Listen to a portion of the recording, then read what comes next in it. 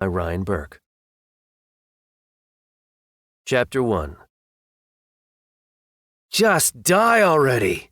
I snarled as I brought my bat crashing down on the big beast's head for what felt like the 100th time. A stomach-turning crunch made my insides clench. I didn't know what had cracked, but I could only hope it wasn't my bat. I knew I wouldn't have any chance of surviving without it. Thankfully, though, the crack had come not from my weapon, but the terrible monster's skull. I collapsed, exhausted, to the ground, then reached out to touch the corpse. Nothing. Just like all my previous battles. No loot, no experience. Nothing. Just the lifeless body of a horrifying beast that looked like a massive dog, covered in open wounds and gouges. I heard a bone-chilling howl in the distance. Apparently the beasts had reached another survivor. Judging by how much joy was in that howl, one of the beasts had already managed to start feeding. Its howl was an announcement to the world, letting us all know that we would henceforth have one more powerful beast to reckon with, one who had tasted human flesh. Squeezing the handle of my bat until my knuckles cracked, I rose up onto my feet. I was staggering. I would have loved to rest and forget the whole horrible nightmare, but I no longer had any right to do that. If the preceding 3 days, the 3 days that had passed since our world had changed beyond recognition, had taught me anything, it was that you could never, ever sit still in one place, especially if that place happened to be the same place where you had just killed a mutated beast, who had been a human like yourself just a few days before. I learned this on the very first day, when my buddy Serge had transformed into one of these horrifying monsters right in front of my eyes. He was one of 2 friends who had come with me on a camping trip. We were hiking along a fast, relatively deserted stretch of river when it happened. I can still see the scene when I close my eyes. The guy suddenly froze, and then he started to transform. Maybe he would have screamed in pain if he could have, but his throat didn't complete the transformation right away. By the time it did, I was staring at a soulless creature who let out a blood-curdling howl that echoed across the entire area, and prompted a chorus of howls in response. Other people had transformed just like Serge. Before I knew what was happening, I lost my second friend. Unable to believe his eyes, Dima reached out to the beast that had so recently been our friend Serge. A fountain of blood sprayed everywhere, followed by a horrid slurping sound. The beast began to eat. We had prepared for our trip pretty thoroughly, so I managed to grab a hatchet just as the last bit of Dima disappeared down the beast's gullet, and the monster raised its head in search of a new victim. There wasn't even a hint of sanity left in its eyes. There was nothing but an inhuman thirst for blood. Another prolonged howl rang out, followed by another howl in response. The other beasts were closing in fast. The monster's gaze came to rest on me, and it shot forward like a rocket, only to run into a very well-aimed blow from my hatchet. I was already pretty good at throwing hatchets. The guys and I used to compete with one another, each trying to be first to sink his hatchet into a target on the trunk of a tree. The beast that had once been Serge was no more human than a tree by that point, and my aim was dead on. The beast crumpled to the ground at my feet, and for just a second the world around me sank into a deathly, terrifying silence. Even the campfire seemed to stop crackling. I pinched myself just to be certain. What if I was having some sort of episode? What if I had randomly attacked my friends, thinking they had turned into monsters? Or maybe that vodka we had bought in that little village was bad, and it had hit me like a rotten batch of mushrooms? If so, I would have expected to see something else. Unicorns dancing and waving their tails at me, or something like that. Also, if that were the case, and it was all just a big hallucination, the beast that Serge had turned into would presumably turn back into a person at some point. But nothing like that happened at all.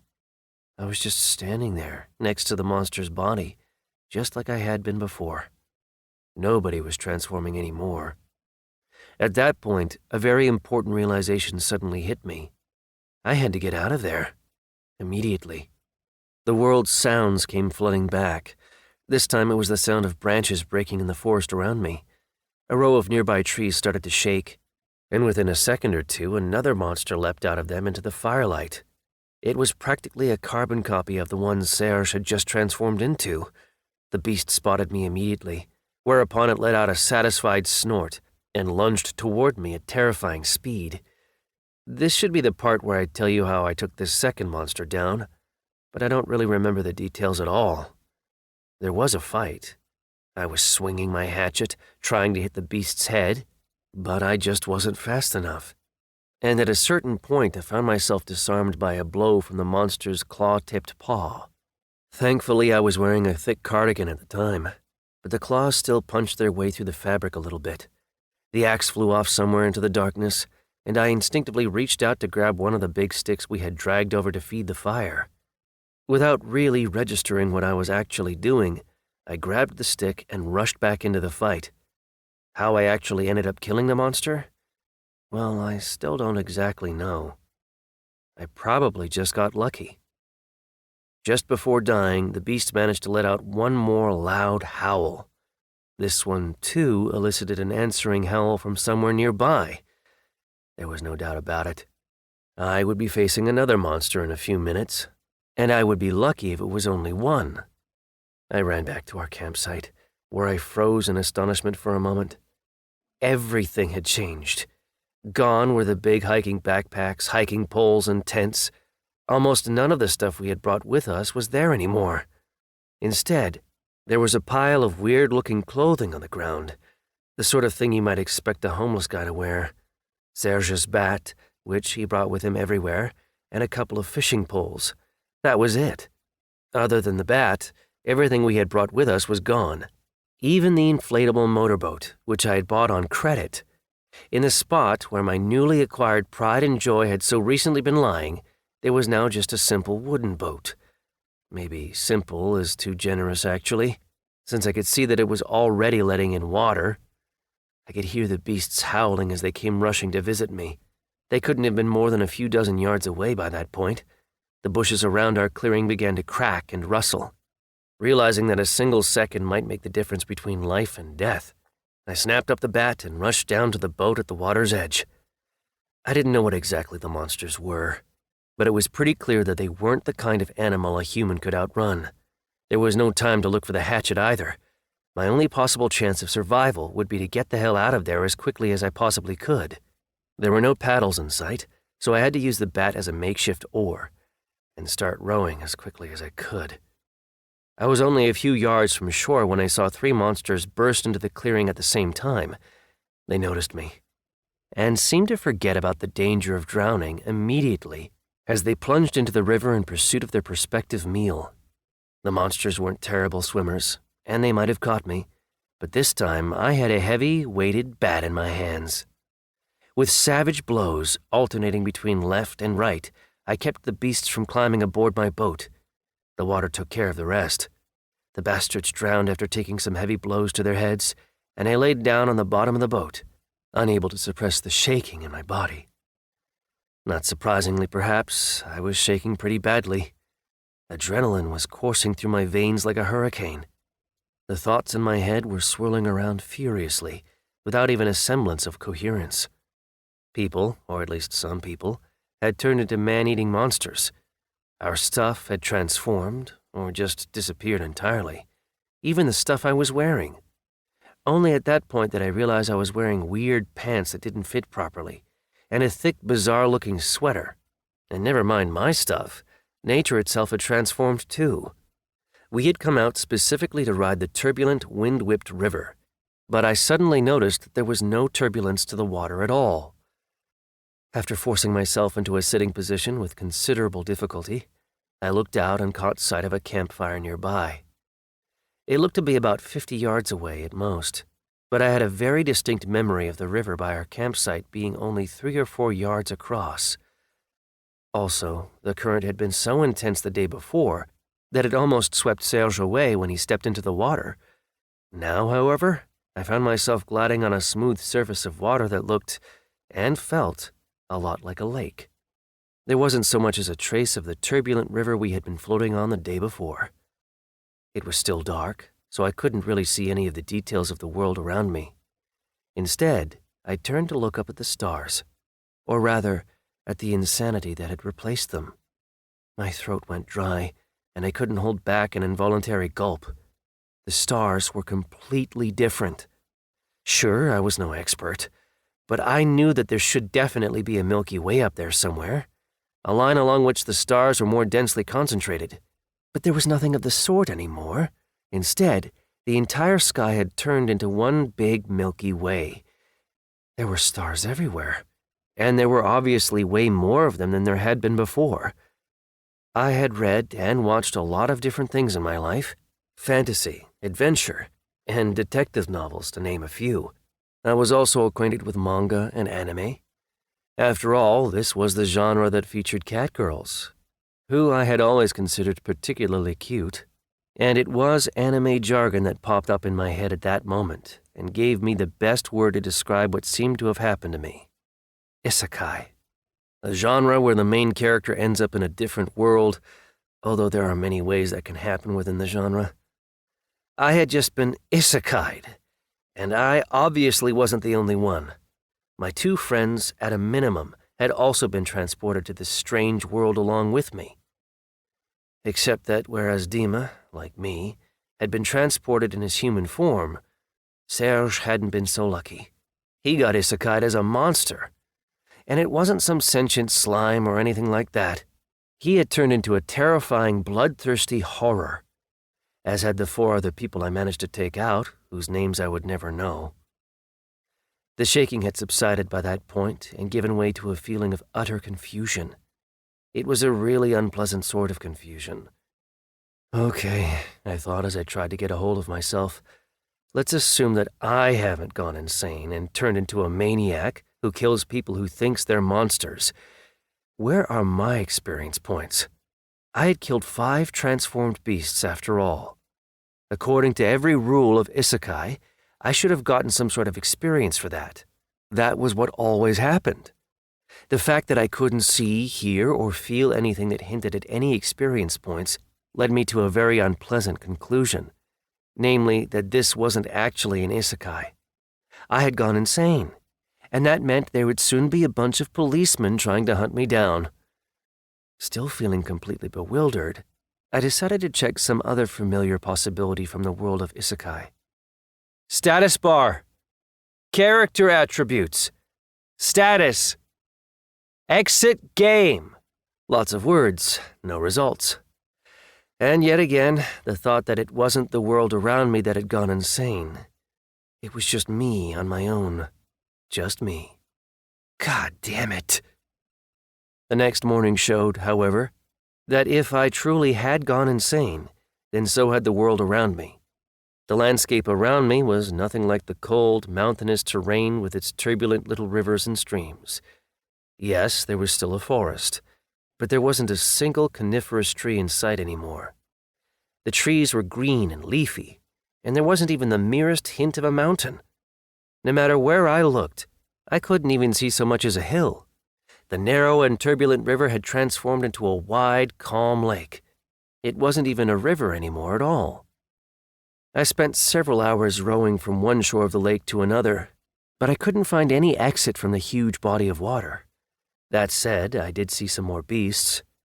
They would periodically rush out onto the shore, howl with impotent rage when they saw that they wouldn't be able to devour me, and then rush off to continue their furious howling somewhere further inland. And once in a while, I heard something else that chilled me to the bone. Once in a while, the howling would be joined by the sound of human screams.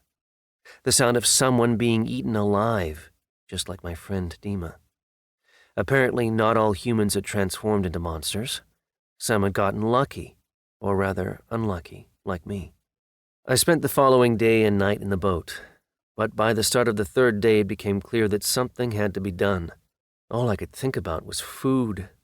Plus, the boat was constantly leaking, and I had to keep bailing the water out with my hands from time to time. How I had managed to avoid sinking during the first night is anybody's guess. So that was how my adventures on land began. Before the sun set that evening, I had taken out 6 more monsters. There was no longer any question in my mind about whether these beasts were still human. Humans didn't get so strong that they could break a living tree with their bare hands. That said, the beast whose skull had broken my bat was different from the other ones I had encountered. It was stronger and tougher, as if it had been the alpha among all the monsters who inhabited the area around the lake. Just as before, though, I didn't get anything for killing this alpha beast. No experience, no loot. If this was an Isekai scenario, it was a very strange one. I might even say it was a really, really shitty one, but I don't want to get nasty. Although, actually, yeah, I do. The stab in the back came when I least prepared for it. In this case, it was right after finally finding something to eat. Stumbling upon a bush full of berries that I had never seen before, I decided I had very little left to lose, and that if they ended up being poisonous, well, I was probably going to die anyway. And if I started feeling really sick and crappy, I could always yell and call on the monsters. They could put me out of my misery at any time. Instead of poison, though, I suddenly felt something slam violently into my back, hard enough to throw me to the ground and knock the wind out of me, then keep me pressed so tightly to the ground that my bones started to crack mournfully under the weight. "Aldario, check this out. It's an NPC," I heard someone say. Judging by the sound of his voice, whoever was speaking was standing right on top of me, and it was his foot that was pressing me to the ground. "An NPC?" a second voice repeated. This one sounded more surprised. "Damn, that's one tough human. You have to be pretty badass to survive 3 days in Gurnak Forest." I heard footsteps off to the side as someone else came walking over to join us. All I could do was groan. The guy's boot was pressing me into the ground so hard I couldn't even turn my head. Well, maybe I could have turned it, I guess, but only once, because it would have snapped a vertebra. "He's been fighting monsters with this thing?" One of them tore the bat contemptuously out of my hand, almost breaking my fingers in the process. "What a piece of crap. Listen, though, if he's been living out here for 3 days, with only this useless stick for protection, maybe he's a quest character? Maybe we need to bring him to the nearest village, or explain what happened to his world." "I was thinking the same thing at first, but I still haven't seen a quest pop up," the first one replied. "Besides, why would there be a quest NPC out here? This place isn't exactly a sandbox." "Fine then. What are we going to do with him? Kill him?" "Nah, let him live. Who knows? Maybe he'll turn out to have a quest connected with him after all. The big clans won't come rushing to thank us either way. If he survives, great. If he doesn't, who cares?" The leg that was pressing me into the ground suddenly disappeared, along with the horrible pressure on my back. I wish I could say I jumped up onto my feet at that point, but I didn't. Grunting and swearing, I had to work pretty hard just to turn over and catch a glimpse of the people who had surprised me. They were standing a few feet away by that point. They were dressed just like me, in weird, simple clothing without any decorations or flourishes. That said, these people's clothing was shimmering, as if some sort of special effect had been applied to it. They had long, silky hair stretching down past their shoulders. It was held back from their faces by a few little pins, and when they turned to face me, I realized that whatever insanity had come over me was apparently still in full effect. Because these people weren't human at all. They had long ears and a delicate beauty in their facial features. So much so, in the latter case, that they could realistically have been human, especially since their voices gave them away as males. Wow, I thought, maybe I've ended up in an Isekai scenario after all. I mean, there are 2 real live elves standing in front of me who look like they just walked off of the set of The Lord of the Rings or The Hobbit. The elves forgot about me almost instantly and started talking to one another. To my surprise, I could understand what they were saying. I caught words and phrases like good spot, activation, and backwater. I couldn't work out the details of what they were saying, but what I did catch was the fact that every elf carried a weapon. They weren't used to the firearms that were typical for our world, though. Instead, they used longswords, which shimmered just like everything else they were carrying. Wait, I thought. Did they call me an NPC? And does that mean what I think it does? Non-playable character? As in someone who's not the main character who conquers the world? Not a player who can get control of the system and turn it toward their own needs? Just an NPC? A piece of programming code running on preset behavior algorithms? And not even a quest NPC, just a regular one? That would mean I can't give out quests, and I don't know any big secrets, which would make my existence in this world pretty nearly pointless. If I'm an NPC, who are these two? Players? What in the name of holy hell is happening? Activate, one of the elves said with a wave of his hand. I seem to remember that at some point during my first 3 days, I felt like nothing could surprise me anymore, that I had absolutely maxed out on shock and bewilderment. If so, I was wrong. When a huge arch made out of gnarly roots suddenly burst into existence next to the elf, and I caught a glimpse of a different body of water glowing in the sun in the middle of it, I realized that this new world would probably keep surprising me for a long time to come, because the thing that suddenly appeared out of thin air next to the elf was obviously a portal. Holy crap, the second elf crowed. Aldariel, you just found the entrance to a dungeon. You didn't believe me, then? Aldariel just snickered. Right on day one, word got out about how this new update was getting rolled out. That's why I teleported straight to this backwater. I knew the big clans wouldn't be coming here right away. They're interested in the cities. I came out here to farm, and within a few hours I bumped into a rare mob who dropped an entrance. Still, though, maybe I just got lucky. 1 in 1,000, said the first elf, whose name I still didn't know.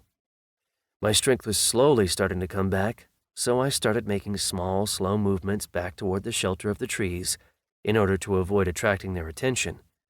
I hated to give up my bat, but I was lying too far away, and trying to get it back would have been too dangerous.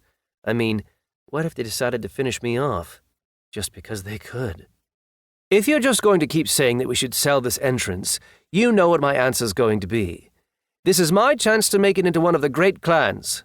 We'll beat this dungeon, get first-comer status, and they'll be interested in us immediately. Aren't you sick of living in... What the hell? This is my dungeon, you asshole. Mine.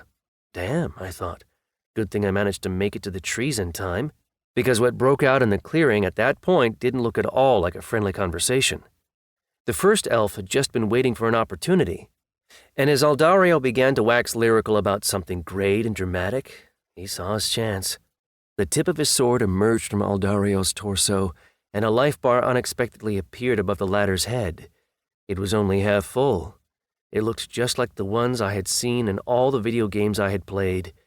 They really were players, which meant, and I say it with a curse upon this new world, that I really was just an NPC. Aldario wasn't going to give up without a fight. Paying no attention to his hideous wound, he suddenly whipped around, tore the sword out of his treasonous comrade's hands, and swung a blow of his own. I still don't know how the elf managed to grab the sword in the first place. All I know is that his arm was already raised to strike when a shimmering sword suddenly appeared in his hand. The first elf couldn't dodge in time, and the blow hit him in the neck. At that, a HP bar, I think that's what they're called anyway, appeared above the traitor's head. Both elves collapsed to the ground and started struggling with one another, kicking and biting furiously. They each had a knife, too, which had mysteriously appeared in their hands and helped increase the amount of damage they were doing to one another. There was no blood. The players were tearing each other to pieces, but the only effect this had was to reduce the number of hit points in their HP bars. There was no grace or professionalism in this fight. It was just two hapless brawlers who had forgotten anything they might have learned about fighting as they rolled across the ground. They weren't even thinking about what they were doing. Their life points ebbed away in such perfect synchrony that it almost seemed like some third-party observer was dialing them back in unison. At a certain point, Aldario whipped out a little red bottle, a healing elixir. I'd bet my life on it. It turned out, however, that the physics in this new game were pretty detailed and accurate, because as soon as an item appeared, other characters became able to interact with it. I learned this when the still nameless elf managed to knock the bottle out of Aldariel's hands and deliver a killing blow almost simultaneously. Aldariel froze, as if he had suddenly been encased in ice. After a few seconds, his body lost its physical integrity and dissipated into a cloud of little star-like flashes that quickly faded away into nothingness. The last thing we heard was his animal-like scream. "As soon as I respawn, you're dead! You should hang yourself now, before I find you again!" "Ah, damn it! Poison! Where the hell did you find that in the first few days?" The first elf started to worry, although he seemed utterly unconcerned with Aldariel's parting threat. His life bar continued to drop. The elf took out a little red bottle that was identical to Aldariel's and brought it to his lips, but he didn't manage to take a drink in time. The bottle dropped to the ground, and then this elf, too, turned into a cloud of stars that quickly vanished into the air. Another player was headed back to his respawn point. As if on cue, the entire Gurnak forest exploded into a cacophony of howling and yelping the second the battle ended. The mutated beasts, who had so recently been humans, began rushing to the scene of the battle to what? It could only be to pick up whatever was left of the players. I jumped to my feet and ran out into the clearing. The 2 red bottles were still lying on the ground. For some reason, this served as the final piece of proof I needed that I hadn't simply gone insane. The portal was still glowing nearby, although by that point, I knew it wasn't actually a portal. It was the entrance to some dungeon, of which, if the nameless player could be believed, there were 1,000. Most importantly, though, there was still a sword lying on the ground. It was the same one that the nameless elf had thrust through Aldariel's chest. My eyes were riveted on the shimmering item, and I couldn't help myself from doing something that I knew the elves would find unforgivable. I picked up the sword.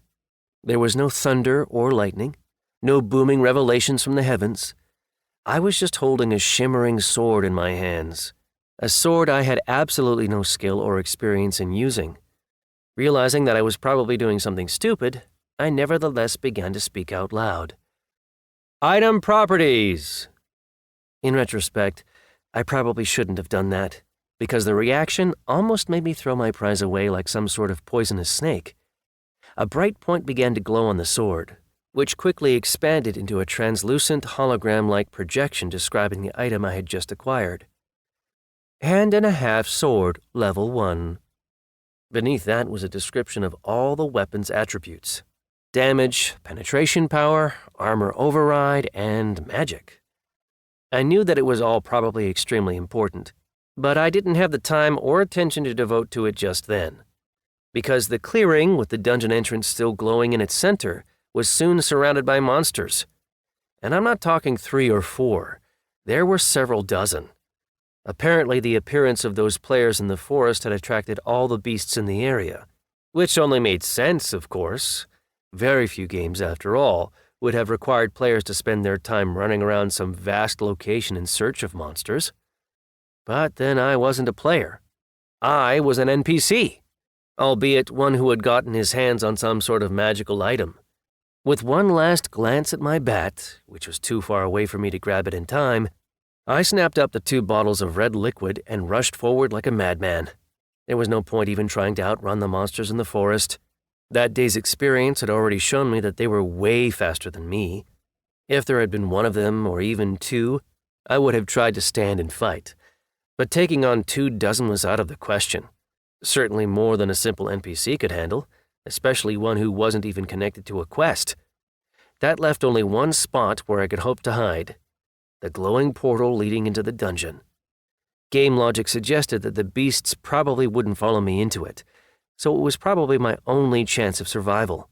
I stepped into the portal and felt a wave of icy cold wash over my body. After that, the space around me became 3-dimensional, and I found myself standing at the entrance to a long, stone-built hallway that stretched as far as the eye could see. I turned around and saw that the glowing film was still right there, suspended in the air behind me. So I jumped back and leveled my sword with its point facing the entrance. Apparently, these dungeons didn't become blocked once somebody entered them, which would explain why the elves had mentioned the word backwater. They had been searching for a dungeon in a remote location because they wanted to keep their find hidden from other players. But what if it wasn't just players and NPCs who could enter the dungeons? What if monsters could enter them too? If those beasts decided to come running after me, I couldn't even begin to formulate a logical plan. I just stood there, with no idea at all what I could possibly do next. No thoughts, no beasts, no nothing. Odd as it may sound, though, I actually felt really good. It's hard to say how long I ended up standing there.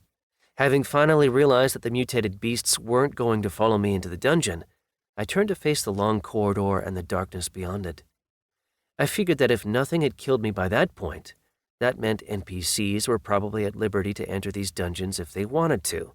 The beasts would probably be waiting for me on the other side, so the only logical move was to set off down the corridor. Who knows, I thought. Maybe there'll be something edible down there. But as soon as I took my first step, the stone walls reverberated with the sound of a pleasant female voice. "Welcome to the Cold Gloom Dungeon, hero. You are the first person to enter this place. Slay the master of this dungeon, and you will receive the title of First Comer. Happy farming." Chapter 2. Up to that moment, I had never held an actual sword in my hands, so I had no idea whatsoever how to use the thing. Sure, logic suggested that you should hold it by the handle and try to hit your opponent with the sharp end. But that was where my knowledge of swordsmanship ended. I couldn't help remembering some anime I had read, where the main character practiced sword fighting by raising the sword high above his head and then bringing it crashing down straight in front of him. What this was meant to achieve, I have absolutely no idea. Maybe it somehow improved your attack technique or something. I tried doing this move several times myself, before slamming the tip of my sword into the stone ceiling above me on the third try. Chips of rock and sparks rained down on me, and the tip of the sword was a little bit less sharp than before. I opened the weapon description again, where I found to my dismay that its attack parameters had changed. They were slightly worse. Only very slightly, a fraction of a percent, really. But they were worse. That, I thought, is what happens when a bumbling idiot picks up a game weapon. He just breaks it. Also, the swinging itself didn't achieve anything useful at all. I didn't see any notifications for new abilities pop up. My attributes were the same as before. No revelations came booming down from above. In a word, nothing. I had just whipped a sharpened hunk of metal around for a few seconds and managed to slam it into the ceiling. That was it. Suddenly, I found myself looking down at one of the little bottles of red liquid. I don't know how it ended up in my hand. In the 3 days since the game had appeared in our world, I hadn't eaten or drunk anything at all. The berries I had found don't really count, because I barely managed to eat any at all. I had never gone hungry for that long before, so my body was virtually on the point of rebellion. It was sending me clear signals that it couldn't go on like this for much longer, unless I could find something to eat or drink, and soon there would be serious consequences. As they chopped one another to pieces, both of the elves had tried to use these little bottles to restore their life bars. At least in theory, therefore, I figured I should be able to drink the liquid myself. It certainly couldn't make things too much worse than they already were. I opened the lid and took a sniff. It smelled really good. There was something like vanilla in it. I probably should have taken a small sip and then settled in to see how it affected my body, but my instincts overpowered my common sense, and I poured the whole bottle straight down my throat, before sitting down and waiting to see how it felt. If it ended up killing me, at least I could die with a smile on my face. What better way to go than that, right? A wave of heat surged out from my stomach, similar to the feeling you get after a big swig of alcohol, except without the clouded reasoning. On the contrary, everything felt clearer, maybe more so than ever before. I realized that the headache I had grown so used to was suddenly gone. All the wounds I had received over the preceding 3 days disappeared as well, without leaving so much as a scar. Even my old scars were gone. A burst of pain erupted in my jaw, but it passed pretty quickly. I spat out 2 implants and a couple crowns. I had always had problems with my teeth. I moved my tongue around my mouth and couldn't resist a little chuckle. I had been expecting to find gaps, but instead those implants had been replaced by brand new teeth. Real teeth. My lower back suddenly cracked. A slipped disc, which I had incurred 10 years before after an unlucky jump on a trampoline, had popped back into its rightful place. Imagine that, I thought. The doctor said I'd have to live with that damn disc for the rest of my life. My body began to fill with an unbelievable energy, as if I had just awoken from a restorative sleep and pumped myself full of stimulants. I wanted to move. I certainly didn't want to sit in one place and wait for the beasts at the entrance to get bored and wander off. The sword reappeared in my hand, and I took a few more practice swings, and this time I was careful not to smash it into the ceiling. My moves became more confident, and the sword didn't feel heavy or cumbersome at all. Still, though, no revelations from above. Unlike Neo from The Matrix, it didn't seem like anybody was about to upload swordsmanship skills straight into my brain. And after all, why would they? I was just an NPC. Such things obviously weren't meant for the likes of us. Thinking this, however, made me wonder if anything actually was meant for the likes of us. We could enter dungeons, that much was already clear. We could use the same weapons and items that elves could. According to those players, we could also give out quests as rewards. Or not, if we weren't quest NPCs. I knew that there were a lot of answers I still needed, but for the time being, I figured I would move on to the first cave and check it out. There certainly wouldn't be much point in sitting around. The huge stone intestine turned one way, then the other, before finally leading me into a cavern about the size of a large house. I couldn't see any sources of light, and yet somehow I could see the whole cave. Come to think of it, I hadn't had any trouble seeing in the long corridor either. It was thanks to this mysterious light that I managed to spot 3 small lumps of slime, which were rolling around the cave from place to place. "Properties," I whispered as I stared at the monsters. I had no doubt in my mind that that's what they were, despite the fact that they looked like some sort of saliva or snot. Snot, after all, doesn't normally climb up walls. As usual, my attempt to get some information achieved absolutely nothing. So far, only the sword had produced a hologram with a description. These monsters, which looked like classic slimes, didn't produce any descriptions at all. They were only about as tall as my knee, if that. They were moving slowly, but I didn't fool myself into thinking that it would be easy to run away from them. I was pretty sure that these lumps of snot would have some surprises in store for me as soon as they noticed me standing there. What did I know about these creatures, then? Nothing, except for the fact that they had some sort of energy core inside them that kept them alive. If you could destroy the core, the slime would die and give you loot and experience. In anime, these cores had always been depicted as firmer masses of slime inside the creature's body. But try as I might, I couldn't see any differentiation in their bodies at all. These slimes appeared to be composed of a single uniform mass, without any eyes, mouth, or dense spots to speak of. Honestly, they really looked like big balls of living snot. Extremely dangerous snot, most likely. I had no idea how the slimes in this world might attack. Various animes depicted them with a huge variety of different attack strategies. Some would hit you, some would burn you with acid, some would wrap themselves around you and suffocate you. There were lots of options. That meant that my wisest move would be to head back to the dungeon entrance and wait there for a while. Later on, I could leave and try to find the village where the elves had wanted to bring me. If humans were known as NPCs in this world, that meant there must be some place where they could exist in peace, without the fear of being killed at any given second. And honestly, that's all I wanted. You didn't believe me, did you? Ha! I was living in an Isekai, which meant that it didn't matter how safe a shelter might be. The only thing that mattered was how much power I could acquire. The stronger I became, the safer I would be from all these elves and other enemies. My newfound sword had a level in its description. Maybe this weird game would require players to level up their items, rather than their characters. The premise sounded somewhat familiar, actually. In that case, I could certainly retreat and sit on my ass for as long as I liked. Nobody would have any incentive to stop me.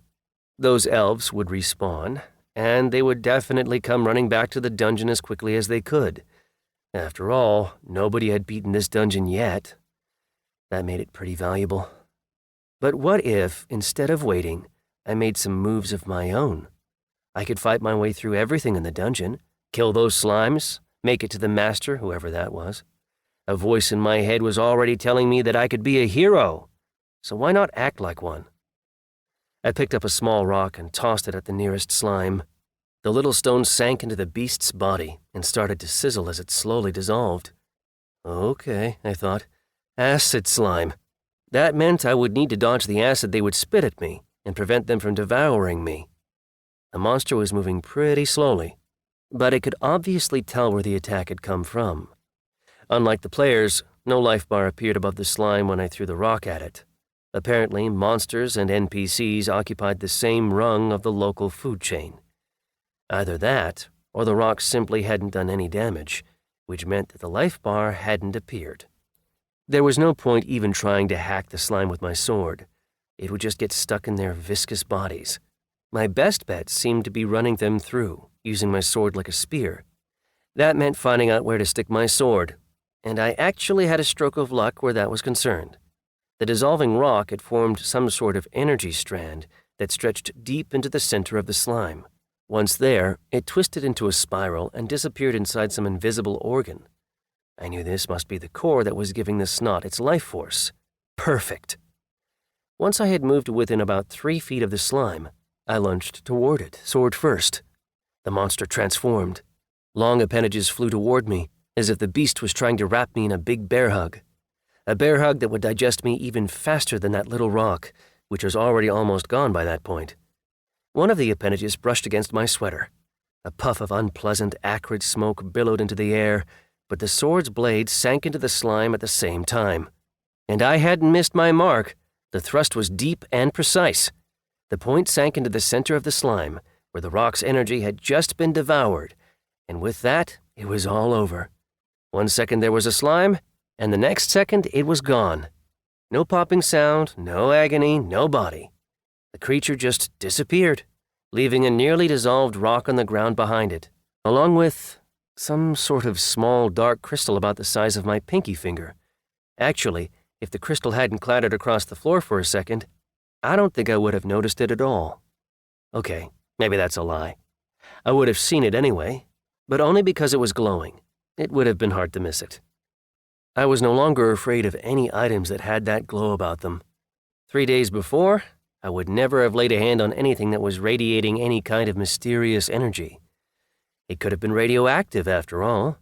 It could have killed me in the blink of an eye. Since I was holding the glowing sword, however, and had yet to feel any negative consequences, I figured I could pick these crystals up too. As I picked up the crystal, the first piece of loot I had acquired through my own efforts, I stared down at it and spoke out loud. Properties. Sure, thought the universe. I'll get right on it. As with the slimes, the crystals didn't produce any holograms or any other type of description at all, so there was no way for me to figure out what had just fallen into my hands. It was some sort of crystal. That was all I knew. It was dark, glowing, and small. That was the entire description. Okay, I thought. What does anime have to say about these things? Stones that drop from monsters are normally filled with magic, and they're used for all sorts of things by people throughout society. I knew the slime I had killed was almost certainly a basic one, which meant that its magic stone was probably basic too, without any frills or special features. I knew I couldn't expect any kind of great reward for it, but screw it. The crystal was my first piece of loot, which meant that I would keep it with me until my dying day. Belatedly remembering how the slime had practically destroyed the stone I had thrown at it, I raised the blade of my sword up to my eyes, then let out a sigh of relief. There was no damage. Being inside the slime hadn't ruined my sword. What was ruined, however, was my sweater. The monster's appendages had burned a hole straight through it when they touched it. Although the fabric wasn't just burned, it was completely dissolved. If I had slowed down even for a split second, that slime would have reached my body. And I didn't exactly feel confident that I could have taken an injury like that without letting out a scream of pain. Properties. This time I spent a little bit longer studying my sword's properties. Its damage, toughness, and other base attributes were all at the beginner level, which wasn't surprising for a level 1 sword. Most importantly, though, it had suddenly acquired an experience bar. In being used to kill the slime, the sword had acquired 1 experience point. I figured that meant the monster must have been extremely weak and relatively harmless. Still, though, an experience point. The second number, which normally followed after a slash and told you how much experience you had to acquire before you'd hit the next level, was nowhere to be seen. So I had no idea what to expect. Maybe killing one more slime would level the weapon up, or maybe it would take 99. As always, just about anything might be possible. The cave where the slimes were living was perfectly smooth. I didn't notice any loose rocks or anything like that in the whole area. I had to walk back out into the hallway to find my next rock. And with that, the slime hunt was on. 5 minutes later, I had 2 more little magic stones in my hands. I had worked out an effective tactic pretty quickly. Throw a rock at them to find where their energy spiral was, then lunge into a thrust with the sword from a considerable distance. This prevented the slime from forming their appendages in time, and giving the coup de grace to my poor sweater in the process. The sword kept earning experience, and soon I was lost in thought about what was happening. Before long, the last of the slimes breathed its last, leaving my prize behind as it disappeared from this world. The mutated beasts on the surface hadn't dropped anything when they died, and they hadn't disappeared either. I figured there had to be some logical explanation for that, right? There had to be. The fact that I couldn't see it merely served to emphasize that NPCs didn't need to know it to fulfill their roles.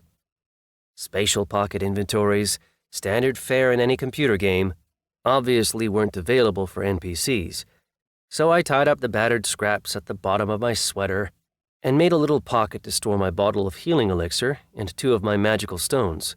The third, or rather the first, since it had dropped from the first slime I killed, stayed right in my hand. It wasn't getting in my way, and I really didn't want to lose it. The stones that the slimes had dropped were completely identical to one another, so if I ended up mixing them up, so be it. There were 2 different corridors leading out of the cavern, but I didn't have to spend a lot of time deciding which one to take. The right one turned off to the side, but the left one was as straight as an arrow. And at the end, I could see another cavern full of slimes, so that's where I went. I already had some slime-killing tactics worked out, and it would have been silly not to take advantage of them. It's hard to say how long I spent slaughtering the slimes. I had completely lost track of time by the end of the 5th cavern. All I can say is that I was at it for a really long time. Thankfully, though, I never lost track of how many slimes I ended up killing, because the sword's experience bar kept the precise count of exactly how many I had killed. 63 slimes. Eventually, I had to pull off my sweater, tie up the neck and sleeves, and use it as a bag to carry all my magical stones. I didn't want to leave them behind. The dungeon turned out to be a massive stone labyrinth, in which I felt pretty completely lost. The corridors kept intersecting with one another, leading me back into areas I had already cleared, so eventually I had to retrace my steps and choose a new route. Eventually, I lost my cool and shouted into the empty stone halls, "Map! I need a map!" Nobody heard me. No map appeared in front of my eyes, and neither did any information about how many goddamned slimes were left on this level. It was starting to feel like a big practical joke. It certainly didn't feel like a dungeon. Slowly, the bottle of healing elixir I had downed at the beginning of the dungeon started to wear off. My stomach reminded me that I hadn't eaten any real food for 3 days by that point. 4 days, actually. My hand reached down toward my improvised bag, instinctively searching for my second bottle of elixir, but I stopped myself in time. Later, I thought. I need to focus on finding the rest of the slimes, then the master, then getting the title First Comer and getting the hell out of the dungeon. Nothing else really mattered. I kept walking down the corridors I had already passed through, past caverns I had already cleared, looking for landmarks. Then, at a certain point, I decided to use a hunk of rock to scrape a little X at the entrances of whatever passages I happened to use. That was the only way to keep track of things. There was no way anybody could remember it all without a map. Finally, I found a narrow corridor without an X at its entrance. So I turned and walked down it for a couple dozen yards. It wove this way and that, around and around, before it finally brought me to another cavern. I found the boss sitting inside. If you can call it a boss, that is. To me, it just looked like the forefather or foremother of all the slimes. It was a massive 6-foot-tall drop of goop sitting right in the middle of the cavern. About once a minute, a familiar-looking little slime would sprout from the side of the big slime and make its way slowly to the wall of the cavern opposite the entrance where I was standing. Where the little bundle of joy might be headed was a mystery to me, but the fact that the slimes kept running off somewhere was interesting in and of itself. What were they doing, I wondered? Some kind of slime party? Were they just trying to hang out, have fun, listen to music and all that, only to have some evil NPC barge in and ruin their good time? I certainly would have been pissed off if I'd been in the slime's shoes. Thankfully, I hadn't mutated like Serge and all those other people. I might be an NPC, but I was still a rational being. Exactly, I reminded myself. You're a rational being. And what does a rational NPC do when they find themselves in a dungeon? They complete the damn thing. So get to work. I waited until yet another slime popped out from the boss's side, then swung into action. A rock flew through the air, and as soon as it started to dissolve inside the boss's body, I lunged with my sword. A body like that, I figured, couldn't possibly move very fast. It just couldn't. I jumped in toward the boss and without thinking twice drove my sword into it up to the hilt, aiming for the energy spiral. The boss was enormous, so I didn't actually hit the spiral, but I had clearly achieved something because a wave rippled out across the monster's body. I really didn't want to find out what that meant, so I yanked up my sword and jumped back. A crushing blow slammed into the ground right where I had been standing just a second before. The massive slime had created a thick, leg-like appendage with which it was trying to crush me like a bug. But it failed. And while the slime was retracting the appendage back into itself, I swung into action again. Another jump, another thrust, another jump backward. This dance continued for a little while, until the boss seemed to grow tired of pulling its appendages back into its body. It was trying to catch me as I was lunging toward it, but I was prepared and alert.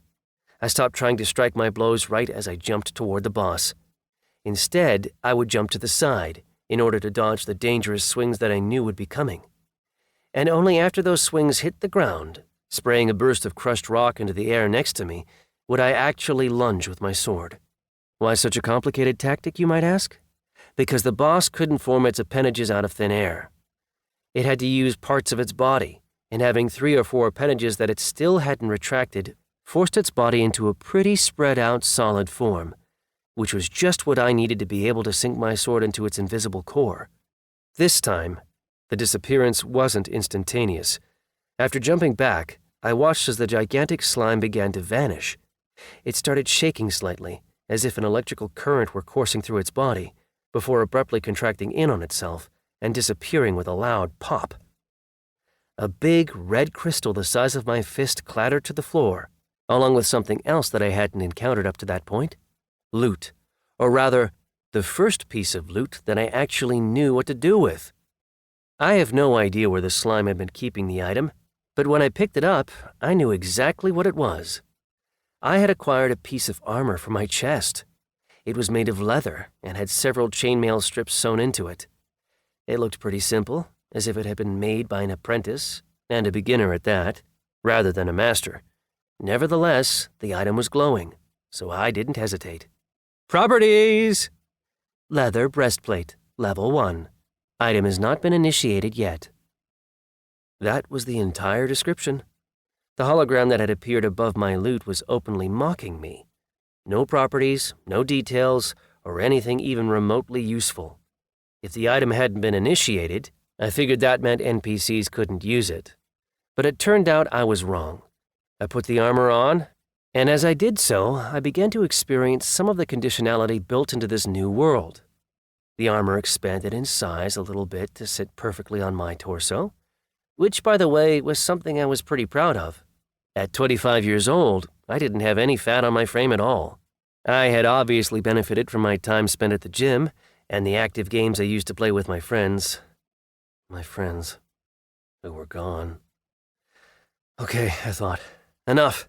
Getting depressed won't help me get through this. If I ever make it out of this shithole alive, I'll grieve for them then.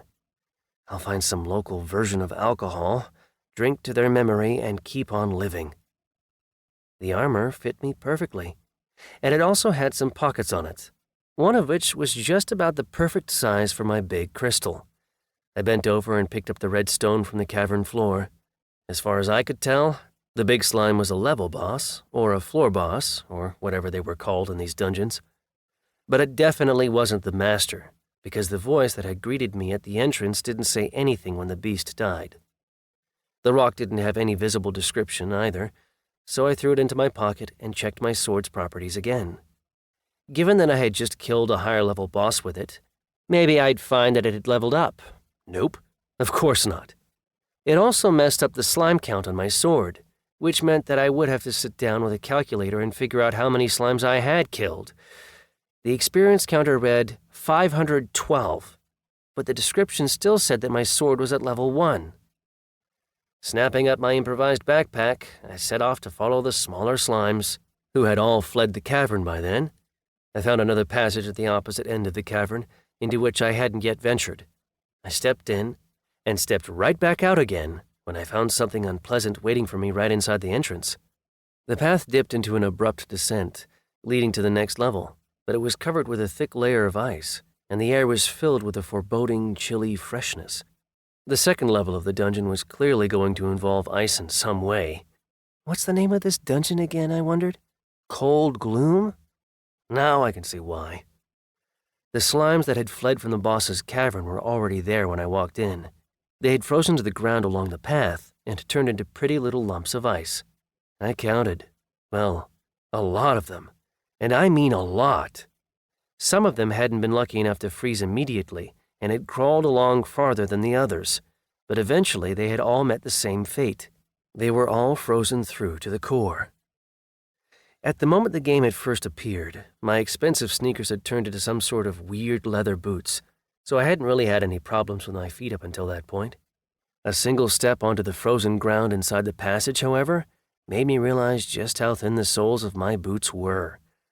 Sure, it might not be lethal, but it was unpleasant as hell. Nevertheless, I walked through the invisible barrier that was keeping the second level's cold from seeping up onto the first level. Amazingly, the leather breastplate I had found kept in a ton of body heat, way more than I would have expected, and more than enough to keep me from feeling the biting cold. Sadly, the same couldn't be said for my legs or my head. It felt like I had been abruptly kicked out of a house in 10 below weather, barefoot and wearing nothing but underwear below the waist. It definitely wasn't one of the better moments in my life. My teeth started chattering, and I felt an almost irresistible urge to turn and flee. Before I could address that feeling, however, I heard an unpleasant sound, as if someone were chewing on a hunk of ice and swallowing it with relish. Not only that, but this was soon joined by a gulping, slurping sound. Deciding that I should probably check it out, I took a few steps down the passage, which I found was actually a spiral staircase, where I found myself face to face with a new opponent. I had never seen a monster like it before, even in anime. It looked like someone had taken several pyramid-shaped hunks of ice and thrown them chaotically together to create a weird three-legged creature. In some places, the ice wasn't joined onto anything at all, but the bizarre structure was still perfectly stable. The monster had a deep blue energy coursing through its body, which seemed to be holding the whole thing together. 3 pyramidal legs atop a pyramidal body, with drumroll please, a pyramidal head on top. The head had triangular eyes and a triangular mouth with sharp teeth inside it. The beast was using these teeth to devour the frozen slimes, crunching away at them with pleasure, as though they were fresh carrots. That might not seem too scary, except for the fact that the monster was as big as me, and the slimes clearly weren't going to be enough to fill it up. The monster lifted itself onto its ridiculous-looking legs and started shuffling them furiously, making its way toward me. The ice and snow didn't seem to slow it down at all. In fact, it was moving so fast that it was within 3 feet of me after just a few seconds. A wave of cold splashed across my body. I could actually feel the blood slowing down in my veins. My brain seemed to stop functioning normally, and I was operating on pure instinct in everything that followed. Pyramidal paws shot out through the air toward me and grabbed me by the breastplate. Although they didn't manage to pierce it, something started to crack and crumble. It might have been my body, which was slowly turning into a hunk of ice. The situation seemed pretty dire, but in the end I did what needed to be done. Collecting what little strength I could, I lurched forward and rammed the sword into the beast's torso, right where I could see the source of its power glowing in its chest, right into its core, which supplied the energy that kept its body together. The sound of shattering glass rang out, and I suddenly felt my body regain its freedom. The beast's iron grip had relaxed as its body crumbled to pieces. This should have been good news, but I immediately found myself facing a new problem. I couldn't breathe. My body had started to turn into ice, literally. What's more, the process was moving alarmingly fast, split seconds rather than seconds. With fingers that were already numb, I reached into my bag and took out my bottle of red liquid. I tore out the cork with my teeth and started pouring the healing potion into my mouth. My muscles were so rigid I couldn't even swallow. The cold had already reached my throat. The only thing I could feel was that the liquid was getting to where it needed to go. Once it was inside my stomach, a pleasant feeling of warmth started to radiate out into my body. I wish I could say that darkness enveloped my mind at that point, and that I can't remember what happened next, but that's not true. As soon as the last drop of healing elixir hit my tongue, something that felt like a wave of fire suddenly burst into my veins. My body was racked with a pain so severe that all I could do was groan. That said, the ice quickly retreated. I regained my mobility, and even the nightmare around me suddenly didn't seem quite as bad as before. I felt warm and pleasant. Turning around to face the monster that had given me such a scare, I saw another red stone lying on the frozen ground. It looked exactly the same as the one that the massive slime had dropped. A pair of elegant leather boots was standing next to it. Very different, I should point out, from the ones I was wearing at the time. Almost as soon as both items were in my hands, I heard the voice that had met me at the entrance to my difficult path through the dungeon. "Hero, you have slain the master of the Cold Gloom dungeon. Continue on your path to claim the status of first comer. Your reward awaits you at the place of power." Chapter 3. What a pleasure, I thought, walking in shoes that are actually comfortable. Prior to the world going crazy, I had spent an almost embarrassing amount of money on some really high-end sneakers, because I had always been someone who appreciated comfort and convenience. The changed world had robbed me of these beloved shoes and replaced them with some pitiful approximation of boots, but the reward for killing the master of the dungeon was on a whole new level. These new boots made my old ones seem like cheap knockoffs in comparison, because the footwear in this new world was literally a pleasure to wear. Firm but still soft, flexible and yet dense, thick but surprisingly breathable. I know all this probably sounds a little silly, but that's exactly how it felt. Like the breastplate, the boots hadn't been initiated yet, but they still felt amazing, and I had no intention of leaving them lying there on the ground. After descending the spiral staircase, I found myself in a big, spacious cavern. By the looks of things, this was where the epic battle between players and the master was actually supposed to take place. Since no players had arrived to trigger a warning, however, the master had decided to take a little walk and get itself some food, and it had cost the beast dearly. I don't know if I could have survived a fight against it in an open space. The bastard could have frozen me from afar, and that would have been the end of it. And maybe it would have hit me with some other extremely unpleasant attacks first. Ice spikes shooting out of the ground, for example. Basically, in this particular instance, I was lucky not to be a player. "Approach, hero," a pleasant female voice echoed across the stone walls of the cavern, as a translucent hologram of a stunningly beautiful female elf appeared at the other end of the room. She looked to be about 50 years old, but that didn't affect her beauty in the slightest. On the contrary, in fact, it really underlined the fact that even at that age, you could still be an absolute knockout. It was cold inside the cave, but my blood started to flow faster than before. It felt like there was a red-hot meteor racing through my veins, including some parts of my body that weren't really appropriate given the circumstances. Thankfully, it was just a hologram of the elf, rather than the real thing. "I see that you are not a player, hero," said the projection unexpectedly as I approached the small stone on which it stood. Wait, I thought, she can see me? Whoa, does that mean I can finally figure out what the hell's going on around me? I heard two elves refer to me as an NPC, I confirmed. But I don't feel like an NPC. I can think. I can act on my own volition. I don't have any programming embedded in me. So why don't they call me a player?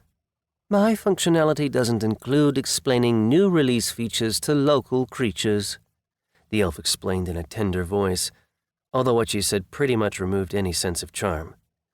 It doesn't matter what you consider yourself to be. What matters is that you are neither a player nor a member of a unit of players. Therefore, the standard game logic does not apply to you. You do not have the right to acquire the title of first comer. When I came in here, I was promised a title if I could slay the master of the dungeon. They didn't say anything about any limitations. The master's dead, and I deserve that title. I wasn't going to give up. Sure, I didn't understand what was going on in the world at all, where the game had come from, or who these elves were, but I did understand one thing. I had earned something, and now they wanted to take it away from me. Was I willing to let that happen? No, and that meant I would have to assert my rights to the utmost, even if the title didn't end up being useful to me at all. You do not have the right to demand anything, local creature of the new release, replied the elf. However, you have the right to make a choice. Name a number between 1 and 1,000. Why? You do not have the right to ask questions, local creature of the new release. That was all the response I got from her. She suddenly seemed a lot less beautiful than before. In fact, she seemed downright ugly. Normal people, or maybe beings is a better word, didn't behave like this. They would normally explain what was going on, and only then ask you to commit some sort of action. But the elf continued. If you do not name a number, one will be generated randomly. 777, I said. I may not have any idea what the number would be used for, but I wanted to keep my fate in my own hands as much as I possibly could. If there were consequences to face later on, at least I would know that those consequences were a result of my actions, rather than those of some translucent she-elf. 777, the projection repeated. Then it disappeared for a moment, only to reappear as a new elf, dressed in a pretty strange outfit. A pretty provocative one, I'd say. Her dark leather corset accentuated her chest, rather than concealing it, drawing the eyes straight to her beautiful breasts. For a second, I wondered what was holding them in place, and how she could walk without them bouncing all over.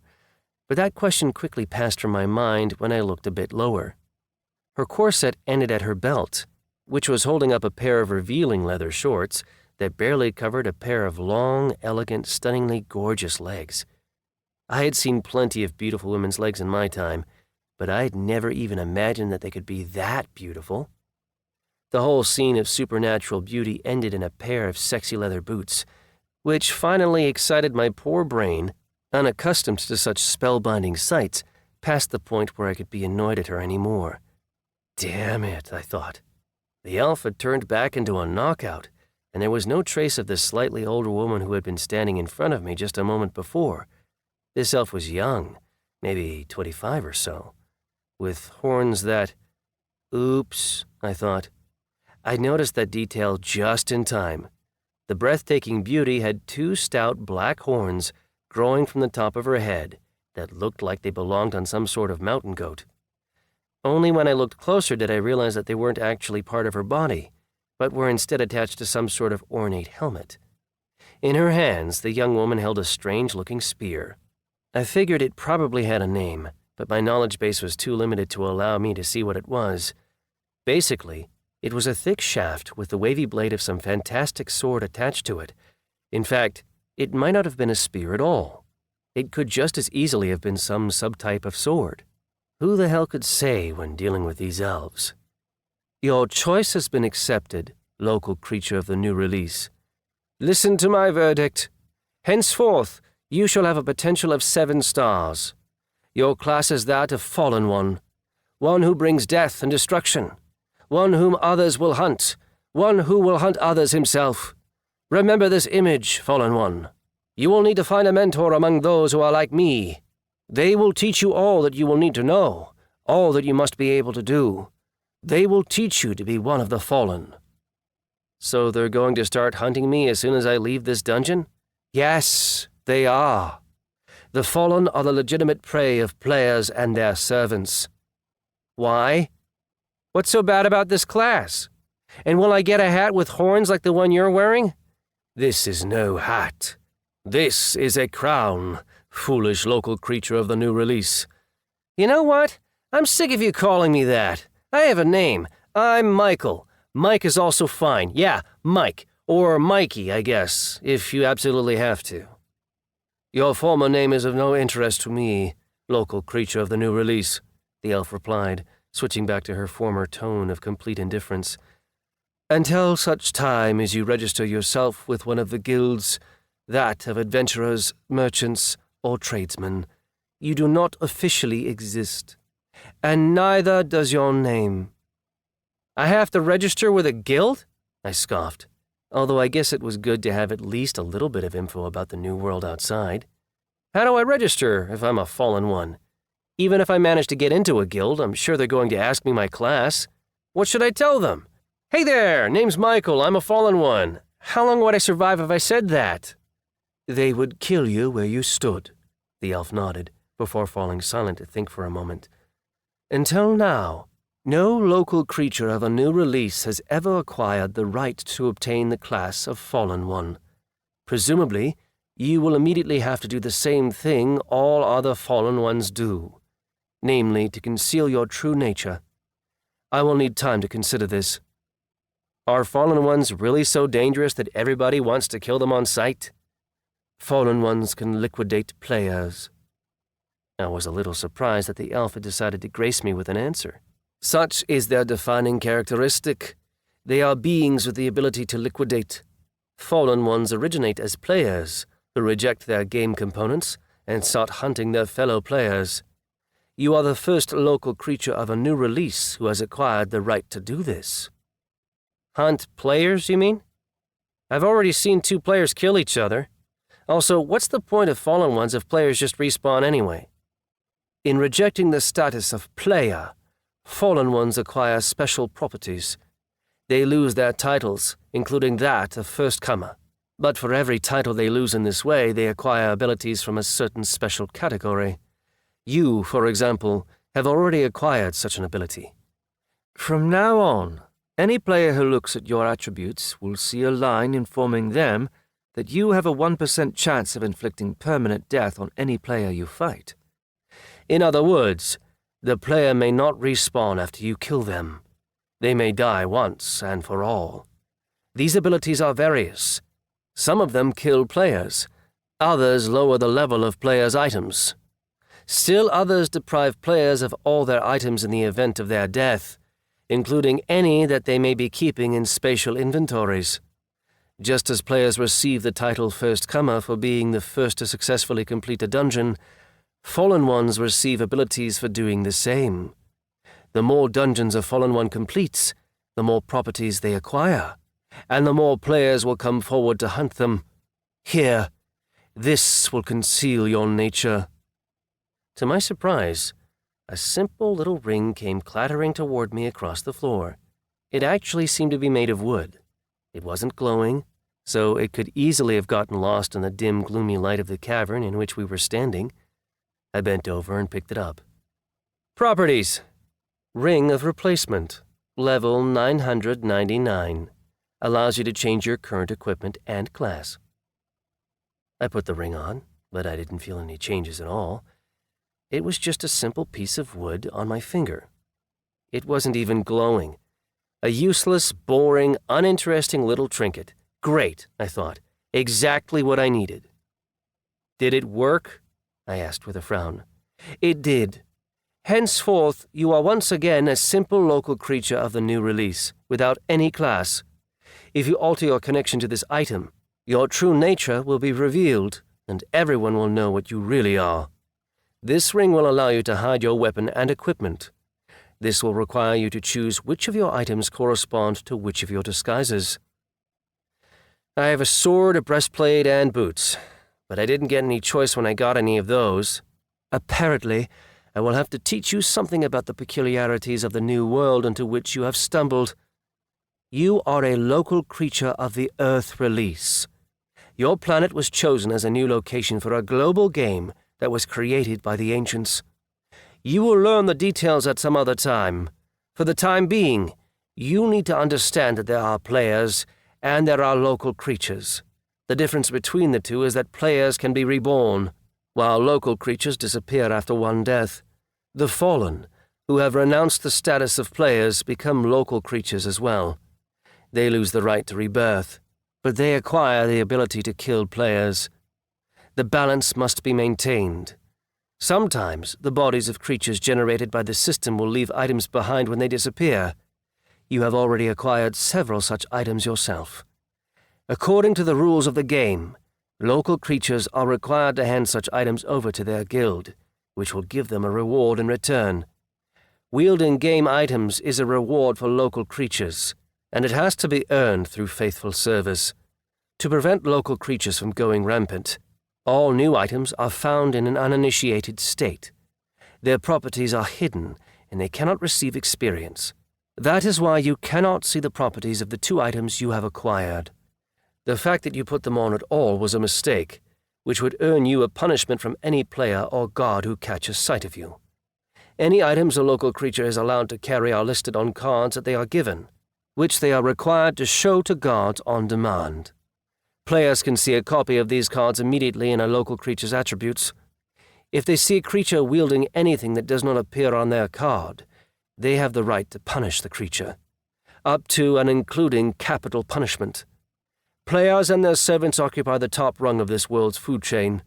Local creatures in any given release are allowed to live in order that they may serve the players. Sounds like fun, I grumbled. I really didn't want to give up my items, but it didn't sound like I had much of a choice. You have a sword, whose properties are already visible to you. There are already several manipulations you can apply to it. For example, you could make it inaccessible to anyone except other fallen ones. As long as your class is hidden, this sword will remain hidden as well. As soon as you resume your true form, however, this weapon will become visible to all. You are not a player, so you can only attach an item to yourself near a control center. These are available either in the headquarters of any local creature guild or at the end of any dungeon. Where is it? I asked. The elf stepped aside and pointed her spear at a small boulder nearby. So I'll have to take this ring off if I want to change my superficial nature again? Not necessarily. A mental command will be enough to do that. You are not a player, so it is only here, in the control center, that you will be able to see the properties at your disposal. Only here will you be able to see yourself the way players see you. Well, I thought, at least that's something. I walked over to the rock and laid my hand on it. Something squeaked, and then a new projection appeared in the air above the stone. And this one was interactive. It had a number of buttons that I could push. It wasn't hard to put a check mark next to belongs to the class of fallen ones. It took me a little longer, though, to finish examining the 3D projection of my body and read its full description. Local creature of the Earth release. Name, not yet earned. Class, fallen one. Ability accessed. 1% chance of inflicting a permanent death on any player killed. The ring had done its job perfectly. There I was, a badass fallen one with a sword. Then, with a little mental command, my image changed. Suddenly, I was standing there without a sword, and the control center was showing a whole different set of properties. Local creature of the Earth release. Name, not yet earned. Class, not yet earned.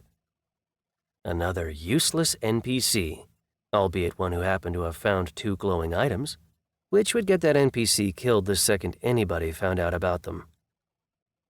I want to get the card for my class. Where could I do that? You will receive a name and a card from the mentors of the fallen ones, the system explained. If they deem you worthy, both are normally given out by any one of the 3 guilds. That local creature of the new release is all I wanted to tell you. You have already received your reward, so the Cold Gloom dungeon has now been eliminated. Eliminated? I repeated hesitantly. I felt a little distracted, because something about my appearance had obviously caught the elf's interest. Of course, I already knew that this wasn't actually a living creature I was talking to. It was just part of the system. some sort of artificial intelligence, which was apparently in charge of managing new releases. And once again, that AI obliged me with an answer. The point of the release is to complete 1,000 unique dungeons. The keys to these might drop randomly from monsters. They might be found in a reward case, or simply lying on the ground. After a player acquires the title First Comer, the dungeon moves into the register of locations accessible for training. These dungeons serve as locations for training and preparing the player's servants. As soon as the last of these 1,000 dungeons moves onto the register, the release is considered complete, and a new release is installed into the world. In cases where a dungeon is closed by a local creature of a given release, rather than a player, the dungeon is simply eliminated. It does not move into the register of training locations, and players do not receive the full reward for the release. Such is the price they pay when they make a mistake. The more dungeons end up being eliminated in a given release, the worse the final reward is for the players. That doesn't sound very logical. I mean, doesn't that mean a release could potentially go on forever? What if I find the key to a dungeon but refuse to complete it? And then nobody kills me, so nobody ever finds my key. The release would never get completed. Any given dungeon has an enormous number of keys. The AI saw fit to answer my question once again. Not only that, dungeons can also be initiated at the same time. So this part of the game has been worked out in considerable detail. In fact, the only thing this system has never seen before is a local creature of a new release choosing the class of Fallen One for themselves. Usually, local creatures that complete dungeons already have some sort of class. You must understand, by the way, that there are many different types of dungeons. There are simple ones, like the one you just eliminated. These comprise the vast majority. There are quest dungeons, whose keys drop upon the completion of a long chain of tasks. There are regional dungeons, and even a final world dungeon.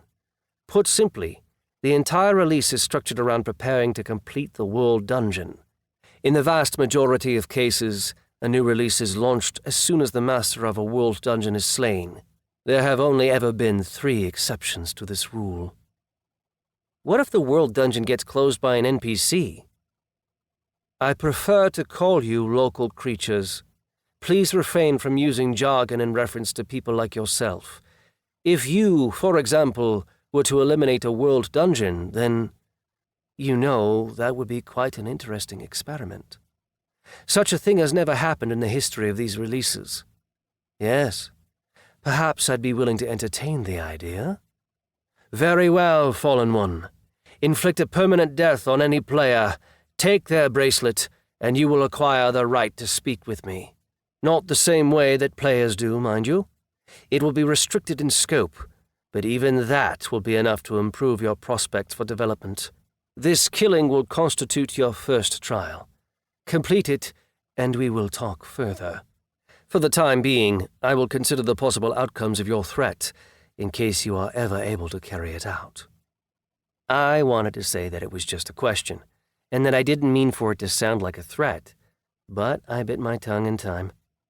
She had agreed to let me acquire some sort of bracelet. That meant I would have to kill an elf, and also find a designation that would disguise my true stats as a Fallen One, and a mask to cover my face, and a player who could unlock items for me, and somebody who could explain the details of these releases and why people like me turned into local creatures. Actually, screw that. NPCs. And also, well, there were a lot of things I would also have to do at some point, but all that could come later.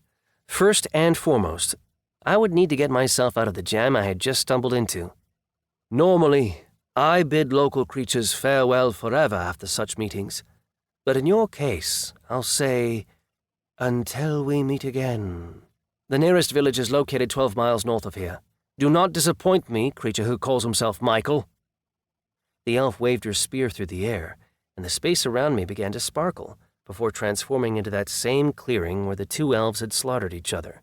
The clearing where the entrance to the Cold Gloom dungeon still stood, where 20 hungry, mutilated, formerly human beasts had rushed to dismember and devour their prey. Okay, I thought. Quite a change of scene. My sword flashed into my hand, and the dog-like monsters let out a piercing, synchronized roar. 20 murderous beasts against one NPC. Well, I thought, a good chance to do something heroic, I guess. Because I have absolutely no intention of renouncing my new class. A 1% chance of killing some long-eared elf once and for all. Even for that, I'd be willing to face 100 of these mindless beasts. So come on, assholes. Uncle Mike the Fallen One is waiting for you. The true city of Lacarian, palace of Great Clan Allarand. The latest news of the new release has arrived, my lord. Leandor waited patiently for his master to finish his contemplation of the infinite. Rhinor the Great had been head of Great Clan Allarand almost since the beginning of the game itself. Wise, powerful, dangerous. Such were the words his clansmen used to describe him. The cursed murderer, heartless beast. These were the words his enemies chose. Finally, Rhinor tore his eyes off the painting in front of him and turned to face his visitor. You're early. I wasn't expecting you until next week. Is something going on with the dungeons?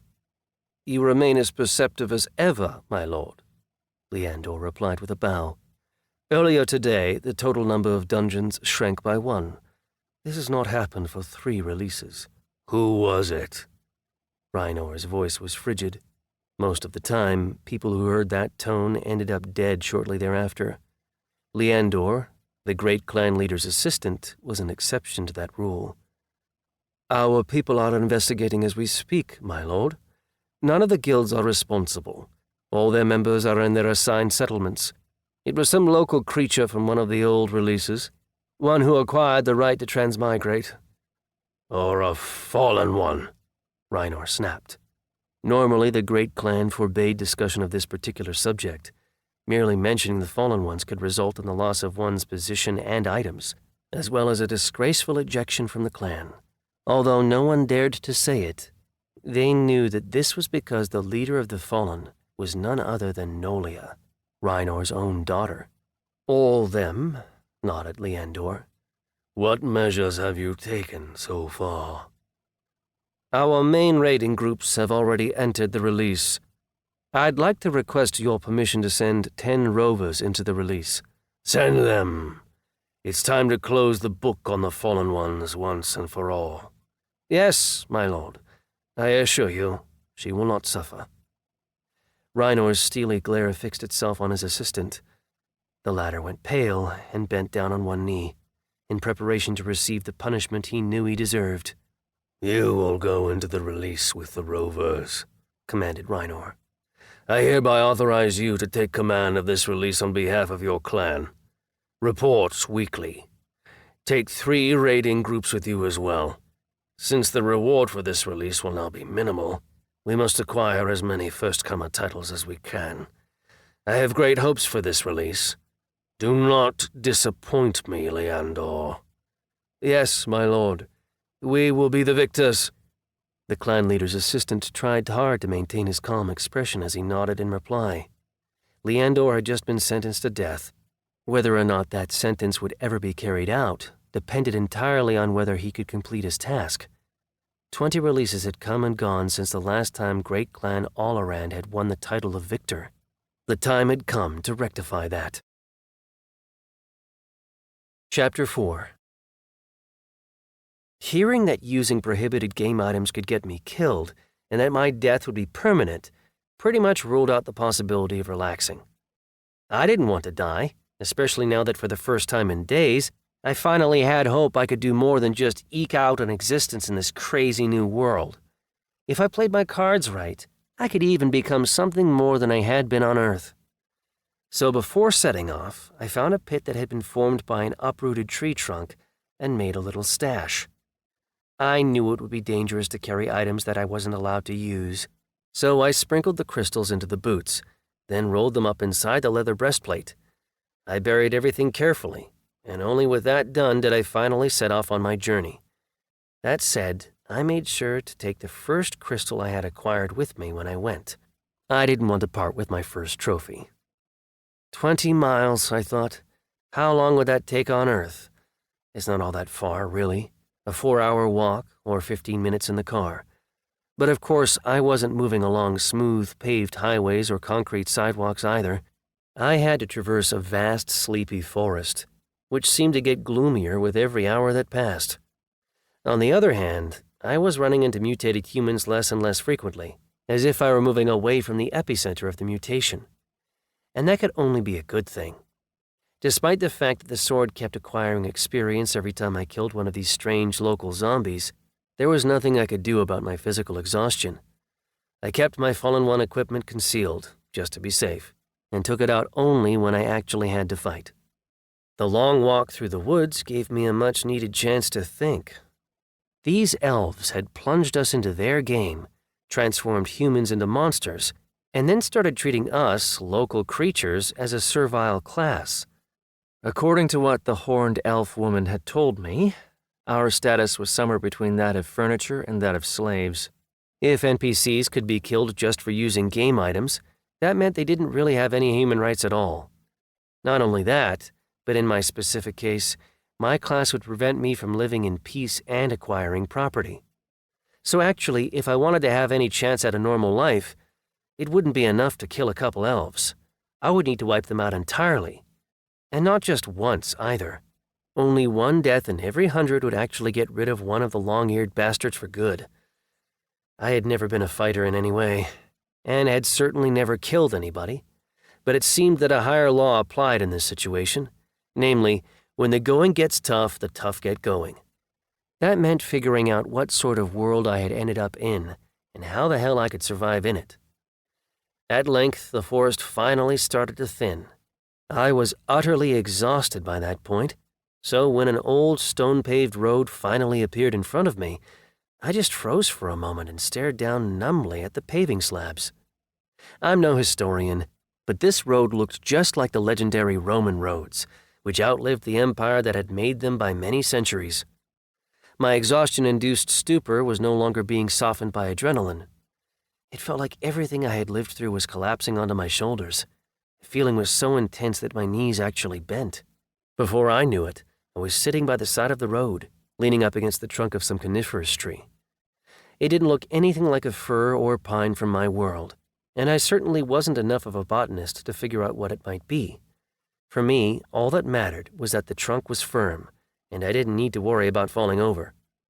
As I sat there regaining a little bit of strength, evening fell across the forest. Stars began to sprinkle out of the sky, and they were so bright that I was still able to see the world around me in remarkable detail. Naturally, I didn't see a single familiar constellation. Just then, a hunger pang shot through my stomach. It was time to decide which direction to go. Leaving the road to trudge on through the forest didn't seem like a wise idea. I was supposed to be heading due north from the dungeon, but it seemed virtually certain that I had drifted off course a little during my walk through the forest, and consequently there was every chance that I had simply passed right by the village. Suddenly, I heard the clatter of hooves off to my left, and leapt to my feet before I even realized it. So far, all my chance meetings in this new world had ended badly. I had to restrain myself from activating my equipment. Soon, the horse that was producing the clattering sound appeared at the far end of the road. It was a thin-legged white horse with gray spots, and a mane the exact same shade of gray. It was trotting down the road at a leisurely pace, seemingly in no hurry at all, but my eyes were drawn instantly to the figure rocking in its saddle. It was another elf, who was also strikingly beautiful. This one, however, was wearing a gray cloak, and didn't seem to be carrying any weapons. His long blonde hair was pulled back behind his head in such a way that he kind of looked like a Shaolin monk. There were several earrings in his pointy ears, which twinkled faintly in the dim light of the stars. His head was bobbing against his chest, but it seemed that he was still breathing. The horse stopped next to me, snorted, and then shook its mane. Even this was almost enough to knock the player out of his saddle, and he barely managed to rouse himself in time to snap the reins up into his hands. That done, he lolled his head from side to side and took a look around. And the look on his face made it clear beyond all doubt this elf was drunk as a skunk. As soon as he saw me, a big smile spread across his face.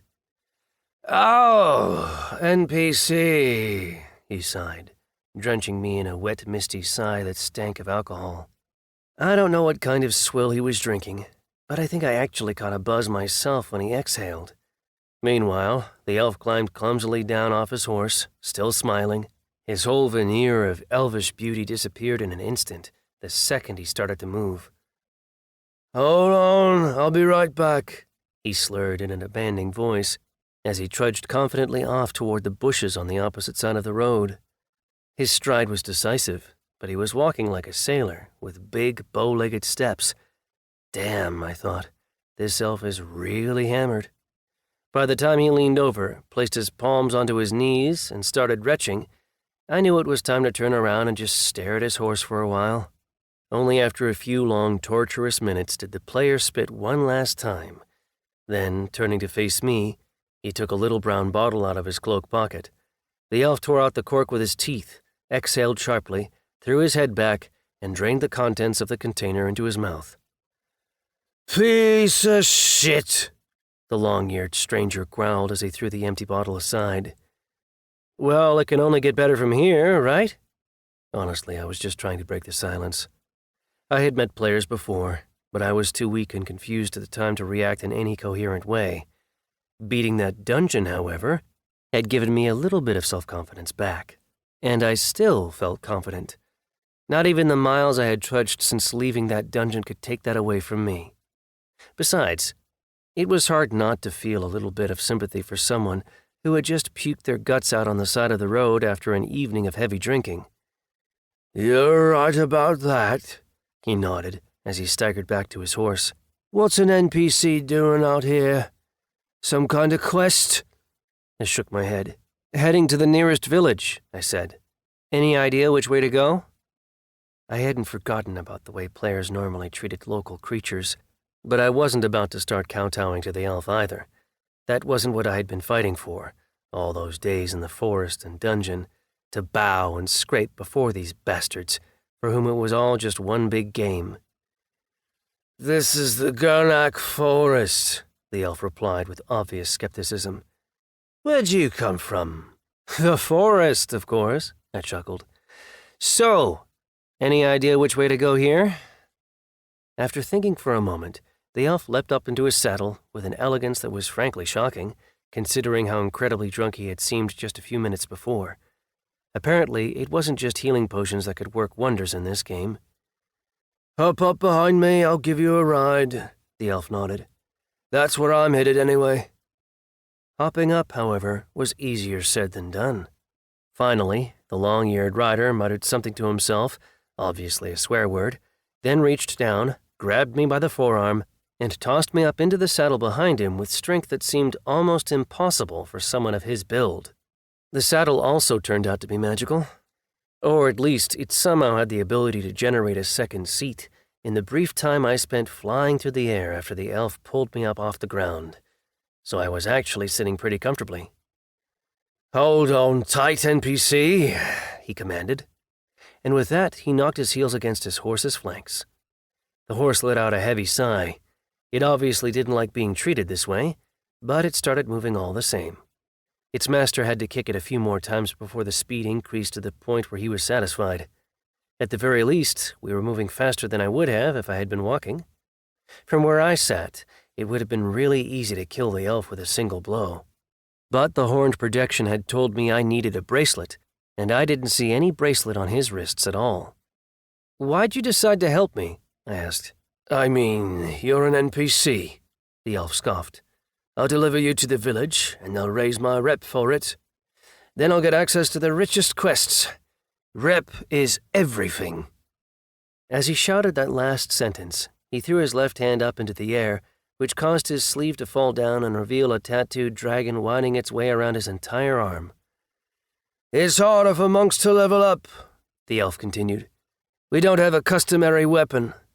We have to meditate a lot to absorb enough experience and be able to deal serious blows. So reputation helps in that sense. While normal warriors and mages are out there chasing rabbits, I'm getting requests to kill real monsters. I actually know a few monks who've killed dragons with their bare hands. My accessories aren't that powerful yet, but I'm definitely going to level up during this release." He plunged his hand deep into his cloak, and when he pulled it back out, there was a set of glowing brass knuckles on his fingers. The purple glow didn't look anything like the light coming from other items I had run into so far. "Look what I managed to bring into this one. I got this during the last release," the elf continued. He was obviously glad to have someone to talk to. "Level 10 from the very start. Not just anybody can claim to have something like that. Now I can level it up to legendary, although that's going to take a ton of experience. Plus I'm going to have to find some stronger monsters. Basic ones won't even get you a full level." Apparently, it had been a really long time since he'd had anybody to talk to. Otherwise, I had no idea what could have prompted him to share all this information with me. Most importantly, though, I didn't see a bracelet anywhere on him, and thus I didn't see any point in taking the risk that would inevitably be involved in cutting him down.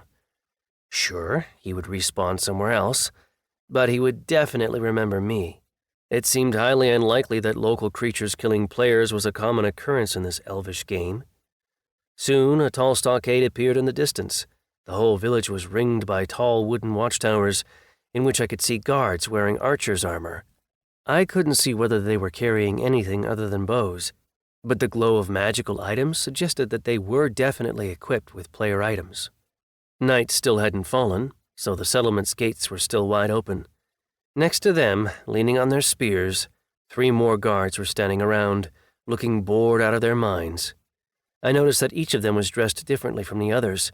One had a full-body shield on his back, another had a bow, and the third had a wand hanging from his belt. This local Harry Potter must have been in charge, since he came walking over to meet me. He took out his wand, waved it through the air in front of him, and we, me, the elf, and even the horse, found ourselves enveloped in a lilac-colored cloud.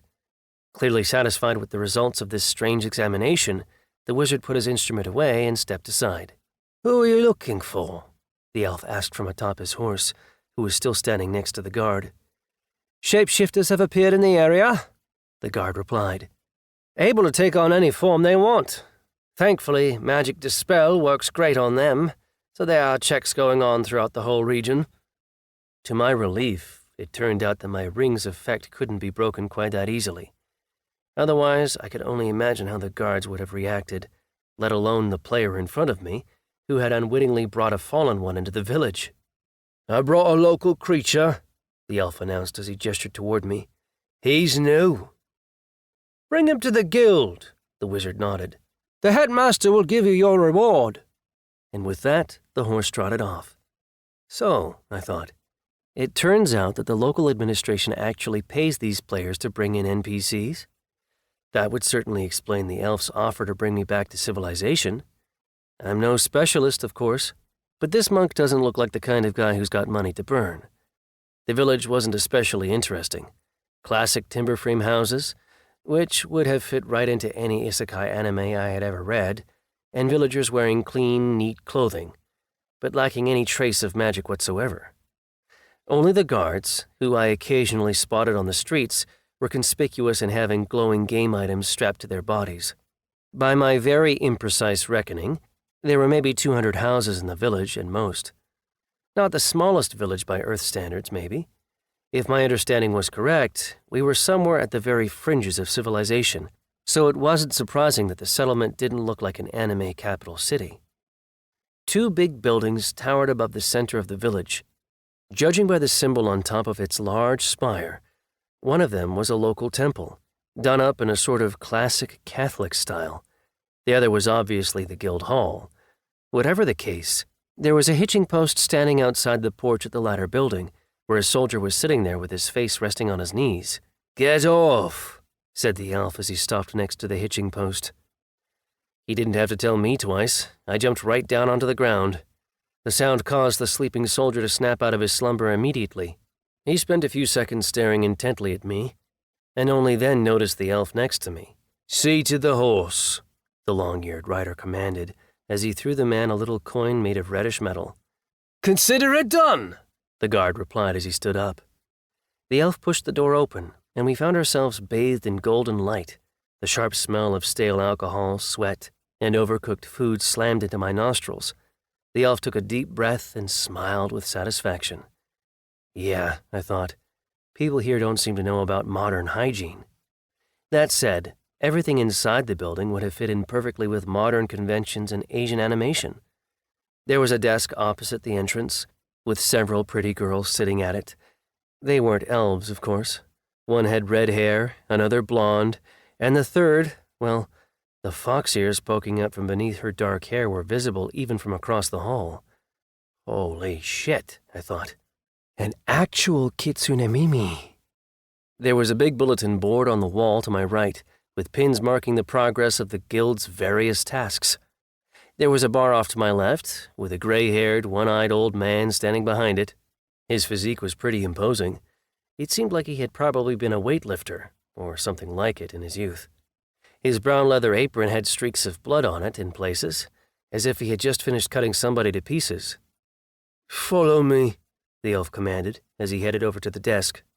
I complied.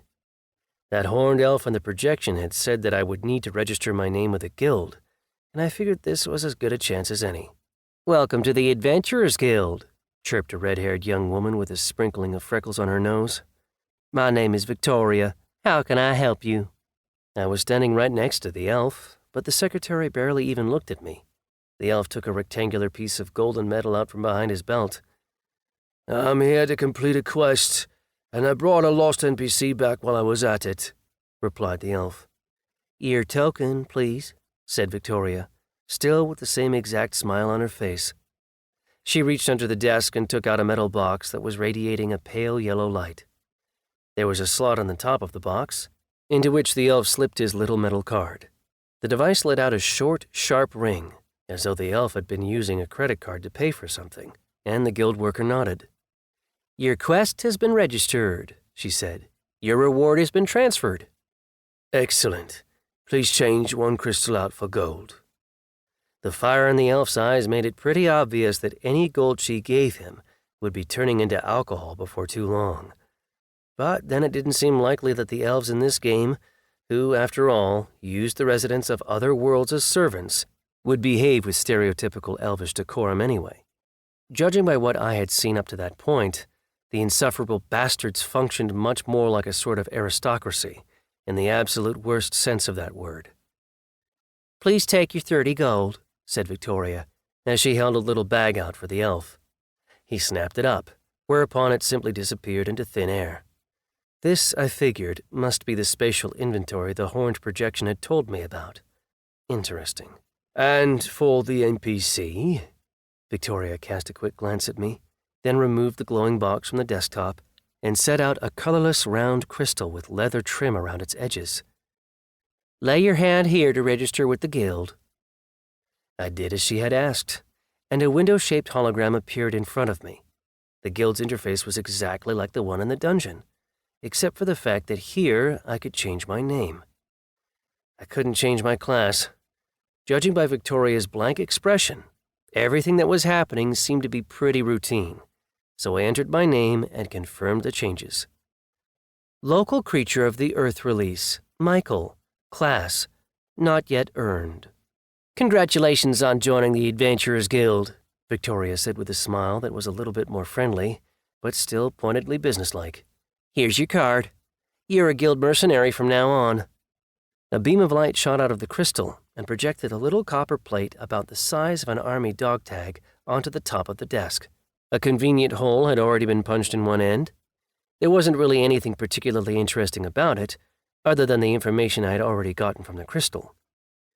"And here's the reward for the new guild member," the girl said as she turned to face the elf once again and set a pile of crystals down on the desk in front of him.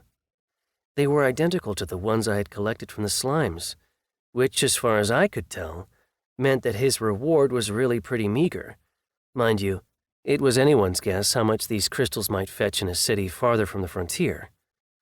It was entirely possible that they weren't available in civilized areas at all.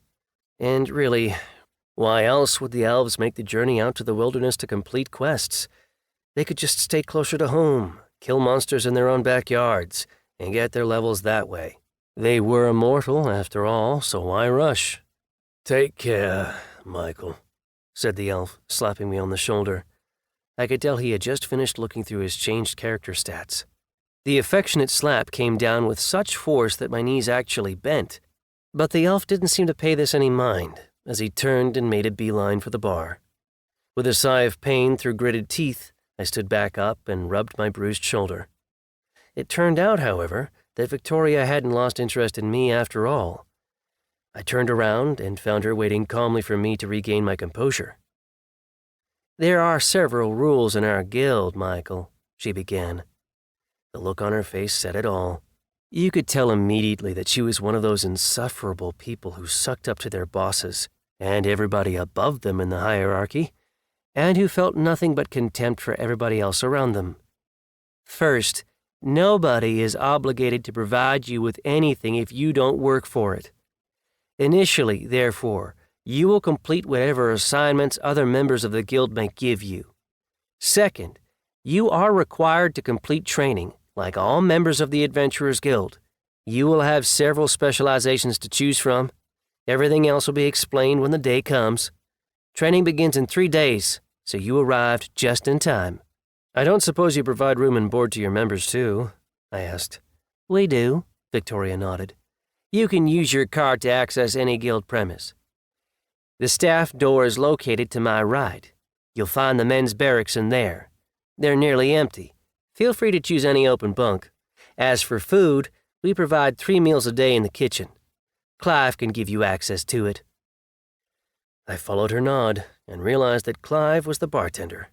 The big man had already set a bottle of wine down in front of the elf who had brought me in, whereupon the latter popped out the cork and started chugging straight from the bottle as though he were drinking a beer.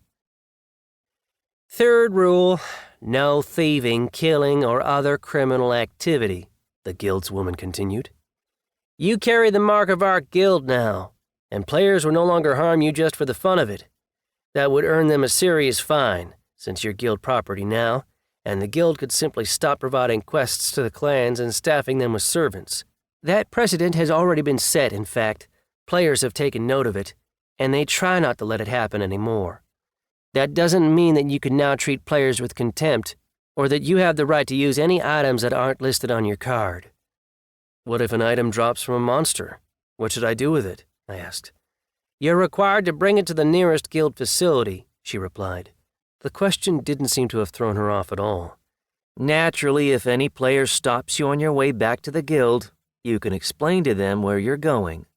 As I said, you bear the mark of the guild now, and that's normally enough to avoid attracting unwanted attention. But it isn't a total guarantee of safety. I see. What about money? You won't start receiving your salary until the results of your training have been confirmed, because it will depend on how effective you are. Whatever the case, though, you will receive a place to sleep and 3 meals a day. For example, some hard workers put in enough effort to afford their own harems and personal castles. Naturally, if you want to earn well, you need to work hard. Well, I thought, I came here to become a badass. It only makes sense that I'll have to work my ass off to get there. If you end up acquiring permitted magical items, they'll be listed on your card, and all players will see that you have permission to carry them, as will the guards, Victoria continued. Leveling up such items is not forbidden, but you must inform the guild in a timely manner any time one of them levels up. If the guards or players see that you're allowed a level 1 sword, for example, and they can see you walking around with a level 15, questions are going to be asked. I'll keep that in mind. At that point, my stomach let out such an unpleasant rumbling sound that Victoria frowned. That's all for now. Go on, Michael. I headed over to the bar immediately. Clive shot me an empathetic glance, but didn't say a word when I walked past the bar and through the door behind him. Once inside, I was immediately hit with a wave of hellish heat, along with a bouquet of various smells that were underlaid with the scent of half-cooked meat and hot spices. I could already almost taste the freshly baked bread. Food, please! I shouted into the depths of the sizzling, steaming kingdom into which I had just walked. A young man, maybe about 15 years old, emerged from the cloud of smells and steam. He looked me up and down in total silence, then waved his hand to indicate that I should follow him. I'm Olaf. I'm in charge here. Michael, I'm new. Do we get some sort of lunch or what? You give me a hand here, bringing in this firewood. The oven's about to go out. He launched into what was clearly going to be a series of instructions. "This door leads out into the back courtyard. The firewood's stacked up to the right. I'll throw lunch together for you while you're bringing that in." I had no other choice, of course, so I wasn't about to refuse. I didn't want to attract any unnecessary attention, at least for the time being. This place promised a roof over my head, food, and some sort of work. I could figure everything else out later.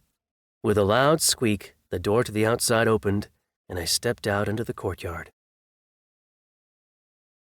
Chapter 5. Dinner turned out to be a sort of hearty stew, the kind of thing an earlier generation might have called working man's food. A single portion consisting of some sort of grain, it looked vaguely like buckwheat, pieces of warmed-over bacon, and the local equivalent of potatoes. It wasn't all that tasty, but it was filling. After wolfing down my bowl, I headed straight for the men's barracks. Sure enough, relatively few of the beds turned out to be occupied. Out of the 25 two-bunk beds, I counted at least 18 that had no occupants at all. It came as a pleasant surprise to find that every bed not only had its own numbered dresser, but also a whole set of clean bedding. Nothing fancy, of course, but I had no energy for any frills anyway. So I chose a bed, slapped a feather-filled pillow down onto it, laid out a blanket made of the same material, and then submerged myself beneath it and passed out immediately. That was the first real sleep I had gotten in 4 days. So when I was finally woken up by the screech of a rooster outside, it took me a few seconds to remember where I was and who I had become. My eyes were still awash with sleepiness, and everything was a little blurry. I wanted so badly to burrow back into my blankets and keep sleeping, but the damned rooster in the courtyard was screaming so loudly and so often that I ended up just grinding my teeth together in frustration. "Damn it," I thought. "Just you wait, you little shit. I'll get them to put chicken soup on the menu." I sat up in bed and took a look around. Despite the squawking beast outside the window, nobody else seemed to be in any hurry to get up. So I had a chance to look around and see who fate had brought into my life. I hadn't really paid much attention to the townsfolk the night before. Only the fox girl at the desk had really made any lasting impression. The first thing that caught my attention when I awoke was that there weren't any other humans in the barracks at all. On closer inspection, the 3 bulky-looking men lying nearby actually had green skin and thick scales where humans would normally have hair. That said, they also had long hair hanging down in braids from the backs of their heads, with a variety of ritualistic-looking stones woven into it. Another person looked much more like a human, except that he was pale to the point of being slightly blue. And then, when he snored, I noticed that he had rows of tiny razor-sharp teeth that looked a lot like those of a shark. A closer look revealed that he wasn't actually pale. The blue tone was due to light reflecting off his scales. It was an ichthyandr, also known more prosaically as a fishman. I stood up and checked the lock on my nightstand. My shoes and clothes were still right where I had left them, so I got dressed and made for the exit. The previous night's dinner was long gone from my stomach by that point, and my stomach was already aching to be filled up again. Just for variety's sake, however, I decided not to go in through the guild hall's main entrance, but instead to use the back door through which I had brought in the firewood for the oven. As soon as I stepped outside, though, I witnessed a pretty interesting scene. Using just one hand, the monk I had met the night before was holding a big minotaur in chainmail armor by the wrist. The warrior's face was twisted into a grimace of pain as he tried to wriggle free, but his long-eared opponent simply switched his grip and kept the minotaur in place with apparent ease. "I told you that if you ever crossed paths with me again, I was going to break your horns, right?" the elf asked sarcastically. "So don't take this personally." With a sudden strange twist in his posture, the elf whipped his hands up onto the minotaur's horns. Crack! The big bull started to roar. Maybe it was pain, maybe it was just humiliation. His long horns, which were obviously an item of particular pride for him, had just been shortened by about 2/3, and the broken spot gleamed in the morning sun. The big beast tried to hit the elf with a swinging blow, but the latter just jumped deftly backward until he was about 30 feet away from his opponent. "No way! These are my trophies now," the monk announced, as he slipped his prizes into the pockets on his cloak. His right sleeve flitted up, and I caught a glimpse of a bracelet on his wrist. Presumably, this is what the female elf in the dungeon had been referring to. I didn't get a chance to see it in detail, though, because his sleeve quickly slid back down to cover it. "You're a dead man, Eowyn," the bull roared as he straightened back up and started to regain his composure. "My clan already knows that you're here, so don't think you're going to get away this time." The monk just shrugged and let out a sigh. "Well, if your masters have any complaints about me, they could have come and told me themselves, rather than sending me one of their tamed animals," the elf replied with deliberate indifference. This insult was more than the Minotaur could stomach. It was already taking every ounce of strength he had to avoid exploding into a blind fury. And now he threw himself at his opponent with a roar. A two-handed axe, bristling with purple fire, appeared in his hand, and both its blades exploded into bursts of golden fire. A smile flitted across Eowyn's lips, and he slammed his right fist into the air in front of him.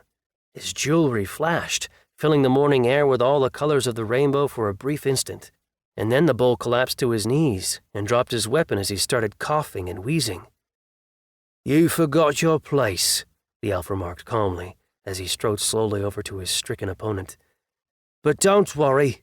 I'm sure your masters will find a replacement for you in no time." The Minotaur was struggling to breathe. Red droplets were already flying out of his mouth with every breath he tried to take. It seemed like the elf's attack had broken his ribs and smashed them right through his lungs, even though they had been several yards away from one another at the moment of the attack. Magic. The bull let out one more wheeze, then stopped, frozen on his knees with his hands slumped against his chest. Eowyn seemed utterly unperturbed as he walked away from the slain NPC and nodded to me with a smile. "Hey there, Michael. I see you're getting on all right," he asked as he lowered his hands. I noticed that his fists were still shaking ever so slightly.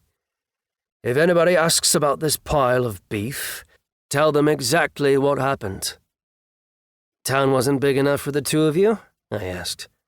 It dawned on me that the bull had only been dead for a few seconds by that point. The monk's smile broadened and waved a hand nonchalantly through the morning air. "Perish the thought. It's just that I was young, and the head of this walking ribeyes clan happened to have a really cute daughter," he explained. "Speaking of, it's time you cleaned this place up. This is guild territory after all, and you work for them now. Come find me later this evening. I'll have a few tasks for you to take care of personally." And with that, he turned and walked past me, without even waiting for a reply. The slain Minotaur was clearly already gone from Eowyn's mind by that point. As for me, though, well, I was experiencing a mix of strange emotions. On the one hand, there was nothing weak about the Minotaur whatsoever, and if it hadn't been for the elf's abilities, the beast probably could have simply crushed him with his bare hands. On the other hand, what was done was done. I didn't feel especially bad for the bull, but I had learned a very valuable lesson from the whole affair. Elves were insanely powerful and extremely dangerous. As for what to do with the slain Minotaur, I had absolutely no idea. Somehow, Victoria's introduction hadn't included any explanation of what to do in situations like this, so I did the only thing I really could. I walked into the guild hall and headed straight for the admin desk. As soon as I got within sight, however, I froze, right in front of the same bitchy redhead I had talked to the day before. Victoria was busy with her nail file, but she was elevated about 2 feet higher above the desktop than she had been the night before. This was because her lower half was actually a massive snake's body, which started roughly at the young woman's waist. "Michael?" she asked, raising a suspicious eyebrow. Apparently, there weren't actually any humans in the guild hall at all. If there were, there couldn't have been very many of them. I hadn't really seen what was going on behind the desk the night before, but I would never have expected Victoria to be, well, some sort of character out of a Japanese monster girl harem is about the closest analogy I can find. "There's a body out back, some sort of armored bull," I said as I gestured toward the rear courtyard. "Killed by an elf. What am I supposed to do with it?" Victoria's eyes suddenly transformed. Her pupils narrowed into slits and became much more snake-like. Strip it, search it, and bring it to the kitchen, she said, before noticing my surprise and adding, It's hot outside. The body will start to rot and stink in no time, and we're going to have to give it back to its masters, together with all its property. So throw its items in a bag, she said, as she laid a leather bag that resembled a rough-hewn backpack onto the desk in front of me, and get the body into the ice house in the kitchen. As soon as I touched the bag, a projection appeared above it with a full description. Bottomless bag, level 1. Weight reduction 25%. Conceals volume. Thanks to this description, my next question, namely, how the hell I was supposed to stuff the bull's massive armor plates into such a little bag, was answered before I could ask it. And it was yet more proof, if proof was needed, that I still had a lot more surprises in store for me in this new world. Thinking about it, though, the existence of such bags wasn't all that surprising. I had seen things like this in anime as well, and they made appearances in board games all the time. Players had their built-in spatial inventories, after all, and it only made sense that they would create bags that could do the same thing. Bags which servants could carry around for them. A level 80 elf, for example, would surely be far too high and mighty to carry their own things around, right? Bag in hand, I walked back out into the rear courtyard. Once there, I found that the dead Minotaur's corpse had already attracted the attention of the blue-skinned shark man from the barracks. He whipped around immediately when he heard the door open, but I noticed something flash in his hand as he did so. Put it back, I said, as I walked over to the body.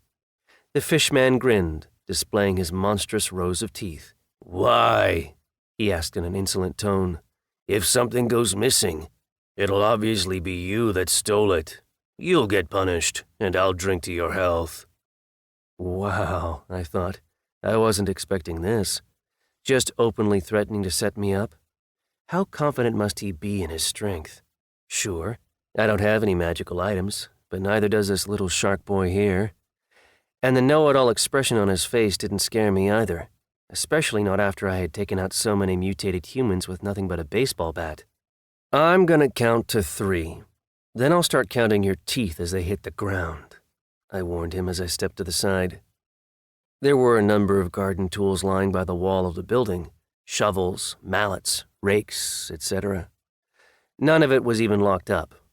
It was just piled in the corner, as though whoever was responsible for it had just been too lazy to put away their stuff at the end of the day. This is your first day here. You don't know the rules, the fishman continued. I've been in this guild for 10 years now. Who are they going to believe when I tell them you stripped the corpse of someone from another clan? How are you going to tell them without any teeth in your mouth, though? I asked with a smile as I picked up a heavy spade. I knew it was probably normally used to plant vegetables, but it looked like it could be useful for other things, too. And anyway, anybody who's ever spent much time outside knows there are a whole range of uses for a high-quality, sharp-pointed spade. You're getting cocky, newbie. The shark boy started moving toward me, arms spread out to the sides. You want to fight on your very first day? You'll get whipped and fined. You'll end up crying in some cold debtor's prison until they sell you. I stopped listening at that point and whipped my shovel through the air with a loud hum. There was still enough distance between us that I felt confident I wouldn't really hit another guild employee in the face with a shovel. That said, it served as a signal. The fishman let out a hiss, bared his teeth, and lunged forward to dive at my legs. He was moving pretty quickly, but I had a little bit of experience on my side.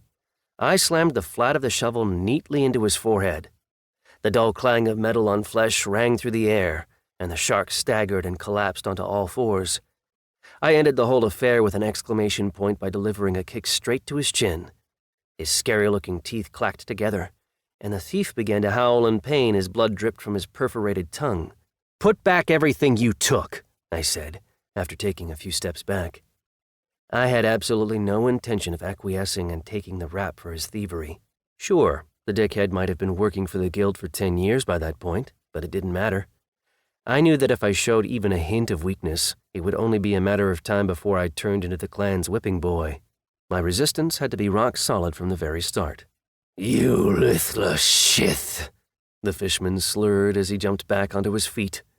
He rushed toward me with a wide, impulsive swing of his fist, but the blow was far too slow and weak. Good Lord, I thought. Let this guy out into the Gurnak forest and he'd get eaten by the very first zombie. I swung my shovel and smacked his fist out of its flight path, then whipped it around and slammed its flat backside into his face. This time the shark twitched, then simply collapsed to the ground at my feet, throwing up a big cloud of dust.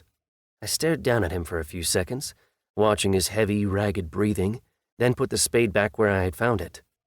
I picked up my bag, then proceeded to relieve the fishman of everything he had stolen. There were a few copper coins in his pocket, which I probably could have kept as a trophy, but I decided against it. Judging by his behavior, he seemed to be pretty shameless, and I knew he probably wouldn't be above complaining to the guild. Taking a magical item off him, however, a steel ring with a yellow stone mounted on it, didn't cause me any pangs of conscience whatsoever, because he had obviously stolen it from the dead Minotaur. I wasn't worried about breaking the guild's rules. Until my training started, I would have to spend my time carrying out orders from the guild's administration. Victoria had sent me to get the bull's items off his corpse, and the shark had tried to prevent me doing that. Besides, he wasn't dead. He would be back on his feet in no time. I hurried to strip the dead Minotaur before the fishman could regain consciousness. It wasn't easy, but I still managed to get all his jewelry and armor off in about 15 minutes. They were all magical items. In the process, I realized where he had been hiding his axe. One of his rings contained its own small spatial inventory.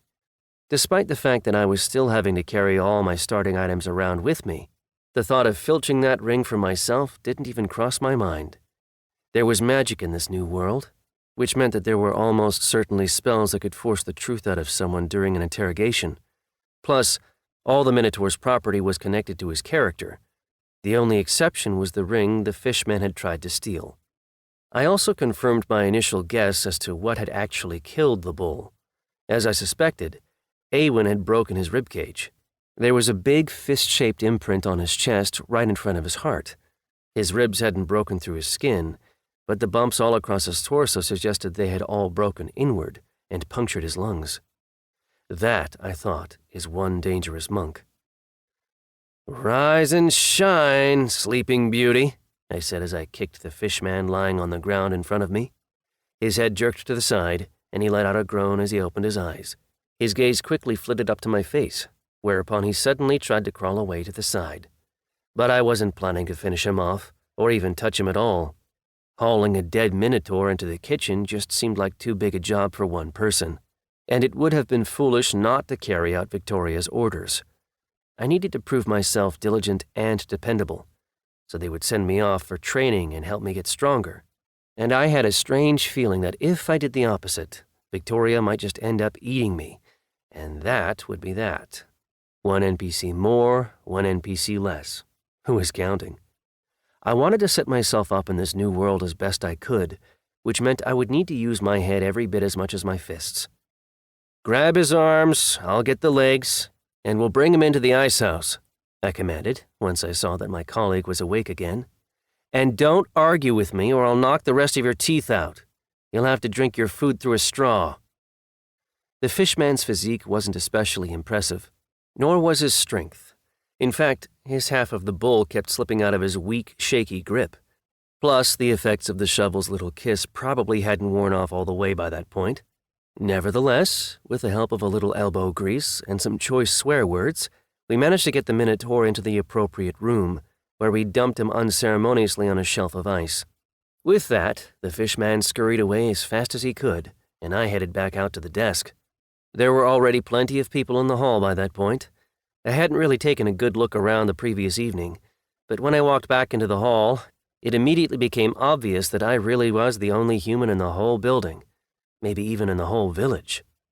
Victoria wasn't sitting at the desk anymore, but the fox girl from the night before was back.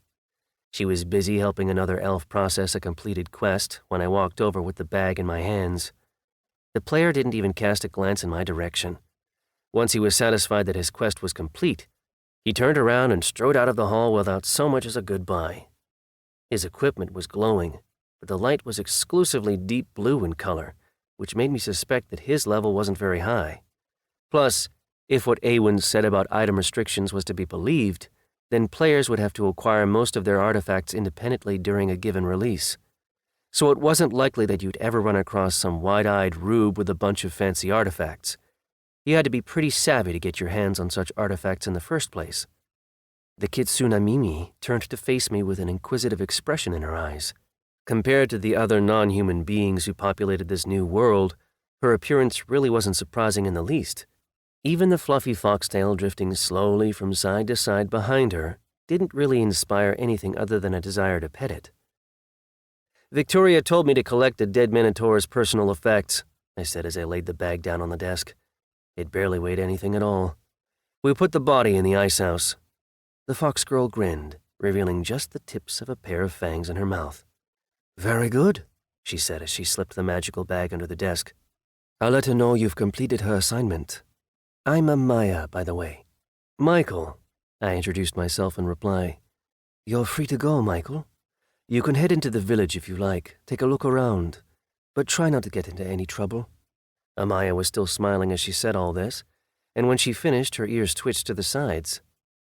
Just then, the door to the guild hall burst open so violently that it slammed into the wall next to it.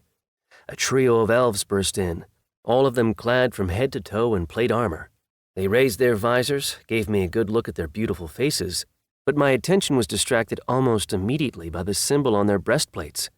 It was the same one that I had seen on the Minotaur's armor. "Where's Awen?" the pale-faced elf at the front of the group barked. Amaya's smile widened a little bit, her pupils narrowed like those of a cat. "Esteemed players, I'll remind you that you're on guild territory," she chirped in a sing-song voice. "And I'll ask you not to abuse guild property. Otherwise, our leader might be forced to apply sanctions not only against you personally, but against the entire Stormchild clan. I have your servant's personal effects right here. His remains are in the ice house.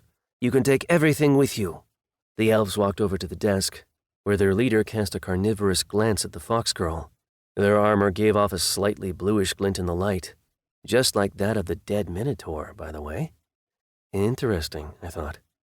Awen mentioned something about only being able to carry weak items, which could be identified by the color of light they emitted. So with a little more information, I'll be able to determine the power of every individual item I come across.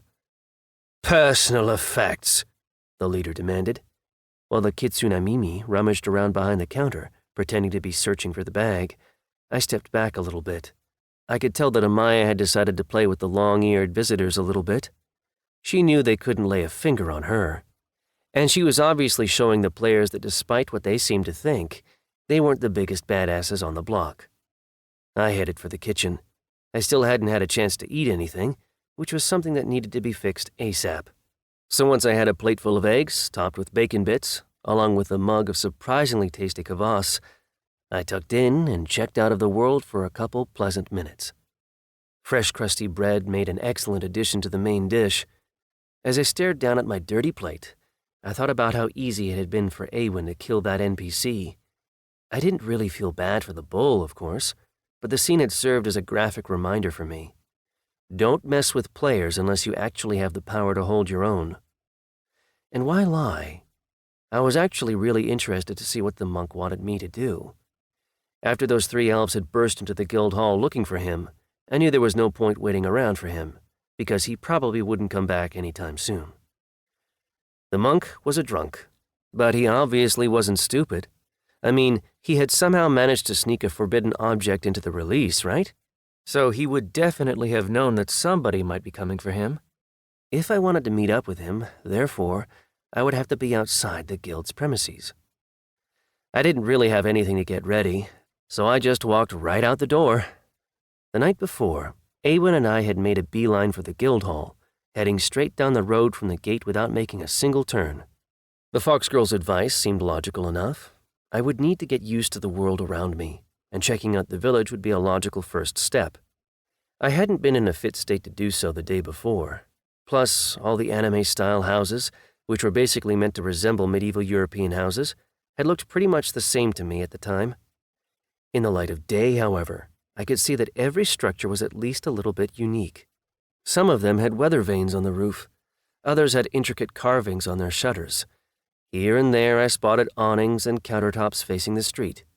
There were far more players on the streets than there had been the night before, and far fewer guards. The elves were all walking briskly around, taking care of their own business and paying little attention to the NPCs around them.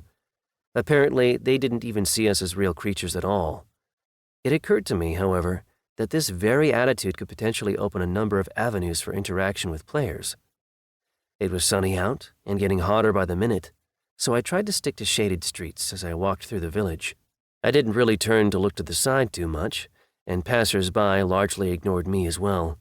After all, I wouldn't have looked particularly noteworthy at first glance. My legs eventually led me to another set of gates, where I saw 3 guards sitting at a table playing dice. If there had ever been a flow of people trying to enter the town, it seemed to have dried up completely.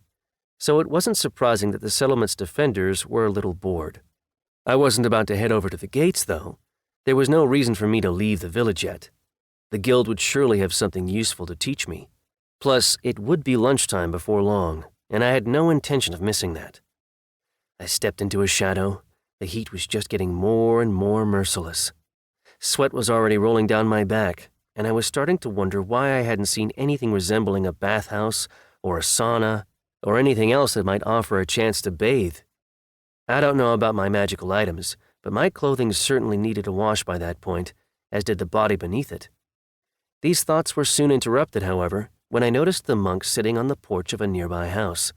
He was spinning his bracelet, which he had obviously taken off his wrist in one hand, and holding a big jug in the other. Judging by the smell, it seemed to be the exact same swill Awen had been guzzling right before our first encounter. "Oh, Michael!" the elf shouted in a tone of exaggerated mirth. "I've actually been looking for someone to drink with. Come on in, don't be shy." The house was surrounded by a wooden fence, although it was only about waist high. More decoration than defense. So I pushed the gate open and headed inside. The elf smiled happily, rose to his feet, and stumbled toward the door of the house. He was already inside by the time I caught up with him. The furnishings were pretty bare, Spartan almost. But there were plenty of magical items lying around. In fact, they seemed to be lying on literally every available surface. "What is this place?" I asked. I could already sense something fishy going on. The monk turned to me and grinned. "Come on, Michael. What does it look like? This is the Stormchild clan's local arsenal, and right now, you're going to help me clean it out." To say I was surprised would be an understatement. "Don't worry. No guards will be coming to stop us," said Awen as he set his jug of liquor down on the floor. "I slaughtered them already, so pick whatever you like and take it." With a wave of his hand, he took out 10 bottomless bags and dropped them onto the floor. "We've probably got about an hour while those idiots are strutting their stuff at the guild hall," said the elf with a cunning smile. "I like you, so I'm going to give you a third of the value of whatever we can get out of here. You're not going to turn down a nice little side gig, are you?" My reply wasn't long in coming, because the look on Awen's face was the same one I had seen just before he killed the Minotaur. "I'll start with the left side. You start with the right." The only thing I regretted was that I didn't have a chance to go snap up a bracelet from one of the dead elves. That would have been really handy. I was still hoping to find a spare one somewhere in the arsenal, but alas, my luck didn't stretch quite that far. The broad daylight robbery ended up taking less than an hour. Our bags were stuffed, and Awen snapped them back into his spatial inventory. We walked out through the back door and found ourselves in a dark alley between 2 houses that had been built extremely close to one another. "You're a good partner, Michael," said the elf as he slapped me on the shoulder. "But they'll be looking for me, so I'm going to leave this lovely village for now and come back this evening just like I did yesterday.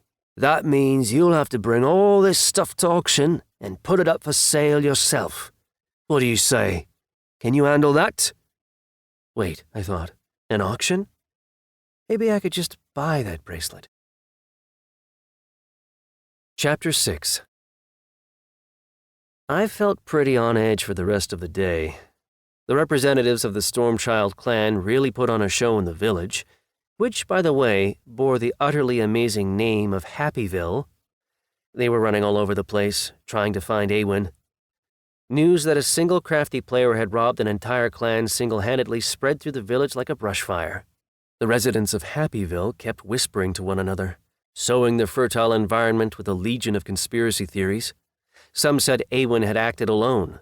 Some said he was in cahoots with the Moon Theory clan. Some said it wasn't actually Awen, but somebody else entirely who had done it. I tried not to draw attention to myself, and dedicated the rest of my free time to my work at the Adventurers Guild. I got all the firewood chopped, all the cisterns topped up with water, and basically got the whole campus looking so neat and clean that even Victoria, the bitchy secretary who also happened to be the senior registrar of the Adventurers Guild, grumbled something about new NPCs not being so bad after all. By evening, the craziness in the village had died down.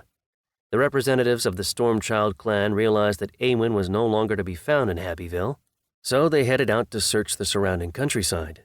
You might think this would have been a perfect time to stop messing around and ask the locals what the hell was going on in this strange new world, but as soon as I walked back into the guild hall, I saw something that immediately froze me where I stood. I think I actually stopped breathing for a while. Next to Amaya, our Kitsune Mimi registrar, stood Aldariel, the very same player who had obtained the key to the dungeon and then obligingly gotten killed and left it for me. The elf was studying the task board, and just as I walked in, I saw him tear a page off it and hand it to Amaya.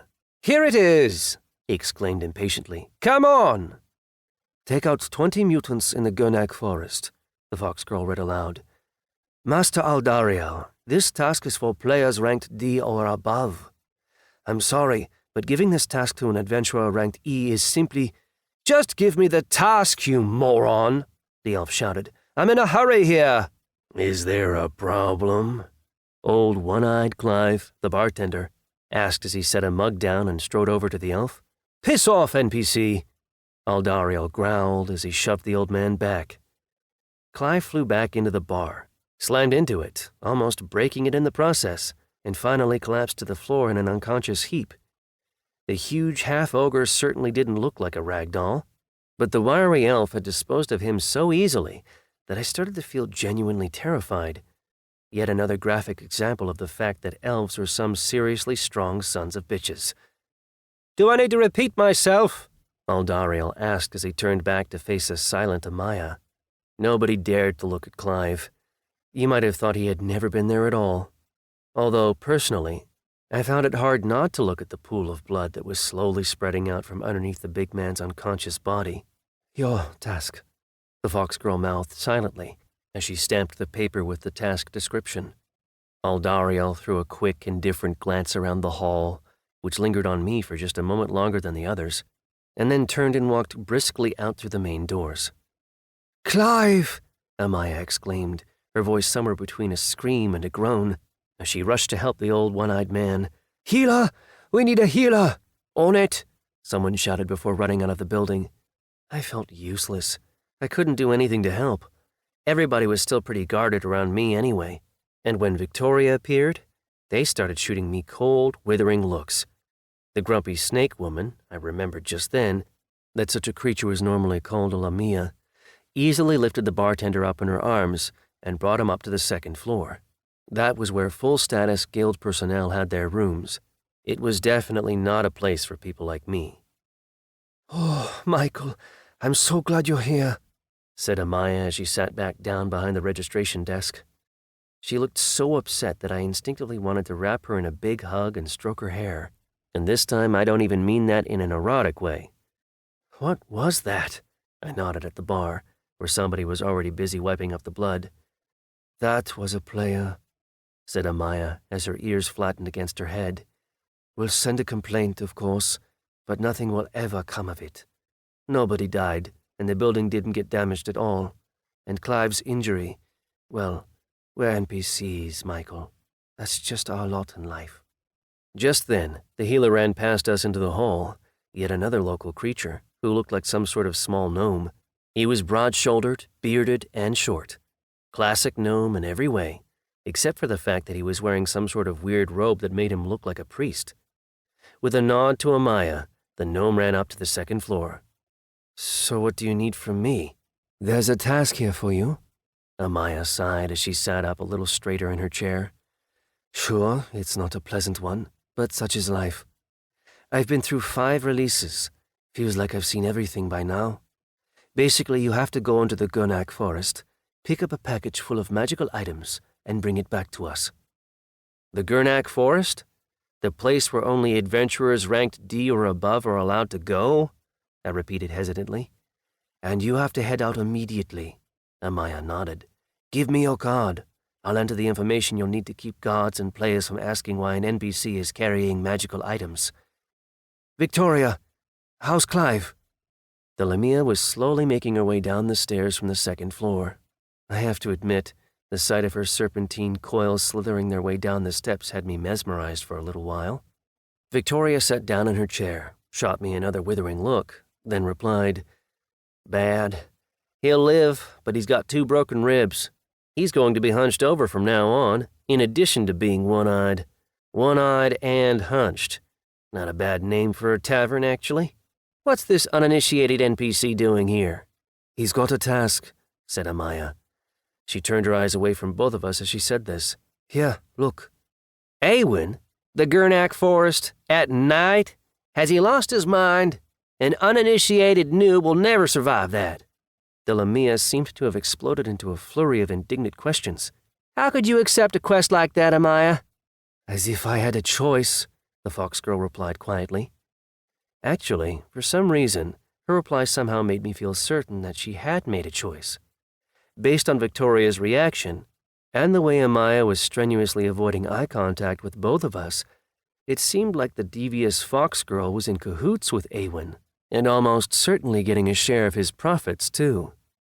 Players, Victoria growled with unconcealed rancor, before raising her eyes to look at me.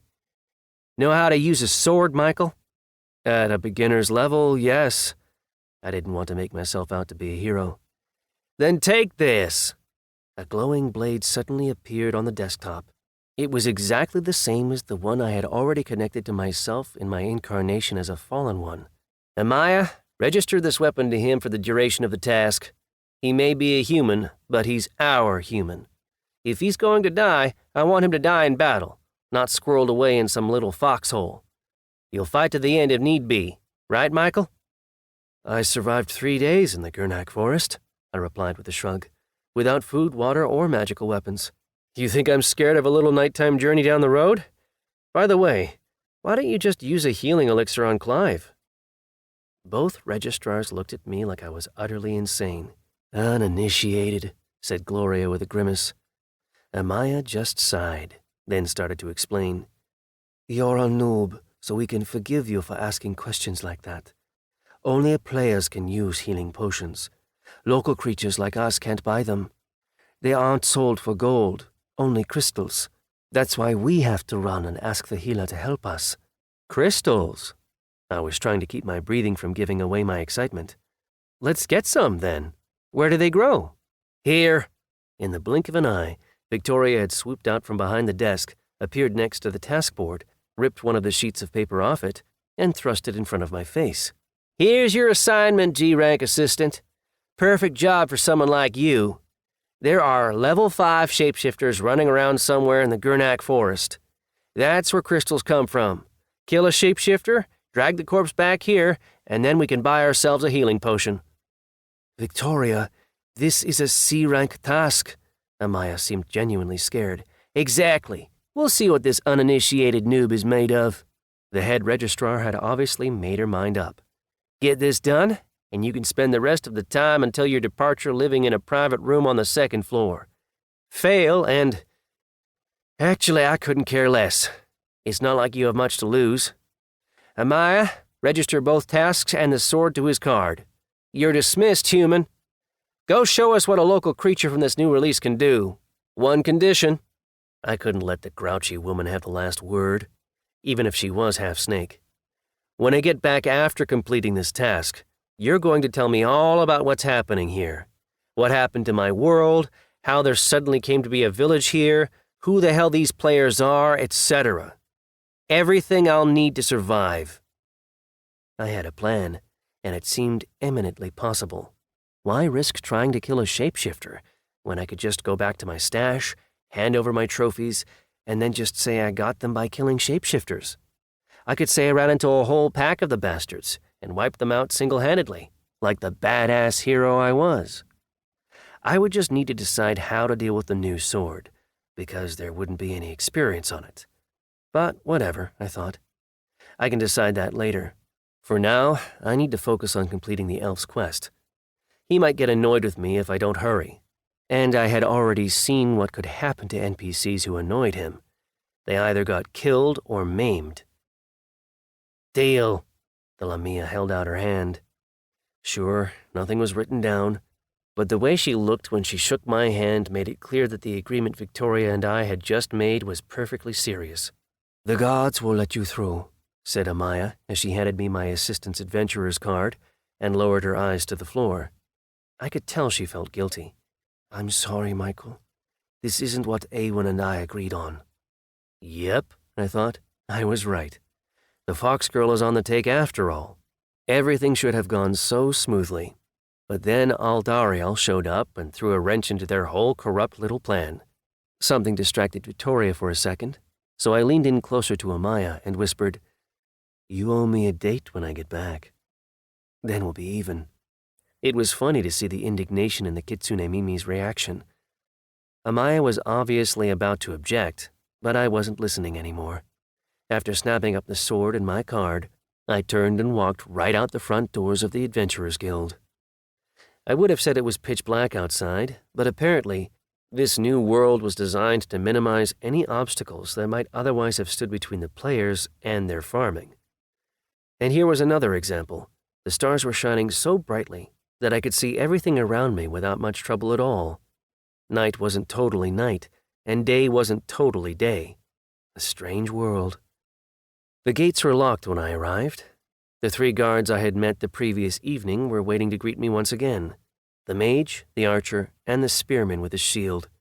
The latter glared at me with a heavy frown. Where are you headed so late at night? Hey guys, look! This noob has a magical sword! A whirlwind of sand suddenly wrapped itself around me. The mage had whipped out his magic wand and was actively moving it from side to side. He was an NPC like me, though, which meant that magic in this world wasn't just for players. Somehow, I had completely missed that little detail the previous night. I have permission! I shouted, trying not to make any sudden moves, as I held out my assistant adventurer's card. A player gave me an assignment through the guild. Such an urgent one that the registrar sent me out here like this, so late at night. It's all on the card. Let me see that! The big-eyed spearman stepped in closer, trying to keep his shield at the ready as he did so. He snapped up the card, studied it for a minute, then gave his comrades a sign. The noob's telling the truth. Here are the tasks. 2 of them, no less. And the guild gave him this sword, too. So what? You're actually going out into the Gurnak forest at night? Do I have a choice? I asked, paraphrasing Amaya. Good point, the guard sighed. Open the gates! It's rough out there at night. Watch out for shapeshifters. They'll eat you alive before you can even have a chance to introduce yourself. The guards lost all interest in me the second the gates opened. Considering the way the mage pointed his wand out through the open gate, the way the archer was aiming his arrow off into the darkness, and the way the spearman leveled his weapon, the guards seemed to be expecting something to attack them. Nobody did, but their reaction dried up any desire I might have had to leave the village and walk off into the unknown. That said, of course, I actually didn't have a choice. Awen had instructed me to meet him in the same place he had originally picked me up. That was about 10 miles down the road. So, trudging slowly along the cobblestones, afraid of my own shadow, was simply out of the question. With a big breath to liven up my muscles a little bit, I adjusted my sword in its scabbard and started running, trying to keep an even pace. I wasn't really planning to run the whole distance at a stretch, but I also didn't want to spend half the night moping through the forest on the whim of some elf. So it was time for some exercise. Took you long enough, Awen's voice rang out, just as I felt for the 100th time like I might cough up one of my lungs. I had gone running before, and generally I enjoyed it, but running like this, without stretching and carrying a heavy load in the form of a magical sword that seemed to get heavier with every passing mile, well, let's just say it was a first for me. Awen stepped out onto the road and looked around until he was satisfied that nobody was following me. The elf smelled strongly of hard liquor, and somehow it actually smelled worse than the previous time. "Sip?" The elf held out a bottle full of some sort of murky liquid. "No, thanks," I said as I tried to catch my breath. "You look different. New outfit?" "You noticed?" Awen beamed as he showed off his new clothes. During the day, the elf had looked like a hobo, but to my surprise I found a respectable-looking player standing before me. "Can you believe it? Those dumbasses brought a bunch of new gear for monks all the way out here. So I'm decked out in level 10 items from head to toe. This is gonna be one hell of a fun farm." Where did the Stormchild clan get so many level 10 magical items? Didn't you say that each player can only take one item with them into a release? Are they cheating? "Oh, what perceptive NPCs we have these days," Awen laughed. "You're exactly right, my temporary companion. Not only that, they're cheating openly and shamelessly. Fortunately, though, I just nipped it in the bud. So, drink? Come on, NPC. I can tell you want to. How about this? Drink with me, and I'll tell you how the Stormchild clan was trying to beat the system." "Just a sip," I replied reluctantly as I took the bottle from him. The bottle inside smelled like a mop bucket from behind a bar, and I was genuinely worried that I might throw up. But I managed to avoid it. The murky swill burned its way through my mouth and throat, then fell into my empty stomach like a red-hot brick. "There you go!" Awen slapped me on the shoulder, practically driving my legs into the ground in the process. Not that this seemed to bother the elf in the slightest, of course. He sat down right on the road and gestured for me to join him. I could feel the alcohol hit my brain almost immediately. Whatever Awen was drinking, it was insanely strong. "So, you don't know anything about the world at all, do you?" Awen's slightly dull-looking eyes came to rest on me. "How am I going to explain it all?" "You know what? Whatever. You don't get it? That's your problem. I didn't sign up to be a mentor. So let's get started. Every release ends the same way. The great clans, may they choke on their own bile, end up subjugating the world dungeon. At that point, a new release gets installed onto the game we're already living in. An appropriate world is selected, and then it gets rolled onto ours. Right now, for example, you're looking at the Gurnak Forest. A week ago it didn't even exist. Right here, near the town of Happyville, there was a huge ocean. I don't suppose you noticed those nets right by the Adventurers Guild? They didn't get removed in time. A release always transforms our world, but some things stay the same. The true city of Lacarian, where all the players live, as well as the cities and towns of the NPCs. Some stuff stays the same, of course, but that doesn't matter for now. During the installation, all players are teleported to the true city, where they decide whether they want to enter the new release or stay home and enjoy the fruits of their previous raiding.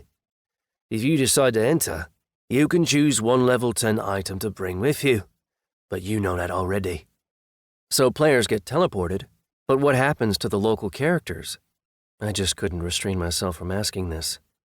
"You're not drinking!"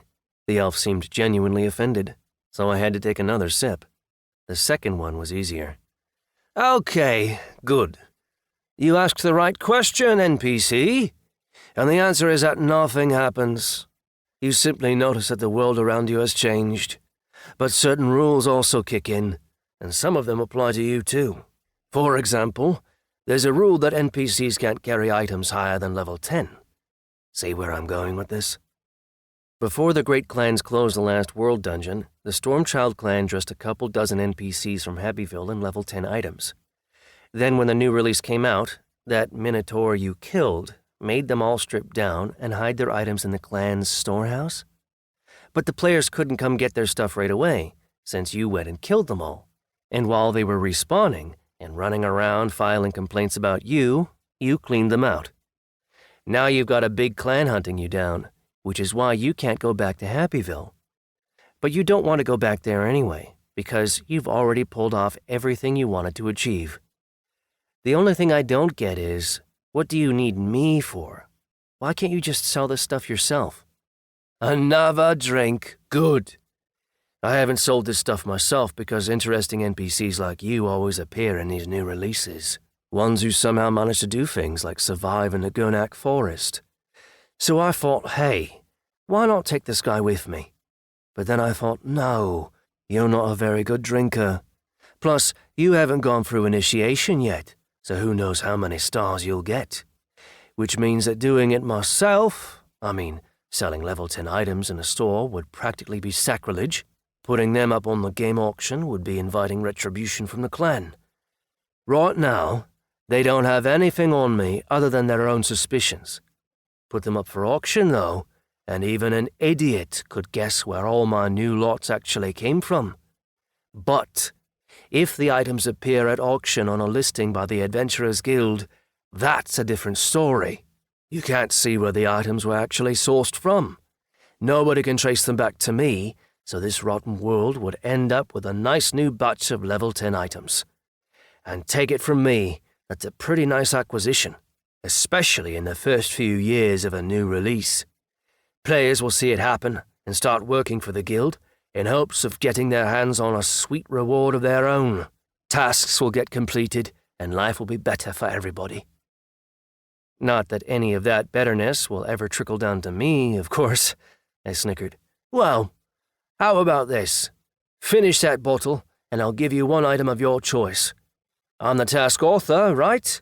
I'll just change it and add an additional reward. Deal? Any of the items I'm bringing back into the city? Don't say that out loud again. It's dangerous. Even as it is, other players are going to be giving you weird looks. A level 10 item is one hell of a valuable prize, and it'll look very weird to see one in the hands of a beginner NPC. Especially one who doesn't even have his stars yet. Can you explain what these stars are? This isn't the first time I've heard of them, but nobody ever told me what they actually are. Stars? Awen turned to me with a quizzical look in his eyes. Okay, whatever. I'll be your mentor, pro bono. We pulled off a pretty nice scheme together after all. But aye, stay focused. Time for another drink. There. So, stars. They're... who the hell knows what they are? Basically, they're an NPC's potential. How good they are. Every time an NPC does their initiation and gets a class, the game sizes them up and decides how cool they are. And that gets expressed in the form of stars, which only players can see. Well, players and other NPCs when they're next to places of power. Everything in an NPC's life depends on their potential. For example, the NPCs in a town like Happyville have 1, maybe 2 stars at most. Bigger cities have NPCs with 3 or 4 stars. Those of you who are lucky enough to snap up 5 or more stars are basically considered companions. 7, and you get sent to an academy to train as a hero. Those NPCs are almost players, actually, but they're still NPCs. 10? I've never even heard of that happening. Probably hasn't. But anyway, you gonna drink that bottle in exchange for an item? 2 items and I'll down it right now, I countered, trying not to look at the muck in the bottle. I realized while I was running out here that I'll never survive in this world without decent footwear. Plus some armor for my chest. I need to protect what matters most. Damn, you're good at this, the elf replied with a note of respect in his voice. 9 out of 10 NPCs in your place would have requested a weapon, which would have led to their ruin. But a breastplate and some boots? That's more like it. You've got a deal, NPC. Finish off this crap in one gulp, and you'll get the reward you deserve. I'll change the task conditions. What followed were some of the longest seconds in my life. My throat felt like it was on fire, as did my stomach. The latter seemed to be crying out for a chaser of some sort. But of course I didn't have anything to chase with. My body rebelled against the poison I had poured into it, and it tried to throw it up several times. One thing seemed certain, however, and that was that if I threw the liquor up, Awen would undoubtedly decide that I had failed my task. I would have to keep it down. "That's what I'm talking about," the elf roared with approval as 6 massive bags appeared next to him. He dug around in them for a moment, then took out a breastplate and some boots. "Put them on. You earned it. A word of advice, though. Don't wear them until you get back to the village and get your card updated. Hey, kid. Where are you going? Ah, weakling." I probably should have responded, but I simply couldn't. My body was no longer following my orders. The elf led me off the road into the forest, set the bags down next to me, then led his horse out from behind a copse of trees. He jumped up into the saddle and shouted to me as he rode off. "Amaya's waiting for you, NPC. Take a few deep breaths and then get to work. Complete my task, and also do some training. If you run into each other again in this release, and you let one bottle of Dervin Swill knock you on your ass like that again, I'll stomp you into the ground." The elf disappeared, and the silence swooped in to envelop me. Fear came swooping in with it, fear that something would devour me. And yet that fear wasn't enough to make me start moving. In fact, I found myself overwhelmed by a feeling of total indifference. I felt like even if a monster had started slowly chewing me to pieces, I could have simply turned off my brain and enjoyed the feeling of nirvana. Not that I wanted to turn into a vegetable, of course. How I managed to get down onto all fours without collapsing is anybody's guess. The next steps was to make myself vomit. This turned out to be harder than you might expect, because for some reason I couldn't get my arms to move. I had to try pretty hard, but in the end I managed to get it done. Maybe not all, but certainly most of the opaque swill came gushing out onto the grass, together with my lunch. I felt better immediately. A lot better, actually. I even managed to crawl away from the stinking puddle. Then came the darkness, and there was just nothing I could do about that. Resisting it would have required more strength than I had left. It was still night when my eyes finally opened. The sunken feeling in my stomach, however, soon made it clear that it wasn't the same night as before.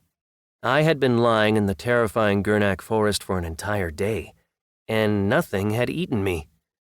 My head was buzzing, and I felt like I wanted to die, but I was happy to find that I could move again. I rose shakily to my feet, which made everything start spinning and dancing around me for a second. Then, when my vision settled again, I saw the 6 bags lying in the grass next to me. Dragging them to the village by hand was out of the question. There was simply no physical way I could do it. I would need a rope. Trying not to think about the fact that the village had already given me up for dead by that point, I headed deeper into the forest. My stash wasn't far away, and since I had been assigned to drag a bunch of magical items back to the village anyway, I figured I could get rid of my other ones for a profit while I was at it. At the same time, I could turn over my crystals to the guild and have them buy Clive a healing potion. Life is better when you have a goal. Somehow it just feels brighter and more enjoyable. 30 minutes of walking through the woods was enough to bring me back to my senses. I didn't feel as sick anymore, and the urge to die was no longer constant, although it would still come and go in waves. I was moving confidently toward my goal until I suddenly heard something I really hadn't been expecting. Someone was swearing. "I hope you burn, you goddamned traitor. I hope you and your whole clan get found by fallen ones and slaughtered like mangy dogs. I hope—" The cursing was pretty clumsy, but it was obviously very sincere. I stopped lumbering around like a bear and crept in closer until I could peek out from behind a tree. In a small clearing a few yards away, there was a campfire burning, with a very familiar player sitting next to it. Aldariel, may his lungs collapse, was sitting there with the bodies of several dozen mutated humans piled next to him. The bastard had completed the guild's task after all, but of course he hadn't found what he had really been hoping to find. He hadn't found his dungeon. His whole endeavor had been in vain.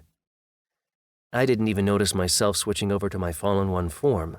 The sword Amaya had given me disappeared, and the sword I had used to conquer the dungeon suddenly materialized in its place. The elf was sitting with his back to me. He wasn't expecting an attack. I knew it probably wasn't very honorable, attacking while his back was turned, But of course the image of Aldariel slapping one-eyed Clive and sending him slamming into the bar was still fresh in my mind. The elves didn't even consider us slaves. We were more like furniture, which could be broken more or less at will. Furniture you didn't even have to pay for. And with that in mind... What? A fallen one?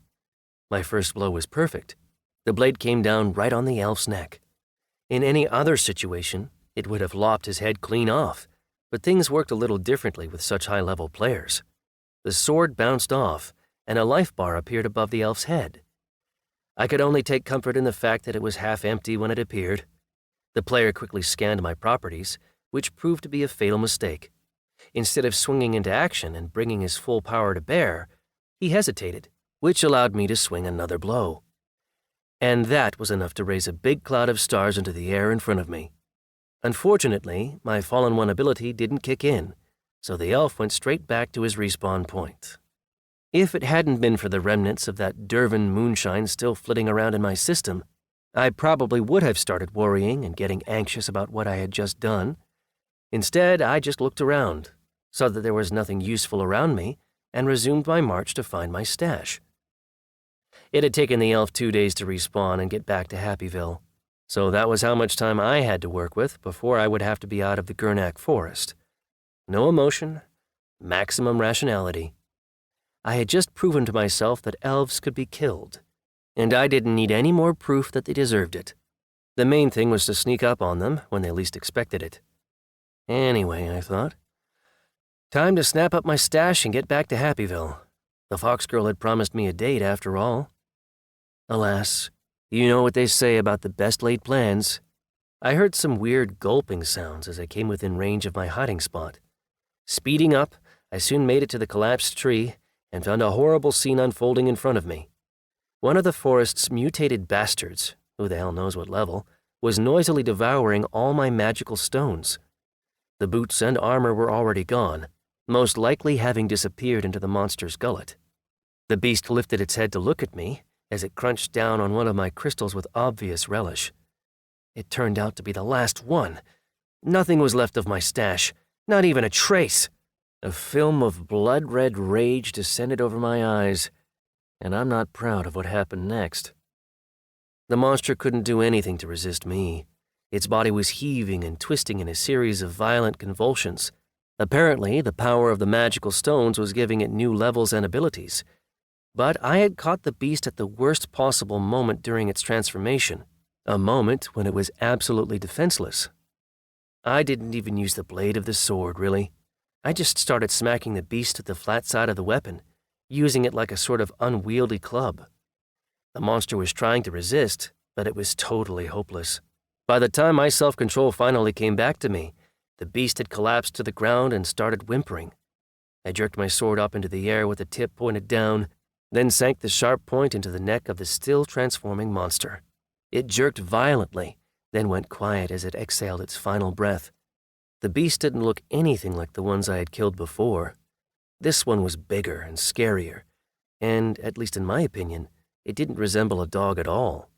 It was more like a bear, and it certainly would have weighed as much. I wrenched my sword free and frowned. The monster wound began to emit a big beam of light, which formed itself into a projection of a small key, suspended in the air above the slaughtered beast.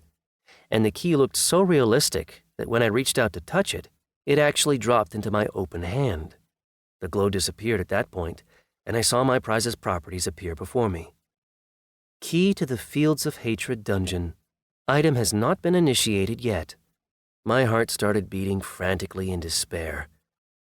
That was the point when I realized just how impossible it was to get anything done in this new world without players. The system took great care to make sure that NPCs couldn't do anything on their own. After wrapping the key in a torn-off scrap of my shirt and hiding it in my boot, I started hacking branches off some of the nearby trees. The beast had given me the key to a dungeon, but the damn thing had also eaten my entire stash. If the system thought the key would make up for that, it was mistaken. I was certain of one thing, though. The beast's carcass was bound to be full of useful ingredients, probably enough that I could trade them for a healing potion. I didn't really care about Clive all that much, The half-ogre had never really been all that friendly toward me, but I did care about my reputation. I had come out to find a crystal, and I was going to keep my word. The rest was just technicality. When I finally cobbled a rough travois together out of branches and managed to drag the enormous carcass onto it, though, I realized just how unpleasant the journey home was going to be. 1.5 miles trekking through the Gurnak forest, followed by about 10 miles down the local road. Add 6 bottomless bags and the constant threat of shapeshifters, which I still hadn't encountered, and yeah, the trip home was bound to be fun. Chapter 7. By dawn, I was so exhausted that I had already cursed myself for being greedy a number of times, and even begun to have second thoughts about how important my reputation actually was to me. And yet my hands were still squeezed tight around the branches I was using to drag the travois, and my legs were plodding mechanically forward. I was moving like a wind-up toy, without feeling my muscles at all. Sweat had long ago soaked through my clothes, and the salt was burning my skin, and I had a very clear understanding of the situation. Drop the travois once, and I would never be able to force myself to pick it back up again. It wasn't persistence, really. It was more like stubbornness. Surrounded as it was by the bottomless bags of loot, the mutant's body looked more like that of a human as it lay there on the travois, bathed in the light of the morning sun. Gone were the monstrous deformations that had characterized all the other zombies I had seen. Beyond any doubt, the crystals had forced the beast into some sort of evolutionary progress that would have made it into something more dangerous, and, I presumed, more intelligent. The sword I had used to kill the bastard had gained some experience, and not just point by point, like it had with the slimes. It had jumped up an entire level. Unfortunately, I had no idea what level the dead beast had been at when I killed it, but it must have been at least 10. It must have been. It had eaten all my crystals, right? My poor crystals. "Halt!" I suddenly heard a shout, and obediently froze where I stood. My legs were shaking so badly that my knees seemed to have taken on a life of their own. I almost fell over when I let go of the branches I was holding. A purple cloud whirled out to envelop me, and somewhere in the recesses of my mind, I realized that it was the same mage as before, checking to make sure I wasn't a shapeshifter. My body lurched forward of its own accord, and I staggered another step or two. "I'll be damned! It's that same noob from before!" the spearman exclaimed as he put his weapon away and came to stand in front of me. "This forest sure kicked your ass, didn't it? Yeah, drink up." I didn't so much see as feel the metal ring when it moved up to touch my dry, cracked lips. My mouth absorbed the first sip of ice-cold water so quickly that none of it even made it to my throat. Snatching the flask away from the guard, I drained it in several big, greedy sips. My vision cleared up a little bit, the fog of exhaustion dissipated in my brain, and I finally found that I was able to comprehend my surroundings again. The same 3 guards were standing outside the gates of Happyville, but this time there were a number of villagers standing behind them. I couldn't imagine why the hell they were hanging out at the gates so early in the morning. My attention was immediately drawn to one of the green-skinned orcs. I had seen the ugly bastard in the men's barracks back at the guild. With a grin, he appeared next to me, propped me up with one arm, and snapped the travois up with the other. "Let's go. Amaya's waiting for you," he said in a low, hoarse voice that sounded more like a menacing growl. "You've been gone for days now, Michael. The headmaster's already started asking questions." "What are you doing here?" I asked as I watched the orc drag me along. He was so strong that my feet weren't even touching the ground. I also noticed that one of his steps covered the same distance as 3 of mine. The extra weight that had nearly killed me didn't seem to be causing my colleague any inconvenience at all. He wasn't even breathing any harder. "I've been assigned to find some herbs," my unsolicited escort replied. "We Ks have a really sharp sense of smell. I can find the herbs I need by scent alone, and tell right away which ones to pick and which ones to leave until tomorrow." With that, he set me down on the guild hall's porch, then turned and headed back toward the gates. I glanced down at my travois with a sigh, then picked up the branches again and dragged it to the back door. I knew I wouldn't be able to carry it up the stairs, and that would have been dangerous anyway. No players had seen me so far, but one of them might wake up and come outside at any time. If it happened to be someone from the Stormchild clan, and they decided to check to see what I was carrying, I would be in for a whole world of trouble. After letting my burden drop next to the long row of firewood stacked near the building, I pushed open the door and walked into the kitchen. The little teenage chef greeted me with a smile, handed me a steaming mug, and then disappeared back into the cloud of steam inside the kitchen. I took a little sip. I was worried I might burn myself, but the liquid turned out to be just about the perfect temperature. It tasted like tea, with some additional herbs thrown in. More importantly, though, it gave me a significant energy boost that kicked in immediately. Suddenly, I felt like I had just woken from a good night's sleep. I felt like shouting for joy and picking up a mountain with my bare hands. This giddy feeling of joy passed pretty quickly, but the surge of energy remained in my system, so I set the mug down on a table and hurried into the guild hall. Clive wasn't standing at his usual post. Another of the green-skinned orcs from the barracks was standing behind the bar in his place. He nodded to me, without diverting his attention from the pockmarked mug he was polishing. In marked contrast to his muted reaction, a shout of unconcealed joy burst out from the registration desk as soon as I came into view. "You're back!" Amaya looked like she was about to start dancing for joy, or at least start clapping her hands. But Victoria's baleful glare knocked the wind out of her sails almost immediately. The big snake turned her attentive gaze onto me, as if scanning me from head to toe, before beckoning me to come closer. "The sword, human." I took the weapon off my belt and laid it on the desk. The Lamia tore the sword out of its scabbard, whereupon her forked tongue snapped out from inside her mouth and tapped the flat of the blade.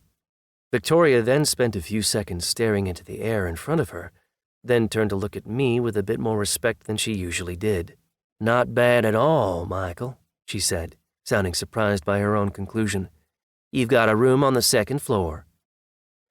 A perfectly normal-looking copper key appeared on the table in front of me. It had a hole near its base, through which a thin chain of purple metal had been strung. "Thank you," I replied as I picked up the new item. "There's a dead mutant out by the back door. Pretty strong one as far as I can tell. We'll need somebody to appraise it and decide if we can get anything for it. If so, I hope it'll be enough for a potion for Clive." The Lamia raised an eyebrow and shot off in the direction of the kitchen. Once she was gone, the Kitsune Mimi walked over to me, folded her arms across her chest, and began to speak. "I'm glad you made it back. I was really worried." I just chuckled, then rested my hands on my hips and replied, "We've got a date tonight, Amaya." I couldn't help casting a quick glance at the fox girl's athletic figure. "I hope there's somewhere around here that's fit to take a pretty girl out for a date." "I know a good spot," she nodded, already smiling. Just then, the kitchen door burst open, and the Lamia came slithering back in. Victoria was dragging the monster's body behind her by the leg. Awyn's bags were also bobbing along, held fast in her serpentine coils. "Amaya, Marka's quest is complete. Then go see the healer. We've got a way to pay for a potion."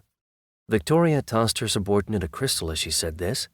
The fox rushed back to her side of the desk, quickly retrieved the piece of paper with my task on it, and slammed a guild stamp down onto it. The paper let off a golden flash, then crumbled into ashes. This ash then whirled up into the air and flew into my guild membership card. The whole process happened in the blink of an eye, so I didn't even really have time to feel surprised before I took out my local passport and saw something new written on it. Local creature of the Earth release, Michael. Class, not yet earned. Tasks completed for the Adventurers Guild, 2. Magic. Not waiting around in lines to visit 12 separate bureaucrats in this world. Everything seemed to happen automatically. "Congratulations," said Amaya with a heartfelt smile. "Now please run over and pay a visit to our healer for me, if you'd be so kind." She handed me a crystal. It was still smeared with some of the mutant's black blood, but I didn't care anymore. I squeezed the crystal in my hand with satisfaction. I was just a gopher for the guild, so I wasn't surprised that she was sending me off to run errands for her. Finding the healer's shop was pretty easy. Only one house in town had a sign out front bearing an image of a beaker crossed with a syringe, so I pushed open the door. and barely avoided running straight into a female elf as she strode briskly out of the building. She was dressed in black leather, with a pair of curved daggers strapped to her lower back, and she didn't so much as cast a glance in my direction. My eyes, however, were riveted on her curvy figure as she walked away. For some reason, this made me remember that I only had 1 day left until they were planning to send me to training. "How may I help you?" I turned and saw the same old gnome I had seen 2 days before. He was staring intently at me, and although his expression was still the standard, slightly bored expression typical of a shop owner behind a desk, I could see that he had already spotted the crystal squeezed between my fingers. The corners of his mouth rose into a smile. "You're from the guild?" he asked. "Yes. I need a healing potion for Clive." I nodded. "Please, let me see the crystal," he said as he stretched out his hand. "Yes, a powerful specimen indeed. Power stones this size aren't easy to come by, Michael. People usually bring me small or mid-sized ones." "What's the difference?" I decided I had to ask. "Small crystals," said the gnome as he handed my treasure back to me and started pensively stroking his beard, "are most common. You might even call them trifles, I suppose. They can be obtained in dungeons, or even from standard weak monsters out in the forest. There's only a small morsel of power in them, but of course when one consumes a large quantity, well, let's just say quantity is a quality of its own. Players use them to hone their weapons and augment the properties they already possess. They're also used as currency. For local creatures like us, small crystals are practically the only ones we'll ever lay hands on." I nodded my understanding. "Medium-sized crystals are larger, of course, and their value among players is roughly equal to that of 10 small crystals," the healer continued. "They're harder to obtain, and nearly impossible to obtain in quantity, and they don't drop nearly as often. That said, they can be used not only to improve existing properties of magical items, but also to add new ones. Let's say, for example, that you had boots with magical reinforcement that made them impervious to wear and tear. You could use a medium-sized crystal to add the ability to fly.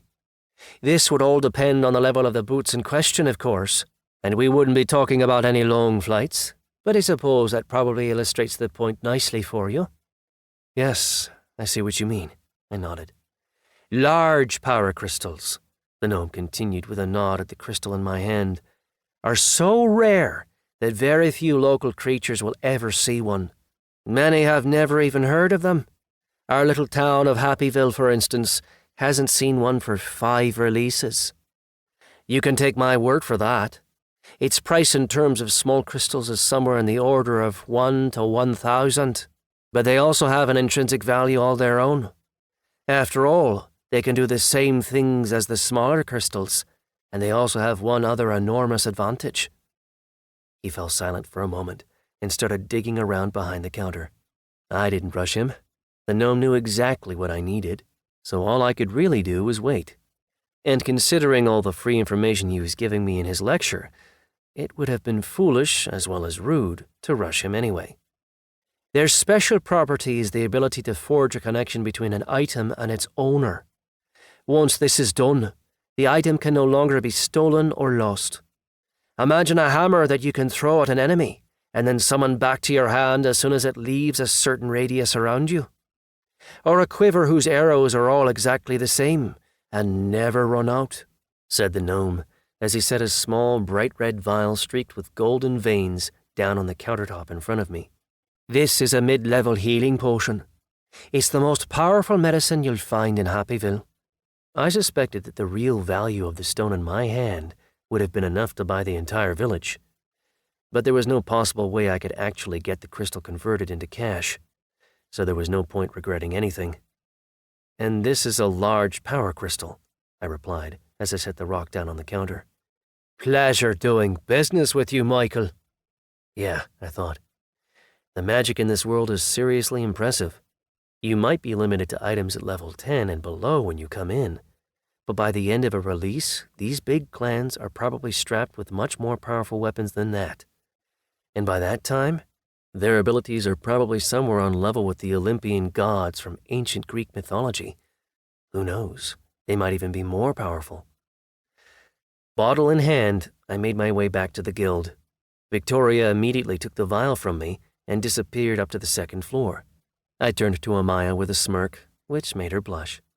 Her tail started wagging from side to side so fast, it looked like she had a big orange-red propeller behind her back. This was all well and good, of course, but I was really starting to feel some hunger pangs by that point. So I headed back to the kitchen.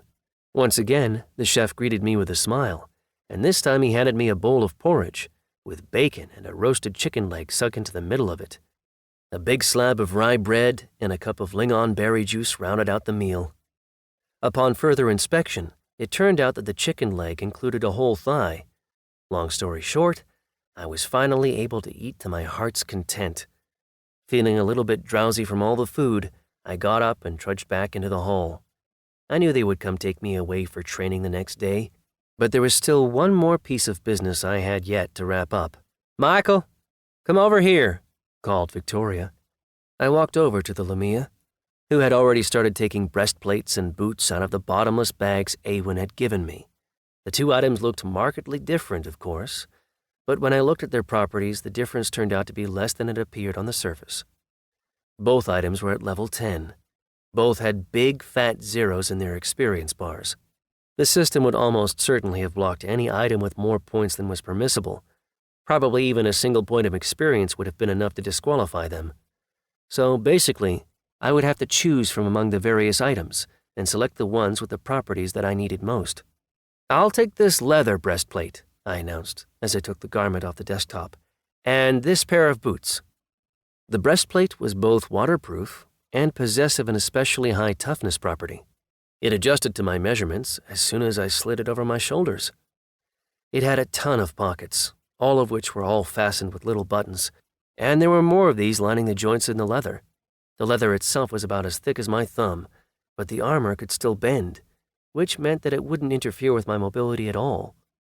The boots were made of a similar material, and they stretched up to the middle of my calves. And unlike the pair that had been devoured by that mutant, these boots had a special pocket that was obviously designed to hold a short sword. "You sure?" Victoria asked with a raised eyebrow. "I'm sure," I said. The Lamia entered the changes into my card, and I became the owner of my first officially sanctioned items. She took the sword away, and when she did so, I automatically lost the right to carry one. "Now, I'd like you to tell me what the hell is going on here," I said. Sure, Awen had explained a little bit already, but I wanted more information, because I still didn't really understand what was going on around me, what to expect from others, or what they would expect from me. Until I could acquire a certain amount of strength and train with the Fallen Ones, I would need to attract as little attention as possible. Otherwise, the elves would be only too happy to tear my head right off my body. "And I'd like you to kill a few shapeshifters," she scoffed. "See? We don't always get what we want, do we?" I snickered, watching as the Lamia cleared the remaining items from her desk. "Actually, we agreed that I'd bring you crystals," I reminded her confidently. "And not only did I do that, I actually brought you a large, rare, and extremely valuable crystal. The healer you sent me to visit told me that players don't even trade them. Whole clans work together to save them and collect them. And you're telling me I didn't uphold my end of the bargain? I brought you a crystal. I brought you a healing potion. Or maybe your word just doesn't mean anything." At that, the Lamia rose up on her tail until she was towering just below the ceiling. Folding her arms beneath her breasts, Victoria cocked her head to one side and looked down at me as though I were just a piece of fresh, juicy meat instead of a living human. Yeah, I thought, these people really are monsters from other worlds. But there were monsters back on Earth once too. Worse things than snake women, I might add. Humanity wiped them all out and rose up to the top of the food chain. I'm a human too. I don't need to fear any of these mutants. Suddenly, the Lamia jerked to the side as though something had hit her in the face. A golden hoop flashed into being around her neck and started contracting mercilessly until Victoria couldn't even breathe. She went limp as soon as this happened, at which point the hoop disappeared into a shower of golden sparks. Amaya rushed over to her boss's side, while I watched, more or less indifferently, as the Lamia gasped and coughed on the floor. After making sure her friend wasn't in danger anymore, The fox girl walked back to her seat. I told you, Victoria, you can't mess with the system, the long-tailed cutie snapped as she sat back down. Meanwhile, I slid a chair over from one of the tables where visitors normally sat. I took a seat opposite Victoria's workstation and settled in to wait while the Lamia slowly got up off the ground. For starters, you could explain what the hell just happened there, I suggested. Our deal, she grumbled as she rubbed her throat. A big bruise was already forming around her neck. The system punishes people pretty harshly for violating their agreements. This is how it forces local creatures to fulfill whatever obligations they take on. I nodded, and this time, it was my turn to raise an eyebrow. The Lamia continued. We can conclude these contracts among ourselves. Players, though, can do whatever they want, she said. You can become a quest local creature if you have a lot of potential and you acquire enough power. Players try not to mess with people like that. But if a quest NPC starts getting too cozy with one particular clan, the others will try to take that NPC out to prevent their opponents from getting an unfair advantage. That made sense to me. After all, if NPCs were essentially just background characters whose role was to enable players to get their hands on various items, then it wouldn't do to have one's opponents leveling up without having to face the normal hindrances and spend the normal resources. What happened to my world? I asked. It doesn't exist anymore. The Lamia shrugged. And neither do our worlds. Any planet that ends up in the system gets destroyed. Part of the population gets transferred into the release, but most of it turns into new monsters. You've seen those mutants, right? Those are humans just like you. They just weren't quite as lucky. Maybe they were the lucky ones. Depends on your outlook, I guess. After all, they don't have to live in this hell like we do. It occurred to me that human culture had already been preparing us for such a thing for a few generations by the time the release launched, with all those movies about zombies, post-apocalyptic worlds, etc. That, I suppose, is probably why the news that Earth had been destroyed didn't really bother me at all. I had been emotionally prepared to some extent, and subconsciously aware that such a thing could happen. When a new release starts its installation, all players return to the Eternal City, Victoria continued. She had totally calmed down by that point. People call it the True City. Players always come from there and make their way out into the rest of the world. I nodded, trying to make it clear that I understood. All other settlements, cities, villages, forts, transfer into the control of local creatures. I didn't tell the Lamia, of course, but I already knew this particular fact. Naturally, we don't have any official power at all. Any attempt to fight would be pointless. Players can keep dying and dying, but local creatures die once and that's it. So we can't really assert any rights, any freedoms, anything. We have to do what the players tell us. Well, players, or whoever they delegate their authority to. So, I thought, either she doesn't know about fallen ones, or she doesn't want to tell me about them. The system isn't punishing her for withholding information, though, which makes me think the former possibility is more likely. And Amaya didn't seem like she had anything to add to her boss's explanation either. All settlements remain in their original locations. All local creatures who had any sort of responsibility in those locations keep their positions as well. But let's say you were a logger, and your village was located somewhere in the middle of the desert. You'd have to wait for a caravan and get yourself to a new location. For example, 3 releases ago, we were a little forest village. There were a lot of hard workers here, which is where Happyville's wooden walls came from. Take a closer look around next time you go out, and you'll see that there are no trees that size around here. I just chuckled. Somehow, matters botanical had never crossed my mind. The entire rest of the world changes in the blink of an eye, Victoria said with a lightning-fast snap of her tail. Meant, I presume, to illustrate the lightning-fast pace of the changes. So caravans are constantly moving from village to village. One of them will come to get you tomorrow. There really aren't any portals? I was surprised. Sure, there are portals, just like there are healing potions. Who's going to let an NPC use them? The Lamia scoffed in response. You just don't seem to understand the lay of the land here, Michael. We're slaves of the system, who have to spend our whole lives in service to these immortal players, unless we want to die."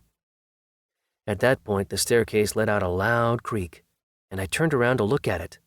Clive was walking calmly down the stairs. The bend in his back was gone, and even though the potion couldn't restore his lost eye, the old man still looked quite a bit better than he had when I first met him. That led me to another thought. "Okay, I get it.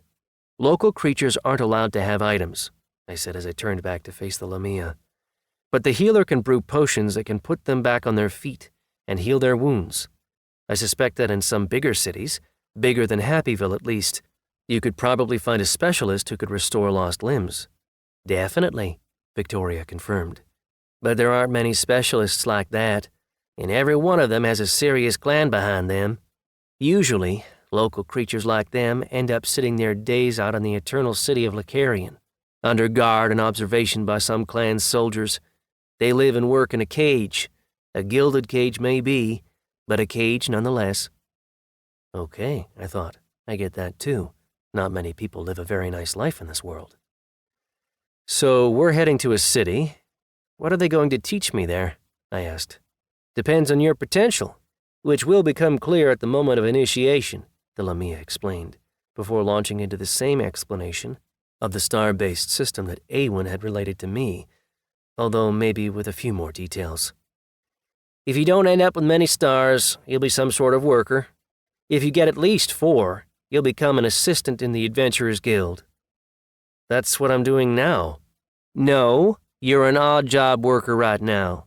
I'm talking about NPCs who work with a player's group. Cannon fodder for the elves, who can avoid risking their own lives by sending their subordinate NPCs to face monsters and dungeons. At least they can train you, though. They could easily just grab you by the collar, throw you into a portal, and leave you to fend for yourself." "You shouldn't be frowning like that, Michael," said Clive, who had walked over to stand next to me before laying a hand on my shoulder. The weight of his hand almost made me fall off the chair onto my side. I hadn't forgotten how easily the half-ogre got sent flying through the air when Aldariel brushed him aside. All that damage, and he didn't even really hit the guy. He just brushed him aside.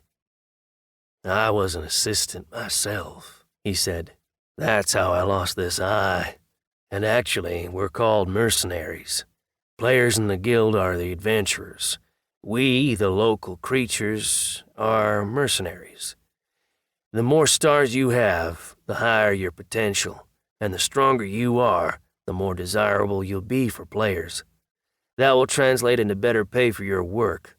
Accounts are settled at the end of every raid, so while being a mercenary might be risky, it's definitely profitable.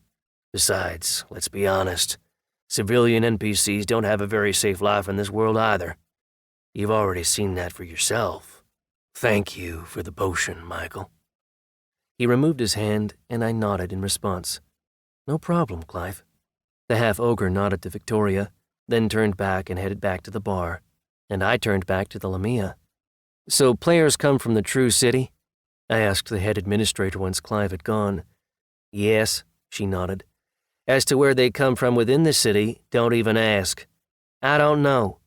An average release lasts about 5 or 6 years, and once in a while you meet players who were around for the very first releases. I personally know one who's been playing the game for 5 releases already."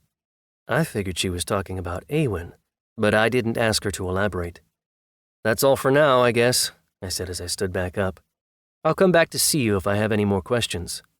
Victoria nodded, but she certainly didn't look happy as she did so. And then, as soon as I pushed my chair in, Clive called me over to the bar. "You saved me, Michael. I don't like to be ungrateful." He slapped a heavy bag down on the bar. "There's 10 gold's worth of silver coins in here," he explained. "Go down to the store. There's one here in the village. Buy yourself a full traveler's kit. Waterproof cloak, travel bag, sewing kit, flints. Anything might come in handy on campaign. You can take the word of an old mercenary on that. A mercenary who actually survived into old age. Luck is temporary. Equipment will let you down. Comrades can betray you. But if you prepare well before you set off, you can really increase your chances of success. If only you knew how many times a simple smith's hammer saved my life." "Thank you." I wasn't about to turn down the money. "Don't expect much from the caravan.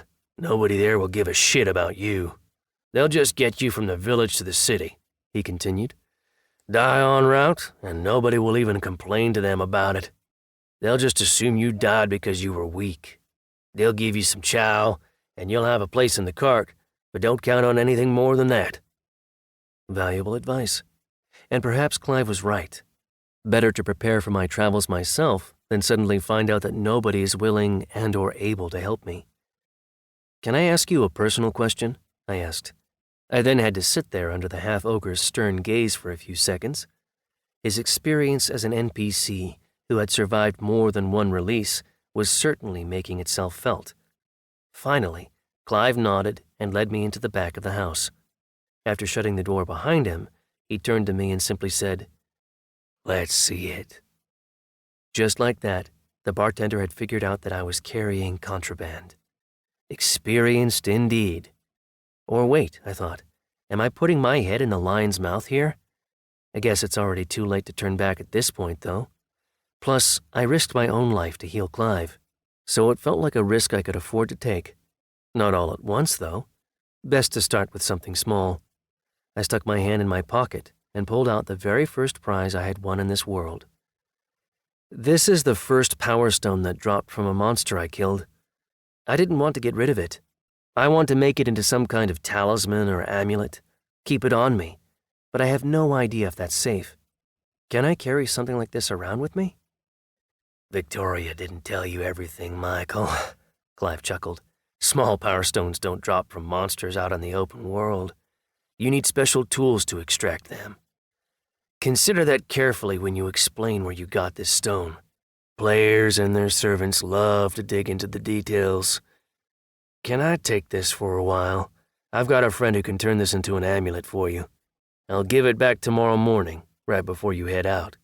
And when I do, I can show you what the forceps look like, and where you need to extract the power stone from. Don't forget to buy a pair, actually. Sometimes it's handy to cut up the beasts right on the field." "Will I need to register the stone?" "Just the amulet," said Clive. "Victoria will take care of that. I'm going to tell you something, Michael. Be very careful what you say. If anybody finds out you've been in a dungeon, you're going to have some explaining to do. And players won't shrink from using torture. Believe me, they wouldn't think anything of skinning you alive if they think it'll get them information about a dungeon. I saw it happen during my time as a mercenary." The half-ogre's face darkened. It seemed my question had brought back memories. So if they knew I had this, they'd probably just kill me right on the spot? I took out my other prize and showed it to Clive, the key to the dungeon. I knew I would have to show it to somebody sooner or later, so why not now? "Okay," Clive sighed. "You are one sharp human. Testing me with a small power stone first, then hitting me over the head with this little sledgehammer. You're right. If a player found out you had one of these, or even that you ever had one, you'd be a dead man walking, as would anybody who had ever crossed paths with you." I wasn't going to tell any players about the key, but of course it's useless without them. "So that's what you were hoping for." I nodded. The half-ogre had tried to face down a player for Amaya's sake. I felt like that made him dependable. He wouldn't turn me in, at least under current circumstances. Players destroyed my world, just to play around in these dungeons. I can't kill the long-eared bastards myself, but at least I can ruin their fun by making sure they won't get the maximum reward. Ruin their reward? Everything had fallen into place, including the phrase, "drop from monsters." This isn't the first time you've come across a dungeon, is it? Actually, don't answer that. I don't even want to know. Hide this key, Michael. No need for anybody else to find out you have something like this. They'd slaughter our whole village for it. Anyway, yes, item initiation is indeed a really important part of the game. In a normal situation, it's something that players do to demonstrate their superiority over us. But players aren't the only badasses in this world. There are also key local creatures. And I don't just mean quest ones. I mean key ones. Ones who have survived several releases, managed to get stronger, established themselves as familiar parts of the game, and eventually worked their way into the game mechanics and bent them to their advantage. These local creatures can initiate items too. Want to complete a dungeon? You'd better find a key NPC. That's the only way. You can never, ever show this key to a player, even if you're totally confident that you can trust them. There aren't any keys in Happyville. This was just a big C during the last release, so you have to find somebody somewhere else. My advice, though, just throw this thing away and forget that you ever had it in the first place. It's dangerous. For you and everybody around you. Anyway, that's enough. My head's starting to hurt. You never showed me anything. I never told you anything. And we're definitely even from here on, Michael. Come get that amulet tomorrow. With that, I set off to go down to the store, a process that ended up taking about an hour. Well, an hour and 25 of my silver coins. That equated to a fourth of the bag the half-ogre had given me. Considering that he hadn't mentioned anything about wanting change back, I figured the remainder would be enough to visit whatever place Amaya had picked out for our date. Arriving back at the guild hall, I headed up to the second floor, where it was immediately obvious which room belonged to me. The doors were each painted a different color, and one of them matched my purple keychain exactly. Inside, I found a comfortable daybed, a chest, a chair and table, and a set of writing implements. And last but not least, a bath. Sure, it was a rough wooden tub, and sure, the soap was slimy and slippery as a pile of snot, but there was an artifact for controlling the water temperature. I swear, words just can't express how wonderful it felt to finally wash myself. After lunch, I also had a chance to sneak in a nap, and nobody came in to bother me or disturb my rest at all. These creature comforts had sure cheered me up, but they were no substitute for a nice rest. I woke up, put on a clean pair of pants and a clean shirt I had bought at the store, and went down to the first floor. The sun was already starting to set outside, which meant it was time for my date with Amaya. The fox girl met me in a green dress that accentuated her elegant curves, although it was clearly also in keeping with the New World standards of modesty as well. There was some sort of opening for her tail. She lowered her eyes to the floor when she caught sight of me, but her little ears were still flitting back and forth. "You look beautiful," I smiled as I offered her my arm. "What say we go for a walk? A good spot, in good company." "Sounds perfect," she squeaked as her cheeks went red. As it turned out, our path led us to a house at the edge of the village, and as soon as we crossed the threshold, it became clear that Amaya had brought me straight to her place. It would have been hard to imagine a more obvious hint. Then, when our lips met, I laid a hand gently on her tail and did what I had been wanting to do ever since I met her. Namely, pet her red, bushy tail. The fox girl moaned as her eyes rolled up toward the ceiling. "You're so gentle, Michael." I wrapped my arms around her, peppering her face with kisses, and led her up to the second floor. When we walked through the door into her bedroom, I kicked it shut behind us with one foot. Then, well, you know what they say. What happens behind closed doors stays behind closed doors. It's nobody else's business. Chapter 8. "This is your amulet now." Amaya smiled at me. She shot me a little wink as she did so. The previous evening's date had transitioned smoothly into night, and then into the morning. Only when the local roosters, who later turned out to be freaky-looking monsters that the village used as alarm clocks, started crowing hysterically did we finally tear ourselves out of bed. I had needed an outlet for all the energy that had accumulated in me since my arrival in the new world, and the fox girl knew just what to do. Amaya ran out the door first. By the time I made it to the Adventurers Guild, Clive was already handing my amulet over to the registration desk. Decorative amulet with Power Stone, level 1. Somehow the new item was already initiated. More importantly, it had already been accepted by the system. The only problem was that it didn't give me any new properties at all. It was just a small power stone, strung on a thin chain. Useless for any other local creature, but very valuable to me personally. The very first item I had acquired in this new world. I had no intention of parting with it. "Welcome to the Adventurers Guild, player." Amaya turned to face an elf who had just walked into the building. No write to me, no don't go. We had both gotten what we wanted out of the night, and as such our relationship shifted right back into the same gear as before. That said, I wouldn't have said no to another night like that. I was actually pretty disappointed to be leaving that day. "Local creature, Michael, from the new release," I heard an unpleasant voice shout into the hall. Turning around, I saw a lizard man, who was about as tall as I was. He was clad from head to toe in heavy lamellar armor, and appeared to be a player. He even had the symbol of some sort of clan emblazoned on his chest. A familiar symbol, actually. I had seen it somewhere, although I couldn't for the life of me remember where. The armor was radiating the aura of a magical item, and the sword on his belt clearly hadn't been slapped together by an amateur smith either. "Here," I raised my hand. There was no point introducing myself in this game. Elves could see your information and properties right away.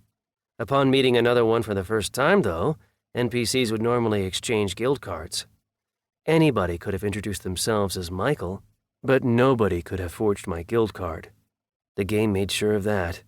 Local creature of the Stipar release, Svark. Class, Herder. It was only with difficulty that I managed not to burst out laughing. Herder! Don't get me wrong, there was nothing wrong with his class.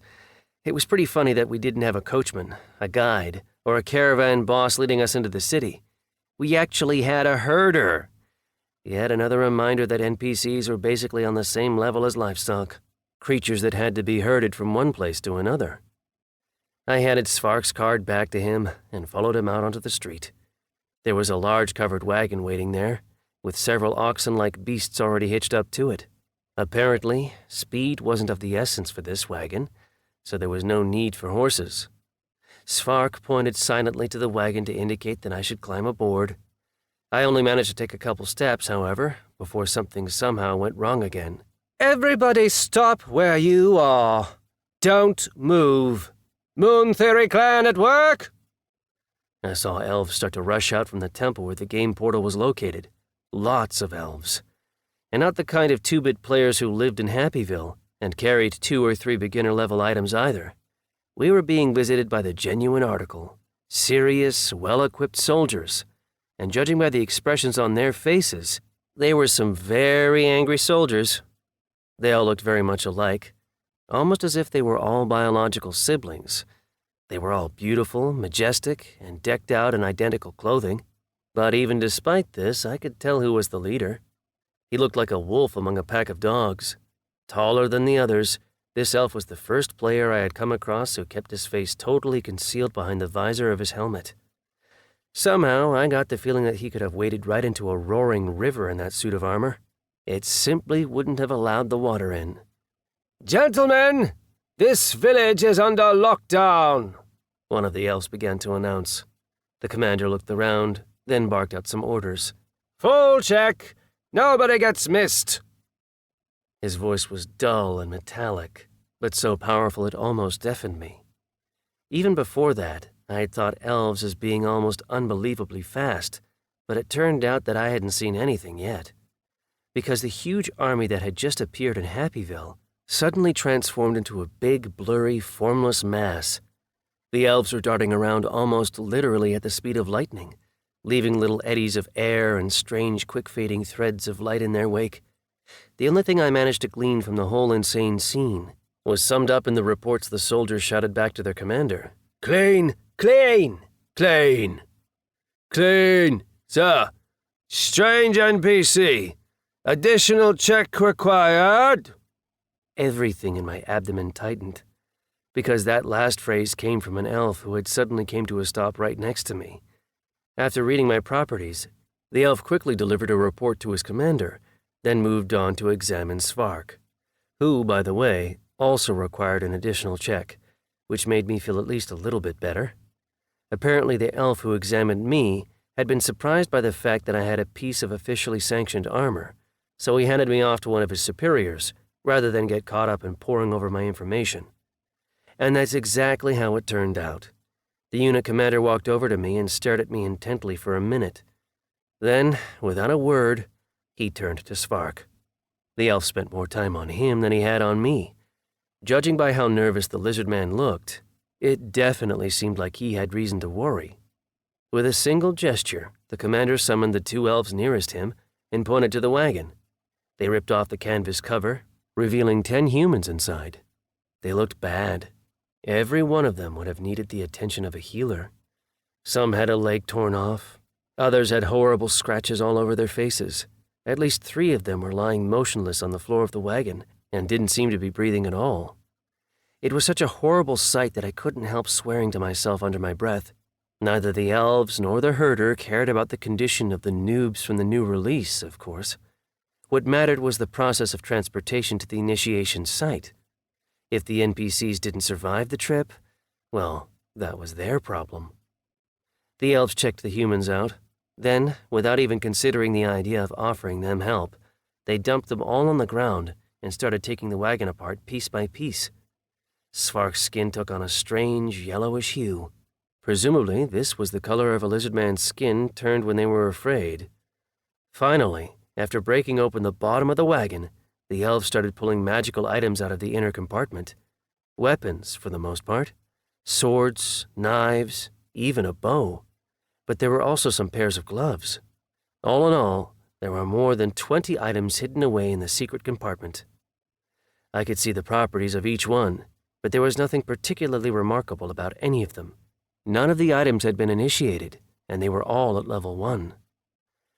"Interrogate him!" The order had hardly been given before Svark slammed down onto the ground. The elves worked with terrifying efficiency. Within a couple seconds, the lizard man had been stripped and tied in such a way that he couldn't possibly hurt himself. Stomach-turning screams began to fill the air around us. The players didn't even seem to think about taking the prisoner off to somewhere more private. The interrogation happened right there. The names of players, NPCs, and villagers began to echo through the morning air. The local creatures of Happyville were frozen, afraid to attract the wrath of the players by drawing attention to their own presence. For my part, I turned to look at my fellow Earthlings who had just been dumped from the wagon. It was immediately obvious that if they didn't get any help urgently, they would all die in a matter of hours. I had never considered myself an altruist. Indeed, in my home world, any sense of love for my fellow man had largely passed me by. In this hellhole of a world, though, I felt that humans should try to stick together. Otherwise, the elves would just devour us all. Therefore, conquering the fear that had rooted me in place every bit as firmly as the village residents, I walked over to the humans who were groaning in pain on the ground in front of us. Surprisingly, nobody made any attempt to stop me. I walked over to this group of other humans who had survived the release, and an involuntary gulp seized my throat for a moment. The situation looked even worse from up close. 3 of the 10 had already gone the way of their ancestors. 2 others were missing both legs, and their ragged breathing suggested that their sojourns in this world would shortly be coming to an end as well. The remaining 5 looked relatively stable. 3 of them had scratches all across their bodies, which seemed like it was probably the handiwork of the mutants. Their wounds weren't deep, though, and their lives weren't in any danger for the time being. Sure, it would have hurt, but it was nothing lethal. The last 2 were in better shape than all the others. They were both young men. One looked to be about 15, the other a little bit older. He might have been 20 for all I knew, but he was definitely younger than me. Only then did a particularly horrifying thought occur to me. The release hadn't just taken the adults, it had taken the children as well, both in mutated form and as local creatures, and the latter wouldn't have any chance of survival at all. Piece of shit game. I took off my bag, pulled out a flask of water, and handed it to the older kid. He accepted it with a silent nod. After taking a few sips, he passed the flask to the other survivors. Meanwhile, I turned to address the nearest elf. "If they don't get any help, they're going to die. I'm going to call the healer." Answering me was beneath their dignity, of course, but they didn't try to stop me either. The village was still in the grip of that peculiar, find so-and-so type of mania, but I already knew exactly what the elves were looking for. It wasn't the contraband, although that was probably a nice little bonus. And the game definitely wouldn't have generated a task just to see how well the elves could torture the herder. No. The Moon Theory clan had come to find a fallen one, because standing next to the unit commander was none other than Aldariel. The son of a bitch hadn't just respawned, he had also complained to a major clan about his unfortunate little incident. Assholes. That was the only word I could think of to describe them.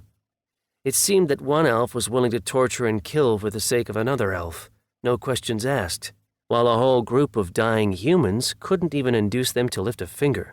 "This isn't the best time to visit," said the gnome, who was busy picking up the items that were lying all over the floor of his shop. Half the store seemed to have been turned inside out. The players had checked all the healer's secret compartments in addition to the gnome himself, just to make sure he wasn't hiding a fallen one.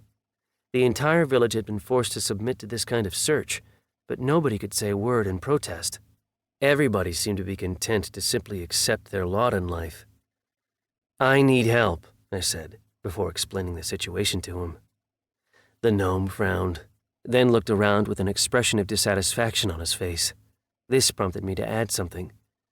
"I'll help you clean up your store when we're done," I said. "Deal." We didn't have to shake hands.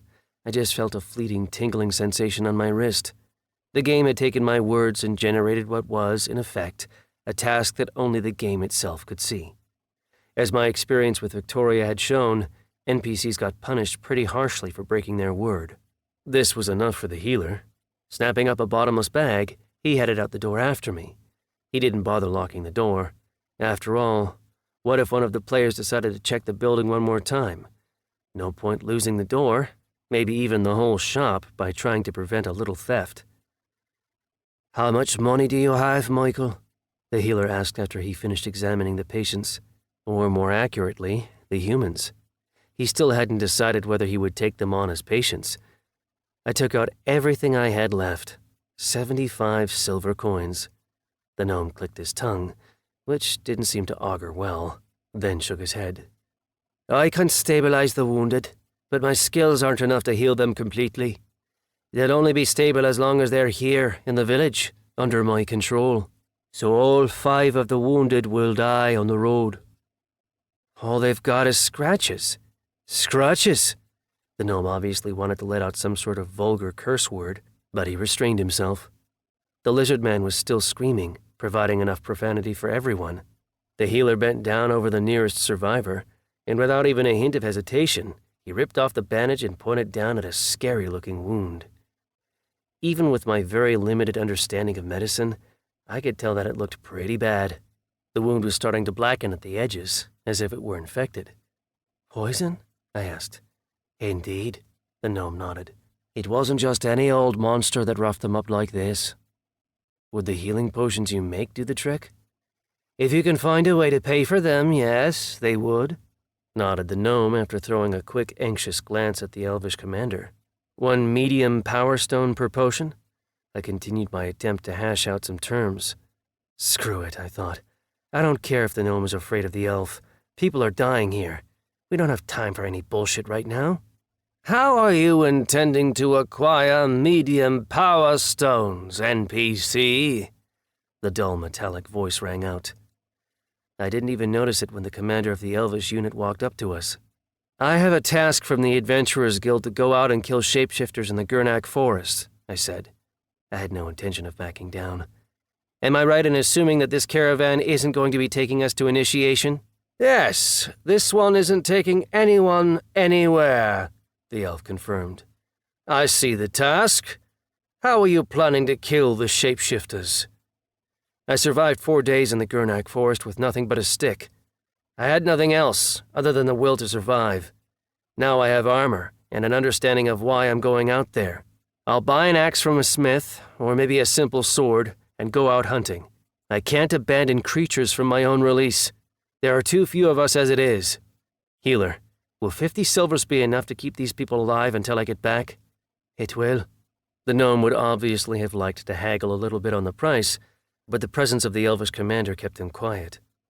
Svark's soul-wrenching cries, he had already spilled everything he knew and was now simply suffering, served as a graphic reminder of why it wasn't a good idea to piss players off. "Can I leave the village to complete the guild's task?" I turned back to the elvish commander. I didn't get an answer right away, though, because another player came running up to him at the same time. "Sir, the village has been thoroughly checked out. We found 3 stashes full of contraband. We're already working on the transgressors, but we didn't find what we were looking for." "This body served the Stormchild clan," the armor-clad elf noted with a nod at the lizard man. "I think 200 large stones, as a fine for trying to bend the rules of the game, should be enough to dissuade them from such mistakes in the future. Their clan will be exterminated if they refuse to pay. Pass my words on to the Stormchild clan." "Yes, my lord. A message will be sent immediately." "Leave a group in the village to check anyone who arrives. Spread the others around the province. Stick your noses into the dirt and start sniffing if you have to. But bring me the fallen one. Now get to work." "Yes, sir." The other player, who was apparently an assistant to the elvish commander, bowed quickly and took off to carry out his master's orders. The commander himself turned back to face me. "Initiation will take place in the city of Ardal in 10 days. There are 5 wounded here, which means you'll need 5 medium power stones. Get that done by the time training starts, and you'll be allowed to travel to the city by teleport. You and anybody you manage to save. Fail to complete this C-ranked task, and you'll die. An NPC who intervenes on behalf of other NPCs either ends up strong or ends up dead. There are no other options." 10 days, 5 stones, my life's on the line. I nodded. "I understand." "Escort him out of the city," said the commander as he turned away from me, demonstrating the full extent of his contempt for an NPC who hadn't even earned a class yet. "Aldariel, you will accompany me into Gurnak Forest. I want to see the place where the Fallen One attacked you with my own eyes." "We'll take care of them, Michael," said Amaya. The elves had hardly left the scene before she came running to meet me. Victoria came crawling over too, to get a sense of the scale of the village's new problem. The head registrar swung into action a little bit more effectively than the fox girl. She started with questions. "Have you already received names?" She didn't get an answer, though, because both the young men had essentially turned into statues, frozen in awe at the sight of the Lamia in all her glory. And I could sympathize with them. When life hadn't prepared you for the possibility of a woman having a snake's tail instead of legs, it was actually pretty easy to lapse into a stupor. Unfortunately for them, Victoria had no time for this state of affairs. 2 loud slaps rang out as the Lamia whipped a hand across both of their faces with a single blow. "Have you already received names?" she repeated. "And Michael, are you planning to keep standing there for a while? Don't you have a task to complete? And don't you dare die on me, human. I'll be very disappointed." "Can you give me a weapon?" I asked. At that, Victoria and Amaya turned their eyes away from me, but the fox girl explained. "The head of the Moontheory clan gave the Happyville Adventurers Guild a task that prohibits us from giving local creature Michael any magical weapons over the course of the next 3 days. We can't." "The clan leader said that himself?" I asked with surprise. "Is this Moontheory clan big?" "They run this province," she explained. "By the way, you never told me about the geopolitical breakdown in this world," I said, turning to Victoria. "You really want to talk about that now?" The Lamia snarled. "Listen, human. Shapeshifters are no joke. I have no idea how the hell you managed to kill a bear horn and drag its carcass back to town, but you're not going to get that lucky a second time, especially without a magical weapon. So you don't believe in me at all, then? Don't provoke me, human!" Victoria almost broke into a scream as she said that. "Then give me 10 days. How about this? If I come back within 9 days alive, maybe even well, with 5 medium crystals from shapeshifters, then you owe me a date." "What?" In the blink of an eye, the Lamia whirled around and snapped my body up in her coils. It felt like she might actually squish me to a pulp. Looming over me, Victoria looked like some sort of war goddess.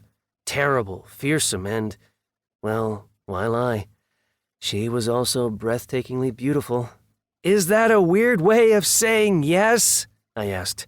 9 days, 5 crystals, then we hang out for the remaining 24 hours. I had no idea if humans and Lamias could have, well, let's say relations with one another at all. But I was willing to put quite a bit of effort into finding out, up to and including the task that seemed frankly insane, but which, of course, I had already signed up for anyway. The head of the Moon Theory clan had made himself very clear. If I couldn't complete the task, we were all going to die, so there was no point regretting anything. All that remained was for me to extract the maximum possible benefit from the developing situation.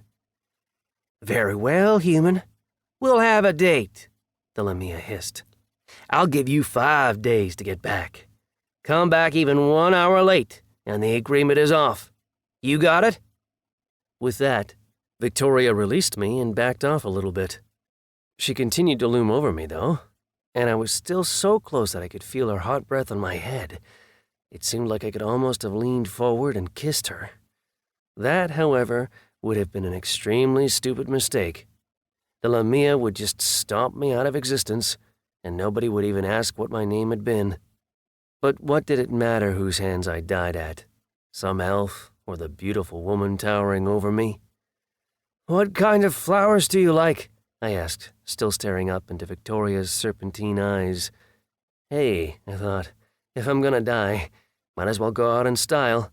I want to bring you a gift when I come back.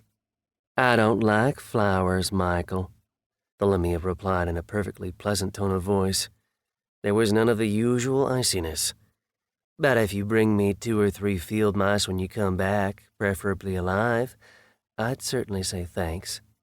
Got it. One more question. Do the Moon Theory clan leaders' restrictions apply to these spatial bags, too? I asked. No. They only mention that we can't give you any type of weapon. Victoria's forked tongue shot out and brushed against my nose. It felt unusual, to say the least, but not unpleasant. You seem to be crafty for a noob, Michael. Nothing seems to surprise you.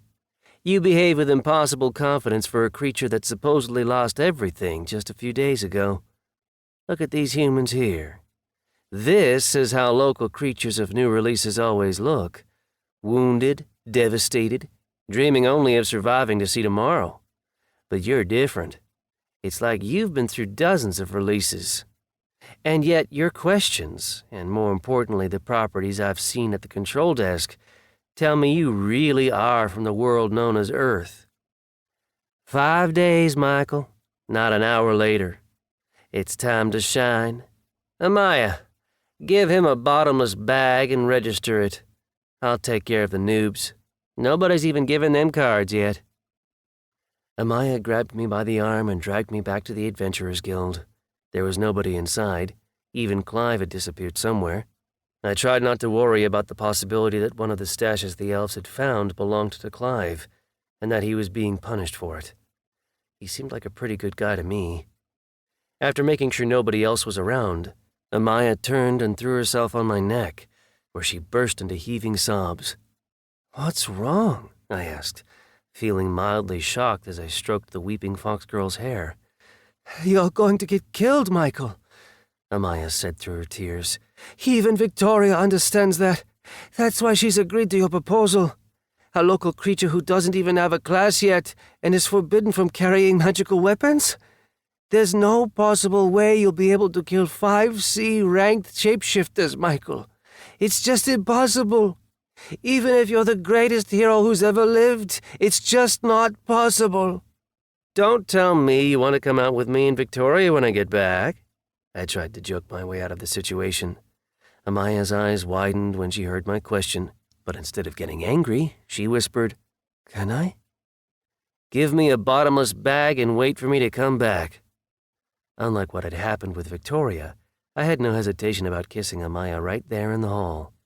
I don't need to bring you any mice, do I? 2 or 3? Said the fox girl with a smile that revealed the tips of her fangs. Elves are the only ones in this world who have any interest in flowers. Local creatures like us usually prefer something, I don't know, something nicer, something tastier. It took Happyville Smith quite a while to figure out what I wanted from him. There were no swords of any kind in his arsenal at all. I had to settle for an axe, because I simply didn't have time to wait while he forged me a nice sharp sword. My 5 days had already begun. Somehow, playing the hero is easier when you're fighting for something more pleasant than just your own survival, especially when that something includes a night with both a Lamia and a Kitsune Mimi.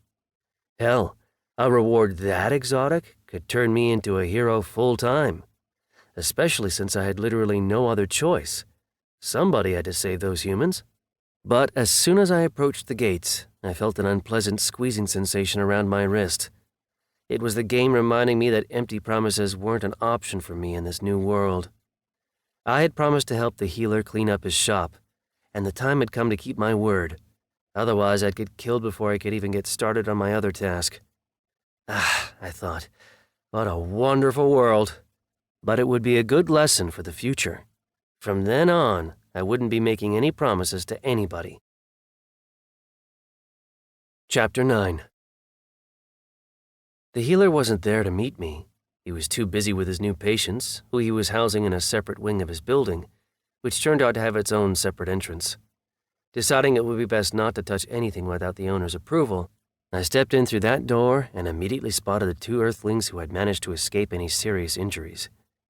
Having washed off the dirt and dust, they actually looked a lot more like humans than before. When they had first emerged from the wagon, they looked like they had been living in pigsties for their entire adult lives. Even now, the younger one looked to be about 15. Somehow, he reminded me of a typical ne'er-do-well kid from school, the kind of kid who could always be found smoking behind the bike sheds, bragging about the tough guys he had knocked out as he sat around drinking with the other local hoodlums.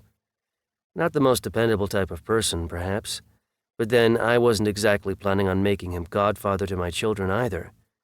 The little guy stared back at me as if challenging my authority, like he thought I was about to demand payment for having saved him and his companions. The second kid had just finished wiping off the dust with a wet rag. He was well built, obviously no stranger to the gym. I spotted a tattoo on his right shoulder. Nothing out of the ordinary, except for the fact that there had clearly been an earlier tattoo, which he had then covered up with a second tattoo in the same spot. Even this, though, was something I had seen before. The other survivors were all lying on big boards that had obviously been brought into the small room from other houses in town. They simply didn't fit in with the general look of the place at all.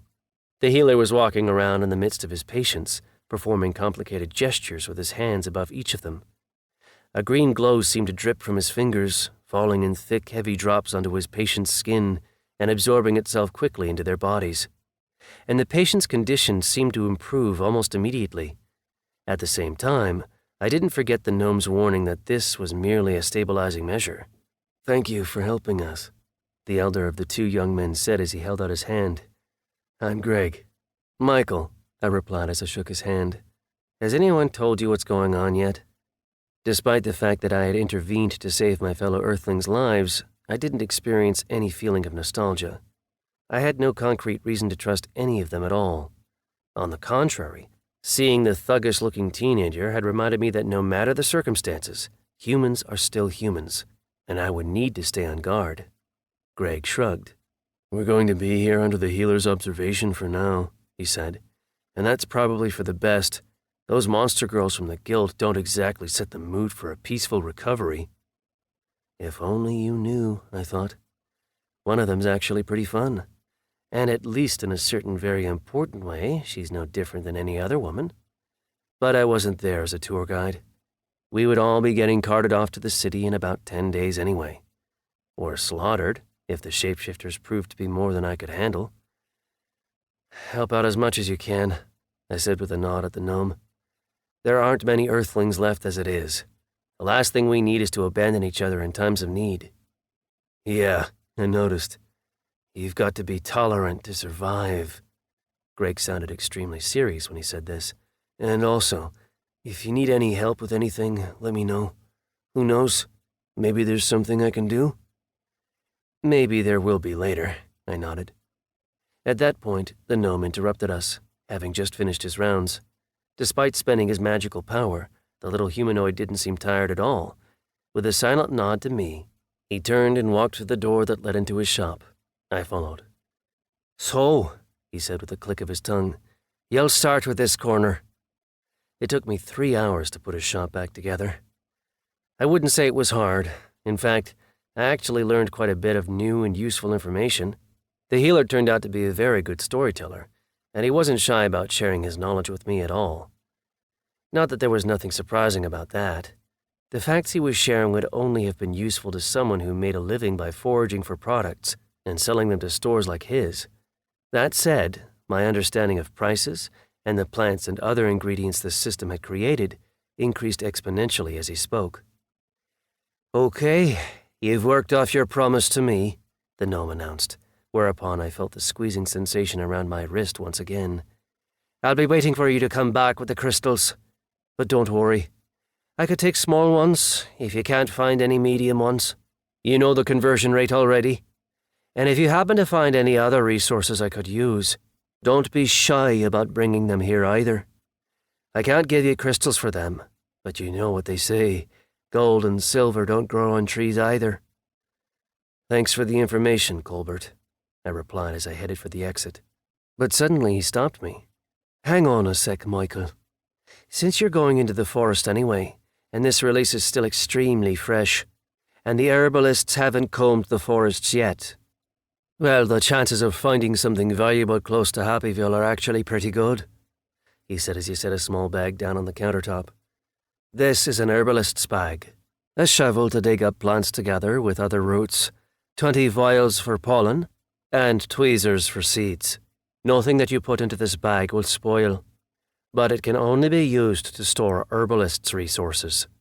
Naturally, you could buy it from me, but you could also return it to me when you get back. Finding the plants I need is pretty easy, because they glow just like magical items. You won't get them mixed up. Admittedly, they only glow under one condition. You need some piece of herbalist's equipment in your hand to see them. This shovel, for instance. Honestly, I should also give you a guide to plants while we're at it, but I don't have one. Nobody's brought them through town yet. And of course, this area was just a big sea during the last release. No plants, you understand?" "Thanks a lot," I said as I snapped up the bag. "This will definitely come in handy." I already had a class from the system, of course, so I wasn't worried about the possibility that using the herbalist's bag would turn me into an herbalist or a forager. I had no intention of dedicating my life to producing medicines and potions, but the gnome was right about one thing. Gold and silver certainly didn't grow on trees, and I needed money. Thankfully, I had acquired a shovel that could help me get it. As soon as I stepped out of the store, I lifted it up and checked it out. It was pointed, sharp, and small. Good for chopping and stabbing, if necessary. Sure, it was just a one-handed little spade, so it wouldn't be much good for digging a pit, but it would be perfectly good for opening someone's throat. After one more check of my belongings, I realized that there was really no point in delaying my departure any further. So I made my way to the gates, glancing from side to side as I went. Life in Happyville seemed to have returned to its normal course. There were still plenty of players on the streets, but they were keeping their behavior within acceptable bounds. So much so, in fact, that it actually seemed a little bit odd. I had already concluded that the long-eared bastards were pretty much all a bunch of assholes, who wouldn't have thought twice about killing an NPC by breaking their back with a quick flick of the wrist. Suddenly, however, all their former pep was gone, along with their insufferable arrogance. And it wasn't hard to figure out why. The sudden presence of the clan that really controlled the province, the palpable feeling of their overwhelming superiority, was causing the players to behave with a little bit more decorum. They didn't want to provoke the real masters of these lands. "You're headed back into the forest again?" the same old mage noted as he checked my card. "Yeah, easier to breathe out there," I replied with a smile. The spearman and the mage exchanged a glance, and the former just sighed. You're gonna die out there, but you're a good guy. You helped our buddy Colbert out, and did Clive a solid when he really needed it. So listen. Shapeshifters can't see well during the day, but they have thick hides, sharp claws, and an insanely sharp sense of smell. There's no point even trying to hide your scent. Once the bastards get a whiff of it, they'll be on your tail for good. They won't attack in full sun. They'll wait for a dark place, or for nightfall, when the light isn't a hindrance to them. They only hunt in packs at night. You're more likely to find a hungry and/or weak one during the day, although the sunlight will also make it even angrier than before. Honestly, taking out a whole pack would require a seasoned unit with good ammunition, level 15 at least, I would think. So think long and hard about where you're going and what you're going to do once you get there. You've got a few items on you now, of course, but they won't be enough to save you, even if you only run into 2 shapeshifters. In that case, I'll try my best to make sure I find them before they find me, I nodded. Thanks for the info and all, but nobody's actually told me what I'm supposed to be looking for. Ah, the spearman nodded. They're about your height, with grey skin and fur that changes season by season. It's summer right now, so look for short grey fur. If you see a clump of fur like that on any bushes or branches, be aware. That means there's a shapeshifter nearby. That's how they mark the territory when they aren't grouped into packs. That's really good to know. Thanks again. And with that, I finally stepped across the threshold of the gates. Quite a bit of time had passed since I had received my task, but I didn't feel like it had been wasted. First of all, I had acquired some knowledge, as well as some equipment. Anybody who's ever gone camping knows just how important that is. Second, I had received some really valuable information, both about the world of the game itself and about the specific beasts I was going out to hunt. I kept the shovel firmly in hand as I walked down the road. The axe I had bought from the town smith would certainly come in handy, but it was no good as a knee-jerk weapon, with the sole exception of my fight against the monster Serge had turned into. I had never really used one as a weapon before. Learning to do so over the course of a few hours, as I wandered through the woods, was totally unrealistic. This time, I didn't go all the way back to the spot where Awen had picked me up. Instead, I went about half a mile from Happyville, then turned off into the forest in the opposite direction from the spot where I had found my first dungeon. My logic was pretty simple. I had already bummed around in the Gurnak forest a few times, and I was still alive. I had even slept out there for a full day without meeting a single shapeshifter. The townspeople, however, had already managed to have several run-ins with them since the start of the release. That meant they were venturing into the areas where the beasts lived. And sure enough, I soon found such a place myself, a well-trodden path through the underbrush, leading deep into the forest. I noted that the path had been cleared by NPCs, who had obviously been whacking doggedly away at the vegetation with some sort of cutting instrument. Soon the bushes thinned out and revealed a small clearing. I found the cold, black remains of a little campfire, with a sizable pile of sawdust next to it. Apparently, the NPCs had taken care of some preliminary woodwork right on the spot before bringing the wood back to the village. But there was no blood, nor any sign of a struggle. Basically, it seemed relatively safe, which meant I would have to keep on moving. And that's what I did, right up until darkness fell. I kept moving in a wide arc, slowly but surely widening the extent of my search. Actually, I came across quite a few traces of civilization in the area. Stacks of firewood here, much-used paths with footprints there. But I knew such quiet wouldn't last forever, and I certainly hadn't forgotten the guard's warning that shapeshifters could see better at night than they could during the day. So eventually, I picked out a suitable tree, climbed up into it, and started preparing a little bed for the night.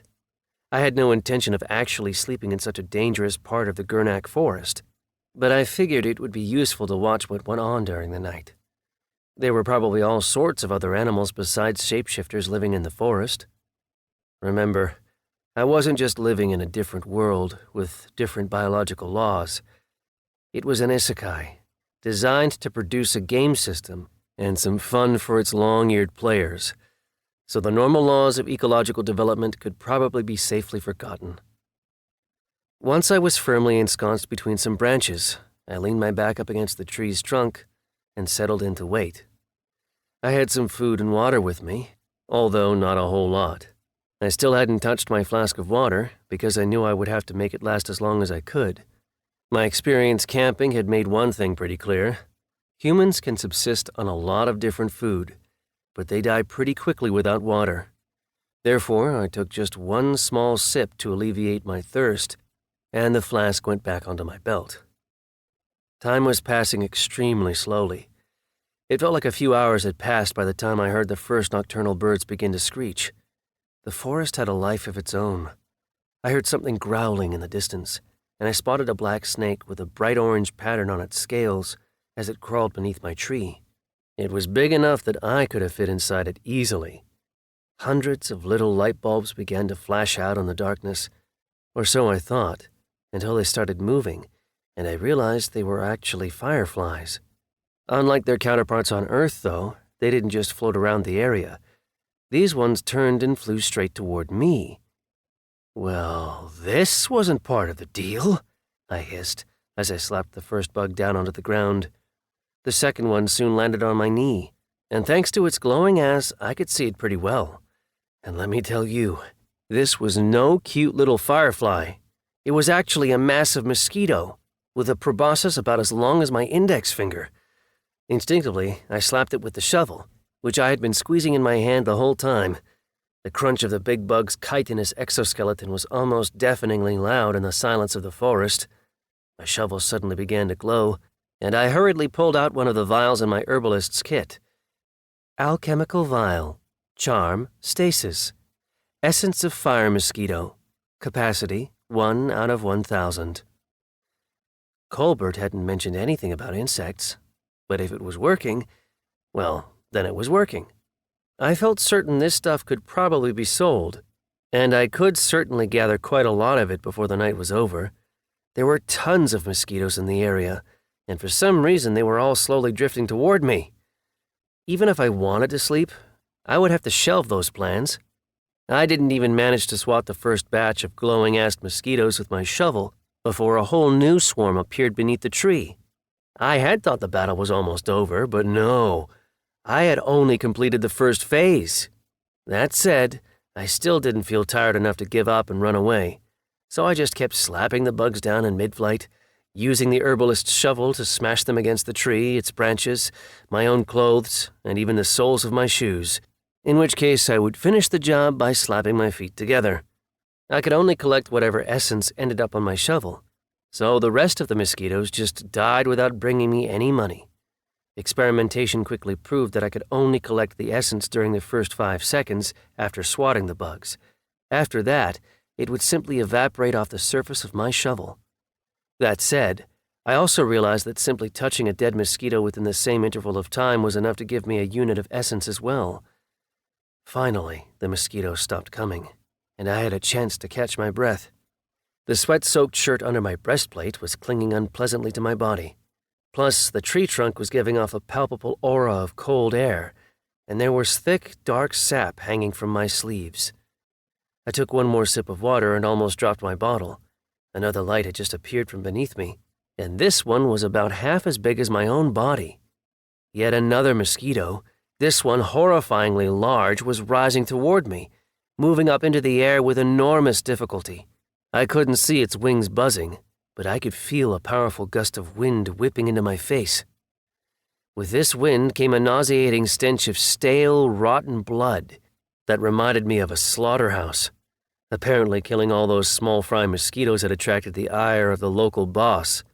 Its proboscis wasn't flexible, like that of the smaller mosquitoes. Instead, it jutted straight out of the beast's disgusting head like a spear, which meant that the mosquito would have to fly above the branches I was sitting on in order to take aim. I also realized, just then, that all other sounds had disappeared. I could hear my own breathing, or the rustling of the leaves around me. I had totally missed it happening in the fury of the hunt for essence and the concern for my own safety, but the air pressure from the insect's wings had blown out my eardrums. I was essentially deaf, at least for the time being. Suddenly, the gigantic mosquito rushed forward. Its proboscis was aimed straight at my head. I watched the huge needle plunge toward me as if in slow motion, its tip gleaming like a spearhead in the light of the stars. Only at the last moment did I turn aside to dodge it. The proboscis sank into the tree behind me with a loud, wet crunch, scratching my cheek in the process. The ultrasonic waves coming from the massive insect's wings seemed to be slamming into my body, making my entire nervous system shudder. I knew it wouldn't be long before this sent me into a helpless trance, so I threw one arm up over the proboscis, squeezing it under my armpit, and then brought my shovel crashing down onto the compound eye on the right side of the beast's head. The shovel's sharp blade sank into the chitin up to the handle and completely destroyed a segment of the eye. The big bastard jerked back, but it was too late. Apparently, its size prevented it from reacting to the danger in time. This time, no life bar appeared above its head. The proboscis was still stuck in the trunk, and I was still holding on to it. One way or another, the beast just couldn't wrench itself free. So I just kept hammering it with my shovel, smashing in portions of its compound eye until I finally came to my senses. When I did, I realized that the only reason the monster wasn't falling dead to the ground was that its proboscis was keeping it nailed firmly to the tree trunk. Switching my shovel out for the axe, I chopped the appendage off at the base. Only on the 7th swing did I manage to hit a gap between the proboscis and the chitinous plate next to it. The spear-like proboscis rose a little higher into the air, while the rest of the monstrous insect's carcass thudded into the grass at the base of my tree. I looked down at the body below me and had to struggle with my own innate sense of greed. I would have bet my right hand on the idea that the carcass could have fetched a tidy sum of money. It probably would have been worth it hauling it all the way back to Happyville. There was no way the healer wouldn't have found useful ingredients in the monster's body. I mean, he hadn't mentioned it, but then why would he? I wasn't exactly a professional hunter, but I knew that if shapeshifters made an appearance, then being on the ground, where they would have the advantage anyway, while dragging a big, heavy carcass along behind me would be tantamount to a death sentence. There had to be a reason that shapeshifters were C-ranked opponents. I caught my breath a bit and calmed down, then took another sip of water, and then I turned to the task of getting the proboscis out of the tree trunk. I wasn't strong enough to simply tear it out, of course, but my abortive attempt to do so made me realize just how lucky I had gotten. If that weapon had hit me, it would have blown my head to smithereens. Armed with my axe, I widened the hole in the tree trunk, then inched the proboscis out by wrenching it from side to side, before finally pulling it free. What can I say about it? A primitive spear in all its glory. Strong, sharp, and much more deadly than all my other weaponry combined. I knew it was probably worth a whole pile of money, as was the rest of the carcass, but I would have to wait until I got back to the village to find out for sure, if and when that day ever came. After carefully positioning the weapon next to myself, I took a look around at the nearby forest. There were no more fireflies, so I felt like I could finally calm down. I hadn't thought about the vial of essence during the battle at all, but it was still clenched tightly in one hand, and when the big mosquito finally fell, I had instinctively reached out to touch it with the edge of the shovel. So perhaps it wasn't surprising that it took me a second to realize that somehow I was suddenly holding a glowing, blood-red vial on which a cork had magically appeared without me even noticing. Alchemical vial, charm, stasis, essence of fire mosquito, capacity 1,000 out of 1,000.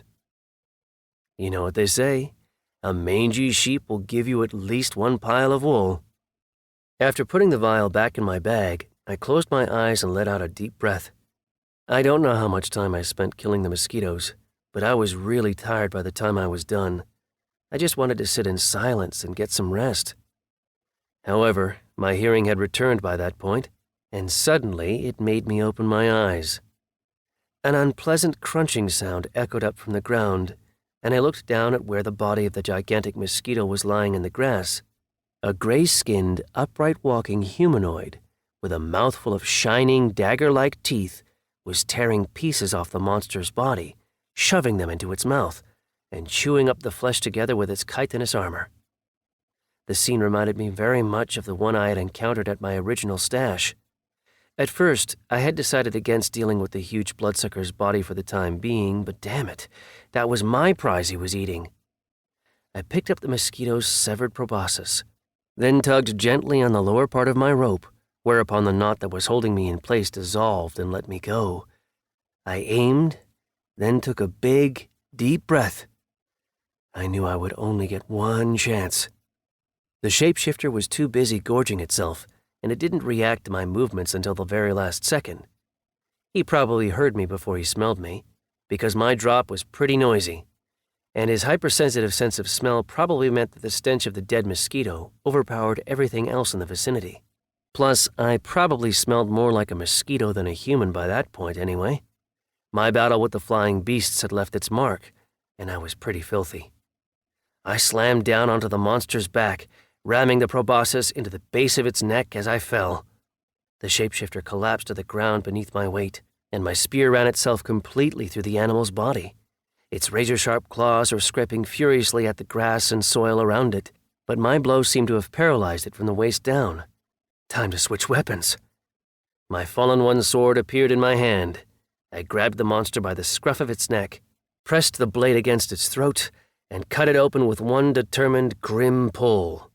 The shapeshifter struggled for a few seconds in a vain attempt to avoid death, but soon its body relaxed and stopped moving at all. I could feel my heart pounding in my chest as I turned off my fallen one's status and picked my shovel back up. After all, I would have to present either the crystal or the body as proof that I had completed the task, and that meant leaving a big visible sword wound was out of the question. I was forbidden from carrying any weapons. I could have said I found one in the forest, but even that would also have involved a dangerous violation of the law. I worked on the beast until the sun rose, but in the end, I managed to sever the head messily from the body and get the crystal into my hands. Sure, it wasn't a big one, but I still felt pretty good about having my first medium crystal. I had gotten lucky on day 1, although that didn't mean I would get just as lucky on day 2. That said, I was ahead of the game, at least for the time being. Earthling Michael 1, System 0. Taking out a bottomless bag, I set the crystal and the shapeshifter's head down inside it. There was no reason to bring the whole carcass around with me. By my rough reckoning, it probably weighed about 200 pounds.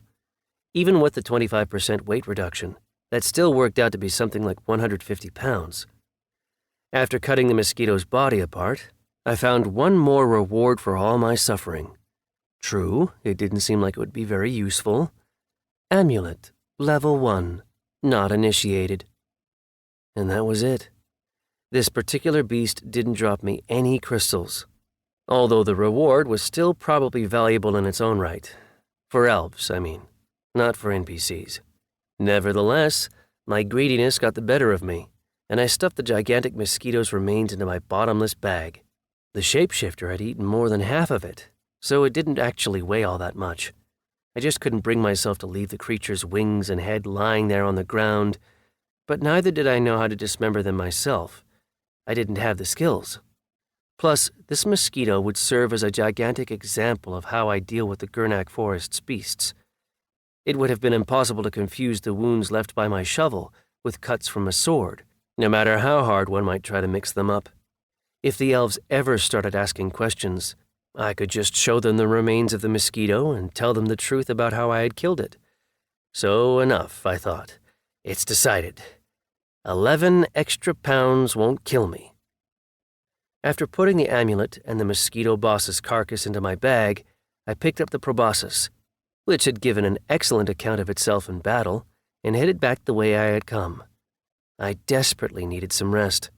I still remembered the way back to the safe campsite I had found at the very beginning of my search, so I decided to head back there, and took my time doing so at a leisurely pace. It was getting harder and harder to move with every passing minute. My head felt like it was filling with lead, and my eyelids kept sticking stubbornly together. I took a quick sip of water, and was about to put the bottle away when I suddenly caught the smell of a wet dog in the air. Looking up, I found myself face to face with a new shapeshifter. This one was a whiter shade of gray, with a big scar running along its left eye, and cracked yellow teeth jutting out of its mouth.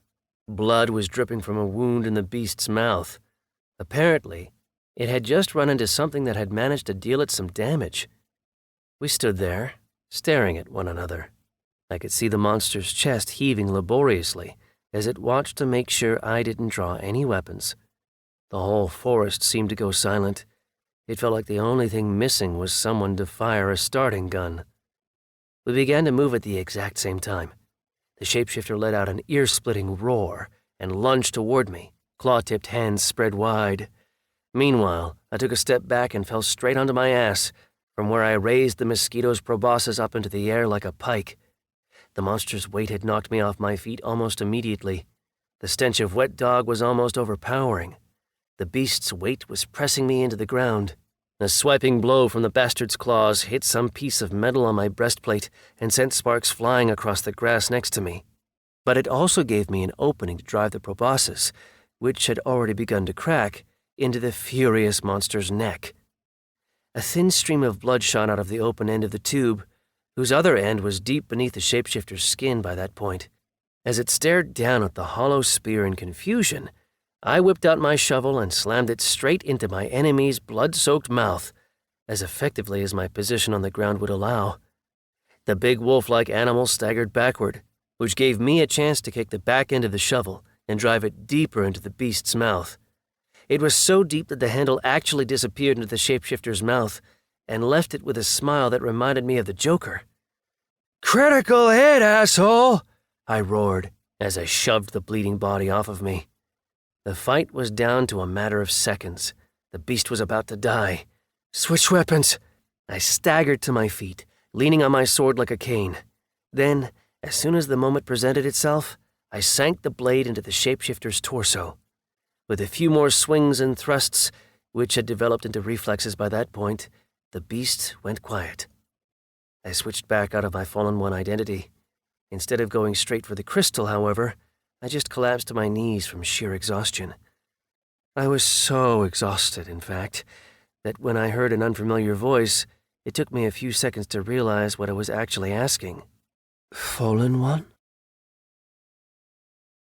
Chapter 10. A shadow nearby suddenly acquired shape and turned into a dark silhouette. It didn't seem like it was about to attack me, but that didn't mean that this creature was necessarily going to be friendly to me. Alas, my exhausted mind put the pieces together too late. Not only was the voice female, gender roles in the village were pretty traditional, and female NPCs wouldn't normally have been out in the forest, but it was also asking about things that an NPC shouldn't even know about. This was a player. Gathering what little remained of my strength, I rose to my feet and changed back to my Fallen One identity. There was no point hiding anyway, and at least this way I would be able to use my sword. "I'm not your enemy, Fallen One." The phrase sounded so nonchalant that I didn't immediately realize what the elf was actually saying. While I stood there, bewildered, the voice continued. "Our leader has learned that a Fallen One has appeared in the Gurnak forest," she explained. "I've been sent here on reconnaissance. The assumption was that it was another elf who rejected the status and decided to join us. But I wasn't expecting the Fallen One to be an NPC. How did this happen?" "One of the game's mysteries, I guess." My mind was starting to clear up a little bit. I was still exhausted, but I didn't feel like I was about to fall over anymore. "So what now?" I asked, as I finally managed to steady myself on my feet. "You found me. Why? To tell me that Fallen Ones have a shitty time in this world, and we have to stay hidden? I already know that. Didn't need your secret order to explain that one." "My task was to bring our new brother back to base, but our leader didn't mention anything about NPCs. You can conceal your properties from players. Do you have a ring of replacement?" The whole conversation was less and less to my liking with every passing sentence. From the way she uttered the phrase, I gathered that rings of replacement, which allowed you to avoid the otherwise omniscient attention of players, were something of a rarity in this world. They had to be, I figured, if this elf was so interested in them. And the fact that I had one didn't automatically make me a brother. Probably the opposite, actually. It probably just made me a much more tempting target. Whatever this elf might be, player killer, whatever, she was still an elf. Someone who thought us local creatures as little better than furniture. As objects, basically, who didn't really matter at all. I heard the gentle, metallic scraping sound of a sword being drawn. I squeezed the handle of my own sword a little tighter. I knew I had no chance at all against this elf. If she was hoping I would give up, though, she was about to be disappointed. Nothing personal, nameless NPC, said the elf. But someone who hasn't even earned a name yet doesn't have the right to carry a ring of replacement, and what our leader doesn't know won't hurt her. There's no place for NPCs in our brotherhood. Didn't you just say you weren't my enemy? I slowly stepped back until I felt a shoulder blade bump up against the nearest tree. That's it, I thought. Whatever's coming, it's all going to happen right here. Circumstances have changed, said the elf as she finally stepped out into the light. She was just as beautiful as all the other long-eared elves I had met, although she was wearing dark leather clothes, and had a familiar-looking pair of horns on her head, or rather a crown of horns. I shouldn't have wounded that shapeshifter, she said. I could have made this out to be one tragic accident. But you should be proud, NPC. You're going to die at the hands.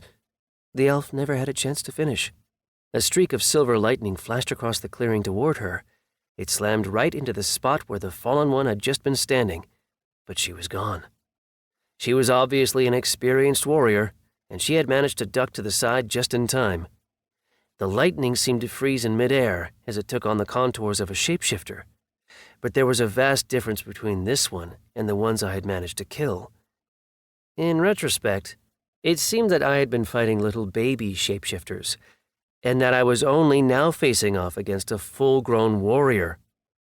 The beast's hide shimmered. There really were small charges of lightning coursing across its fur. Its fangs were about as long as my hand. There was nothing human about this shapeshifter anymore. It had obviously reached a new stage of development, probably at level 10. With a grunt of disappointment at having missed his mark, the shapeshifter lifted its face to the sky and let out a furious howl. I had already heard such a howl before, back in my very first days in the New World, when the mutants used to call to one another with such noises. The elf crouched down and shot me a dissatisfied glare. She knew that she wouldn't be able to kill me, at least not then and there. Almost immediately, we heard a number of other shapeshifters howling in response from the depths of the forest. The chorus seemed to be coming from everywhere at once, so I rejected the idea of running off and leaving the elf to fight the beast on her own. Just as quickly, I also rejected the idea of trying to fight on her side. The long-eared player had made it very clear what she thought of me and my place in the world. NPCs had no right to be fallen ones. After changing my identity back to that of a normal human, I did what any sane being in my shoes would have done. I climbed up a tree and left the big monsters to fight it out and determine who was the alpha. What's the saying? In a fight between a tiger and a crocodile, the winner will always be the monkey watching from the palm tree above. My bags were getting in the way, but I didn't even consider the idea of getting rid of them. I could hear the sounds of battle below me. The shapeshifters were growling, howling, roaring, but never retreating. They just kept throwing themselves at the elf, again and again and again. For my part, I didn't stop climbing until I had gotten as high up as I possibly could. The top of the tree started to sway under my weight, threatening to hurl me to the ground. Yes, it was scary, but it offered me the best chances of survival. Shapeshifters just kept arriving, as if they were running from throughout the entire forest to answer the call. At a certain point, a vial of glowing red liquid flashed out on the elf's hand, but there were so many beasts around her that they managed to simply knock the elixir aside. I knew it was dangerous, but nevertheless I moved down a couple branches to keep tabs on the fighting. The darkness wasn't a hindrance either. In fact, it actually added an extra note of drama and majesty to the scene. The elf was obviously a master swordswoman. She was killing simple shapeshifters with a single blow, white-haired ones with 2 blows. As for the one with the shining hide, it was somehow still alive. It was wounded, naturally enough, but it was every bit as alive and dangerous as before. I missed the moment when the agile beast somehow jumped back to approach the elf from behind. I caught only the result. The young woman staggered and fell down to one knee. The shapeshifter with the silvery hide seized the moment and lunged forward. Its sharp claws sank into the elf's body, but her blade drove itself clean through the monster's chest at the same time. The lightning enveloping the shapeshifter's hide surged over onto the elf, and for the first time during the battle, I heard her let out a scream of pain, but the silvery beast began to scream along with her, with a few convulsive clacks of its teeth, and a few more ragged, swiping blows of the elf with his claws that dealt her even more horrifying damage. The shapeshifter fell silent, leaning forward on its knees with his sword rammed through its chest. This served as a signal for the others to retreat. Without a sound, the shapeshifters suddenly turned around and fled into the forest, leaving about a dozen dead and wounded comrades on the field behind them. Actually, it was several dozen. For a few seconds, the elf just stayed where she was, bent down on one knee, holding the weight of the slaughtered shapeshifter up as best she could. But her horrific wounds began to have their effect, and before long she collapsed to the ground under the weight of the beast's enormous carcass. And suddenly, it was quiet. Terrifyingly quiet for the Gurnak forest. I just sat there for a little while, waiting for things to continue in some way, but nothing happened. The wounded beasts on the ground were groaning and trying to crawl away, but there weren't too many of these. The elf had done her work with terrible efficiency. I looked down at the slaughter in front of me and suddenly realized something. I was just wasting time. These were shapeshifters. What did it matter who had killed them or how? I needed heads, in case they wanted proof of my prowess in battle, as well as the medium power stones inside the carcasses. Here, on a field with 20 corpses strewn across it, I was virtually guaranteed to find at least 3 power stones, and I already had 2 anyway. My mind was made up. I started climbing down. As I did so, I realized that I had made the right decision in climbing as high as I had, because the lower branches were all broken. The shapeshifters had somehow picked up my scent while their comrades were fighting the elf, and apparently a couple of them had tried to climb up the tree to find me. It didn't work out for them, of course, but they broke off a hell of a lot of branches trying, and the bark was shredded to pieces. Once I was back on the ground, I changed back into a fallen one and walked over to the nearest surviving shapeshifter. Broken back, arms nearly severed, this one wasn't going to make it. My blow put an end to its suffering, and as it did so, the sword suddenly lit up. It had finally reached level 2. 4 more wounded shapeshifters gave my sword a couple hundred more experience points, and then I got down to the most important part of the whole adventure, collecting my loot. After resuming my normal human identity, I started using my shovel to hack off the heads of any suitable carcasses. By that, I mean ones where the elf's sword hadn't left any marks on the head or neck. For some reason, I felt apprehensive about approaching the elf's body. The silver-furred shapeshifter was frankly terrifying, even in death. Just as I was about to extract my first power stone, I heard a long, agonized groan. I jumped up, ejected the fear from my mind, and walked over to the scene of the elf's final battle. Her body was completely hidden beneath that of the dead shapeshifter, but her head was still visible, poking out from beneath its side. Not that this had helped her much. One of the shapeshifter's blows had swept across her face, turning it into a horrible-looking mass of blood and mangled flesh. To my surprise, I found that the elf was still alive. She had tried to throw the carcass off of herself, but all that resulted was the groan of pain that had just caught my attention. Despite her fearsome strength, even this player had her limits. It was only then that something extremely important finally occurred to me. The elf didn't have a life bar. By losing her right to call herself a player, the fallen one had also lost her immunity to damage. She could be wounded just like any NPC, and yet somehow she still felt that NPCs had no place in their brotherhood? What exactly did she think she was? "Help me," I heard a whisper that sounded more like a slight gust of wind. "Potion." "Help you?" I was surprised. "Why? So you can kill me later? The Moon Theory clan is looking for a fallen one in these woods as we speak. I won't even have to kill you myself. I'll just wait for you to die, then hand your body over to them. I'll get a reward and they'll make me into a hero. A whole pile of rewards, actually. And they'll probably send me to train at the academy. It'll be the whole package. A carefree life, basically. And the only thing standing between me and that carefree life is you. A woman who was planning to kill me. Debt of life, I'll give you, I swear by the game. Every single syllable was painful for the elf. Speaking requires air, after all, and that's kind of a challenge when you have a huge carcass lying on top of your torso. I walked around the pile of dismembered shapeshifter bodies and found the potion the elf had been talking about. I picked it up and stepped in a little closer. To be honest, I still felt like the best move would have been to finish the bitch off and turn her body over to the elves. Even if I did just that, though, even if I handed a fallen one over to them on a plate, I had no confidence that they would actually reward me for it at all. On reflection, it actually seemed like they might do the opposite. If they knew I had killed an elf, fallen one or otherwise, they would probably just kill me, just because they could. So the idea of bringing the body back to the elves was already out of the question. That left me with just two feasible options. I could either allow the fallen one to die, or use the healing potion on her.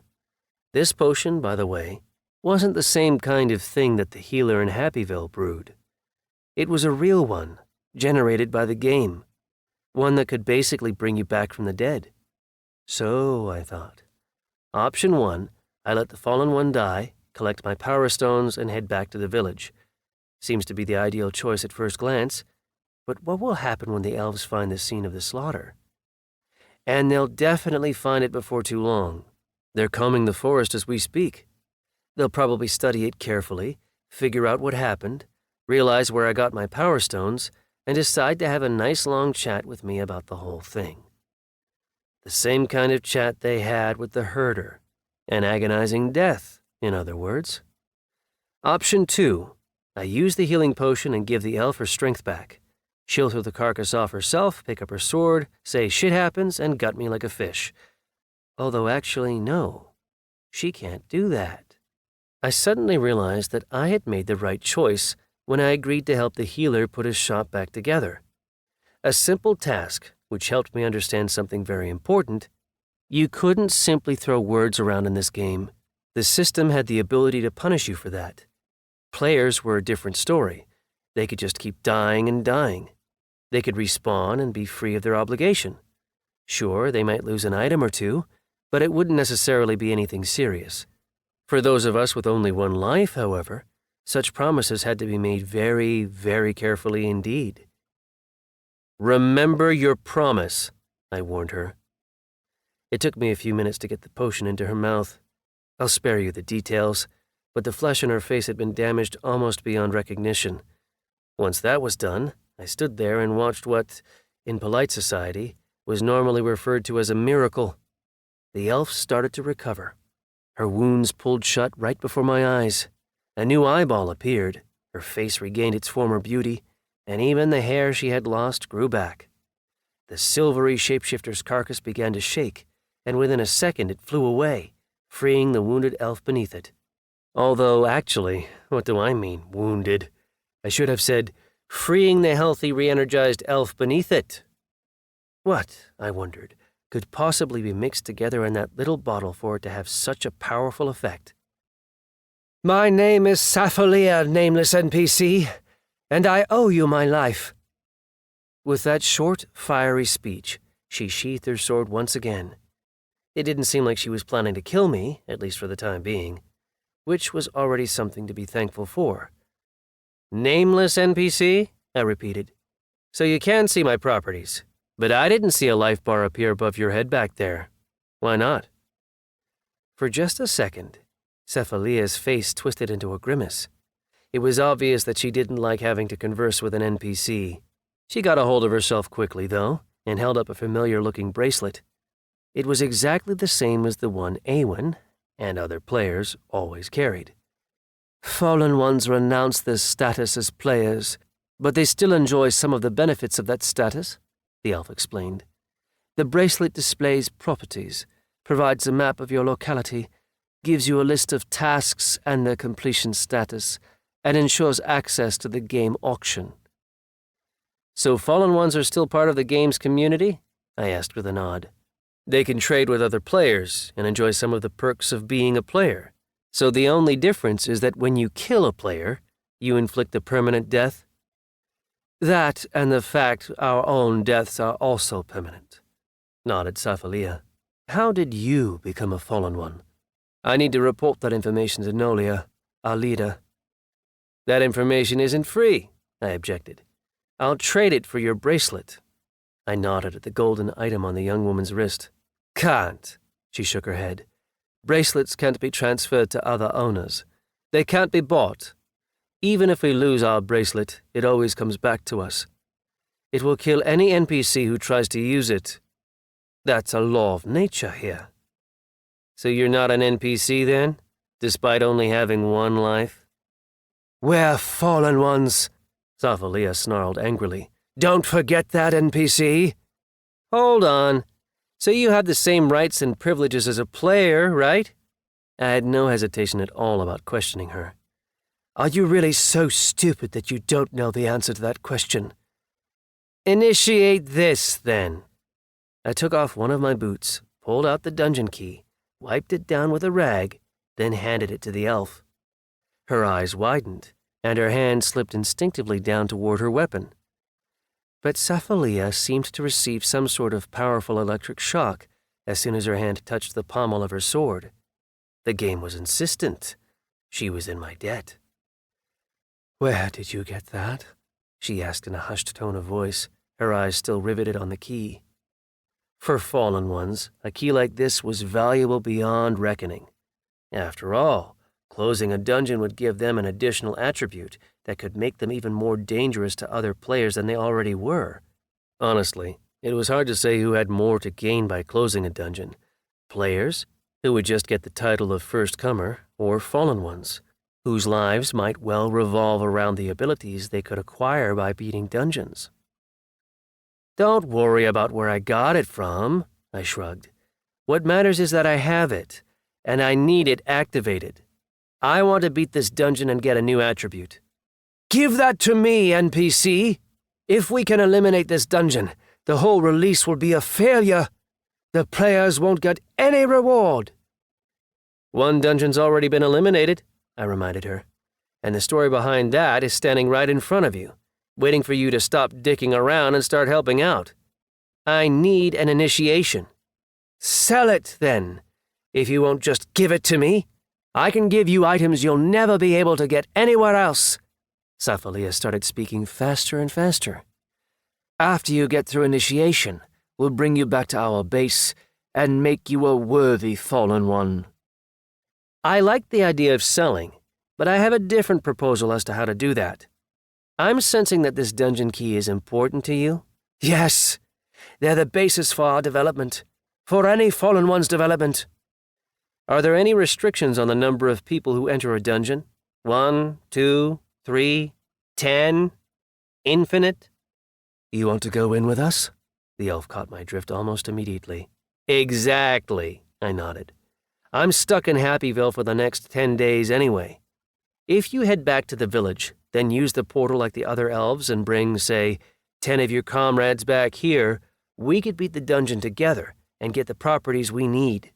I don't want to miss out on an opportunity like that. I plan to keep killing players for a long time to come. My first attempt failed. That son of a bitch Aldariel is still alive, so I'll have to keep trying. Why do you want to do that, though?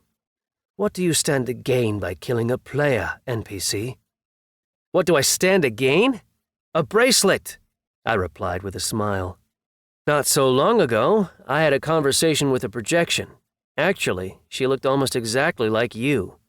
An elf with horns like yours, except they were a little bigger. The projection told me that she would give me a restricted version of player functionality if I could kill a player and take their bracelet. I liked the idea of getting access to the game auction, so I don't want to miss out on this dungeon. But I won't be able to go with you. NPCs aren't allowed into the town's portal, so the only option for a fallen one like me to take out this dungeon is for us to meet here in the Gurnak Forest in 6 days. The hubbub about fallen ones will have died down by then. Right now, though, there are still too many elves from the Moon Theory clan running around the town. Are you sure you're from the new release? Sapphira frowned as she thought about my proposal, You don't seem like a normal NPC. You should be suffering, bemoaning your unenviable fate, but instead you're standing here dictating terms. To someone like me, no less. I've already heard all this. Tell me something I don't know, I replied dismissively.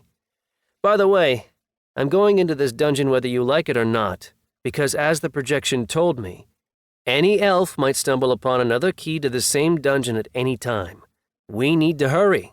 So, you in? Yes. Sapphira snapped the key out of my hand, ran her palm over it, and handed it back to me. That was it.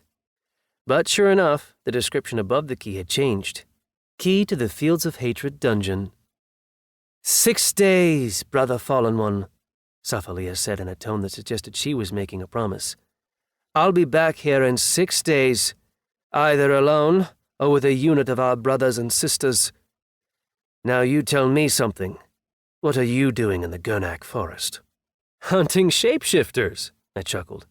I need to bring back 5 medium power stones. 5? There are way more than that, lying right here. Sapphira waved a hand around at the battlefield, and the corpses of the shapeshifters suddenly twitched. Sure, local creatures like me had to run around from body to body, ripping our precious reward out of our enemy's dead flesh, but players, even former players, could simply summon their rewards into the palm of their hand. Before I knew it, a large grisly pile of gore had appeared next to the elf. Claws, fangs, guts, fur, and perhaps inevitably some random chunks of bloody meat. Considering that these shapeshifters had once been humans, I had no desire at all to eat any of the meat. The silvery shapeshifter had a harder time than the others during this stage of post-death decomposition. All that was left of it was a big pool of blood. Everything in its body had turned into a trophy, including all its internal organs. The stronger the monster, the more valuable the trophies. This rule applied to any Isekai. The magical stones attracted my attention immediately. Besides the medium ones, I also found one large crystal. Presumably, this one had come from the silver-furred leader. Without hesitation, I leaned down and picked up about 10 medium power stones from the pile. I didn't need any more than that. All my items would be taken off me in the village anyway, and I would have to explain where I had gotten them all. The only bad thing was that I couldn't recover any of the shapeshifters' heads. They were gone. All that was left was a big, bloody mess, and I couldn't turn that into the elves without a really good explanation. You're not even going to look at these items? Sapphira nodded at the 6 glowing items I had received along with my crystals. I'm an NPC. Anything I'm carrying needs to be accounted for on my guild card. And connecting an item to my incarnation as a fallen one would require a control center, I explained. I'll only be able to do that in the dungeon, once we beat it together. Once we're there, I'll also answer your question about how an NPC turned into a fallen one. So you can take all this stuff, including this valuable rock right there. As much as I'd love to take it and hide it like the key, I won't be able to. They'll find it immediately. Yes, they will, the elf agreed. She waved her hand once, and the whole pile disappeared. Man, I thought, I wish I could do that. I understand that you have your brotherhood and all that, but I'm a noob in this world, and I have nothing. I didn't want Sapphira to think that I was inviting her to the dungeon free of charge. When we meet again in 6 days, I'd like to see a full complement of items and weapons that I can use. Don't forget a bottomless bag, ideally one that makes items as light as possible. A dungeon is the only place where I can connect items to my character, so I have to take advantage of the opportunity. Talk to Nolia. I'm sure you can come up with something. Sapphira thought for a second, then nodded. There was nothing too outlandish in my requests at all. Then we just have to burn everything that's left here, I sighed. I could already tell it was going to be a hellish chore. We need to get rid of these bodies. What bodies? Sapphira sounded genuinely surprised as she looked around. In the light of the stars, I could see that there was nothing left of the shapeshifters at all anymore. Their bodies had been thoroughly stripped of valuable ingredients, and apparently that meant that the game could simply delete them from the world. The way you collected all those trophies, is that because of the bracelet too? I asked with a note of envy in my voice. That's one of its most important properties. Players can't afford to waste time collecting the valuables they've earned. Do you need me to escort you to the village? No, I shook my head. That would be too suspicious. You killed almost all these shapeshifters, so I can make my way back to the town on my own. I have to find some plants while I'm out here anyway. Unacceptable. If you get killed, we'll lose an activated dungeon key. Swear by the game that you'll be back here in 6 days, and that we'll beat this dungeon together, and then I'll let you bring the key with you, I offered. I don't want to carry something this valuable around with me all week anyway. The players from the Moon Theory clan have already searched the entire village for contraband once. They might well search us next, the NPCs, I mean. I don't want to ruin my chance at a few days of normal life, especially after completing a C-ranked task in just 5 days. I'll be back, brother Fallen One. I swear by the game. No sooner did Safalia finish her announcement than she practically tore the key out of my hands. She squeezed it as though it were some undreamt-of treasure, then looked around, nodded, and vanished into thin air. That's that, I thought. The issue of the key is settled. For some reason, I had absolutely no doubt in my mind that I would be searched from head to toe as soon as I got back to Happyville. And they would probably do a really thorough job of it, too. The shapeshifters had all run off, so I spent the next 3 days wandering through the woods without any real adventures to speak of. I ran into players from the Moon Theory clan a few times, but even these meetings passed without incident. Given that I had been sent by their very own clan leader, they let me go wherever my little heart desired.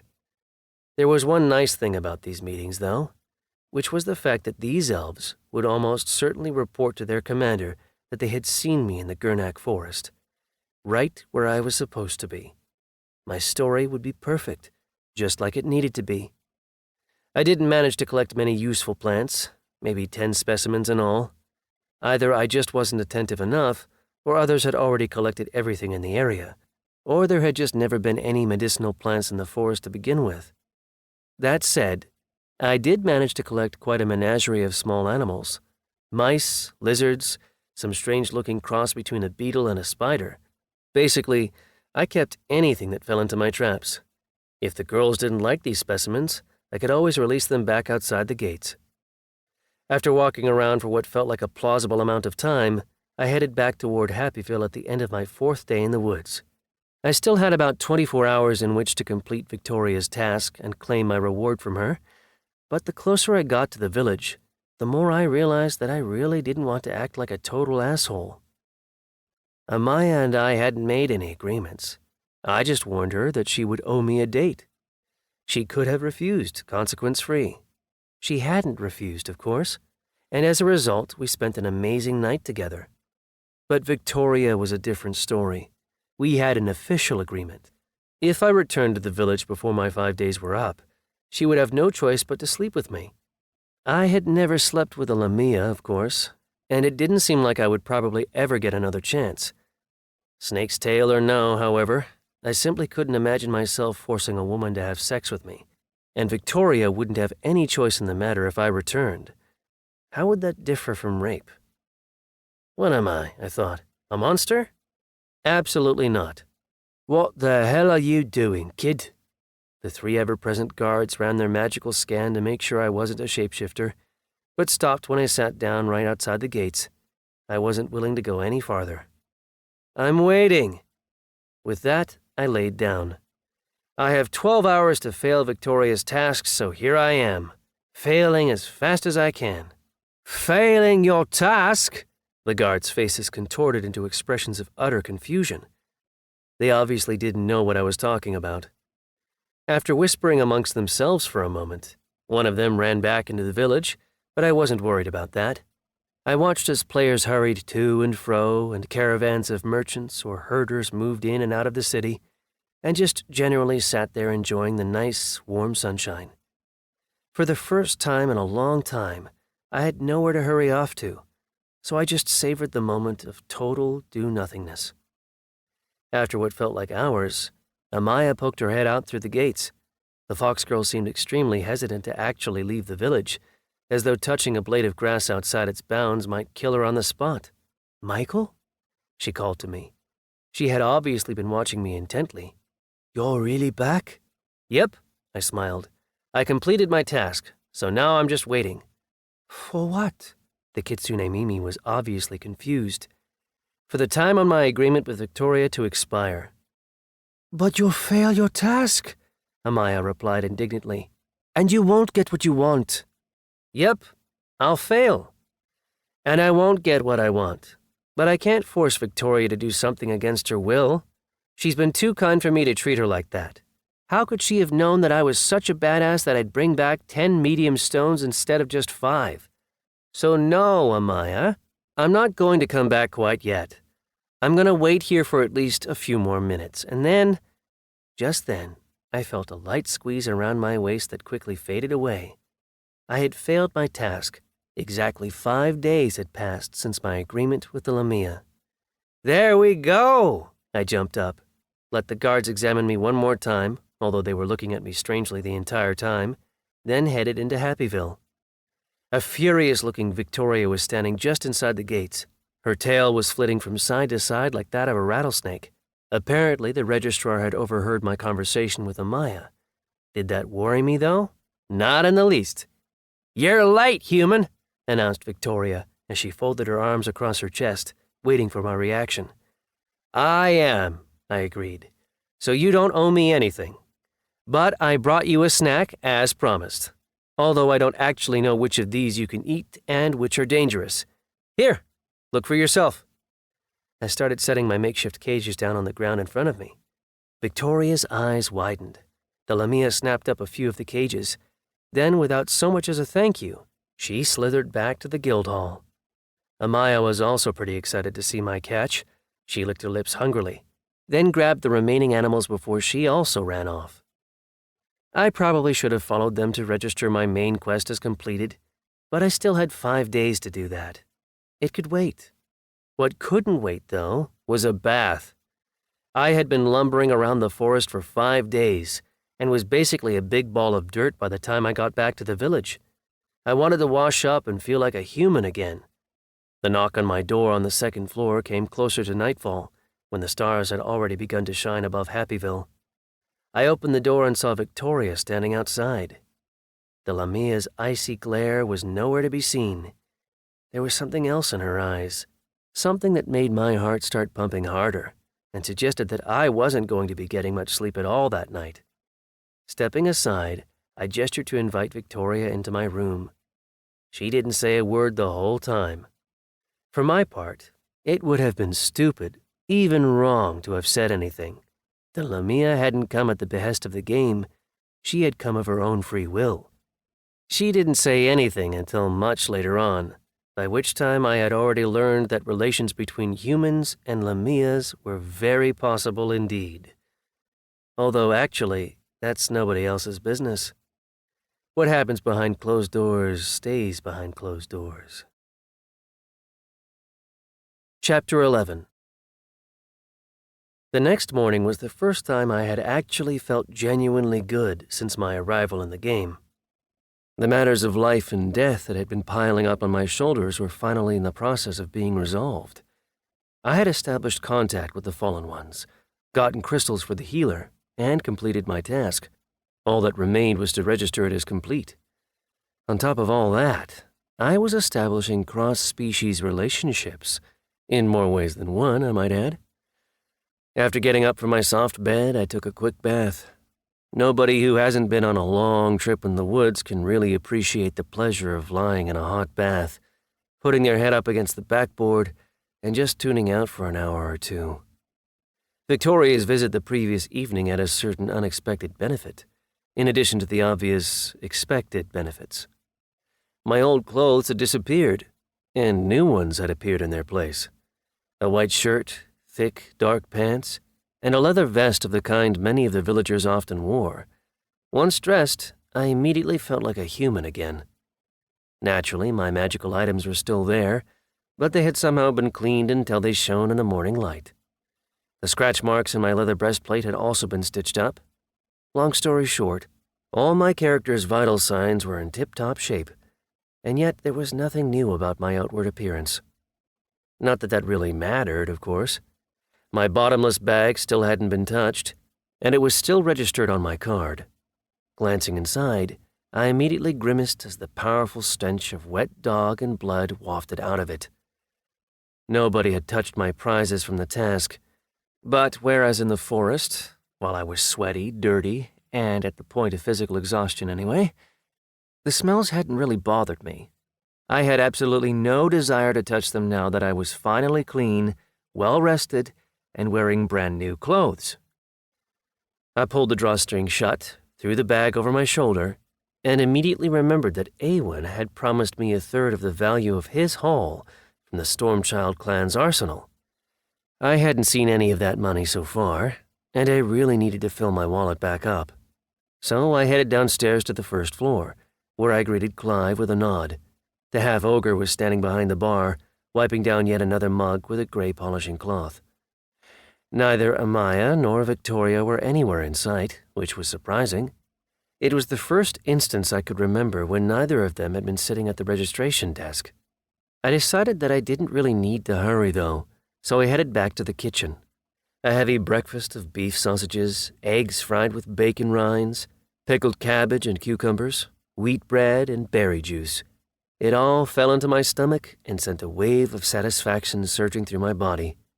Despite the names I'm using for these products, by the way, the only way they were similar to their Earth counterparts was in terms of flavor, because the cucumbers actually looked a lot more like sliced apples, and they were a bright, almost fluorescent shade of purple. And I had no confidence at all in the idea that the sausages hadn't been prepared from the body of the Minotaur we had dragged in the week before. That said, what was a human like me complaining for? A human who is used to eating preservative-filled hot dogs and bread made from starch and toilet paper?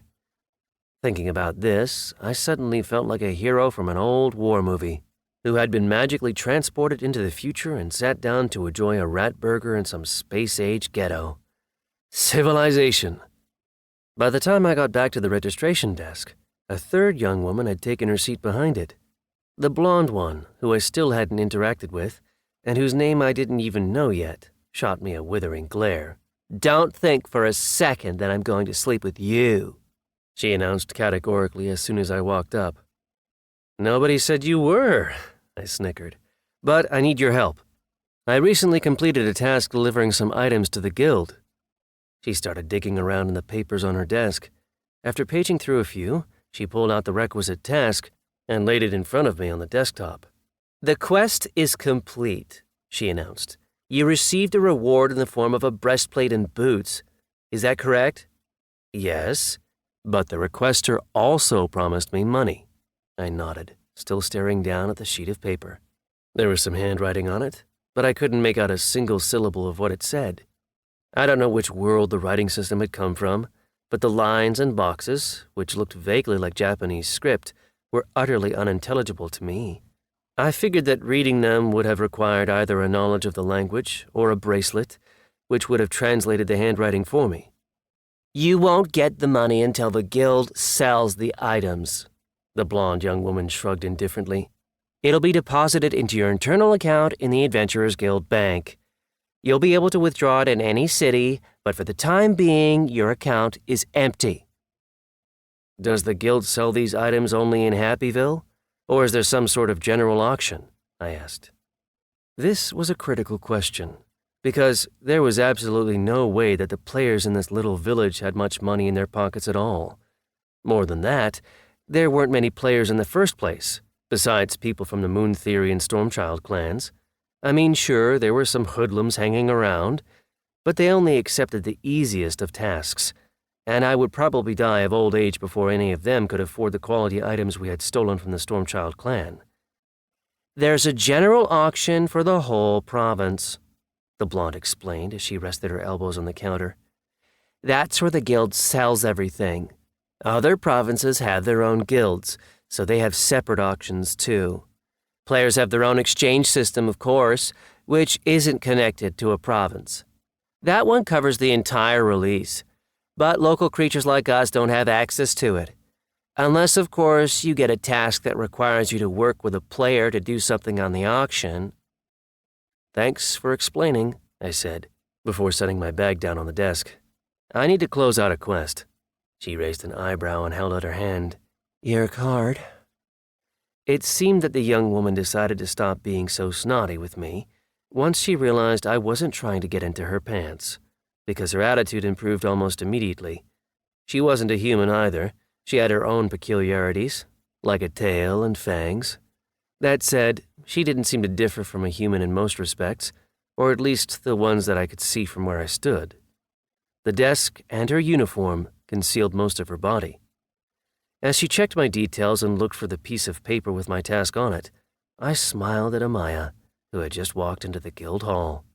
The fox girl seemed to be in a great mood, judging by the way her tail was bobbing up and down, and a smile of genuine warmth spread across her face when she saw me. Good morning, beautiful, I winked. Morning, Michael, said Amaya, as she slipped deftly behind the desk. Need any help, Imra? It was pretty obvious why Amaya had offered to take over my case from the blonde. Imra just scoffed in reply, but she didn't hand the papers over to Amaya. Why, so the guild leader can give me another lecture about what a bad worker I am? She replied with quiet indignation. No, I started this. I'm going to finish it. Last thing I need is to lose another bonus because you two are always bending over for... A loud hiss from the direction of the staircase made Imra stop speaking in mid-sentence. I could tell that, while they might not have worked their way up to KPIs yet, they had certainly worked out some sort of analogous system for assessing worker performance, which was why the blonde girl was so mad. Victoria swooped down the stairs in the blink of an eye and slithered over to the table in 2 quick motions. If I ever hear anything like that come out of your mouth again, Imra... The Lamia punctuated her hiss by cracking her tail loudly in the air. The sound was so loud you might have thought someone had fired a high-caliber rifle into the ceiling. But the blonde didn't seem fazed at all.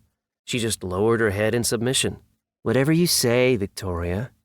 Now finish this up, the Lamia snapped before slithering off to the kitchen. Amaya watched everything happen with a smile.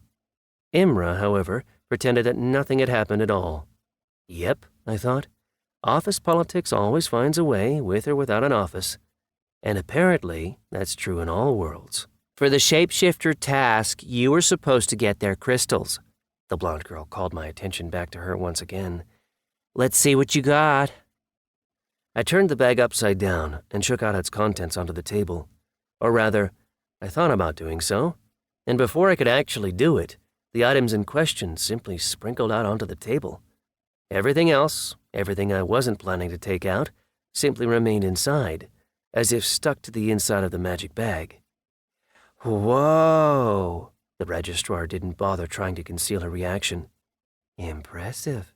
Yep, I get that a lot, I chuckled. So what do you say? Task complete?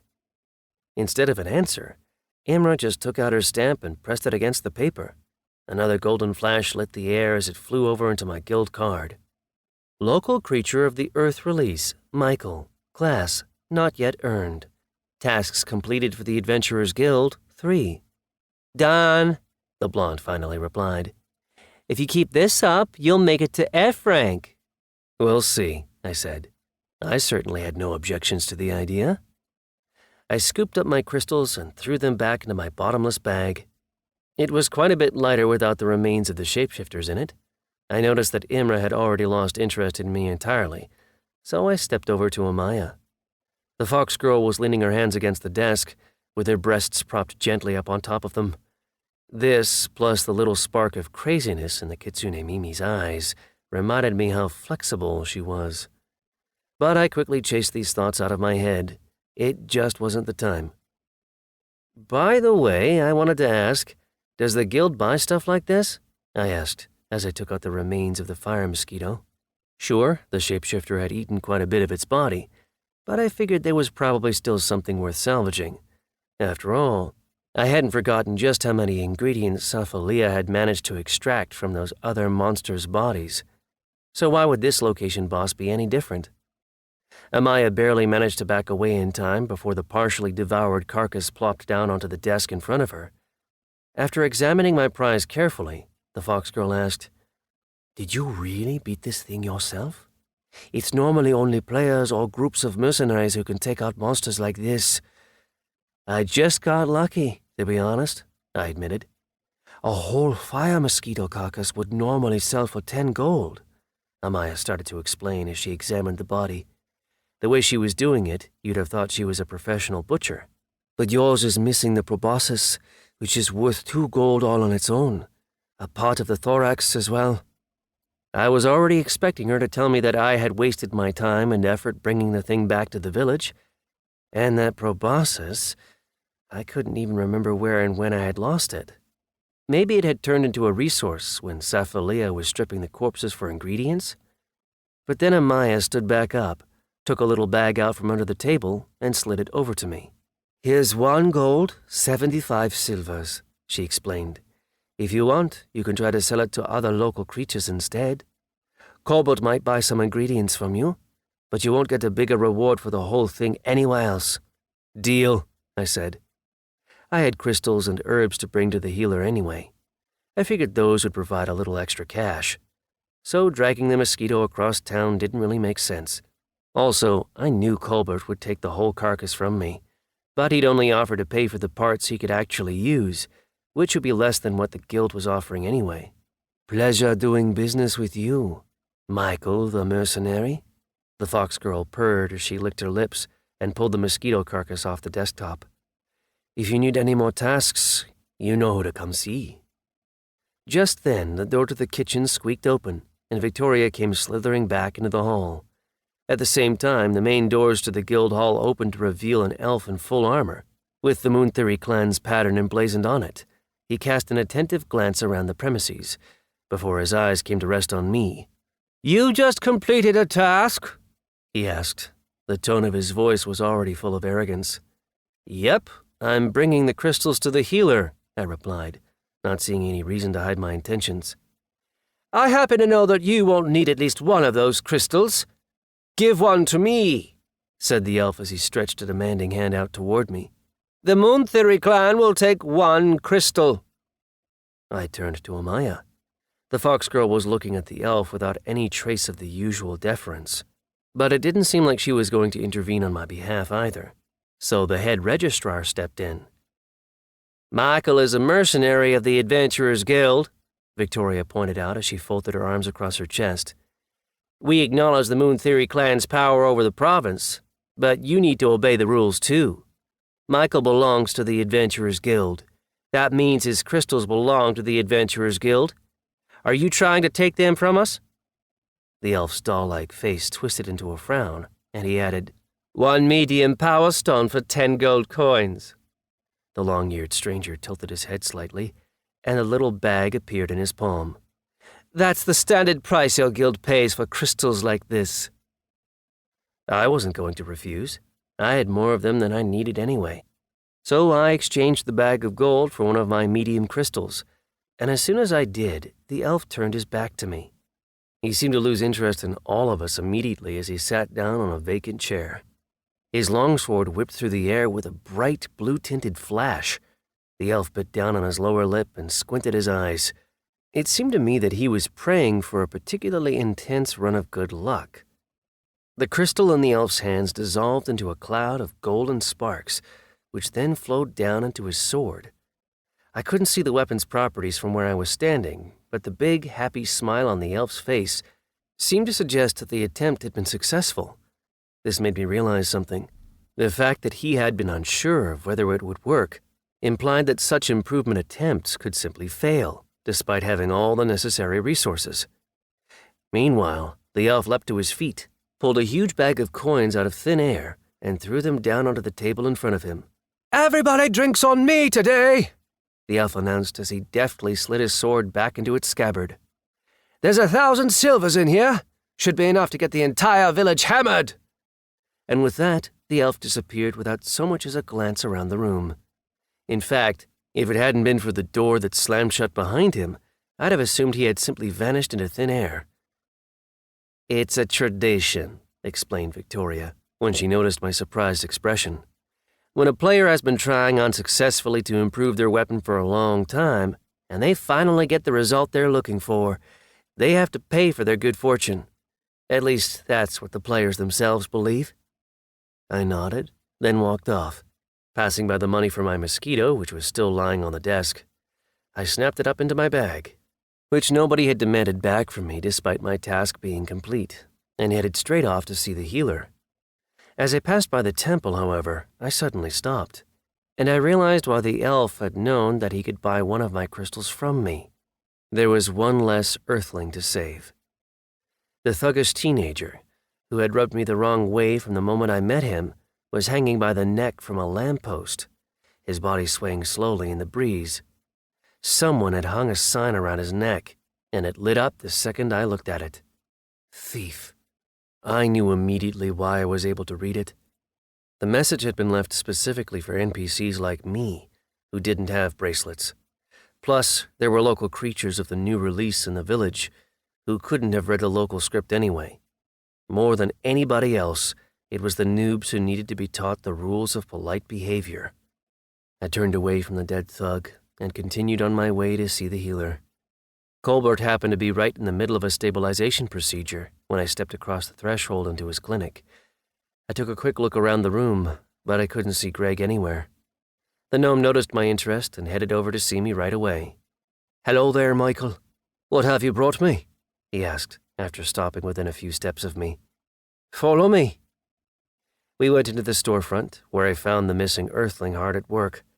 Greg was busy crushing some small rocks into powder with a pestle. Well, rocks, or something that crunched just as loudly when being smashed in a mortar. The earthling saw me walk in and greeted me with a nod. I replied in kind, while the gnome hurried back behind his counter. "Come on, Michael, don't dawdle. Show me what you've got." "Crystals first," I said, as I shook my bag out onto the counter. 5, as agreed." I didn't see any point at turning the others over to him. It seemed unlikely that anybody in Happyville would give me a better price for them than the guild would. Plus, who could say if and when I would ever be lucky enough to get my hands on rocks like this again?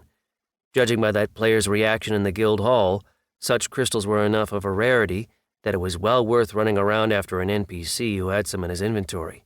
"And here are your healing potions, as agreed." Colbert set out a row of bottles down in front of me. I slipped them into my bag immediately. That way, they'd be safe until I needed them. Before heading back to the other room, I decided to finish my business with the healer and took out the rest of my prizes from my task. "Check out these herbs," I said. "This is all I could find, unfortunately." The gnome picked up each of the ingredients in turn, looking at them carefully and smelling them each several times. And in the case of a bright purple flower bud with orange spots, he even licked it. Finally, Colbert set each item carefully down in its own box, then put another box down on the countertop, opened its lid, and counted out some money for me. "Sure, it may not be the best haul I've ever seen, but not bad at all for a beginning herbalist, Michael," the gnome continued. "If the opportunity ever arises, you should give some thought to our profession. There might be a future for you in it." I swiped the coins into my bottomless bag, then pulled the bottle of mosquito essence out of my bag. "Check this out, too." The gnome's eyes immediately fixed themselves on the container. After taking it carefully from my hands, Colbert turned to look at the essence in better light, then nodded with satisfaction. With that, he handed the vial back to me. "Nobody in this village is going to give you a decent price for that, Michael," the healer admitted sadly. "Find an alchemist's shop as soon as you get to the city. They'll be able to assess this for what it's really worth. But alas, we don't even have the equipment to process it here." "Thanks for the advice." I slipped the vial back into my bag, and then we went back into the clinic. The condition of the patients hadn't changed since the last time I had been there, but at least the stench of pus was gone. The healer had earned his money fair and square, taking care not only of the patient's wounds, but also their general cleanliness. "How about you do this, Colbert?" I said, as I turned to the gnome and handed him the first vial of healing potion. "I'm worried I'll ruin it somehow." I wasn't really worried about that, of course, but why do anything that might cause the healer to suspect that I had used potions like this before? I hadn't been around when they had given Clive his potion, so I wouldn't have been able to explain how I knew what to do with it. "Very well," said the healer as he took the container from me. Tearing out the tightly stuffed cork, he simply dumped one of the containers all over the body of one of the men who was missing a leg. And just as had happened with Sapphilea, the changes started instantaneously. The stump twitched, stretched out until it was as long as the man's remaining leg, then spread to the sides and formed a brand new limb. Even the slight tan on his skin was the same as that of his surviving leg. When the healing process was complete, however, the patient didn't regain consciousness. I turned to the gnome. After clearing his throat, he began to speak. "The patients won't wake up until the stabilizing charms have finished their work," explained Colbert. "Trust me on this, it's a lot more reliable. And I've been ordered to keep them here until they leave for the city anyway." I nodded in agreement, and we moved on to the next patient. I handed him the next bottle. The gnome dumped it onto the man, and the magic started doing its thing. The pus-soaked wounds closed up almost instantly, and once again, there wasn't even a trace of damage left when the process was finished. There were no scars or discoloration anywhere on the patient's skin. We finished the whole procedure in about 5 minutes. The whole time I was thinking about whether or not to use my remaining crystals to buy some potions for myself. Judging by what had happened the previous night, I knew the ability to fully recover in the blink of an eye might come in handy at any time. After all, I was planning not only to visit a dungeon, but also take more walks walking around the Gurnak forest. At a minimum, I would need to make it out to the designated meeting point. I couldn't exactly walk out there with a group of elves. That would be far too suspicious. And once we actually got into the dungeon itself, well, literally anything could happen. Despite being much, much stronger than me, Sapphilea had lacked the sense to avoid getting into a fight with the shapeshifter. She had ended up crushed beneath the monster and almost died as a result. She would have, actually, if I hadn't been there to help her. Or the shapeshifter could have called in another crowd, which might have knocked the vial out of my hand, and that would have been the end for both of us. Plus, in contrast to me, this definitely wasn't the elf's first year in the game. She must have known the risk she was taking. She had put her whole mission in jeopardy for the sake of a hunt. Long story short, why should I expect the fallen ones to be any more cautious once we got into the dungeon? Better to have a potion on hand just in case. "Thanks for the help, Colbert," I said, once we finally finished healing the earthlings. "Just holding up my end of the bargain," the gnome replied modestly. By then, Greg had already finished pulverizing the rocks in his mortar. The gnome checked the quality of his work, then dismissed the young man with a gesture. The latter nodded to me, and we headed out together onto the street. "Those elves hanged Buzz," said Greg, as soon as we were outside the healer's shop. "I saw that," I nodded, being very careful to maintain a calm expression as I spoke. "Looks like they accused him of thievery." Greg frowned. He obviously would have liked to let rip with some swear words, but he restrained himself. "I tried to stop him, but I just couldn't help trying to steal a knife off of this one elf," my fellow earthling continued. "Stupid son of a bitch. I basically carried him on my back all this way, and for what? Just so he could get himself killed like an idiot?" I didn't say anything. I knew my fellow earthling needed to vent. I don't know what they had been through before I first met them, but I had spent my first few days alone, in the forest, fighting and killing mutants. So by the time I ran into Awen, I was already able to take things in stride fairly well. Looking at it from another angle, I was totally burnt out. All that remained was a desire to survive. "We're like slaves here," sighed Greg, who was obviously trying to draw my wayward attention back to him. "And we have to do something about it, Michael. We can't go on living like this. People are born free, and they should be able to live free, too." I snickered. "You want to fight for freedom? Then you're talking to the right guy, Spartacus. I can tell you all about the fight for freedom." Chapter 12. "And you're just prepared to live with it?" Greg was looking at me as though I were a traitor to all humanity. In fact, if I had told him I just finished devouring 10 young virgins alive for breakfast, his reaction would still probably have been less intense. "Yes, I'm just prepared to live with it," I replied, "because these elves are stronger and more experienced. We don't even have 1% of their power or their potential. Walk around the village. Talk to everybody else. They'll tell you just how sweet life is for them. And I'm being sarcastic about the sweet part, in case you didn't catch that. At any moment, an elf can come by and kill any of them just for the hell of it. Just because that elf happens to be in a bad mood. Including another elf, by the way. Don't you see the problem here? They respawn, like some computer game. And we're nothing but NPCs in that game. I mean, that's literally what they call us. But that's wrong. Greg jumped to his feet. People should still have some sort of rights. If they got dragged into this world against their will. Nobody got dragged anywhere, I corrected him. Our whole world transformed into this release. Earth doesn't exist anymore. It's been destroyed. We're all that remains of humanity. Which is even more reason to fight for our future, he growled, clenching his fists. We can't submit to tyranny like this. Yeah, start running your mouth about freedom of speech, I snickered. Listen, Greg, nobody's interested in you at all until you become somebody. Keep your head down, get a class, become stronger. Then do something. Getting upset right now isn't going to help anybody at all. In response, the kid just shot me an incinerating glare and then walked off. Our conversation was over, as apparently was our brief acquaintanceship. With that attitude, though, I knew he wasn't the kind of person I could work with anyway. We had both been in the game for the same amount of time, and yet he had somehow failed to realize that Earth was gone. There was nothing we could do to get it back. He was still talking about human rights. It was almost funny.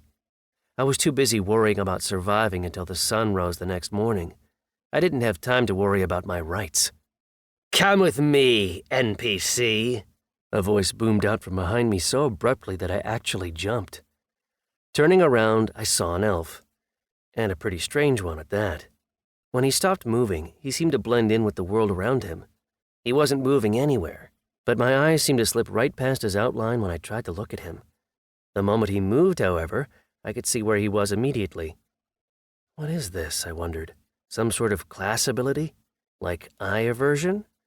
Maybe some sort of invisibility or this world's version of it? Those were the only possible explanations I could think of. The elf set off toward the Adventurers Guild, apparently without the slightest bit of doubt that I would follow him as commanded. I started thinking about where I might have messed up. He had certainly overheard my conversation with Greg, and actually, I had to give myself credit for not letting slip anything about Fallen Ones during that conversation. It hadn't taken me long to realize that Greg wasn't Fallen One material. This generation, I thought. What can you do with them? Too many ideals, too little common sense. All they really wanted was a lavender oat milk latte and free Wi-Fi. Give them that, and they'd never cause you another bit of trouble again. I should know. I was one of those kids myself. The elf opened the door to the Adventurers Guild and let me inside. As he did so, he turned to face me, and from up close I could see the Moon Theory clan's sigil on his clothes. Okay, I thought. Here we go. The hall was packed with people, or rather, elves. The Moon Theory clan leader, 5 of his warriors, 3 elves with the Stormchild clan's sigil on their clothes, some more elves behind them, and, pleasure as always, Aldariel. Someone who was unpleasant even for an elf. "Search him!" an armor-clad elf commanded, whereupon I had to go through one of the less pleasant experiences of my life. I had never been searched so roughly in my life. They took everything, leaving me naked in the middle of the central hall of the Adventurers Guild. Clive was wiping his mugs, as always, acting as though nothing was happening at all. Victoria and Amaya were silent, but they kept throwing quick, concerned glances at me. Nobody seemed to have any idea what was going on, but the local creatures certainly didn't want to get involved in the Moon Theory clan's business. The only surprising thing, though, was that despite checking every square inch of my body and stripping me of even my underwear, they didn't seem to notice the unremarkable little ring on my finger. This sent my mind racing back to previous encounters, while they finished their unceremonious work. Neither Amaya nor Victoria nor Saphalia had ever seemed to notice my ring. It was like it didn't even exist. That, I figured, must be one of the benefits of a level 999 item. They dumped everything out of my bags onto the desk. They set my 4 medium magic stones, another common name for power stones, aside, then checked everything else out in exhaustive detail, apparently in search of hidden compartments or niches. If I had kept the dungeon key, they would certainly have found it. "Report!" the clan leader shouted. "Local creature Michael returned to the village yesterday evening after spending 12 hours in front of the main gates."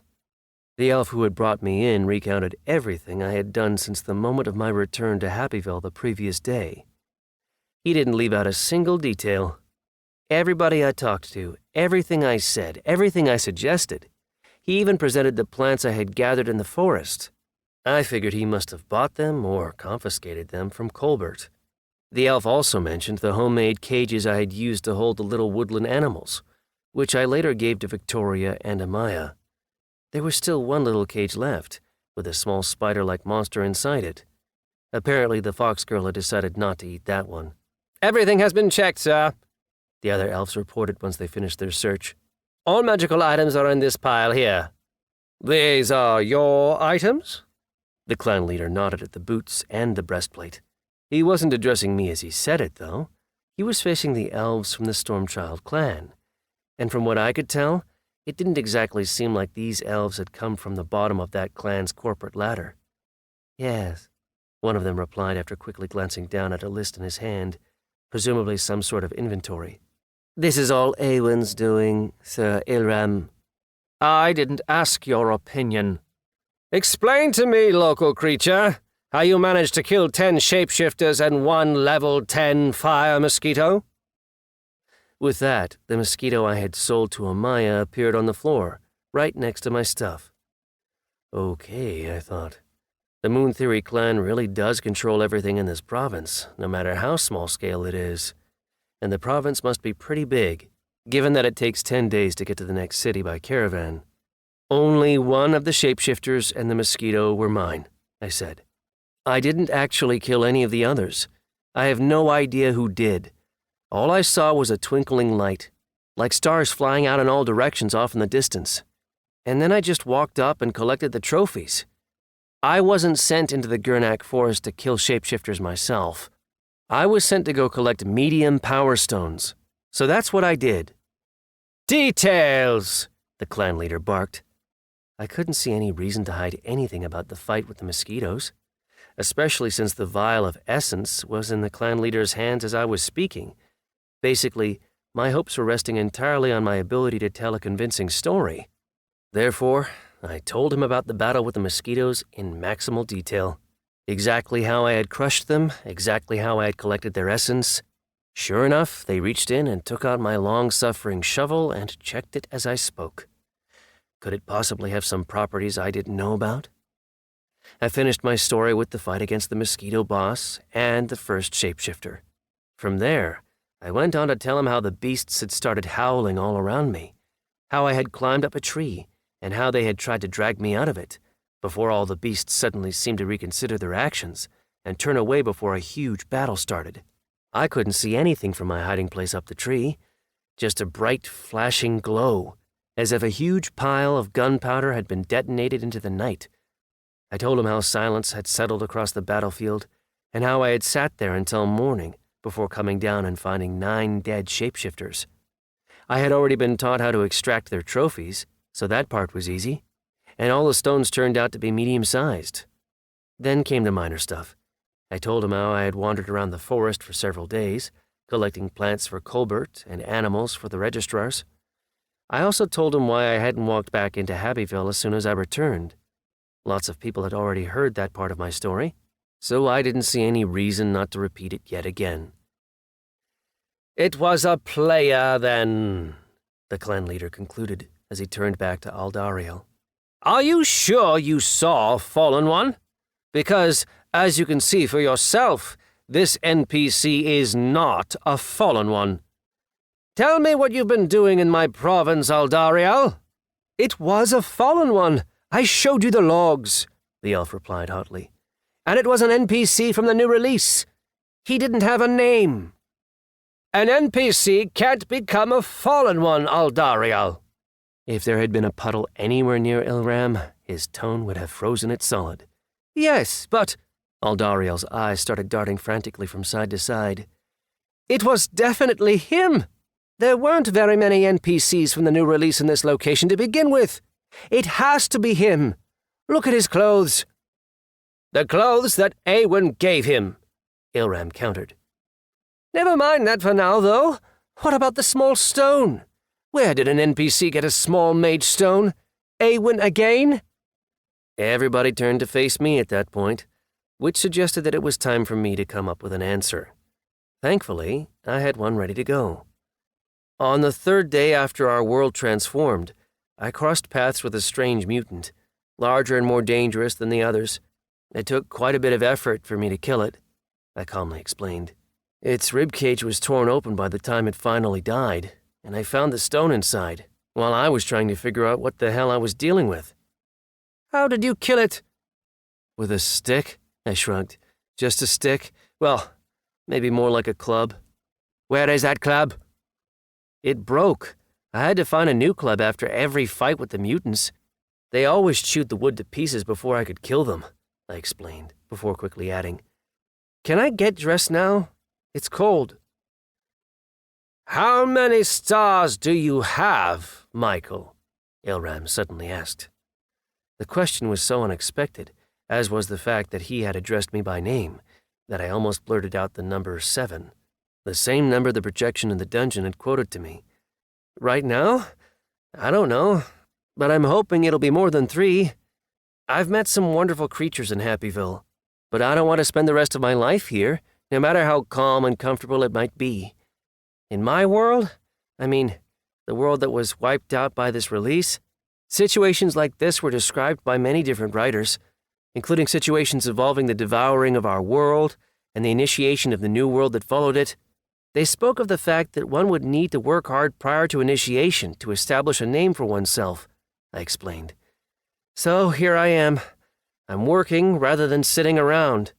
I have no idea whether that's going to pay off in the current reality, but I figure it'll give me a better chance of survival if I work my fingers to the bone rather than waiting for things to happen around me. Collecting flowers, killing monsters, hauling loads. I've already completed 3 tasks for the guild, and I'm planning to get that number up to 10 before we head off to the city. I've been told I could attain the rank of mercenary, so I'm going to work toward that rather than falling into despair. I've been lucky so far, and I need to take full advantage of that. I understand. The rest is of no interest to me. A new voice suddenly interrupted me. One of the elves, who had been standing at the back of the crowd the entire time, slowly began to step forward. The others around him made way, like icebergs before an icebreaker. The elf's clothing was simple, much lower in quality, in fact, than that of any other elf in the room, but that obviously didn't bother him at all. The impression was that this player's power came not from his clothing, but from the organization he represented, except that he didn't even have a clan sigil on his chest at all. Despite his simple outfit, though, the elf looked, well, I don't even know how to say it, really. He just looked like somebody who had the right to command. And also, although perhaps this is just a coincidence, he was the first elf I had seen who looked like a full-grown adult. Prior to him, all the elves I had seen had looked to be about the same age as me. This elf looked to be about 50, which meant that he was probably an ancient and wise player. Okay, I thought. Now Amaya can tell everybody she's seen an elf from the first releases, maybe even one who was around at the very start of this accursed game. You've disappointed me, Ilram, the old man announced. Confusing a high prospect local creature from a release with a fallen one isn't even a mistake. It's a tacit admission of your own inadequacy. I will need time to think about whether your clan is truly worthy of the exalted position it currently holds. Clan Stormchild, you're not even worthy of my time. I forbid you from seeking vengeance against Awen. Your stupidity must be punished. I hereby approve the fine the Moon Theory clan has levied against you, and require you to pay it. As for you, the elf turned to Aldariel. The latter went pale, and he didn't lower his eyes to the floor like the others. I have quests in this location, Aldariel pleaded. And you have the right to complete them. I give you 1 week," nodded the older elf. "I don't want to see you on our clan's lands again until after that time. You belong to Draftir, and you will return home to them. They've been waiting for you. Do we understand one another?" This time Aldariel's tenacity cracked, and he bent his head toward the floor. "Yes, Sir Leandor, I understand." "Excellent." Leandor turned to the head of the Moon Theory clan and added, "I wish to make one thing very clear. The Adventurers Guild is under the protection of the great clan Olorand, as are the guild's representatives. As long as the local creatures abide by the law and carry our guild cards, they have the same rights as you and I. Ilram, make sure that the other clan leaders in what is, for the time being at least, still your province, are aware of this basic information. Now, you." Leandor's eyes came to rest on me. "You have completed 3 tasks for the Adventurers Guild. Achieving F rank will require you to complete 7 more. Initiation in the city of Ardal will take place in 4 days. If, by that time, you manage to increase your rank within the Adventurers Guild, you will receive a reward from Great Clan Olorand, irrespective of the number of stars you receive at initiation. Fail to increase your rank and you will die. Local creatures, even ones with such immense potential, must never forget their place. When you speak of your plans and dreams, know that they must be backed by something more than words. This world cares only for results. Return his clothing and items to him. I permit him to use a bottomless bag and weapon from the guild until his transport to Ardal. Dismissed!" With that, Leandor turned and walked out of the Adventurers Guild, leaving everybody stunned. "Get dressed, Michael!" Ilram's command was the first sound to break the silence. "Register him for a bottomless bag and a weapon. Assemble the unit. We're returning to Ardal." To say that I was relieved to hear that would have been the understatement of the century. The elves had just subjected me to everything short of an MRI, and still found nothing. The idea that a player had been following me for a full 24 hours in pursuit of some task was frankly pretty scary. I was afraid to even go to the bathroom anymore. There would always be someone watching. Goddamn game, goddamn elves, goddamn world. The flood of emotions, however, didn't prevent me from pulling my clothes back on and resuming my identity as a local creature, and one with newly elevated importance at that. At least that's how I like to think of myself. Why else would Leandor have assigned me an additional challenge? Complete 7 tasks in 4 days. Why not?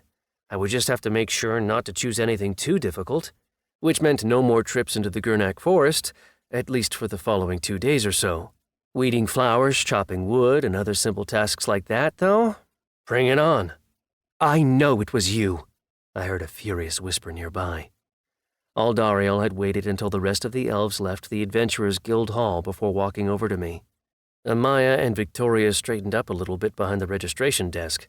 They had heard Leandor's warning, just like everybody else, so they were feeling a little bit more confident than before. "What was me?" I answered back.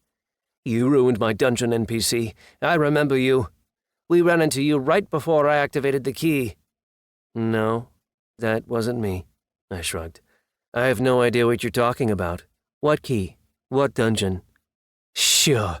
Keep telling everybody that, NPC. That'll be the quickest way to get yourself killed." Aldariel started looking around the hall. "Don't worry. You're not in any danger here. I have no reason to argue with the Great Clan, especially over some NPC.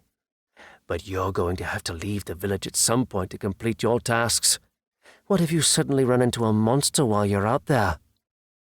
"I'll kill it, just like I killed these shapeshifters before it," I replied, gesturing down at the pile of crystals that was still lying on the desk in front of me.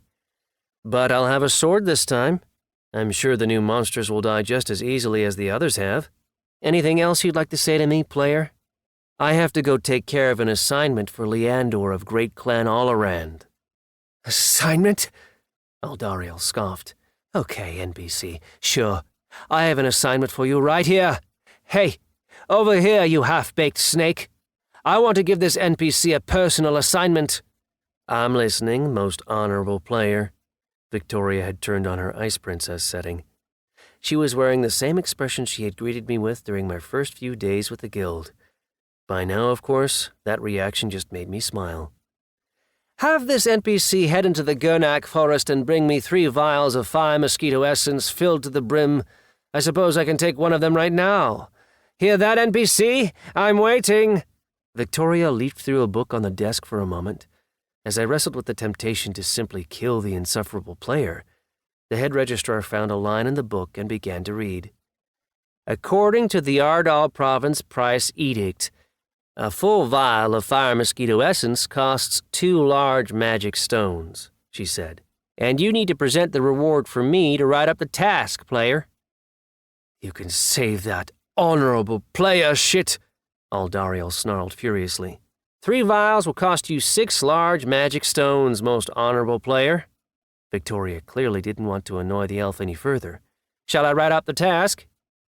We'll meet again, NPC, Aldariel growled hatefully.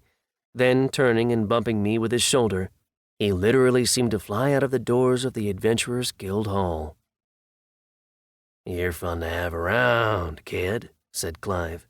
We haven't had a shake-up like this in a long time. 3 releases at least. I could do without this kind of fun, grumbled Victoria. What are you going to do, Michael? I suppose I don't have a choice, do I? I need to complete 7 tasks now, I replied.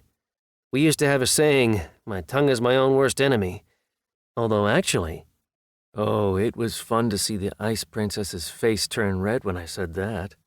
I had never thought I could crack Victoria's armor, but I managed it. Yeah, I thought, my tongue isn't always an enemy, and I proved that pretty well yesterday night. Anyway, what do you have for G rank? As it turned out, there weren't many tasks that I could complete while staying safely within the walls of Happyville. Just 4. I finished them over the course of a few hours, chopping wood, pulling weeds, hauling water, and digging a big pit. The residents of Happyville didn't seem disposed to hand their tasks over to the guild.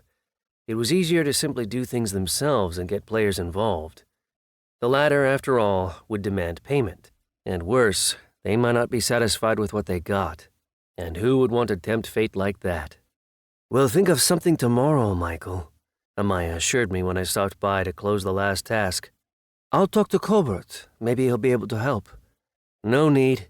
I scratched the fox girl behind the ears, then gently grabbed her long, fluffy tail. I wasn't bothering to hide my affections anymore. Man, it was so soft. I would have loved to just stay there and cuddle it for a while. But I'm going to have to leave Happyville at some point if I want to complete 7 tasks, I replied. I'm not going to be able to hide from Aldariel forever, and I'm not even really worried about it, to be honest. I have a sword now. Except you still don't even know how you're supposed to hold that sword, said Clive. What are you doing tonight, Michael? If you're trying to hit on me, let me just say that I'm not into old one-eyed half-ogres, I warned him. Funny, said Clive, without a hint of merriment in his voice. Laugh out loud stuff, really. I see you still have 4 medium power stones left. For one of those, I could train you to hold that sword the right way. The night is long. We'll work through the basic stances and thrusts. At least that way he won't kill you with his very first blow. What do you say? I'm in, I nodded, taking a medium magic stone out of my bag. Bitter experience, acquired while trying to work my way through the dungeon with the slimes, had taught me that I was not at all gifted with a sword, and there was no point in trying to deny that. Compared to Cephalia, I probably would have looked like I was holding a big, unwieldy club rather than a sword. If Clive could teach me even a little bit, it would be well worth the price. What I hadn't expected, though, was that I wasn't just bad. I was horrible. After 2 hours of training, Clive came to the disquieting conclusion that I simply wasn't cut out for the sword. Sure, I could hold it properly by that point, and even jab it in the right direction, but anything beyond that, any attempt to teach me any sort of stance or move, seemed to throw my body into some sort of stupor. It felt like my own body was working against me. I just couldn't understand it. Try this. Clive handed me a short wooden pole with a wooden knife strapped to one end. The first word that popped into my mind when I saw the weapon was pike, although I knew that my terminology was probably wrong. Clive had to spend a little more time teaching me how to move properly, and how to do anything of any use with the weapon. But after a little while, the half-ogre nodded with approval. Yes, that's it, he exclaimed. But you don't need a pike. You need a glaive. Wait here. Clive headed back into the Adventurers Guild, then came walking out with what was practically a carbon copy of the fantasy weapon the horned elf had been carrying back at the end of the dungeon. A glaive, huh? Very well, I thought. I'll call it a glaive.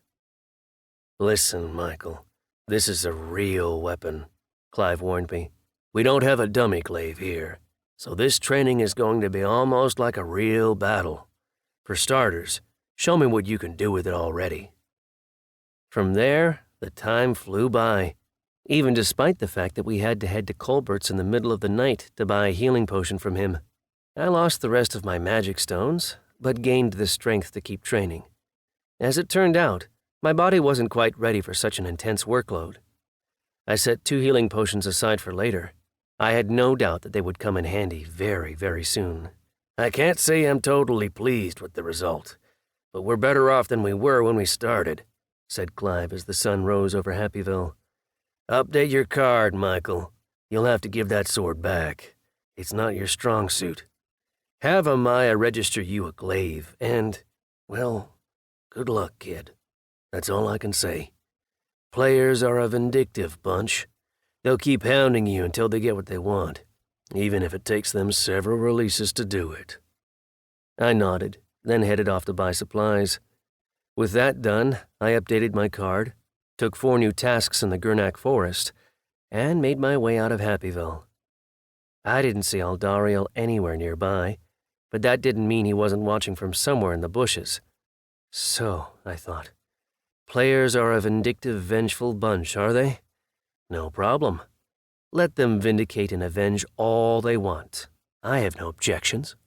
Especially since a certain unassuming female elf had left the village just a few hours before me, alone. Saphalia had promised to come back, and she had kept her word. The fact that she hadn't come back at the head of a group of fallen ones, however, led me to certain conclusions. Not the most pleasant ones, either. The fallen ones hadn't accepted me. That was the only explanation I could think of. I spent a few hours wandering around the Gurnak Forest in search of adventure. I even managed to complete 2 tasks by collecting a certain quantity of mushrooms and a variety of berries. I could only hope they were the right ones. That left 2 tasks, both of which involved killing mutants. But for some reason, the beasts didn't seem to be in any hurry to come attack me. Either they had already been slaughtered, or they had fled into the depths of the forest to escape from mercenaries like me. Alas, I didn't get a chance to follow them into those verdant depths. I had 2 meetings on my agenda, and the first of them finally took place as I was heading deeper into the woods. As I stepped out into yet another clearing, I found Aldariel standing there waiting for me. You didn't chicken out, he snickered. Well done. You know, maybe I won't even kill you. I could spare your life. If you tell me what the hell you did with my dungeon, you bastard. Where is it? Actually, I'm gonna... Aldariel didn't have a chance to finish. Instead, he froze, as the silhouette of a familiar female elf appeared from the shadows of the forest behind him. Saphalia didn't say a word. She just gestured for me to attack. She had appeared in her true form as a fallen one, complete with horns, which meant that there weren't any invisible observers in the woods around us. So I changed into my own identity, and my sword appeared in my hand as I did so. After using the glaive all night, the sword felt strangely light and foreign in my hand. Aldariel wanted to say something. Maybe he wanted to warn me that he'd be coming back with a huge army that would slaughter us all and punish us for our insolence. I really didn't care anymore. The bastard had been hoping to kill me, of course. If I ended up killing him, though, he would respawn somewhere on the other side of the release, and they would never let him back into the province of Ardal again. And that was all I could have asked for. Plus, whatever the case, the elf would have a hell of a time proving that I was a fallen one. After all, I had been checked out from top to bottom by the head of a great clan. I managed to land an excellent blow with my sword, although admittedly it almost hit me in the face when it ricocheted back at me. I would have loved to grab my glaive, but I knew I would have to give that back to the guild later on, so I just stuck with my sword. Aldario had obviously prepared for our meeting, because my blow only took off the smallest little sliver of his life bar. I had killed him with just 2 blows the previous time. Oh well, I thought. I don't mind hacking away at an unmoving opponent. The player's eyes widened, and I started to use the sword like a sledgehammer. Sapphilea was standing behind Aldario the whole time, and when the hacking started, she carefully averted her eyes from the horrid scene. Something had happened, and somehow I just knew it was something I wasn't going to like. I just had a feeling. Finally, the elf's life bar dropped to 0. I squinted as I swung my final blow, expecting a blinding shower of sparks, but it never came. Instead, the sword tore into Aldario's neck and nearly severed his head. The player's eyes were wide with horror. He had clearly been reading the messages that were popping up in front of him, but he couldn't say a word. Sapphilea's blocking spell was still in effect, and he had an even harder time talking once it wore off, because as they say, dead men tell no tales. Aldario's lifeless body crumbled to the ground, and, quite to my surprise, Sapphilea dropped down to one knee. The dead elf's bracelet began to emit a familiar projection. It was the horned young woman who had led me into this whole crazy escapade in the first place. "You have completed my assignment, local creature. Take your reward." The bracelet flew up into the air and came to a stop right in front of my eyes. I stretched out a hand, and the bracelet merged with my flesh like a piece of gold leaf. It felt like someone had just hit me with an electric shock. The world around me darkened and seemed to become two-dimensional for a moment, although it quickly regained its former color and depth. As it did so, several unusual messages popped up in my field of vision. I knew I would have to deal with those later, when I had some time to myself, because the projection of the elf suddenly disappeared, leaving me alone with a strange interface that seemed to have been created by the bracelet. "I have a problem, brother Fallen One. Your dungeon, Sapphilea hesitated. Nolia decided to complete it without you. I regret it. I came here to pay my debt to you. Henceforth, my life belongs to you. You may take it, if you wish, as payment for your lost key. The Fields of Hatred dungeon has been eliminated without your involvement. Pay your debt? What can you do about that now, elf?" I was angry. Obviously, I had never really had any choice but to give up the key. If I hadn't, they would have killed me back at the guild hall. Still, though, the fact that they had deceived me like that was absolutely infuriating. And it made me ask myself something. Am I still supposed to join the Fallen Ones after this? Screw them. I'll get by without them. "I can do a lot." Sapphilea looked me in the eyes. "This, for example." The horned young woman disappeared, and a normal-looking earthling girl was standing right there in her place, dressed just as she would have been at the start of the release. She was blonde with long hair, maybe about 20 years old. She was pretty, like all elves, although she didn't have the long ears. The bracelet kicked in for the first time, and a message appeared above Sapphilea's head that only I could read. "Local creature of the Earth release. Name, not yet earned. Class, not yet earned. I will be with you until such time as I repay my debt to you, or you decide that my debt has been repaid of your own free will," the woman declared in the sexiest voice I had ever heard in my life. And with that, she knelt down in front of me and bent her face toward the ground, as if she was expecting me to vent my anger by beating her. God damn it, I thought. I knew it. I knew these elves couldn't be trusted. What the hell am I going to do now? Chapter 13. Sure, I could have started whining about being lied to, being tricked, and being used. But by that point, I knew how the new world worked. Crying, moaning, tears, and snot did nobody any good. They were just the last resort of weaklings. In this new world, strong people had to solve problems. They couldn't just sit around complaining about them. In the end, I simply reminded myself that no elves could be trusted. It didn't matter whether they were players or fallen ones. They were still elves. "Frickin' fantastic," I growled. "Get up and help me get rid of this body. Or did you think I was going to kill you?" Sapphilea jumped to her feet, but didn't move from where she stood after that. "You killed him. These are your trophies," she explained in response to my quizzical glare. "Plus, unlike you, I already have items with me. You came here virtually naked. I couldn't get any equipment for you. Actually, Nolia even took some of the items I was carrying when we last met. But these," she said as she gestured at the headless body, "are yours. You can take whatever you want." I wasn't going to object. Loot is sacred for any gamer. And I was certainly playing the game by that point, albeit as something of a cheater, at least from the player's perspective. Aldariel had already come up in the world quite a bit. By the time I encountered him in Happyville that day, he was no longer the same bum he had been when he had first rolled into the province. I didn't stop to think about where the elf might have gotten his equipment. He hadn't been sitting on his hands either, after all, and he might easily have killed a bunch of mutants for their crystals, just like he had the first time we had met. Still, however, he hadn't quite finished kitting himself out with a new wardrobe by the time he died. Fanged Amulet, Level 1.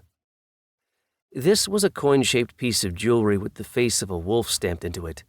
It hung from a simple cord strung around the neck and provided a small amount of damage amplification.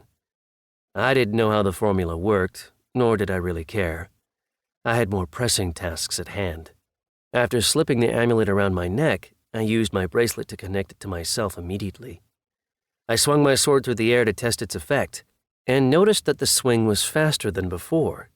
It felt as though the amulet were concentrating the force of the swing in the cutting edge, and transferring more of the overall energy straight into the target. I had no idea what that might mean for me in practice, but it was certainly nothing to complain about. Establishing the connection didn't require any special knowledge. The function activated on its own as soon as I put the amulet around my neck. The interface presented me with 3 choices. I could connect the item to my Fallen One profile, my local creature profile, or use a general setting that would allow me to use the item in both of my incarnations. But I knew that at least for the time being, it would be far too dangerous to walk around Happyville with the dead elf's items visible in my inventory, and that meant the first option was my only viable choice. So I confirmed the connection, then turned back to stripping the corpse, which was still so fresh that it hadn't even stiffened. Sapphilea didn't interfere at all. She just kept scanning the area around us. "A glaive?" she asked, watching as I pulled a leather belt off the elf's waist. It was reinforced on the outer side with a series of steel squares. "Swords aren't really my strong suit," I replied, as I pulled my new piece of equipment onto my waist. Novice Warrior's Belt, Level 1. There was nothing mysterious about the belt either. It simply increased my endurance. The parameter came along with the belt, but it was still determined by my own personal characteristics to some extent. It would allow me to haul heavier loads and prevent me from tiring out so quickly. Judging by the item's level, however, it didn't look like it would be very useful on its own. It was just a sort of placeholder. After all, I had seen level 10 equipment, not to mention already having a breastplate and boots at that level, so I understood very well that a level 1 addition to a single parameter was basically just symbolic. And considering the speed with which the Moon Theory clan's elves could move, even level 10 items would still be little better than children's toys in a fight against them. The elves' long negotiations in the guild hall had given me a chance to check out the items on one of the soldiers who happened to be guarding me. As you'd probably expect, his level 25 gloves augmented his physical strength 25 times as much as a level 1 version of the same item. More than that, the elite of the Moon Theory clan, unlike many other players, it had to be said, didn't walk around with only a single item strapped to their belts. So Nolia's error was even more grievous than I thought, said Saphalia. The glaive is our traditional weapon. Care to explain? I asked, raising an eyebrow. I didn't look up from the body I was stripping. The next item to join my growing panoply was a leather gauntlet. Right-hand thief's gauntlet, level 1. Predictably, this gave me added dexterity. As soon as I slipped the item onto my arm, I got the distinct sensation that I had been moving too slowly and with too little coordination prior to putting the thing on. It was an interesting effect, and I couldn't help but wonder. My dexterity had been lower than my other parameters, so maybe that was why the effect was so instantaneous and significant? Fallen ones weren't just created at random, the elf began to explain, and we weren't even the original iteration of the idea. Our society was founded by a legendary player who had achieved heights of power that had previously been thought impossible. He wielded a relic-ranked glaive, which could cut mountains to pieces with a single blow. Powerful or not, I noticed you're using the past tense when you talk about him, so he must have lost in the end, I noted. Leather breastplate, level 1. An exact copy of the one I normally wore in my local creature identity, except that it hadn't been through the same trials and tribulations as mine, and therefore looked a little bit more intact. But my breastplate's level was higher, so there was no point even connecting this new one to myself. I slipped it into my inventory. I could decide what to do with it later. Yes, Saphalia nodded. Mornard managed to kill many players. He finally reached the point where the gap between him and the most powerful surviving elf was so enormous that Mornard could basically have been considered a god. I don't know the full truth for certain, and I don't think anybody else does either. It's been too long. But we do know that his glaive and his split helmet are still kept in the Temple of Lacarian. Some of our people believe that Mornard simply left our world, disappointed with his path and with his people, but that one day he will return to annihilate any elves who have risen above their station. Makes sense, I thought. Every people has its heroes who haven't actually died, but are simply waiting for the right moment to come back and save their people at their darkest hour.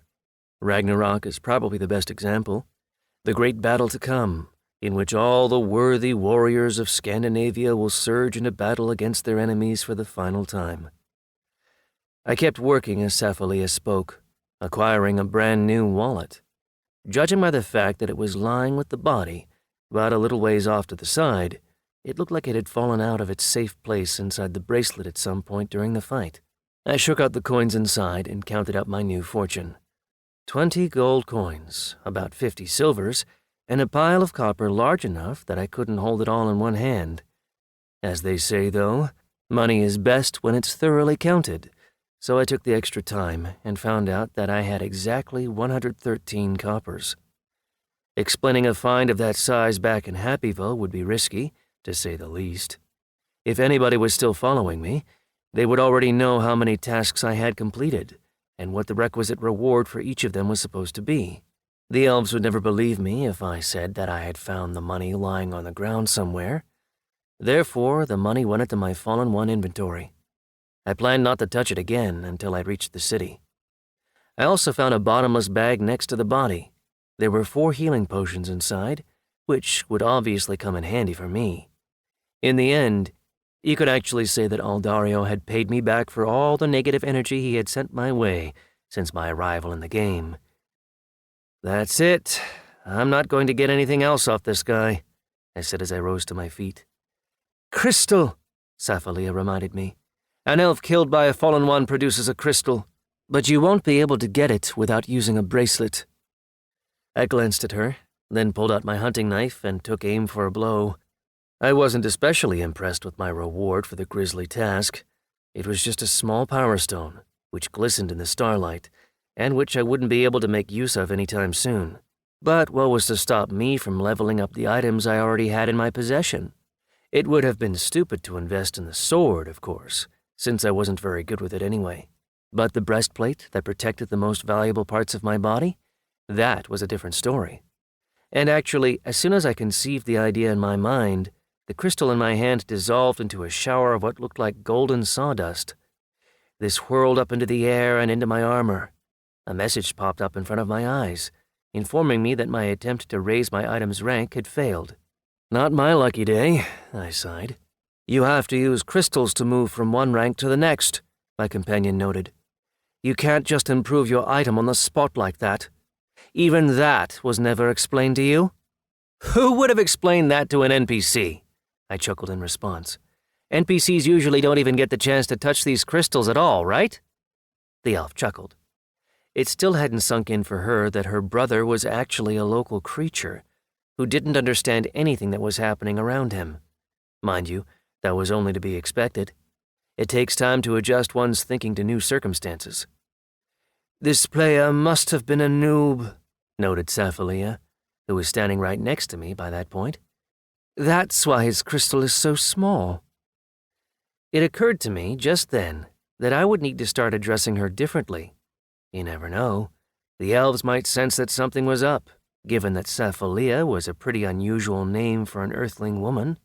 I'm gonna call you Sophie from now on, I said. That was a pretty popular name on Earth. It won't surprise anybody.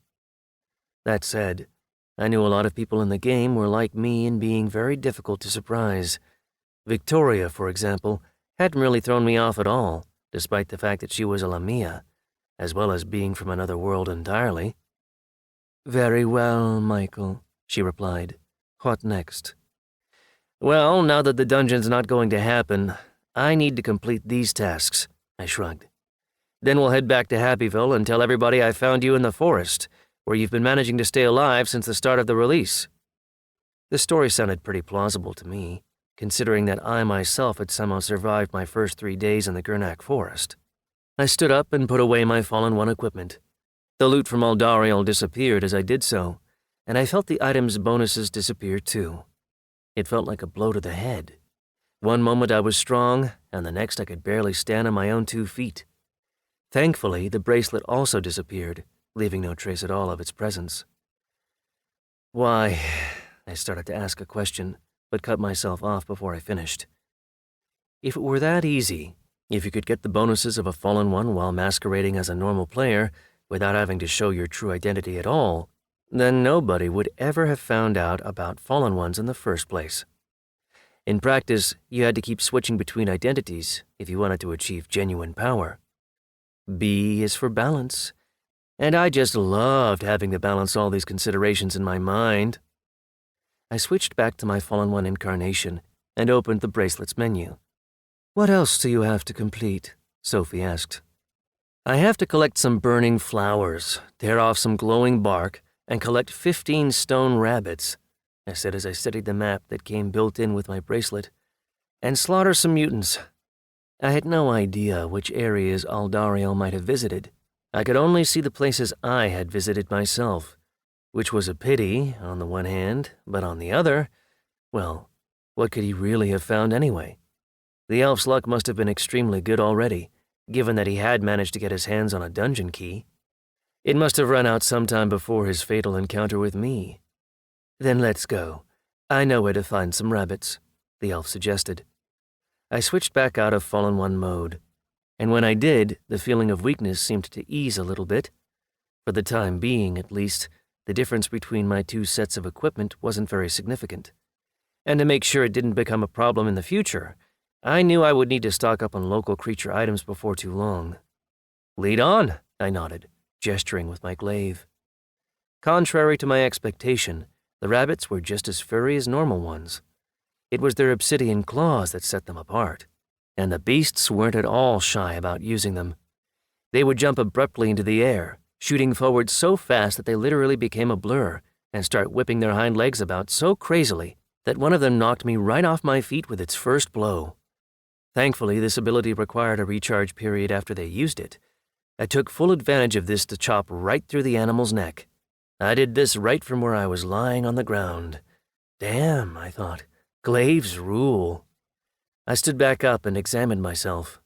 There were numerous deep, thin grooves in my armor.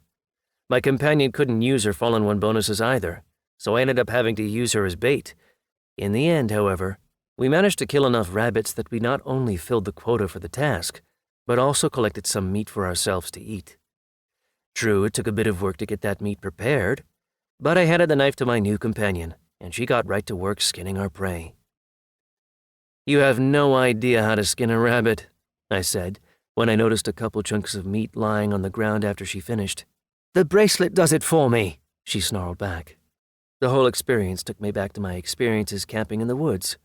Sure, we may not have been the most avid hunters in the world, but once in a while, when the opportunity presented itself, well, why not lay a few traps if you have the chance?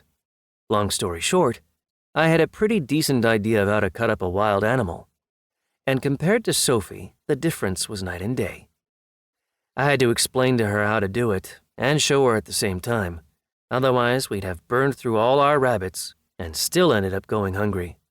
Thankfully, Sophie was a quick learner, and she had absolutely no squeamishness around gutting the animals. I didn't know what to expect until she actually started cleaning them. I figured the elves might have all sorts of religious specifications around what they can do and eat.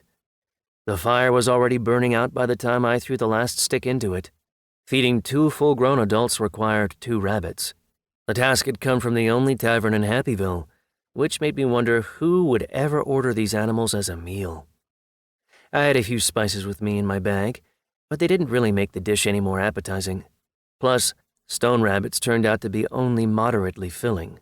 As a food source, they were so-so at best. The same definitely could not be said of the camp bread I had snapped up from the kitchen back at the Adventurers Guild. It was so dense it reminded me of pemmican, except that it had a bright, spicy rye flavor to it. By the end of the day, Sophie and I managed to complete all my remaining tasks and start heading back to the village. I wasn't really worried about running into any danger. My sharp-eyed companion kept an eye on the forest around us.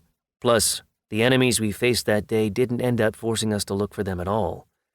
The howl of mutants, coming from somewhere off to the left of our route, made the hair on the back of my neck stand on end. I had been marching along for hours, using the glaive as a staff the whole time, and then, before I knew it, my hand was clenched around the weapon's shaft. "Let's go find them," I said, as I turned toward the sound. I had been practically naked and totally unarmed the last time I ran into a group of former humans, and yet I had still somehow come out on top. And this time, I had some equipment and a glaive in my hands, so I wasn't really all that scared. And considering that I had a fallen one at my back, who could transform at a moment's notice, I knew that there genuinely wasn't anything to fear at all. The howl echoed through the trees again, much closer this time, too close. "They're here!" Sophie shouted, just before a gray-skinned figure exploded out of the underbrush and knocked her off her feet. I only managed to catch a quick glimpse of her flying into the thicket before the vegetation in front of me also spread apart. A big, toothy mouth, dripping with saliva, opened in front of me, only to be knocked aside by my glaive. I switched my grip on the weapon immediately, and not a moment too soon, because 3 more mutants appeared right behind the first one. I forced them to jump back with a wide swing, then finished off the wounded one on the ground in front of me and took several brisk steps backward. Yeah, I thought, this is no stinking sword. One more swinging blow sent 2 of the remaining mutants flying to the side. The third one was about to lunge toward me, but I met it with a savage kick to the knee. The beast's leg snapped with a loud crunch, and then I lunged forward and ran my blade through its abdomen. I don't know how I managed to avoid tripping over the roots that were sticking out of the ground all over the place, but somehow I kept my momentum and drove my glaive into a tree trunk, pinning my opponent tightly against it in the process. The beast wrapped its hands around the weapon's shaft, snarling as it tried to reach me with its teeth. With a sharp lunge to the side, I yanked on the glaive and sent the 2 severed halves of the monster's body to the ground with a soft squelch. I turned around to look at the thicket where the disgusting monsters had come from, and barely managed to dodge a slashing blow from a set of nasty-looking claws. My new opponent was faster than its predecessors, but still not fast enough to beat me.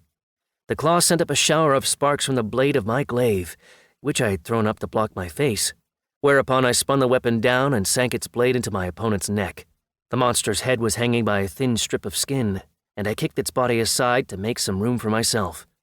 A roar burst from my right, and the mutants who had already run into the clearing suddenly made way for a new actor to come on stage. The beast who emerged was about a head taller than me, wider in the shoulders, and generally looked more like a shaved orangutan than a human. Its face was contorted with rage, and it had long arms with terrifying bulges of muscle coursing down them. Not only that, it was also the first mutant I had seen using items. It had the same sort of belt that I had just taken from Aldariel's corpse, as well as a big pair of gauntlets on its wrists.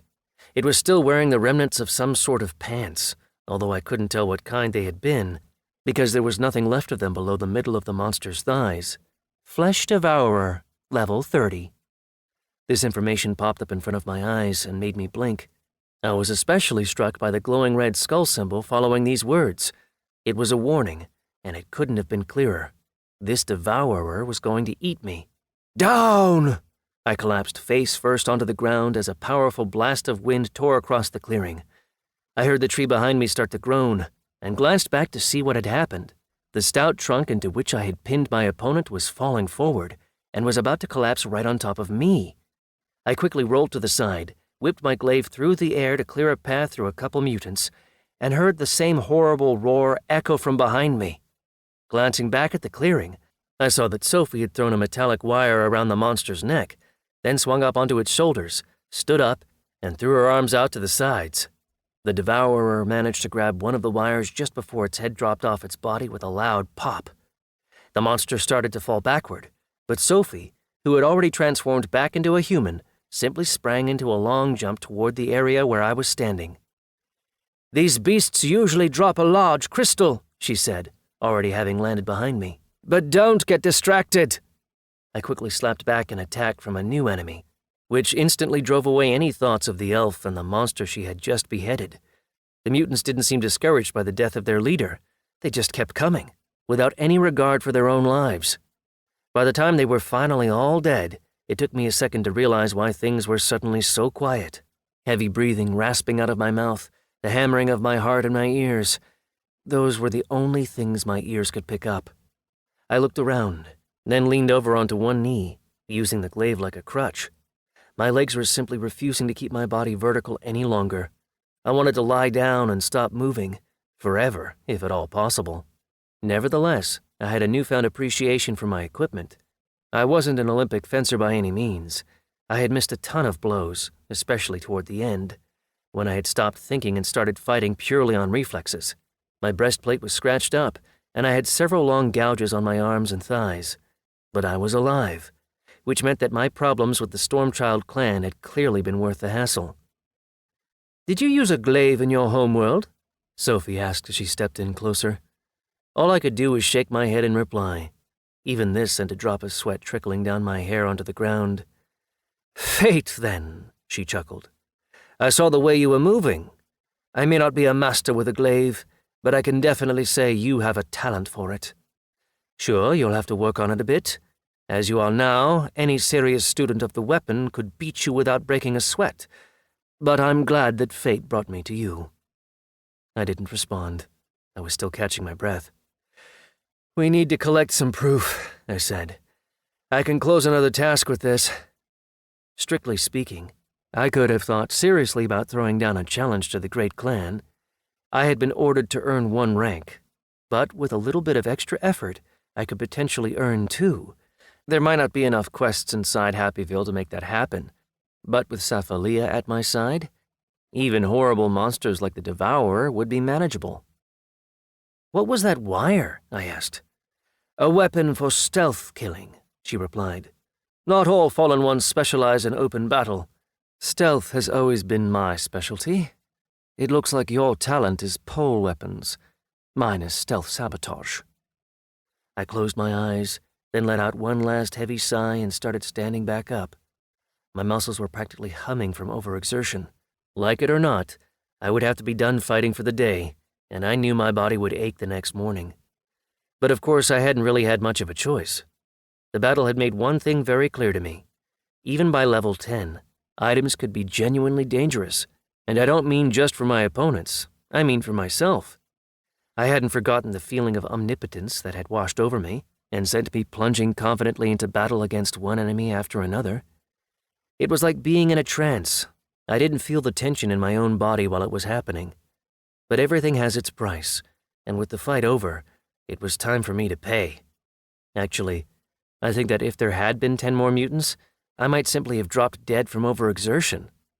The system's items provided me with new possibilities, but my body's physical limits remained in place, so I knew I would need to work on my body and make it stronger. Otherwise, I would eventually find myself in a situation where I couldn't use the weapon in my hands, because its speed parameter would simply tear my hands off when I tried to strike a blow. Even as it was, the amulet that gave me additional damage also forced me to strike blows at a higher speed than my body could really withstand for extended periods of time. One such attack might be fine, but whipping a heavy glaive around for hours on end? I still wasn't ready for that kind of fun. "We won't be able to use the bracelet if we need proof." Sophie's voice filtered through the cloud of thoughts in my mind. I smiled and pulled out the same knife we had used to chop up the rabbits. "We'll use this," I said. "Start cutting before somebody else comes running over here." The elf, in her guise as a human, replied with a heavy sigh, but nevertheless reached out and took the knife from me. I walked over to the nearest dead mutant, who was slumped against the trunk of a tree, and knocked it aside with the butt of my glaive so I could sit down in its place. I closed my eyes and thought about whether it might be worth taking a potion. I had just gotten a bunch of them for free after all. On the other hand, when would I realistically be able to find more of them in the near future? Plus, I wasn't entirely sure that the potion wouldn't simply delete the effects of all that exercise on my body. They clearly didn't optimize the body they were poured into, after all. If that was how they worked, I would have been in perfect physical shape from the time I set out into the dungeon with the slimes. After about 15 minutes, Sophie dumped all the loot onto the ground in front of me. I opened my eyes and started packing mutant heads into the bag the guild had given me. There were 42 of them altogether. The crystals were lying in a separate pile. There were only 9 of them, and they were all small, but at least it gave me a pretty good idea of the % chance of getting one when you killed a monster. The uninitiated items from the Flesh Devourer actually made me chuckle. Everything the beast had been wearing was lying on the ground in front of me. Naturally, none of it was initiated, but it all seemed like it could be sold and turned into money in my pocket. It wasn't enough just to level up, of course. I would need money as well. Despite that, though, I still decided to slip the left-hand gauntlet onto my Fallen One incarnation. Somehow, having one gauntlet just seemed a little bit weird. As soon as I finished the connection, a notification popped up in front of my eyes. Items available for purchase at auction, 1. Time until next chance to buy, 30 days. Chapter 14. "How much?" I exclaimed when I saw the price. "Nothing surprising about that," Sophie noted, sounding somewhat philosophical. "Good items are always expensive, especially original ones like that." The item in question was a glaive. I seemed to have a talent for the weapon, so the logical next step was to get my hands on a decent model. The one that the Adventurers Guild had given me would have to be returned in a few days, which would leave me without anything to practice with. One look at the prices on the game auction, however, made me realize just how poor Aldariel had actually been. All his savings, in the form of 7 game crystals, turned out to be insufficient to purchase a level 10 glaive. It cost no less than 20. I didn't even glance at the level 1 glaive. Spending 5 crystals on an item like that, which might not be useful for very long at all, certainly didn't seem like a very good investment. Basically, I accessed the auction using Aldariel's profile. The Slain Elf's bracelet not only gave me access to some of the game's special secrets, but also provided me with a certain amount of cover. As far as the rest of the world was concerned, Aldariel was still alive and well. They just didn't know where the hell he was hiding this time. Like I said, it provided a certain amount of cover. "How do you fill up your game wallet?" I asked Sophie. "There are 2 ways that I know of," she started to explain. "Players complete a task and get the reward in the form of pieces of crystal. You can compile 100 pieces into a single crystal, which you can then use to buy items at auction. That's the long way. The other way, which most people find more pleasant, is trading at auction. Anything you can acquire in this world can be put up for auction. A large magic stone, for instance. Go ahead, see if anyone has one for sale." "Whoa!" I exclaimed as a new window popped up in front of me. "Wait, what's this right here? Magic stones of ranks?" Just like any other item, nodded Sophie. It's still the very start of the release, which means that not many items of high rank are available yet, but there are still a couple, as you can see. Whereas a simple large magic stone might go for 20 crystals, an unusual one might fetch as much as 1,000. Actually, I'm pretty surprised that somebody managed to put such a valuable item up for sale this early in the release. So items have ranks too, I noted. Where do items with unusual ranks come from? Dangerous and/or rare monsters. But those are in high-level locations, places where the great clans search for dungeon keys. Can you explain the difference between a normal item and an unusual item? I kept up my questioning. Even normal items almost kill me when I use them. My body just isn't prepared for the speed and power they provide. Would the unusual ones just kill me right on the spot, with their presence alone? Right now? Yes, replied Sophie with total seriousness. Local creatures need to prepare in order to be able to use high-ranked or high-level items. That's why they get training in various academies and fighting schools. It all depends on the number of stars you get during your initiation. The more you get, the better the quality of your training will be. I have 7 stars, I said, and then explained. I learned that when I received the class of Fallen One. Is that enough to live a decent life? Nolia was definitely wrong about you, brother. Once again, I found Sophie's reaction pretty strange. 7 stars gives you the right to train in any institution. I'm glad you mentioned that ahead of time, because now I'll have 7 stars too. Just like that? You can just change your potential? Don't forget, I used to be a player, she chuckled. We don't have potential at all. That's a prerogative of local creatures. Now that I've assumed the mask of a local creature of the new release, however, I'll have to correspond to all of your characteristics, including your potential. For us to continue traveling together, so I can repay my debt, our potential and class need to align. Have you already decided what you want to be? Isn't it determined automatically? Yes, but NPCs, local creatures with 5 stars or more, can choose their class for themselves. You know what? Just call me an NPC, I said with a wave of my hand. All this local creature stuff takes too long to say. And I'll call you an NPC too, by the way. I hope that doesn't hurt your ears too bad, former player. I am an NPC, at least right now, Sophie smiled. As for your class, what do you feel most comfortable with? Close-range fighting? Long-range? A mage of some kind? Or a tamer? Those are the 4 different types of academy. I use a glaive, so long range is out of the question, I said as I started working my way through the list. Close range too, actually. I don't like having blood splatter all over me. Tamer. I'm assuming that's got something to do with pets? If so, I'm not really into that either. All that slimes, cockroaches, bugs, and other nastiness. Having to take care of all that, plus the feeding and walking. I guess I'll have to be a mage. I have no idea which kind. Are there mages who carry glaives? Or are they limited to staves? Great Mornod was a universal combat mage, said Sophie after a short pause. He used a glaive. Perfect, I nodded. It's decided then. We'll be mages. Universal mages are a rarity, even among players, my companion pointed out. I couldn't become one even if I really wanted to. This mask is limited to 2 elements, which is powerful, but not enough to call myself a universal. And there's no guarantee it would work for you either. But even if I end up with only 1 element, we'd still get sent to study at the same place, right? I was starting to worry. If you're an NPC with 7 stars who's decided to become a mage, and you live in this region, there's only 1 academy you can go to anyway. Sophie nodded. Perfect! So then, Sophie, I hope you don't object if I borrow this large magic stone. I need this glaive, because to put it mildly, I'm absolutely crap with the sword. Let's make it simple. Consider this a gift from me. The beautiful weapon, which looked as though it had come straight out of some sort of fantasy world, suddenly appeared in Sophie's hand, despite being on the auction only a moment before.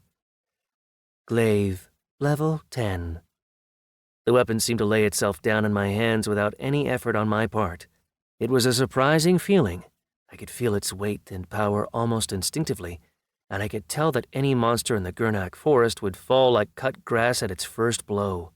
Speed, strength, damage. The weapon's attributes were truly impressive. And to think it was only at level 10. You could try to strengthen this glaive with a large power stone, to bring it up to the next rank, but I wouldn't advise it. Sophie's crash course continued. Your body isn't ready for items at the next ranks. You just hurt yourself any time you tried to use the glaive. Aren't there only 2 ranks? I asked as I finished connecting the weapon to myself. By the way, I suddenly realized where to send all the items I didn't need, including my level 2 sword. The auction. Sure, they might only go for 1, maybe 3 crystals at most, but I didn't need them anyway, and I could earn some money by selling them. Even if the rate was 1 item for 1 crystal, well, that meant 10 items would be 10 crystals. There are many item ranks, beginning with normal and ending with relic. I'll tell you about it on the way. My companion started getting packed up as she explained. Unless we hurry, they won't let us back into the village. Sophie was right, of course. Night was slowly beginning to settle over the forest. We had to run, and even then we only made it back just as the gates were closing. It took quite a while before the guards would let Sophie in. They checked her up and down, backwards and forwards. They even sent for Colbert, so he could check the new NPC with some sort of potion. Several players walked up to us and studied my new companion's properties, although they all continued on their way pretty quickly. Why so much hubbub, you might ask? It was simply because nobody believed that anybody could survive in the Gurnak forest for a week and a half, especially at the very start of the release. Still less that anybody could come out of that experience more or less intact. I had to tell everybody that I had found Sophie in a pit, which she had dug herself and crawled inside to die. Of course, I had to add that Colbert's magic potion had worked a miracle, and that Sophie was no longer planning to die if she could help it. The story seemed to fly, and before long Sophie officially acquired a name and a card as a G-rated mercenary in the Adventurers Guild.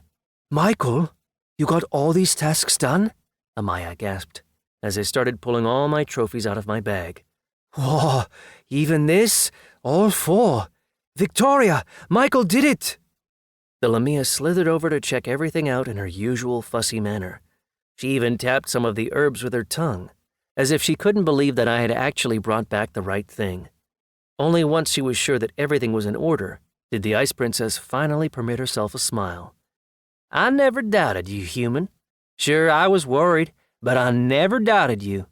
Her face turned serious, and she asked another question. Did you run into that player while you were out there? No?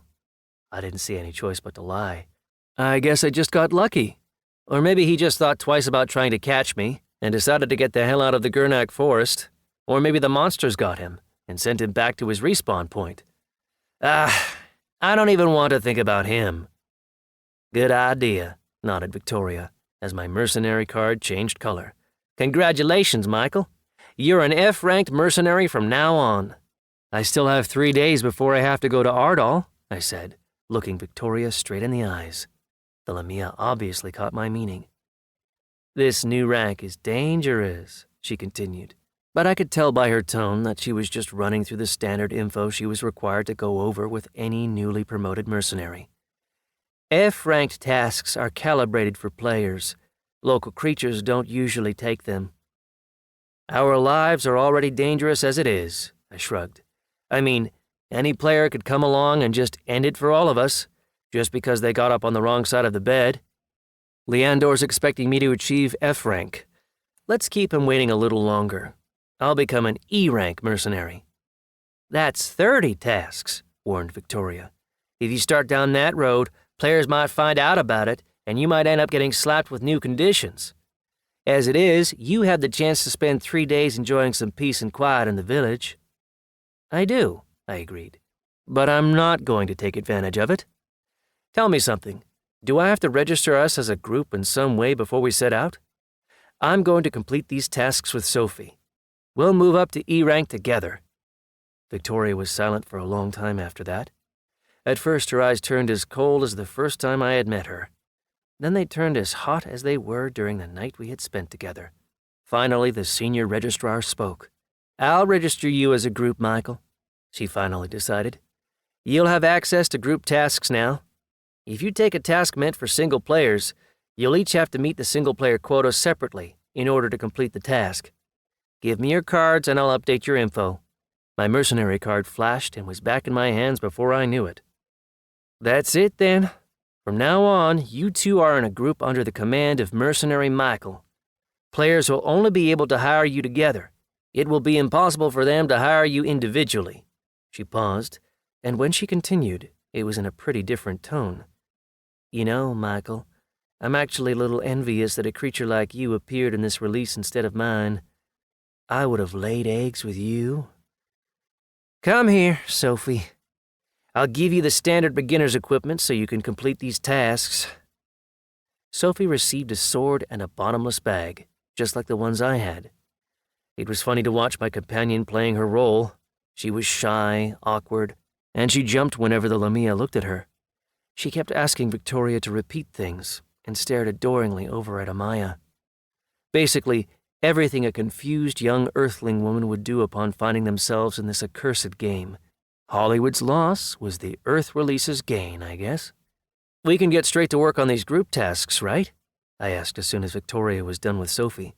Where are they, by the way? They don't get hung up on the board. There hasn't been a mercenary group in Happyville for a long time, Victoria explained. Here, this is the list of tasks for today, but the time limits have expired on almost all of them. There'll be new ones tomorrow morning. The Lamia slapped a big pile of paper down on the desk in front of me. She obviously intended to snap it right back up after her explanation, but I laid my hand on hers to stop her from doing that. Our eyes met again, and Victoria turned to look at Sophie with a smug expression on her face. We're business partners, not lovers, I said, answering the unasked question that was obviously the elephant in the room. Amaya's ears perked up. She was clearly listening in, although she was trying as hard as she could to pretend she was busy with something else. You wanted to see the tasks, human, Victoria hissed back coldly, although she didn't remove her hand from beneath mine. She moved the papers out from under them both. Okay, let's see which ones are expired. I started leafing through the pages, setting aside ones that I could complete with the heads or magic stones that were already in my bag. After finally paging through to the end of the pile, I slid the stack of the tasks I had chosen over to Amaya. 15 tasks altogether. An excellent start for our path down the F-rank mercenary path. These. You only have 3 hours to complete these, said Victoria. Her hand was still lying beneath mine, and she didn't seem to be in any hurry to remove it. Some ice princess, I thought. If you fail these tasks, it could actually reduce your rank, noted Amaya as she studied the tasks I had chosen. Are you sure you want to take that kind of risk, Michael? Ah! Amaya's ears flattened against her head as Victoria turned to her with an icy stare. The Lamia looked at her like she was about to tear her subordinate to pieces right where she sat, so the fox girl quickly slammed her stamp down onto all 15 pages and handed them back to me. You've got less than 3 hours here, mercenaries, she reminded us. If you fail to complete even one of these tasks, you'll be punished. Then I guess it's time to complete them, I smiled. Do you want the trophies here on the table? Or do you have somewhere special for stuff like this? Trophies? Amaya's ears perked up again. You have something to hand in already? 1 minute. Amaya ran off and returned with a big tray. As she started setting it up on the desk, the others in the hall drifted over to join us. Not just Clive either. Even Imra joined in. Apparently, it wasn't every day that somebody put on a show entitled, Let's Stop In and Close Every Goddamned Group Task on the List. Ready? You can dump everything out right here, Amaya announced, her tail already wagging impatiently behind her. I'm not going to dump it all at once. I'll go through each task individually. But sure, here we go. Ahem. Kill 1 mutant. Present proof. Kill 3 mutants. Present proof. Kill 5 mutants. Present proof. Present 1 small magic stone. Present 1 medium magic stone. I turned in everything Sophie and I had collected during our battle with the monsters. Other than our items, of course, those were already up for auction. And I also kept 1 large magic stone for myself, because I figured having 20 spare crystals in my wallet couldn't hurt. Finally, I dropped the 2 remaining monster heads onto the tray as a bonus, because I just didn't feel like carrying them around anymore. I think that's it. I checked my bag one more time to demonstrate that there was nothing of value left in it.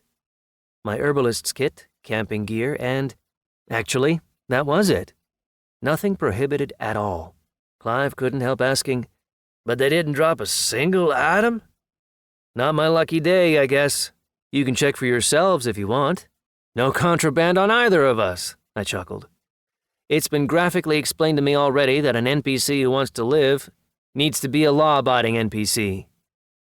"Congratulations on achieving F rank, Sophie," said Victoria as she updated my companion's card and dumped a big pile of rewards down onto the desk. We made quite a bit of money, actually. Almost 100 gold each, which, by Happyville standards, was an absolute fortune. 10 medium magic stones, or a single large stone. The only bad thing was that I didn't actually get to keep a single game crystal for completing any of the tasks. Sophie didn't get any crystals either. She wouldn't be able to, as long as she was in her guise as a local character. "We can transfer all this gold into our guild accounts, right?" I asked as I slid my pile of gold back over to Victoria. I didn't want to drag that much cash around with me. Even my fellow NPCs would be tempted to kill me for a haul like that. "Good idea," nodded Victoria as she took the money back. My Adventurers Guild mercenary card updated itself again. There was a new line with information about my available funds, written in 2 languages, the game's language and my own native tongue. "Me too, plus a room, please." Sophie was still playing the role of the scared young woman, albeit one who was slowly beginning to come to terms with her fate. I wasn't planning on getting personally involved with the elf. She was gorgeous, to be sure, but I hadn't forgotten who she really was. She was a player who had decided to switch to PvP mode. As soon as that got old, she would switch right back to PvE mode and forget about all the fallen ones like a bad dream.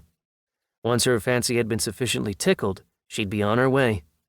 I had no interest in a relationship with somebody who, to my mind at least, was obviously laden with potential problems. The next 2 days turned into one big, intensive farm. Each morning, Sophie and I would pick up 10 or 15 tasks and leave the village, getting back closer to evening. Fighting beginner-level monsters under the supervision of an experienced fallen one turned out to be a lot of fun. She would kill the powerful ones and leave the weaker ones for me. Also, thanks to my bracelet, there was no longer anything mysterious about the plants around me. I simply had to focus my attention on them, and anything useful would light up automatically. Colbert hadn't given us any tasks, of course, but he was only too happy to buy the stuff we found. In the evening, we would come back, close our tasks, finish any new ones that had popped up, update our information, and then go relax.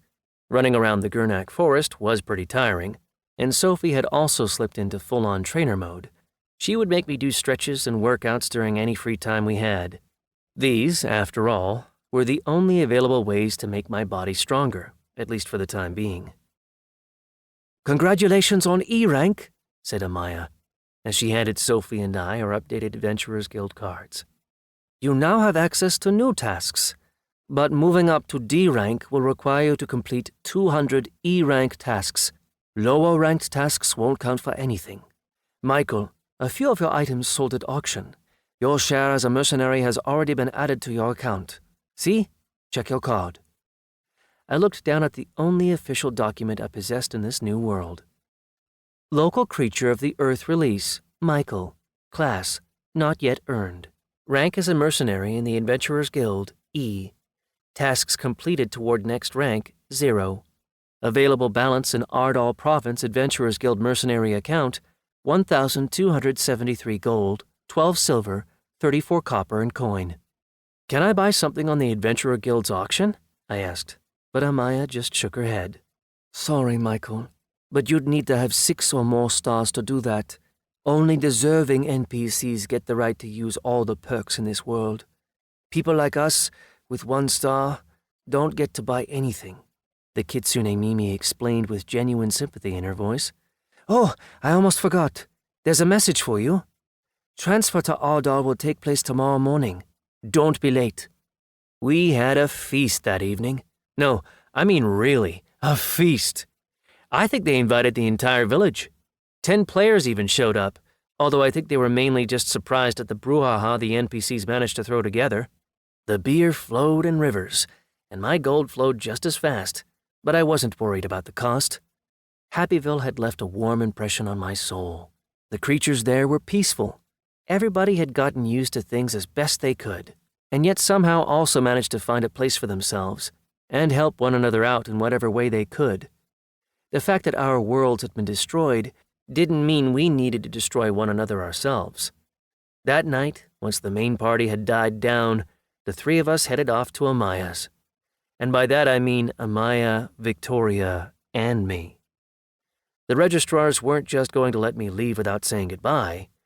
Judging by the initial awkwardness, neither of them had ever done anything like that before, but the awkwardness just sort of fell away as time passed. Before long, Amaya and Victoria were thoroughly enjoying themselves. In the morning, when the horrid-looking monster started to screech and let all Happyville know that a new day was dawning, the three of us just lay there for a while, cuddling and smiling, tired, worn out, but absolutely beyond satisfied with each other. NPCs of the new release, line up! The elf who had arrived to oversee our transport was a member of the Moon Theory clan. Greg helped get the 5 people I had saved up from their beds and out of Colbert's house. We hadn't spoken again since our little heart-to-heart conversation. There was no point in either of us trying to prove the other wrong. The naive young man had gotten more comfortable in the village and started talking about the miserable lot of the oppressed with the citizens of Happyville. What he hadn't expected, though, was to be sent packing immediately, almost every time he opened his mouth about the subject. None of those who had survived the release had any desire to get on the player's bad side. They were alive, and that was enough for them. The look Greg shot at me as we lined up, however, made it pretty clear that he was still clinging to the idea of world revolution, and he seemed to have found himself a new batch of people whose heads he hoped to fill with ideas. Follow me! The elf commanded, and with that, for the first time since I had arrived in Happyville, I walked into the temple. It was pretty spacious inside, and also noticeably spare in terms of decoration. There was no superfluous art or decoration. There wasn't even any counter or tabletop space. It was just an empty space with a rostrum standing opposite the main entrance. There was a massive circle in the middle of the temple. It seemed to be about 15 feet across, maybe even more. Everyone stand in a circle! The player continued issuing orders. The powerless NPCs complied, of course, and the circle began to glow, getting slowly brighter until the space in front of me started to ripple and take on new contours. When the rippling stopped, we found ourselves in a temple that was just like the one in Happyville, although this one was a little bit bigger, and it had 3 separate teleport circles. Follow me! The elf barked. The way he was talking to us made it pretty clear that he didn't relish the idea of spending his precious elf time on a bunch of miserable earthlings. But orders are orders, and the elf had no choice but to comply. Ardal turned out to be a pretty classic-looking fantasy city. It looked like it could have been taken from almost any anime I had ever read. 2- and 3-story stone houses, no dirt or other uncleanliness. Everything was pretty, neat, and compact. There were stalls selling various products all over the place, along with numerous signs for stores or workshops. Just a few steps from the temple, we walked into view of an ornate-looking castle with towering spires. Presumably, this was the residence of the Moon Theory clan and the NPCs who were responsible for governing the province of Ardal. It seemed vanishingly unlikely to me that players themselves would have taken on the mind-numbing task of ensuring order and procedural efficiency across the whole province. What stood out more than anything, however, was the extreme diversity among the beings that were walking the streets alongside us. I had seen plenty of diversity among NPCs already, but Ardal made it clear that I had only seen the very tip of the iceberg. I mean, the city had just about every species I could imagine. We were walking along wide, stone-paved streets as part of a dense current of people, which comprised players and NPCs alike. Unlike what I had known in Happyville, none of the elves in Ardal seemed to be making a big deal out of their status at all. Players were calmly stepping aside to let NPCs pass by in their wagons, and they didn't seem at all upset as they did so. There it is, I thought, the power of 3 or more stars. Sure, the NPCs might still be thought of as second-class citizens, but at least that was better than being treated like furniture. We soon arrived at the city gates. There was a towering stone wall surrounding Ardal, with guards marching to and fro along the entire length of its battlements. They weren't players either. They were NPCs. Nobody even bothered to stop us as we made our way out of the gate. The guards just shot a quick glance at us and turned away again. We walked a little farther, and then Greg finally said something in a hushed whisper. "Holy shit, there are so many of them." I could understand his amazement, because the view in front of us was frankly breathtaking. We were standing at the top of the low-lying hill on which the city had been built, and below us, in a wide hollow, there was a veritable sea of local creatures from the Earth release. There were so many people that my brain couldn't quite deal with the sheer number of them all. It was just a massive field, filled with Earthlings like myself. I'd never seen anything like it, even at festivals with tens of thousands of people. A horrible stench seeped into my nose almost immediately. Apparently, the herders really didn't care whether the creatures from the new release looked presentable when they got to their destination, nor, for that matter, did it matter if their chargers were alive and well when they arrived. They had one task: get the NPC to the appraisal location. Dead or alive, the task didn't specify. If the NPC was strong, they'd live. If not, the release would suffer a tiny loss, and the monsters would devour the bodies. The elf pointed toward a small tent with people crowded all around it. Register here. Stand in line and head for the central tent. That's where they'll appraise you and determine your fate. The Muntheri clan has fulfilled its promise and delivered you to the initiation site. You are on your own from here. Chapter 15. Greg was the first to speak up. Follow me! The kid's eyes were burning. He kept clenching and relaxing his fists, and it seemed like he was expecting an army of resistance to rise up and follow him any minute. Naive little kid. 10 players could have cleared the entire massive field in an hour. I grabbed Sophie's hand to make sure she didn't follow this tragic hero. My companion glanced around, trying to breathe through her mouth so as to not smell the stench, but the rest of the group from Happyville headed off to follow Greg. Well, I thought, I've done all I can for them. They'll have to be responsible for their own fates from here on. After waiting for a bunch of my fellow Earthlings to complete their registration, I led my companion in after me. I threw aside the tent flap and stepped into the gloomy interior first. Sophie followed right behind me. "Guard," said a hissing voice from the middle of the tent. It was a Lamia, sitting at a low, modular wooden table. Well, a Lamia, or whatever a male version of the same species is called. Whatever the case, the golden-black scales of the registrar's tail glinted in the light of a single lamp that hung suspended from the tent ceiling. Victoria was beautiful, but this guy really made me want to punch him in the face. He had an arrogant expression, as if he thought he was the star of some old war movie, and bulging muscles beneath skin that was glistening with oil. There were black metal bracelets on his wrists, both of which had some sort of pattern engraved on them. I laid my card onto his outstretched hand. That hand, by the way, was almost twice the size of my own, and judging by the looks he kept shooting at the young woman behind me, the Lamia found her just as gorgeous as I did. His forked tongue shot out for a split second, and his eyes changed, acquiring the vertical pupils of a snake. Without even looking at me, he slapped his stamp down onto my card and held it out to me without paying me any attention, but he simply couldn't take his eyes off of Sophie. "Your card, please," the serpentine Casanova said in a voice that was noticeably softer and more affectionate. He subtly adjusted his posture to show off his powerful pectoral muscles and his arms that bulged with muscle right up to his wrists. A full 8-pack came into relief on his abdomen. Just the sight of him made me want to break one of his bones. Some animal instinct inside me filled me with an urge to destroy this beast, who looked so much like a human in so many ways. I think this has a name, actually. It's called the Uncanny Valley effect. Interestingly, though, I had never experienced a similar feeling toward any of the other local creatures I had encountered. And yet this NPC had made me so angry that I would have been happy to ram his stamp down his throat with my bare hands. Sophie remained calm and just handed over her card. The snake paid much closer attention to hers than he had to mine. The guy was obviously drawing the process out in order to strike up a conversation. I was still standing right there, though, and his little attempt at seduction wasn't going to happen on my watch. "The stamp," I said, hoping to knock the blinders off the narcissistic idiot's eyes. "You've got your stamp. Now get lost," he said, waving me away as though I were some sort of irritating fly. I sighed, restrained the hatred that was boiling inside my chest, and then grabbed his arm with the stamp held in its hand and slammed it down onto Sophie's card.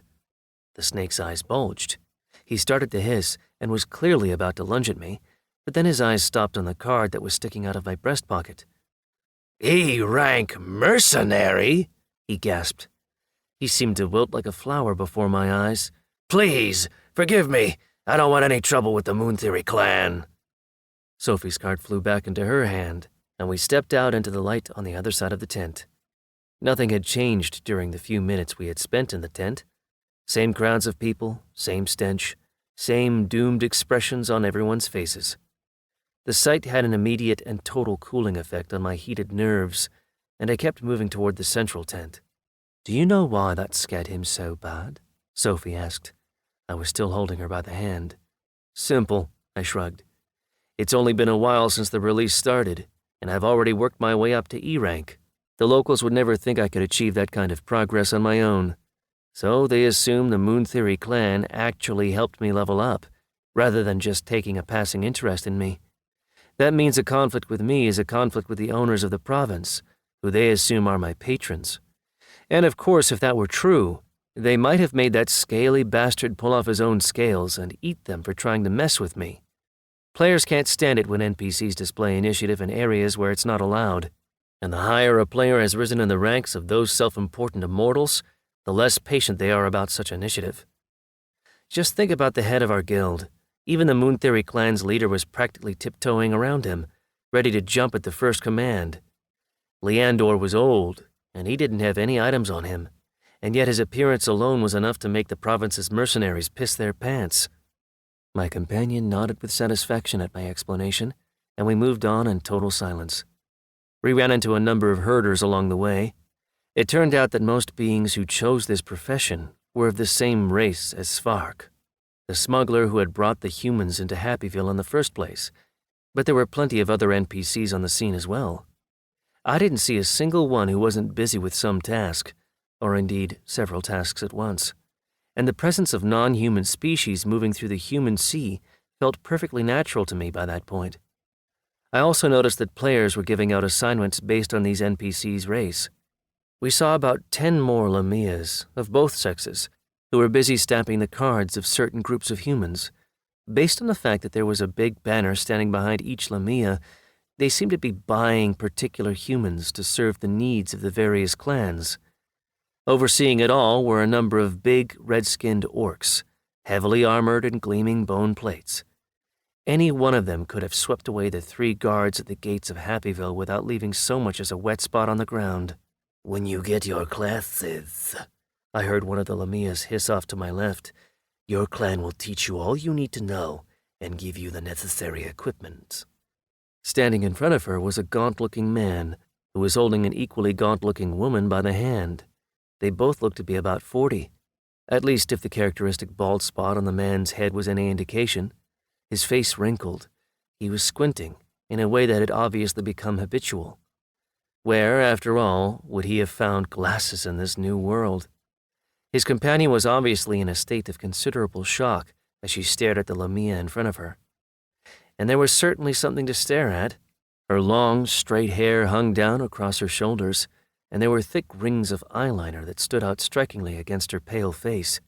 Her short leather jacket with its clan-specific embroidery was unbuttoned just enough that her huge breasts were practically falling out onto the table in front of her. And she wasn't wearing anything at all below her belly button, which had a big gold ring hanging from its lower rim. Earrings of the same shade of gold were gleaming in her ears, and there was a big golden nail in her nose to round out the look. Take away the tail and give her some legs, and she'd have looked just like a punk from the 80s back on Earth. What are we supposed to do? The man asked in an anxious voice. Sign a contract with the clan, the Lamia shrugged, after licking her lips with her forked tongue. If you do, then once you go through initiation and get your stars, you'll automatically become local creatures of the stunning Wind Clan.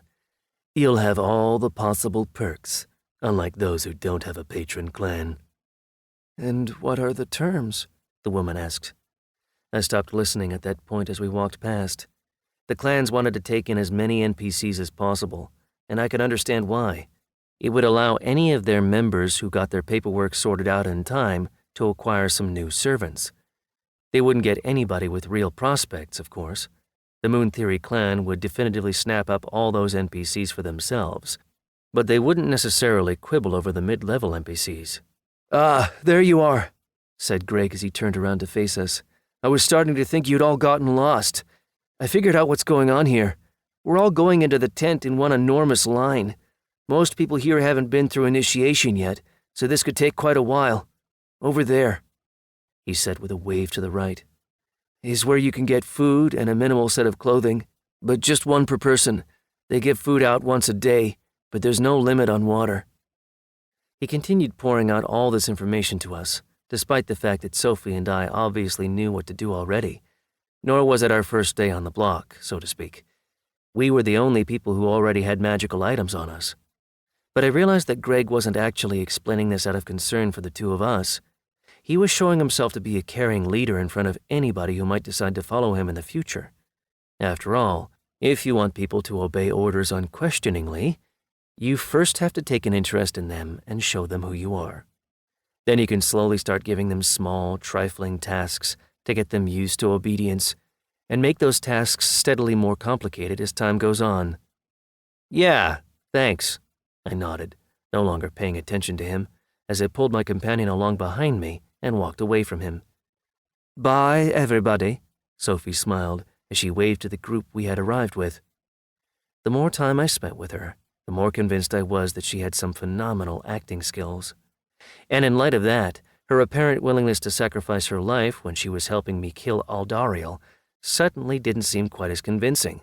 Mind you, she had only ever spent her own share of our trophies on herself, and even then it was only when she had a genuine physical need, so I really wasn't too worried about her taking advantage of me. All the same, though, the elf was invaluable for the time being, but that didn't mean that she wouldn't change her tune at some point in the future. The tent we were headed toward had 4 exits, each of which was facing one of the cardinal directions, and each of which had a pair of familiar-looking red-skinned orcs standing guard outside it. They didn't pay any attention to the humans swarming around them. They were just standing there, silently, as still as statues. Each orc had a large halberd in their hands, which could have chopped any opponent clean in half. It wasn't hard to imagine what those monsters would do if the crowd of earthlings decided to get rebellious. Their blades could reliably have killed 2 unarmored humans with every swing. There was a long line of humans stretching out from each of the 4 entrances. The completely identical robes and pants they were all wearing gave me the impression that it wasn't so much a mass of humans moving in front of me as a group of clones who were being shipped off for individualization. Suddenly, a loud shout cut into my ears. I didn't immediately realize what it was or where it was coming from. Children. There were children in the crowd with us. Gritting my teeth, I glanced over at a large pen, which had been fenced in with a bunch of dirty boards. Inside the jerry-rigged playpen, children of all ages were sitting, running, and playing around on the green grass. Boys and girls were playing together, jumping and climbing all over the slides and other play equipment that somebody had crafted out of poles and sticks. Several women were keeping an eye on them all, nipping conflicts in the bud and consoling anybody who started crying. Goddamned system, I thought. Goddamned game. Goddamned elves. Filled with rage once again, I set off toward the nearest entrance to the large tent. The guards didn't react in the slightest, and the humans in line didn't seem too upset when I hurried into the brightly lit tent, dragging Sophie behind me like a tow truck. There were no 2-bit lamps this time. Instead, the place was well lit by several magical lanterns set along the edges of the tent. There was a table next to every entrance, with blank sheets of paper and brushes lying on top of them. Here, the role of registrar had been given to NPCs from other races, rather than the usual Amias. "Next," said a fragile-looking man in a black and gold military cloak. As soon as I walked over, it became clear that this strange appearance was no accident. Only from a distance did he appear to be human. From up close, I could see that he was some sort of beetle, who had folded his wings and various parts of his chitinous shell to appear slightly less repulsive to human eyes. "Hand me your card. Lay your hand on the crystal," said the registrar. A stone about the size of my fist appeared on the little table in front of me. The snow-white crystal had little golden knobs in various places across its surface. Rather than being brackets or fasteners, though, I could tell that they formed some sort of diagram. It was obviously a complicated artifact, which would have taken considerable effort and skill to create. I laid my hand on the crystal and held my breath. I could never be 100% sure how well the ring of replacement would work in any given situation. What if this new artifact was more powerful than anything I had encountered before? "Creature of the Earth release. Name, Michael. E-rank mercenary of the Adventurers Guild," said the beetle indifferently. "Potential, 7 stars. No contracts with any clans yet. Is that all correct?" I was staring at a virtual copy of my own card, which was hanging in the air above the artifact. The information was basically the same as on my physical card, except for the fact that the virtual copy had 7 stars, emblazoned on the line with information about my initiation status, where the physical copy had previously been blank. "Step to the side. I'll call the representative from the Mercenary Guild," the registrar continued, every bit as indifferent as before. "Next!" I did as he had instructed, then waited for the procedure to be repeated on Sophie. The beetle reacted just as calmly the second time 7 stars popped up in front of his eyes, and I soon came to understand why. About 10 minutes later, a grouchy-looking player in leather, wearing a bandolier filled with scrolls strapped across his chest, strode into the tent to meet us. They obviously weren't going to make us walk, because with a quick wave of his hand, the elf opened a small portal about the size of a bedroom door and motioned for us to step inside. I went in first, followed by Sophie, and finally by the mage himself, because that's obviously what he was. We found ourselves in a new tent, with about 300 other humans already milling around in it. There were a number of large tables and counters in the tent, along with bottles of wine and big 5-liter jugs of beer that had obviously been set out for our enjoyment. The tabletops could barely be seen at all, though, because of the huge number of copper platters stacked on top of them, each of which had a veritable mountain of food on top of it.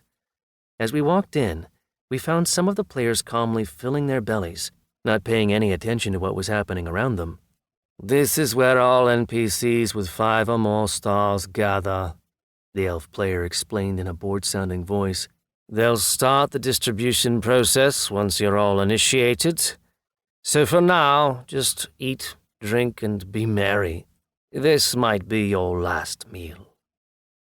With that, he erupted into a horrid-sounding laugh before lifting the tent flap and walking out. Meanwhile, I took a closer look at our surroundings. The wealth of food and drink in front of us was pretty striking, especially considering the inhumane conditions that uninitiated earthlings were normally forced to endure. In other words, the elves understood and appreciated our value once they knew how many stars we had. But they also knew that somewhere out there in that hollow, a legendary NPC with 10 stars might be actively dying, and yet none of them were lifting a finger to get their hands on that NPC. They simply didn't care. Among the lucky NPCs in our tent were people of all different sizes, colors, and ages. In the far corner were a bunch of gray-haired old men who were passing the time drinking wine. Next to them sat a group of women who were chatting animatedly among themselves. Given the murderous looks they shot at any man who walked by, I don't think you could have found a single man in the tent who would have had any interest in walking over to the women and chatting to them. "Hungry?" I asked Sophie. "I could eat." My companion nodded as she headed toward an open bench at a nearby table. I noticed that the men sitting behind us were smiling luridly at her, but their smiles vanished the second they spotted me. Sophie easily threw one leg up over the tall bench in front of her, then swung her other leg up to take a seat.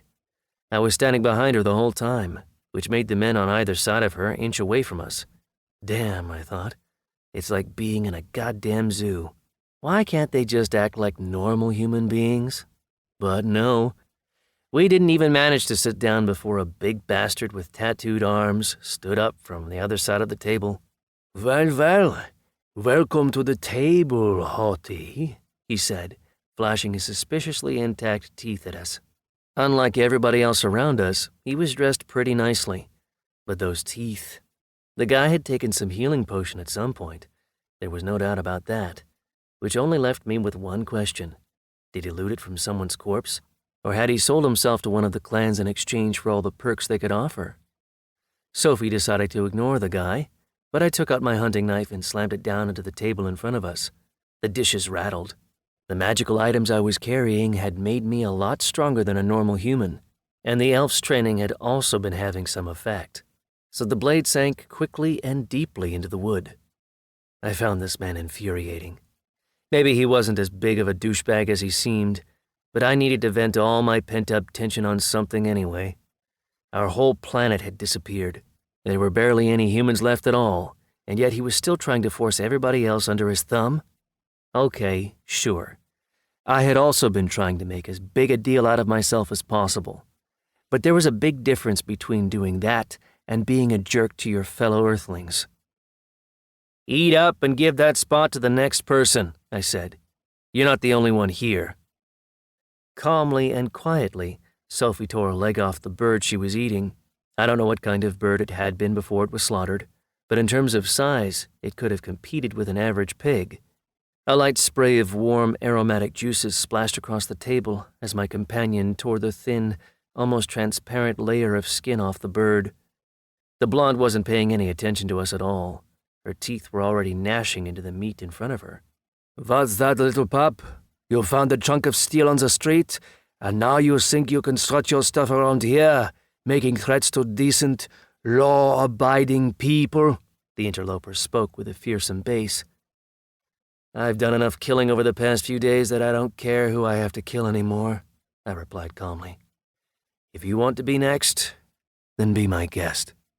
Apparently, he saw something in my eyes as I spoke, because he slapped his hands down on the shoulders of the two smaller men beside him and pushed himself up onto his feet. "Name's Sigismund," he said, "and I'm going to remember you and your woman. I've learned enough about this world to know that if you don't get killed, you can practically live forever. That means that sooner or later, our paths will cross again.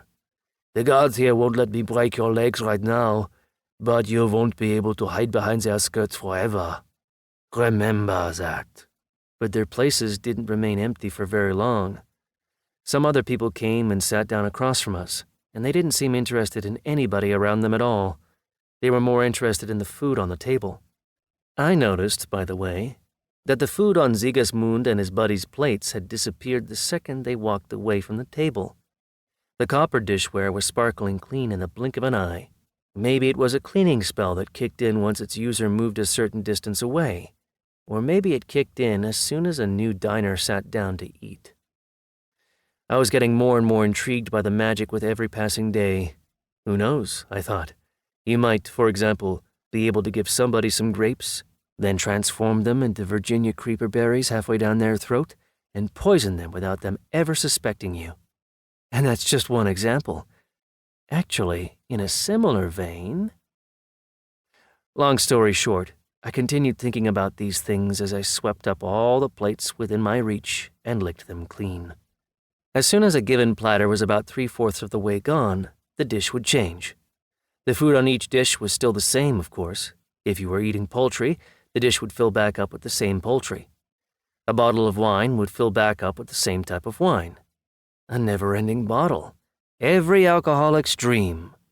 Mind you, the food was of a type that tended to fill you up pretty quickly, so it wasn't long before I was ready to get up from the table and rest after my big filling meal. Sophie, however, still wasn't finished, and that wasn't because my companion was picky either. She was wolfing down food with such relish that you'd have thought she hadn't eaten for days. Really, though, I think it was just a matter of gluttony. The stern, fallen one, who was used to struggling against her own kind, turned out to have an absolutely insatiable appetite. "Whoever made this, they're obviously pretty talented," she exclaimed as she reached for her glass of wine. "I've never had anything like this in my life." "I get it. I liked it too," I said as I started to get up from the table. "If you're done, though, I suggest we make some space for other people." Just then, another portal opened in the same corner of the tent where our guide had dropped us off, and Greg stepped into the tent for high-starred NPCs. The young man was looking around at the world with a triumphant smile, as though he had already started his rebellion and freed the earthlings from their elvish yoke. That said, his smile faded and his eyebrows dropped toward the bridge of his nose the second he laid eyes on me. Greg listened patiently to the mage. It was the same elf who had led us into the tent, demonstrating meekness to the point where he seemed almost servile. Maybe he had decided to play his cards close to his chest and act the part of a faithful subject. I thought. That's certainly an idea. All I really cared about was making sure he didn't drag me into his little rebellion. I didn't want to throw my life away so foolishly. I even thought for a moment about whether it might be best to take Greg out in secret at some point, although in fairness to myself, I was immediately dismayed at how quickly my thoughts had turned to murder. It's true what they say, though. Scratch the surface of modern man, and beneath a thin veneer of civilization, you'll find the same old caveman as before, ready to plow their club into anything and anyone who crosses their path. Sophie got up from the table, too. Then, when she noticed Greg, she pulled me firmly off to the side. We didn't seem to be prohibited from leaving the tent. Given the number of people still sitting out in the hollow, the initiation process would probably last for several days. Somehow, though, I just didn't feel like stepping outside. We couldn't even smell the stench inside the tent. So I limited myself to bending the tent flap aside and glancing out through the little gap between the big sheets of fabric that served as walls. When I did, my hands clenched into fists all on their own. On a recently built platform, which still had fresh saw marks all over it, several NPCs were auctioning off earthling women to the crowd. There were many local creatures among the buyers, although every one of them that I could see had some sort of clan symbol on their clothing.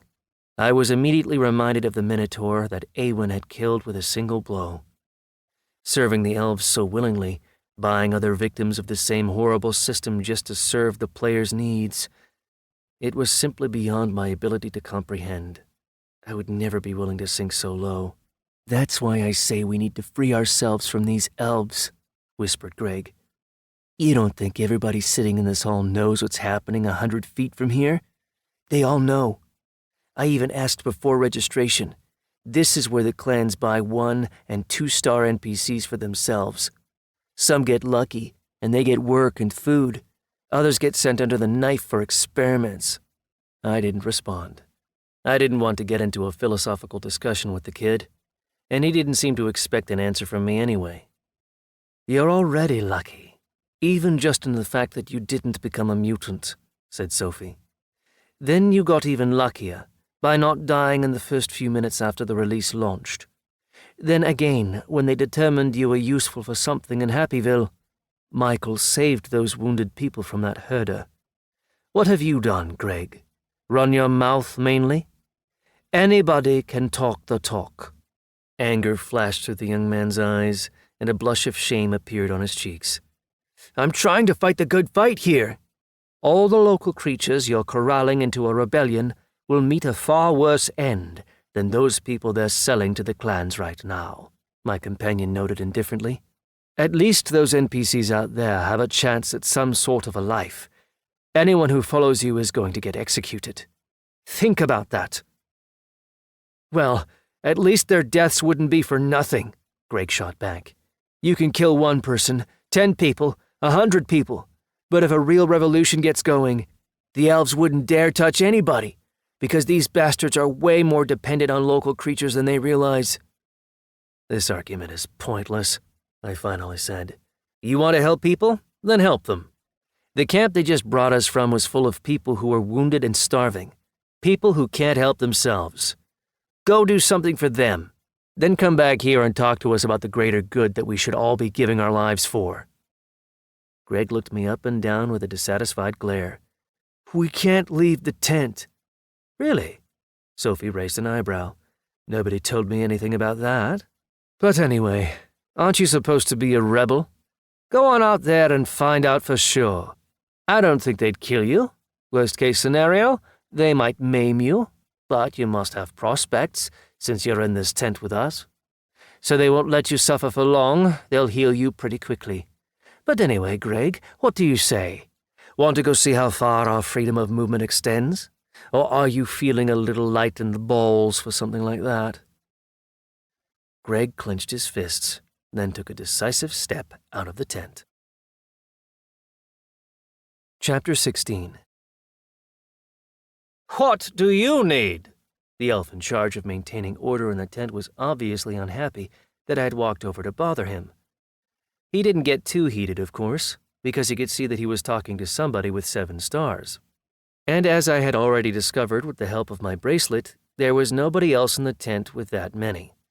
Or at least not exactly that many, just the 2 of us, Sophie and I. Sigismund, who had promised me such a happy future, had managed to rack up 8 stars. As for Greg, well, maybe he would be the hero humanity needed after all. Most releases didn't end up generating NPCs with 9 stars, at least according to Sophie. Our release just got lucky. Or unlucky, I guess. As always, it depends on your point of view. The vast majority of the people in the tent had 5 stars. That was the minimum required for the elves to take a real interest in you. The 2 men following Sigismund around were the only people with 6 stars. So the future was shaping up to be fun and entertaining indeed. What's going to happen to those children in the cages? I asked. Greg had set off to wander around the field, looking for somebody to help during this difficult time, but I was trying to work more efficiently. Why run yourself ragged, I thought, when you can solve a problem right where you are? Especially because even in the depths of my soul, I knew there was nothing I could do to help the people who were being sold like cattle outside the tent. Yes, it was terrible. Disgusting. But was there anything I could do to change it? No. I was more fortunate than them, sure, but I was every bit as powerless. They'll think of something, the player replied with an indifferent shrug. There's no use until they grow up. The game won't let them register with any of the guilds until they reach the age of maturity that was customary for your release. No class, no stars. Useless material. It'd be better for them to have turned into monsters than end up like this. So they'll either end up in some sort of shelter, or some heartsick moneybags will buy them and keep them at their personal expense. Heartsick moneybags? I asked with a frown. Can one NPC buy another NPC? Listen, what do you need from me? The elf was starting to get angry. I can see the Moon Theory clan is behind you. Equipment, mercenary rank, 7 stars. I don't want to get into a fight with the clan that runs this province. Just sit tight and wait until your employers come to get you. The children. You mentioned buying them, I insisted. How much and how would you do it? When my patrons arrive, they'll be very displeased to find out that Rimenlack from the Whisperwind clan has turned out to be so inattentive to their new toy. How do you know my name? The elf was already sounding anxious. Isn't it obvious? I shrugged. My patrons told me. Yours and that elf over there, Clyde, I think. He belongs to the same clan as you. Pick on him, then. Why are you coming to me with this? Children. Buying them. I didn't mind repeating myself. I knew full well that I might be getting myself into trouble, but I was in too deep, and I had already started asking questions, so it would have been stupid to back out at that point. What do you want them for, human? A familiar voice rang out. I turned and saw a familiar player, clad in armor from head to toe, and this time the bracelet allowed me to see his properties. Ilram, leader of the Moon Theory clan, the player who controlled Ardal province. I have no idea how shelters work in your world, and I don't know whether these heartsick moneybags are really heartsick, or maybe just greedy for young NPCs from the new release, I began to explain. I don't care what these kids go on to do once they reach legal age, but until then, somebody's going to have to take care of them. That's how things were done in my world. And yet I can't help noticing that you're the only one who's had this idea, snickered Ilram. I don't really care what other people want to do or achieve. I replied nonchalantly. They're free to act in accordance with their conscience and sense of self-preservation. I see that you don't have the latter sense at all, he noted, sounding just a little bit derisive. 23 children in Ardal province survived the release. I'm prepared to turn them over to you for 2,000 gold a month, every month, until these children all grow to legal adulthood. Or until you die. For that amount, you'll also get a house in Ardal, and your wards will be guaranteed food and basic clothing, as well as permission to access a school. They'll even have a nanny. We'll assign one of the local creatures. Those are my terms.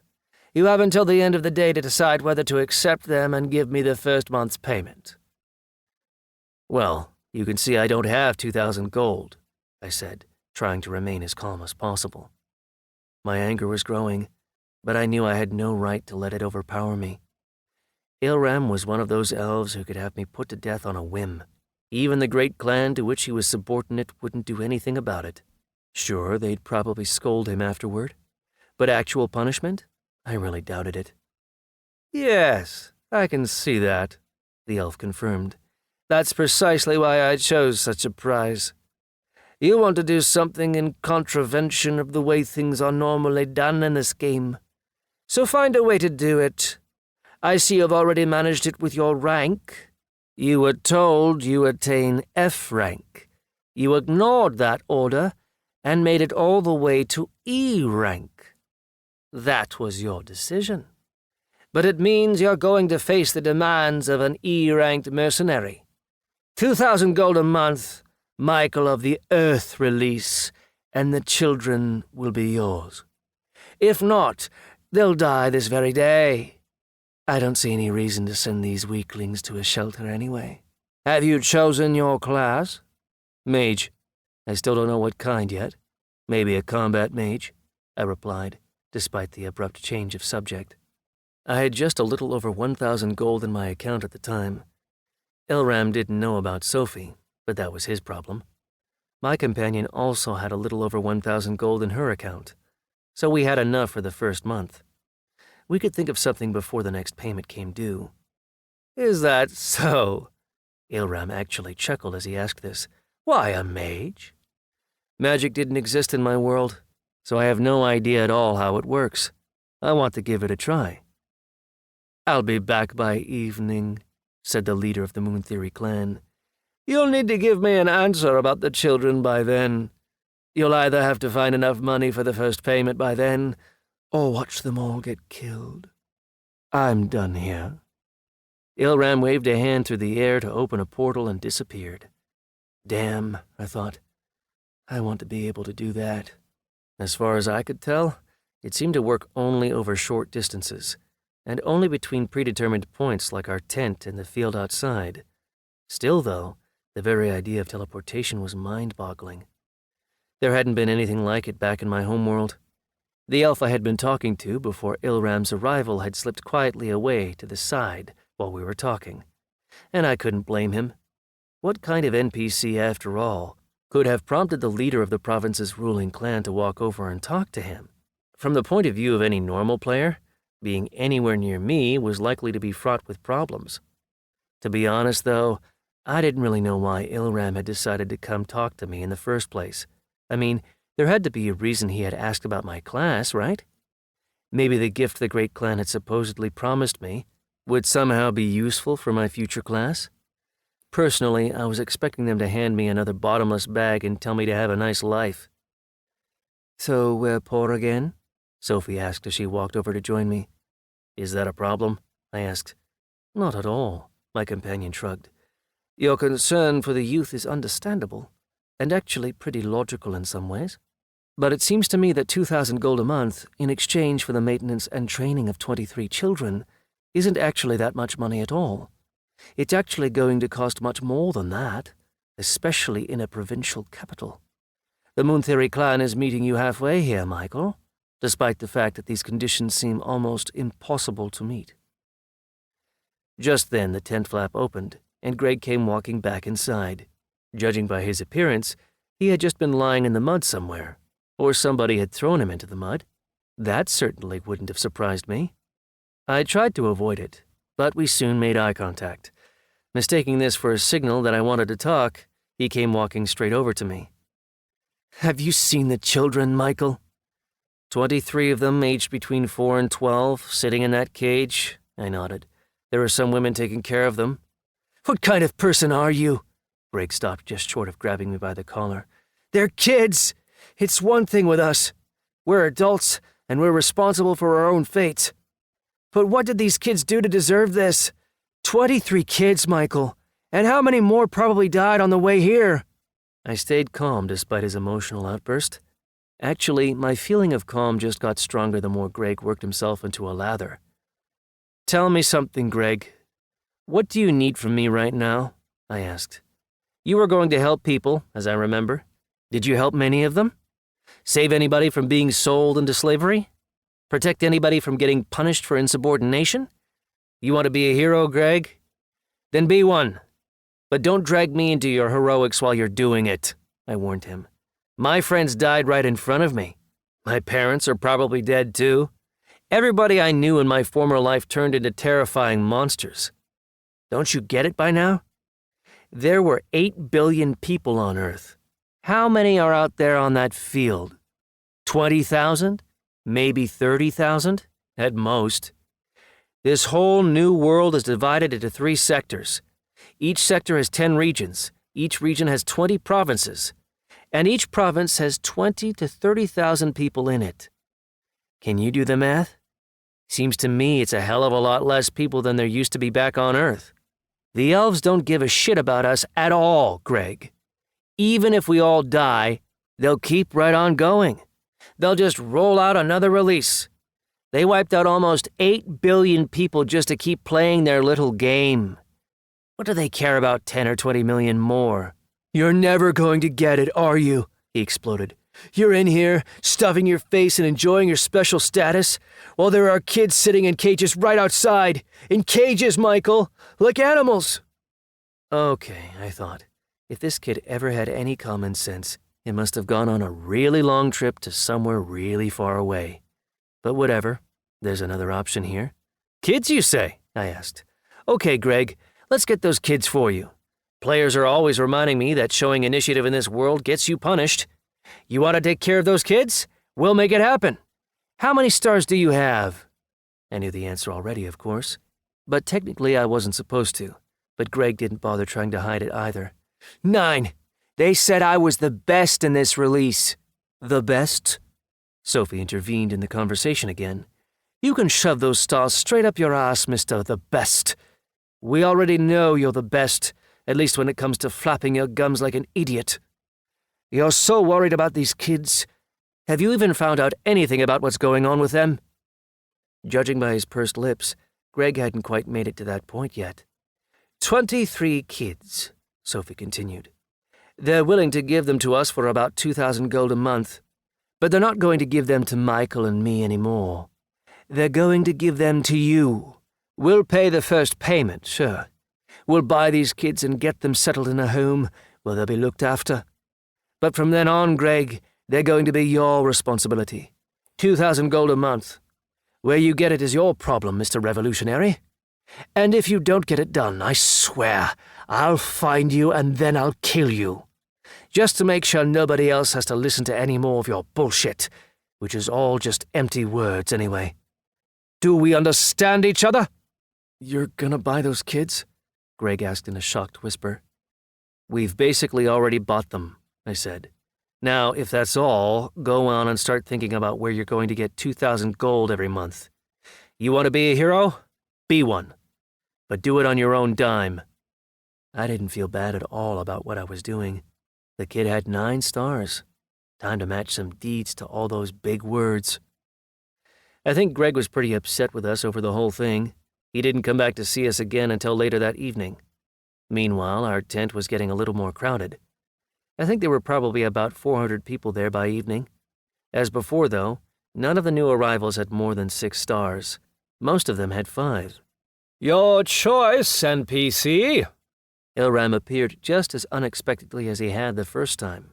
What have you decided about the children? We'll buy them, I announced.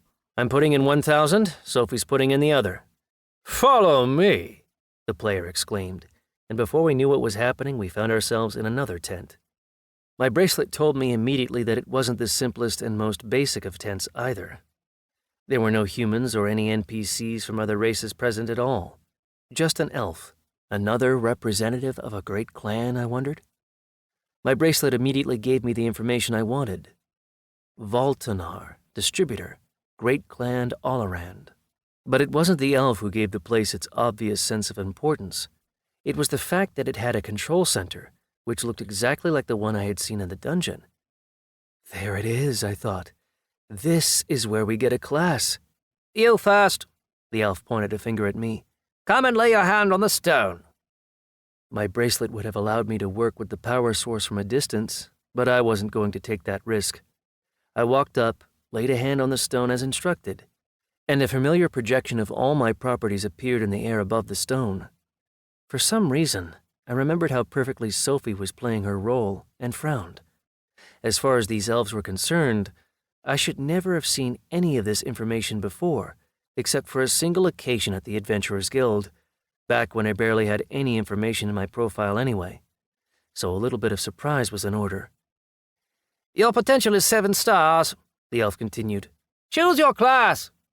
A series of explanations on how to use the class selection functionality popped up on my interface, so it wasn't long before I found the line I needed, Combat Mage. Almost immediately, however, my eyes drifted down to the line beneath that one, Universal Combat Mage. I didn't want to tempt fate, of course, but I couldn't help remembering my conversation with Sophie about how universal mages were 1 in a million, so I figured why not check and see if I could make the grade. Choosing the class Universal Combat Mage requires an additional check. I actually jumped a little bit as 2 more messages popped up in front of my eyes. One was on the projection, the other was floating in the air above my bracelet.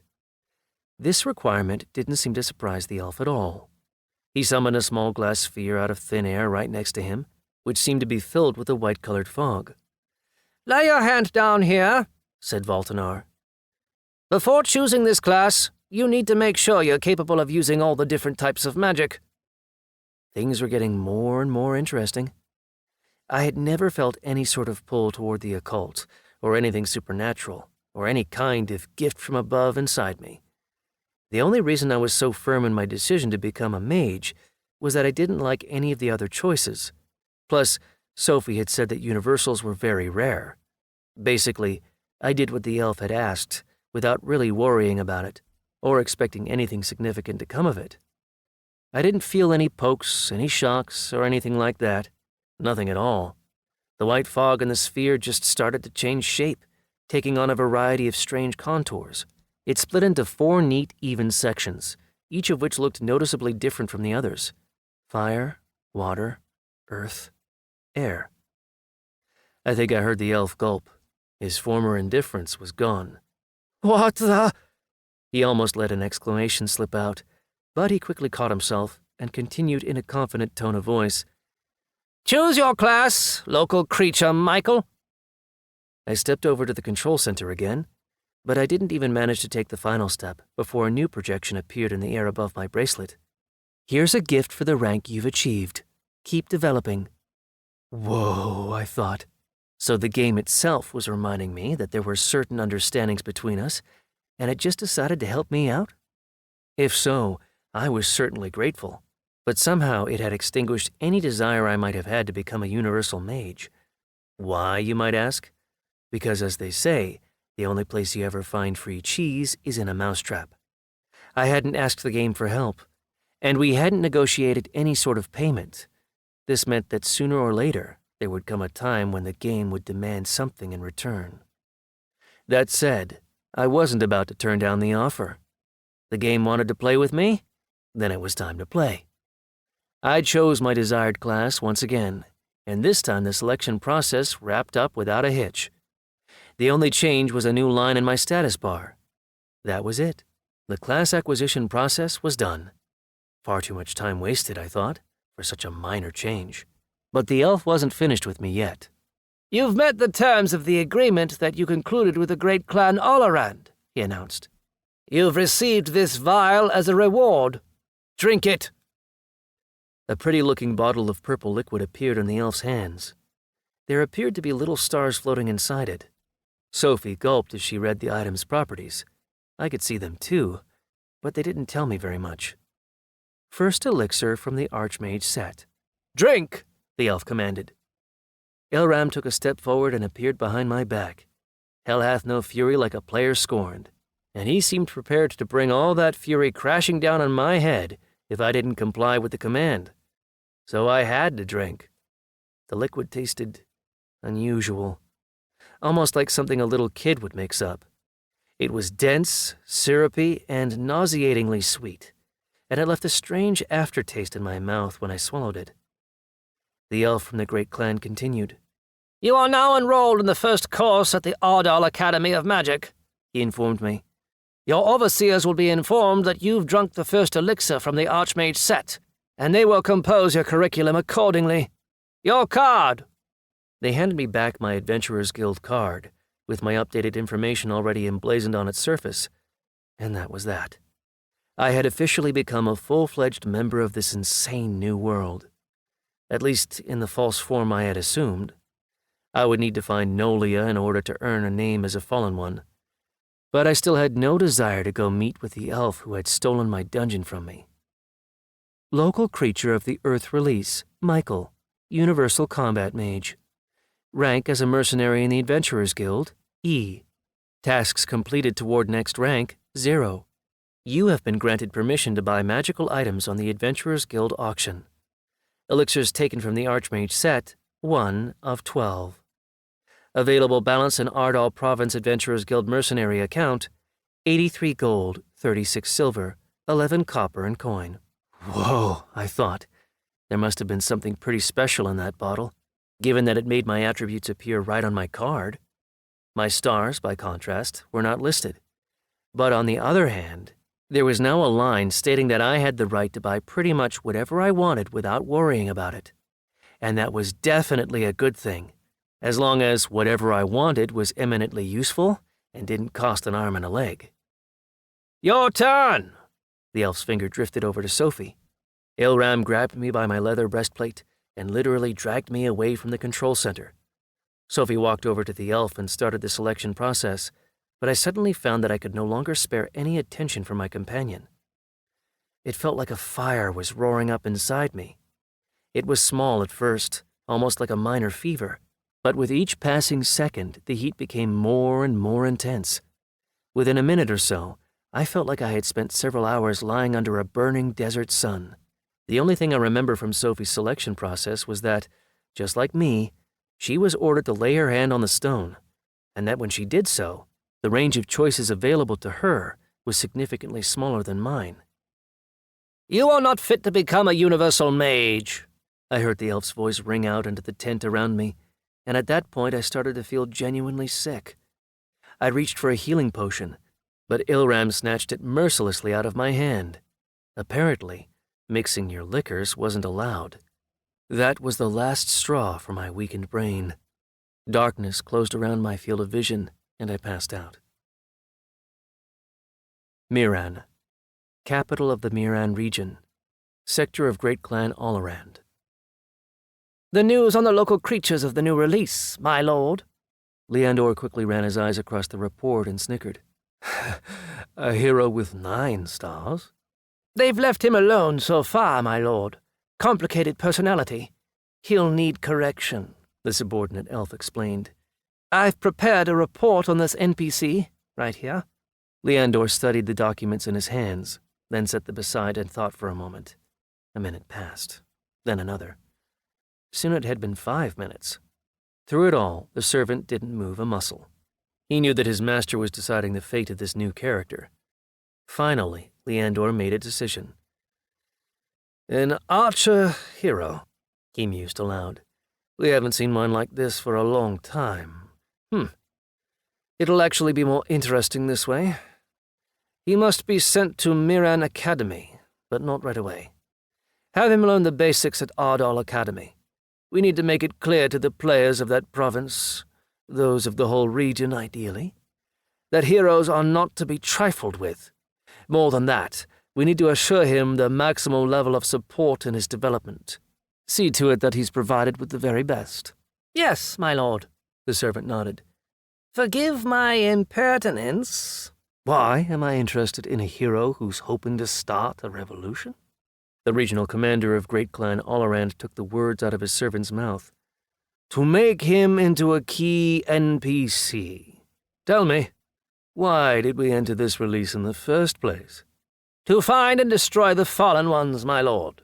Exactly, nodded Leandor. When the fallen ones find out about this hero, they'll definitely try to lure him over to their side. We'll make sure we're there when they do it, and then we'll track them down. "Yes, my lord. Your wisdom never fails to inspire awe." What about that human we suspected of being a fallen one? 7 stars. His class is Universal Combat Mage. In the 3 days you gave him, he became an E-ranked mercenary. He purchased all the surviving children of the province and made our hero responsible for their long-term upkeep. Details, Leandor frowned. The game tended to punish players quickly and harshly whenever they failed to display the proper aptitude toward young local creatures. After listening to his servant's explanation, however, Leandor permitted himself a smile. Invite Ilram to come see me, he concluded. The head of the Moon Theory clan has proven that his clan deserves to continue managing that province, at least for one more release. I'm pleased with his actions. I wish to inform him of this in person. We promised this mercenary a reward. What have you chosen? Since he's chosen the Combat Mage class for himself, and a Universal Combat Mage at that, I have offered him the first elixir in the Archmage set as a reward from Great Clan Olorand, the servant explained. A fitting reward, nodded Leandor. With that, he lost himself and thought again. But that reward was promised for attaining F rank. We have an E-ranked mercenary on our hands now, which is another matter entirely. Has he been enrolled in the Ardal Academy of Magic? Yes, my lord. He wanted to be a combat mage, no? Then strengthening his body certainly can't hurt. See to it that he receives the first elixir from the Dragonslayer set. It will be done, my lord. Who will be responsible for addressing the problems associated with taking 2 elixirs at once? He can handle that himself. A solution exists. Let him find it and employ it himself, if he doesn't want to die, said the clan leader dismissively. Inform the Ardal Academy of Magic that local creature Michael has been granted access to the regional dungeon. And not just access. He must spend at least 2 days a week completing it. Yes, my lord. There's only one complication. Michael is part of a group.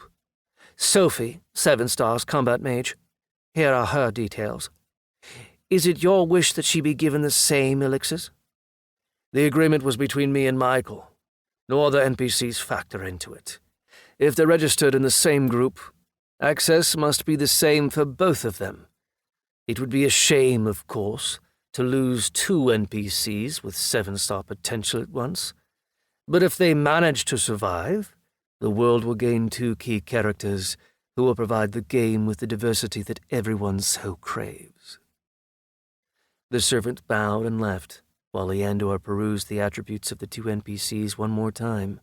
The elf was used to trusting his intuition, and that intuition was telling him that there was only one way Great Clan Olorand could win this release. These NPCs would need to do something that had never been done before. They would need to beat the regional dungeon. One of them had already been found and activated. Players were already trying to close it, but they weren't especially enthusiastic about it for the time being. They knew full well that the world's items were still too low level to handle a dungeon of that caliber. But what if some fanaticism could be injected into the situation? Especially with a character who had taken 2 strengthening potions at once, and whose only chance of survival was to make it to the Font of Calm, located somewhere in the middle levels of the regional dungeon. A hero in the release. That was good. It would make for an interesting game, a funny one even. but an NPC who had managed to raise his head above the pack on no less than 3 separate occasions, and keep it attached to his body while doing so, was every bit as interesting. How far might such a character go? Chapter 17. I woke up feeling calm, with nothing whatsoever to remind me how I had passed out after drinking that vial. I threw off the thin blanket somebody had draped across me, then sat up at the edge of my soft daybed and looked around. The first rays of the rising sun were shining through a narrow, tall window. The pink light made me feel like I was in a little girl's room. In reality, however, I was in a small room with stone walls and 2 wooden doors. I was pleasantly surprised to see that one of them had a metal bolt on it. I was lying on an actual bed, and the quality of my bedding was at least a little bit better than I had enjoyed on the 2nd floor of the Guild Hall in Happyville. A carved wooden table with a soft upholstered surface stood a few steps away from me. I found all my stuff folded and stacked neatly on top of it. There were shelves running all along the wall, and there were a hell of a lot of books on them, but my attention was drawn immediately to a desk with writing implements and a pile of yellowish paper. Apparently they had dropped me off at the academy. I also suddenly realized that I was extremely hungry. First, though, I had to make sure that the doors actually led where I thought they did, so I pushed open the door without a bolt and let out a grunt of approval. There was still a modicum of civilization in this new world after all. My bathroom had a full-on bathtub, complete with hot water, and a separate little room, maybe about 8 square feet, with a copper toilet and a barrel secured to the ceiling above it. If you could manage to forget what world you were in, you might well have thought the little room was some kind of holiday cabin from the 80s. The only real difference was that everything was brand new. It all looked as if it had just been installed. There were 3 towels and a bathrobe hanging from hooks on the inside of the door. The only thing missing was a little sign asking people not to throw feminine hygiene products into the toilet. Jokes aside, though, it was definitely the most comfortable place I had seen since the start of the release. After freshening up a little bit, I got dressed and walked out of my room, where I found myself on a gallery on the 2nd floor. There were about 10 doors on either side of me, which seemed to be more student apartments like mine, and the opposite side of the gallery looked exactly the same. 30 rooms in all, which, for whatever reason, struck me as not very many. The edge of the gallery had a big wooden rail around it. When I looked over it, I found that the first floor was home to a small hall with 10 tables, each of which was big enough for 6 people. The indescribable smell of fresh bread and delicious food was already wafting up from below, so I hurried down the stairs. Thankfully, I didn't have to spend very long looking for them, because they were just 2 doors down from my room. "Breakfast!" a half-ogre shouted from a counter that was located right under the staircase. He slammed a tray down in front of himself, and in 3 deft movements, he laid some clay bowls out across its surface and sprinkled food into them from several impressively large tanks, each of which was about half as tall as me. "Thanks. Is food prep a race feature for half-ogres?" I asked as I picked up the tray. The half-ogre in his apron and hairnet turned to look at me attentively, tapping the enormous ladle in his hand. It seemed like he wasn't much of a talker.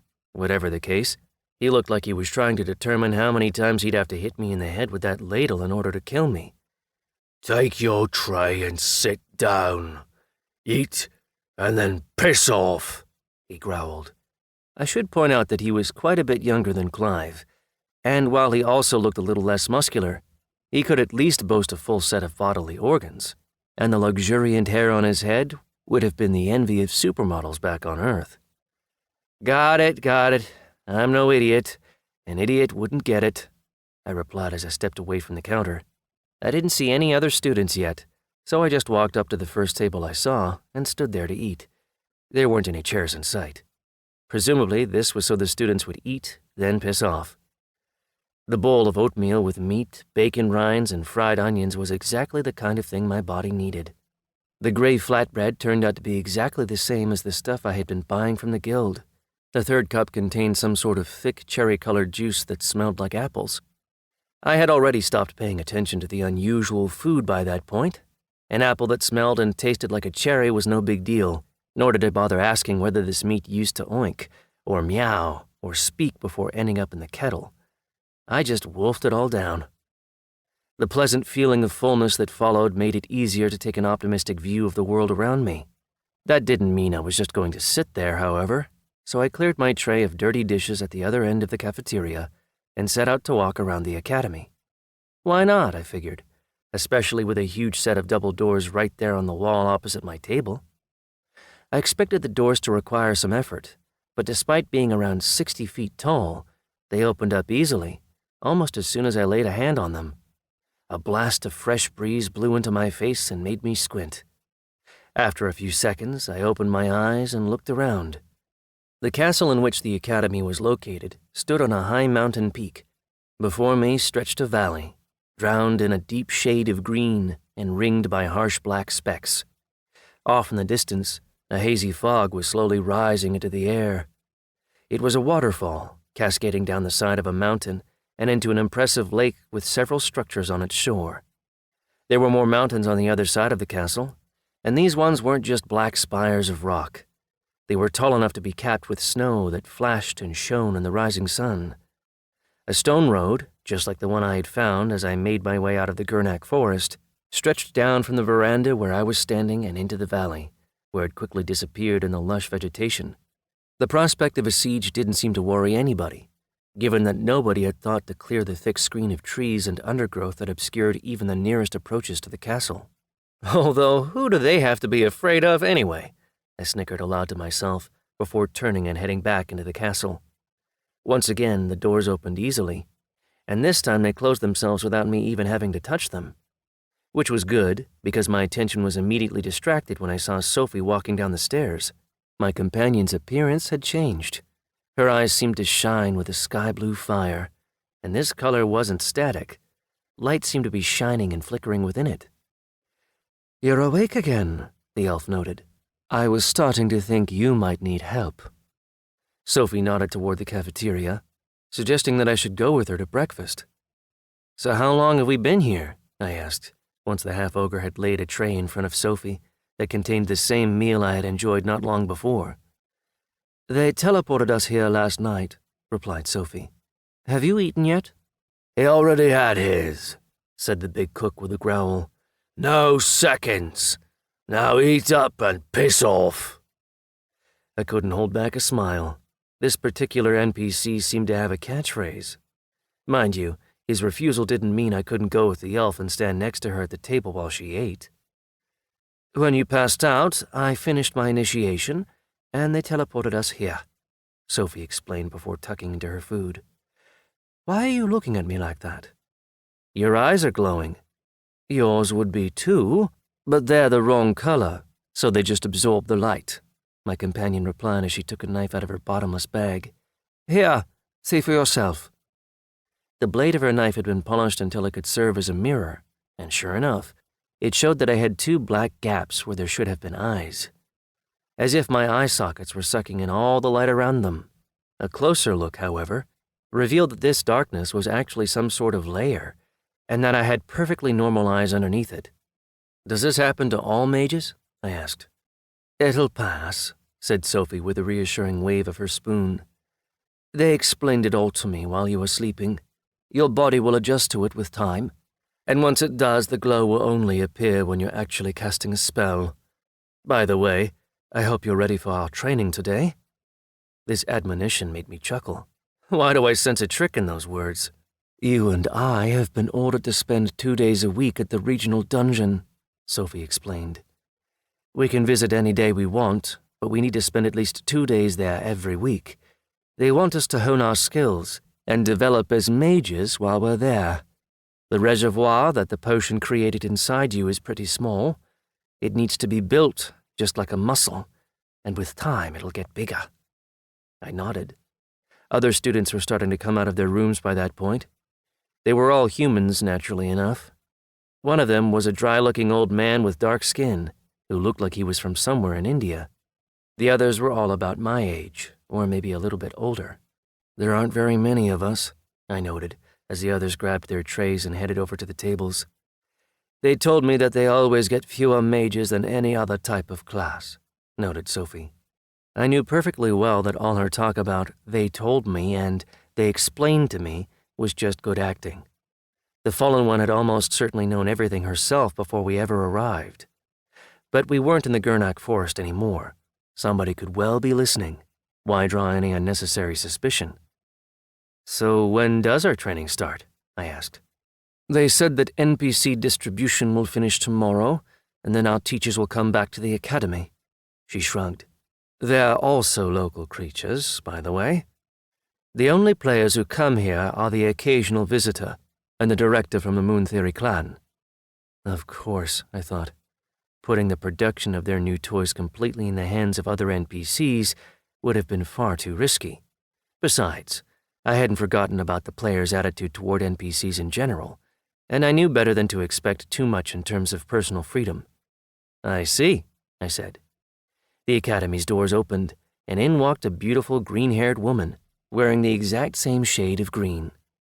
It was immediately obvious that her clothing was some sort of uniform. It looked far too official to be anything else, and compared to the diverse array of clothing that players normally wore, I don't think I could possibly have missed it. In some ways, her uniform reminded me of the clothing the registrars always wore back at the Adventurers Guild. "Welcome to the academy, noobs," she said in a mellifluous voice before turning to the half-ogre. "Stare. My breakfast, please." She threw her long green hair back over her shoulders, and I noticed something move on the back of her neck. It wasn't anything that made her seem alien or strange. On the contrary, it was somehow intriguing. My bracelet did its thing perfectly, and a description appeared right above the beautiful woman's head. Local creature of the Dryads release, Heshela. None of her other properties were visible to me. Despite all my achievements, I still had a long way to go before I would have anything close to the abilities of a player. "Is she one of the teachers?" I asked Sophie. "No idea," the latter replied, before taking a big gulp of juice. "What are you going to do with your free day?"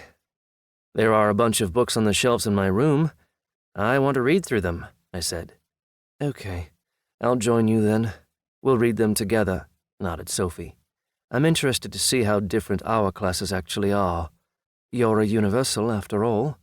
I only have 2 elements." "Well then, let's go," I nodded. I wasn't all that eager to get acquainted with my fellow students, at least for the time being, and they all seemed pretty withdrawn too. At any rate, nobody was making any attempt to get to know each other. 3 women, 12 men. Not counting Sophie and me.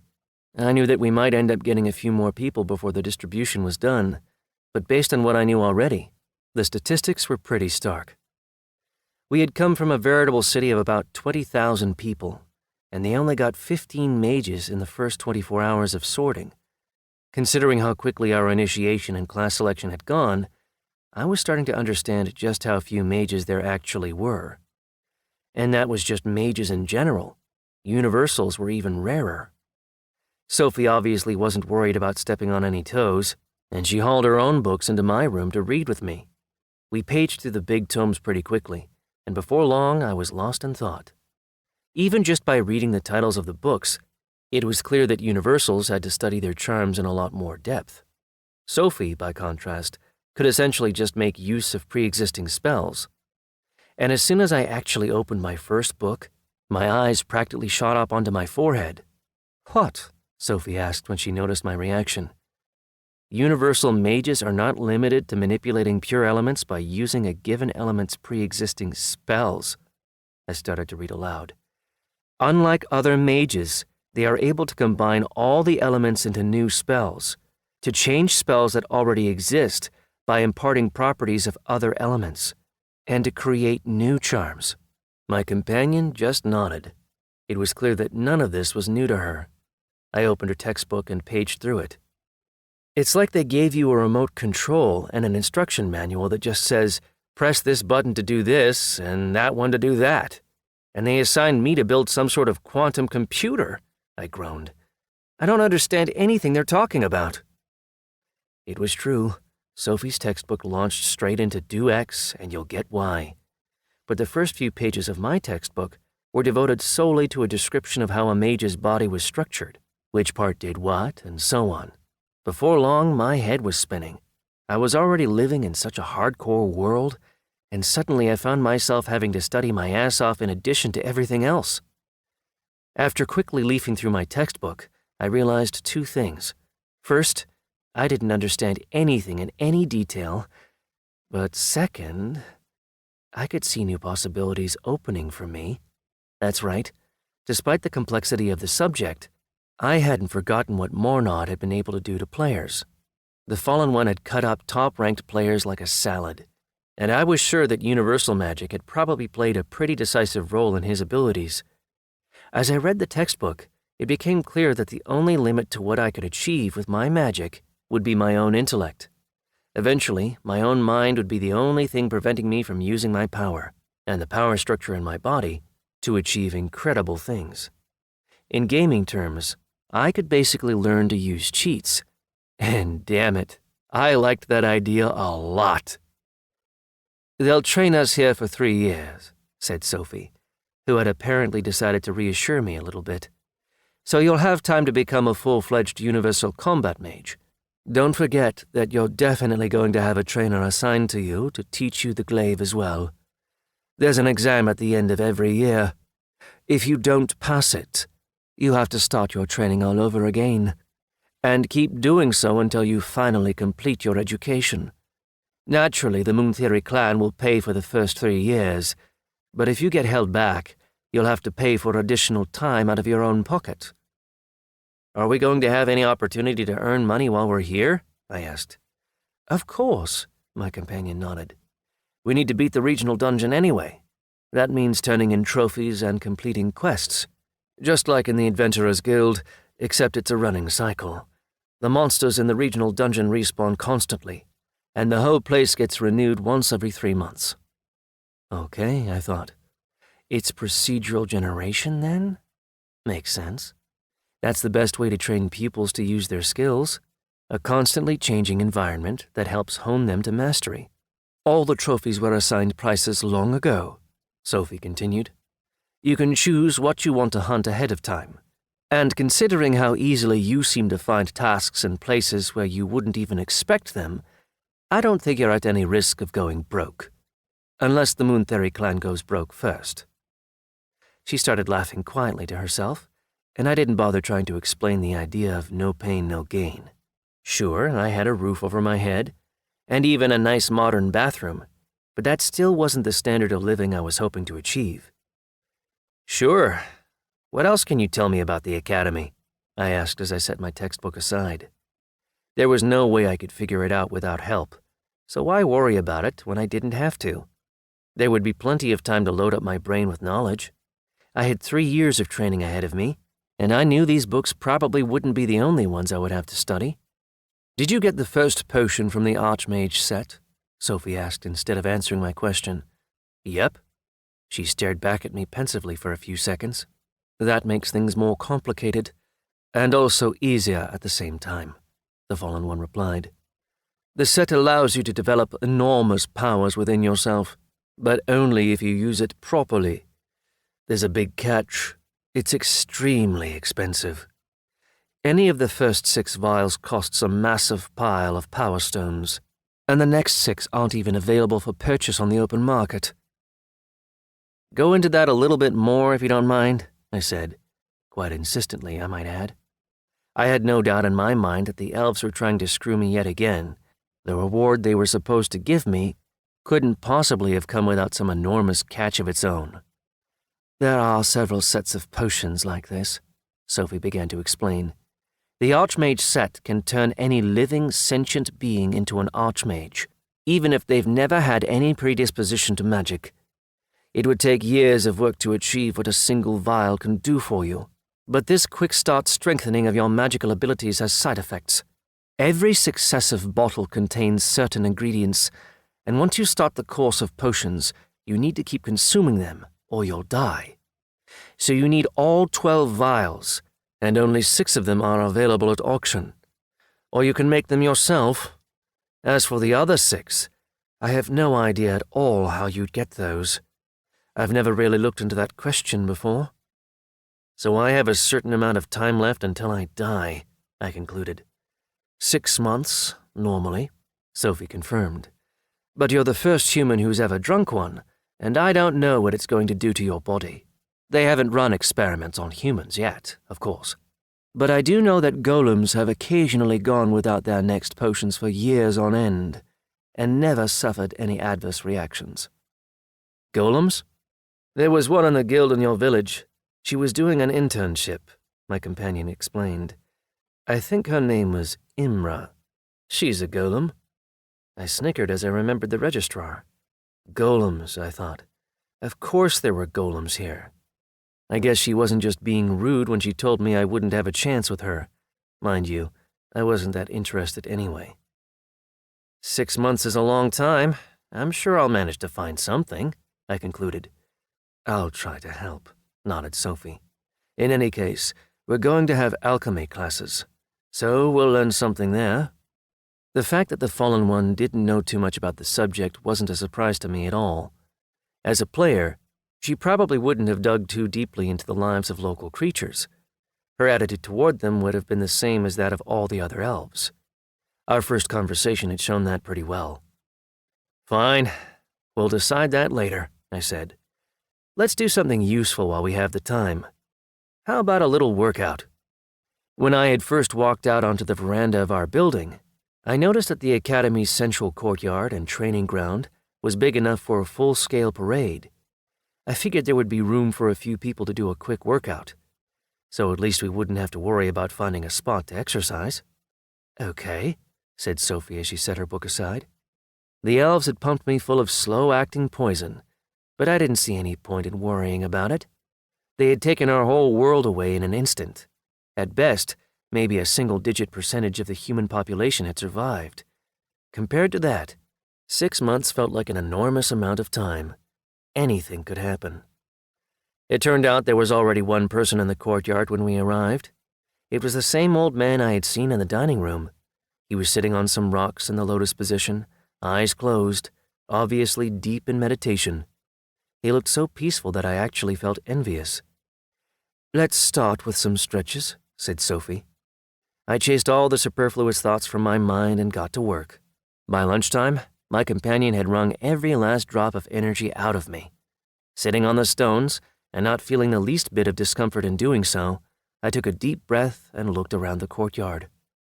The sweat on my body had broken out and dried several times by then, and I needed a wash badly. But the beautiful blonde woman sitting next to me didn't seem to mind at all. Then again, she was just as sweaty as I was. Sophie's human guise went right down to the bone, and unlike her elvish incarnation, her local creature body didn't need development just like mine did. She was starting out in somewhat better shape than me, of course, but I wasn't jealous. She was a player, after all, and I wasn't. And any faith I might once have had in the idea that life is fair had died long ago. You're getting stronger and stronger, Sophie said quietly, as she leaned her shoulder up against mine. Slowly, but you're already better than you were the day we first met. Glad to hear it, I replied. I had actually noticed some progress already by that point, but it was still far too little to put up any resistance at all against a player. That said, I was sure that the dungeon would fix that and put everything in its proper place. 7 stars of potential. That was enough to make even the elves, who normally considered local creatures to be expendable items for their own entertainment, see me as a worthy object for the investment of their precious resources. And that had real meaning in this brutal world. In a very short time, I had managed to achieve some relatively impressive changes. I had achieved a decent rank in the Adventurers Guild. Naturally, that wasn't the limit of my ambitions, and I knew it would take some serious effort to increase my rank still further. I had become a universal combat mage, and they were going to train me, give me knowledge, and help me develop the skills I would need for my role. The potential of my new class was pretty impressive.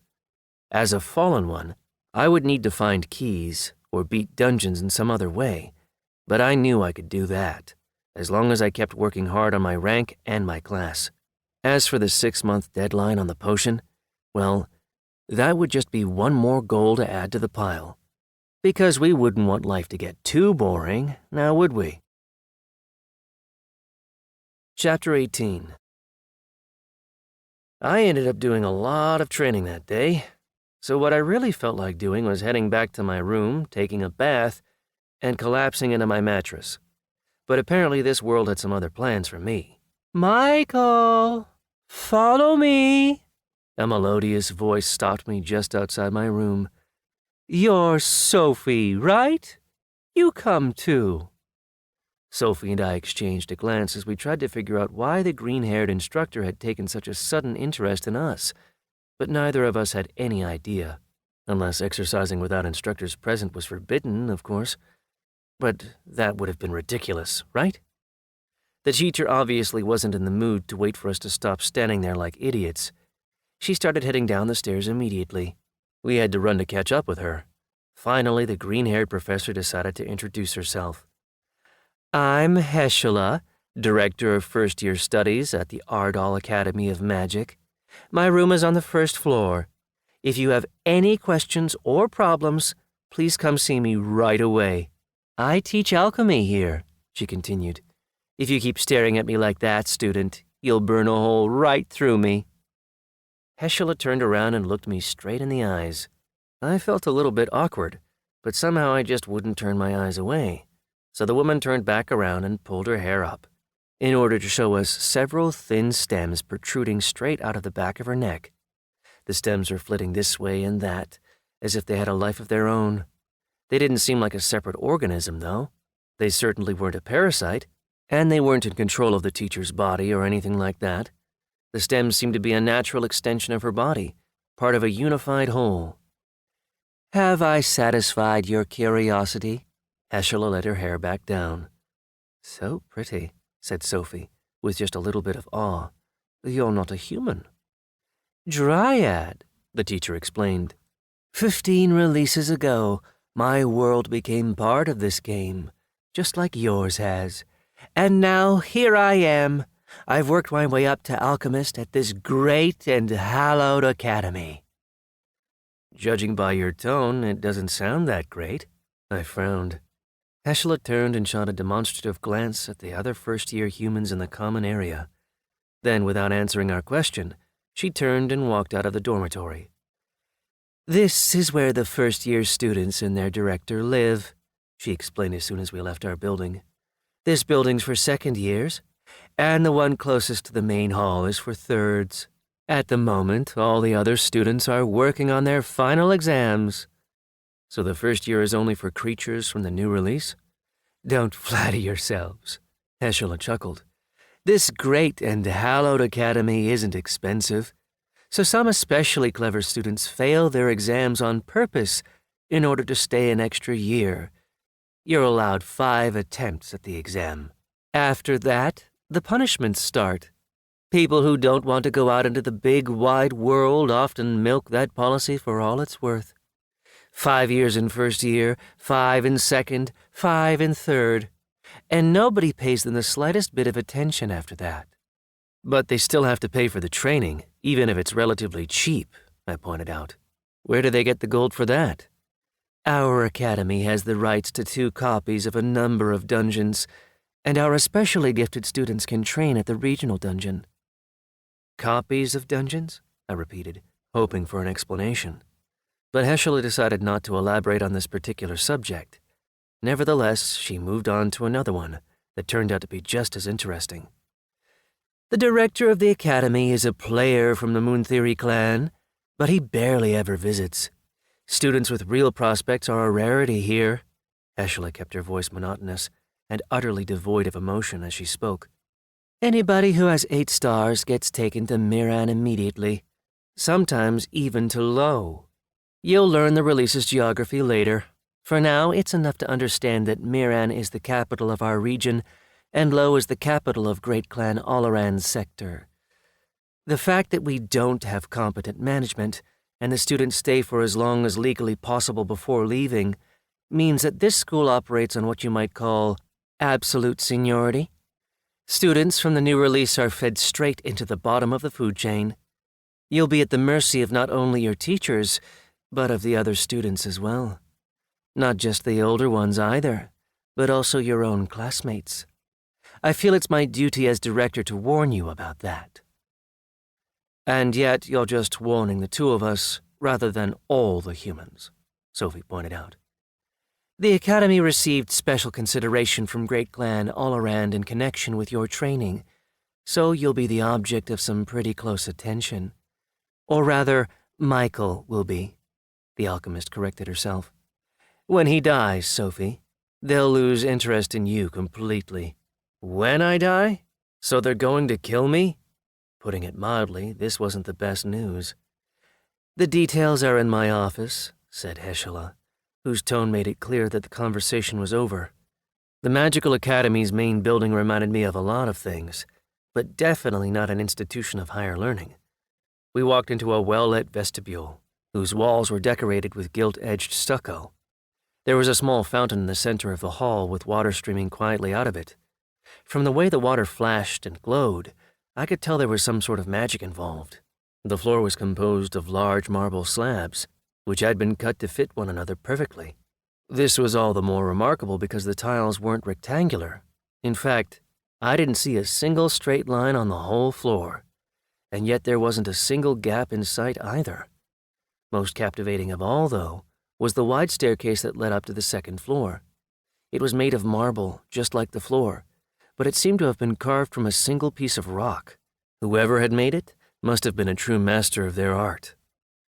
Heschela's office was on the first floor, and as soon as the doors closed behind us, I immediately sensed a change in atmosphere. In fact, it almost felt like we had stepped into a whole different world. Gone was the sense of stuffy ornateness, luxury, and grandeur. Her office was totally utilitarian, filled with glass test tubes, cupboards holding a variety of different materials, a big blackboard, and 5 rows of seats for her pupils. Heschela took a seat on her chair and gestured for Sophie and I to sit down across from her. The seats were the teacher's pets, you might say. You drank the first potion from the Archmage's set, said the teacher. This information seemed to be a matter of public record by that point, so all I could do was nod. It's said that anybody who starts out on the path of the strengthening potions must see it through to the end, that they can't stop until they finish, Heschela explained. But that's not true. The first potion is intended to allow the recipient to realize the potential benefit of the set, and decide the question of whether or not to continue on that path based on their own experiences and intuitions, rather than at the urging of others. Now, it is true that 6 months after taking the first potion, the body stops fighting its toxins, but that can be solved with a simple healing potion. It just has to be one created by the game, rather than one created via alchemy. If you're a useful local creature, though, the players will give you the right to take one of those potions. So I'm not going to die in 6 months? I clarified. I just need to find a player with a potion? Heschela was silent for a moment. She was obviously unhappy about me interrupting her, but nevertheless she continued. Very few local creatures of new releases get the chance to take strengthening potions. They're extremely expensive, so they're normally only given to those who've already given a good account of themselves. And a local creature getting 2 such potions? Well, I've never heard of that happening at all, she said. So you need to drink this.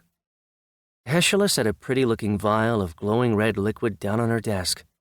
Its similarity to the bottle I had drunk after choosing my class was absolutely unmistakable.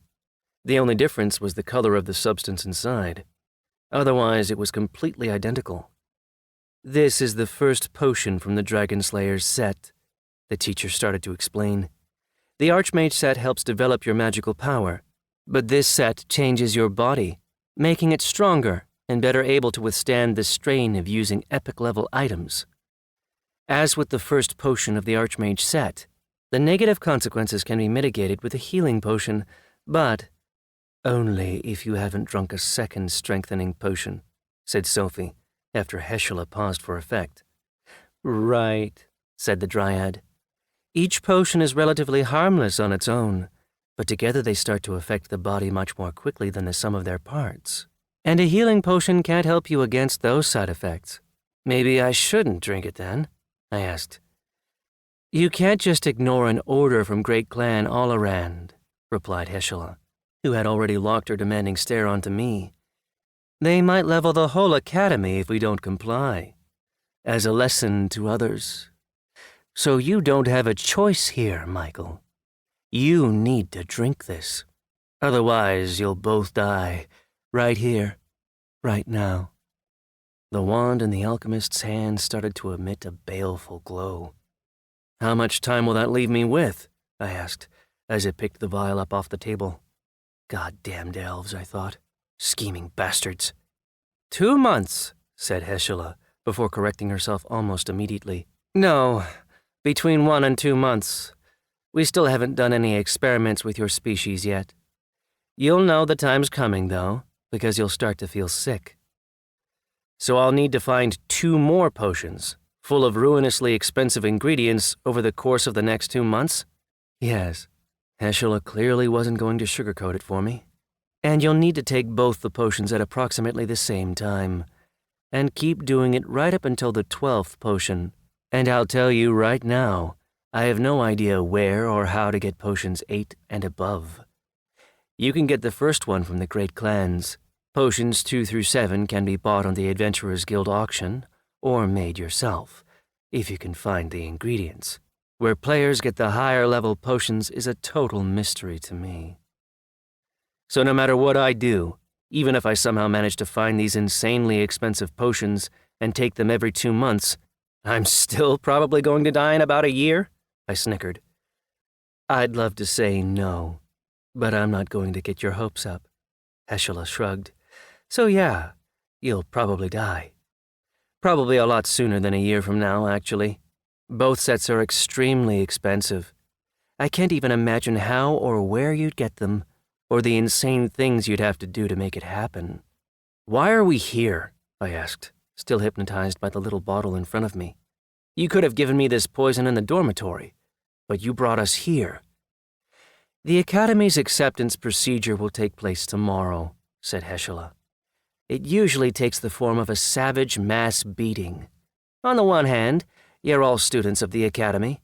On the other, though, you're noobs. The 2 of you have attracted the attention of a great clan. That doesn't happen every release. That makes you interesting. Not just for me, but for others as well. For your fellow students more than anyone. Nobody likes an upstart, so they'll be paying extra attention to you both tomorrow. The rules of tomorrow's procedure are simple. No killing, no using magical items. Anything else is fair game. Do you know how magic works in this world?" "By using wands?" I nodded at the wand in the teacher's hand. "Partially, yes," she nodded. "The wand serves as an accumulator for a creature's magical energy and concentrates it into its final form. You'll go over all this in your lessons, but this is the path for people who haven't formed an internal reservoir inside themselves. Put differently, it's the path of 99% of all local creatures, as well as at least half the players out there. Forming an internal reservoir is far from simple. You already have one. The Archmage potion formed it for you. That means you don't need a wand. Sure, it'll make things easier, but you can manipulate magical power without it. I called you in here to teach you the basics. Normally, they get taught over the course of several months, but you don't have that kind of time. Either you catch on right here and right now, in the course of an hour, or you drink this potion, have Sophie bring you back to your room, and head down to take part in the festivities with everybody else tomorrow." "Well, I'll have to be at the festivities either way, won't I?" I sighed. "You will," Sophie answered instead of the dryad this time. "But this way, you'll have extra power that will help us hold our own. He'll catch on, Heshela. He literally doesn't have any other choice." Well, I thought, it just feels wonderful when people believe in you, doesn't it? Heshela spent the next half hour explaining the basics of how magical power worked, how it was generated, where it went, how it transformed, and which sensations you needed to cultivate in order to start using magic. We focused on a basic spell called Windstrike. Heshela was an air mage, so she could only really explain the details of her own element. As my new teacher explained the operating principles, including some things I had seen in my magic textbook, I remembered how Awen had blown that Minotaur's chest apart with an invisible blow from 6 or 7 feet away. That probably hadn't been magic at all, of course. It seemed much more like some class ability for monks, but that didn't change the basic picture. It was something that mere mortals couldn't even dream of being able to do. It also became clear that Awen definitely wasn't just another ordinary player. In fact, I found myself surprised that he had started the release in Happyville, rather than in one of the 8 higher-level locations. In the end, I think it was my memory of seeing the monk in action, rather than the teacher's demonstrations with her wand, that allowed me to make my first progress in controlling my magic. I closed my eyes and sensed what felt like a small fire in the middle of my chest. It wasn't a burning fire. On the contrary, it warmed me up and felt very pleasant. It wasn't a powerful flame either. In fact, if it had been a real flame, I think a passing moth could probably have put it out with a flap of its wings. And yet it was the source of the power I was supposed to draw from, in order to send magic pulsing into my hand and out into the air as a magical attack. Activating spells with a wand required you to recite the spell out loud. The wand could only serve as a receptacle for power. It had no understanding of how the raw magic had to be transformed. But activating a spell right from your hands didn't require any recitation at all. My mind was in total control, allowing me to simply summon what I wanted to see. I mentally moved a portion of my power down into my hand and opened my eyes, whereupon I saw that Heshela had set up a mannequin as a target. Yeah, I thought, this is definitely an Isekai. I've seen this exact same mannequin in every anime I've ever read. I aimed my hand at my target and pictured a surge of power bursting forth from my hands. As I did so, the air between me and the wooden dummy grew denser for a moment, and my target wobbled. But so did I. I felt a surge of weakness wash over my body. It was so intense, in fact, that I barely managed to stay on my feet. "Again!" Heshela demanded. Activating Windstrike was much easier the second time. The mannequin shook again, but this time I actually fell to the ground, gasping for air almost convulsively. White noise had started to roar inside my head. It felt like there was a big yawning void inside my chest, like somebody had reached in and pulled all the organs out from inside me. "Again!" Heshela's stern command resounded through the roaring in my ears. "Back to it, student!" I have no idea how I managed to stand back up. Sheer willpower, I guess. Power flowed out through my palm and burst out into the air in front of me. The mannequin wobbled again, and I collapsed face first onto the floor without even putting my hands out to catch myself. I simply didn't have the strength. The damned magic had sucked it all away. "Enough!" Heshela barked. "Help him up." "Why are you treating him like this?" I could hear concern in Sophie's voice. "Total exhaustion is the only thing that can spur development," came Heshela's pitiless reply. "He has the makings of a mage, a real one, not one of the imitation ones who rely on magic wands. But he's going to need to exhaust himself time after time, to use every last speck of the magic in his reservoir.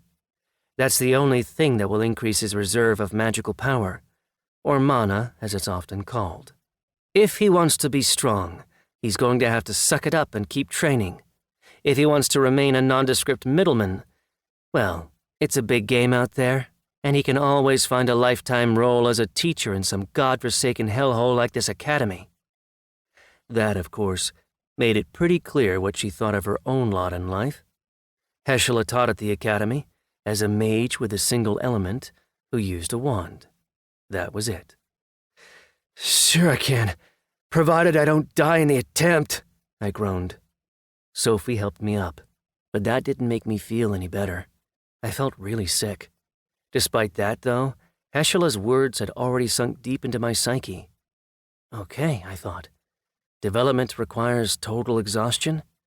Well, I'm not totally exhausted yet. "No!" the teacher shouted, but it was too late. Another windstrike burst out of my hands. The mannequin shook again, and I smiled. I could feel it this time.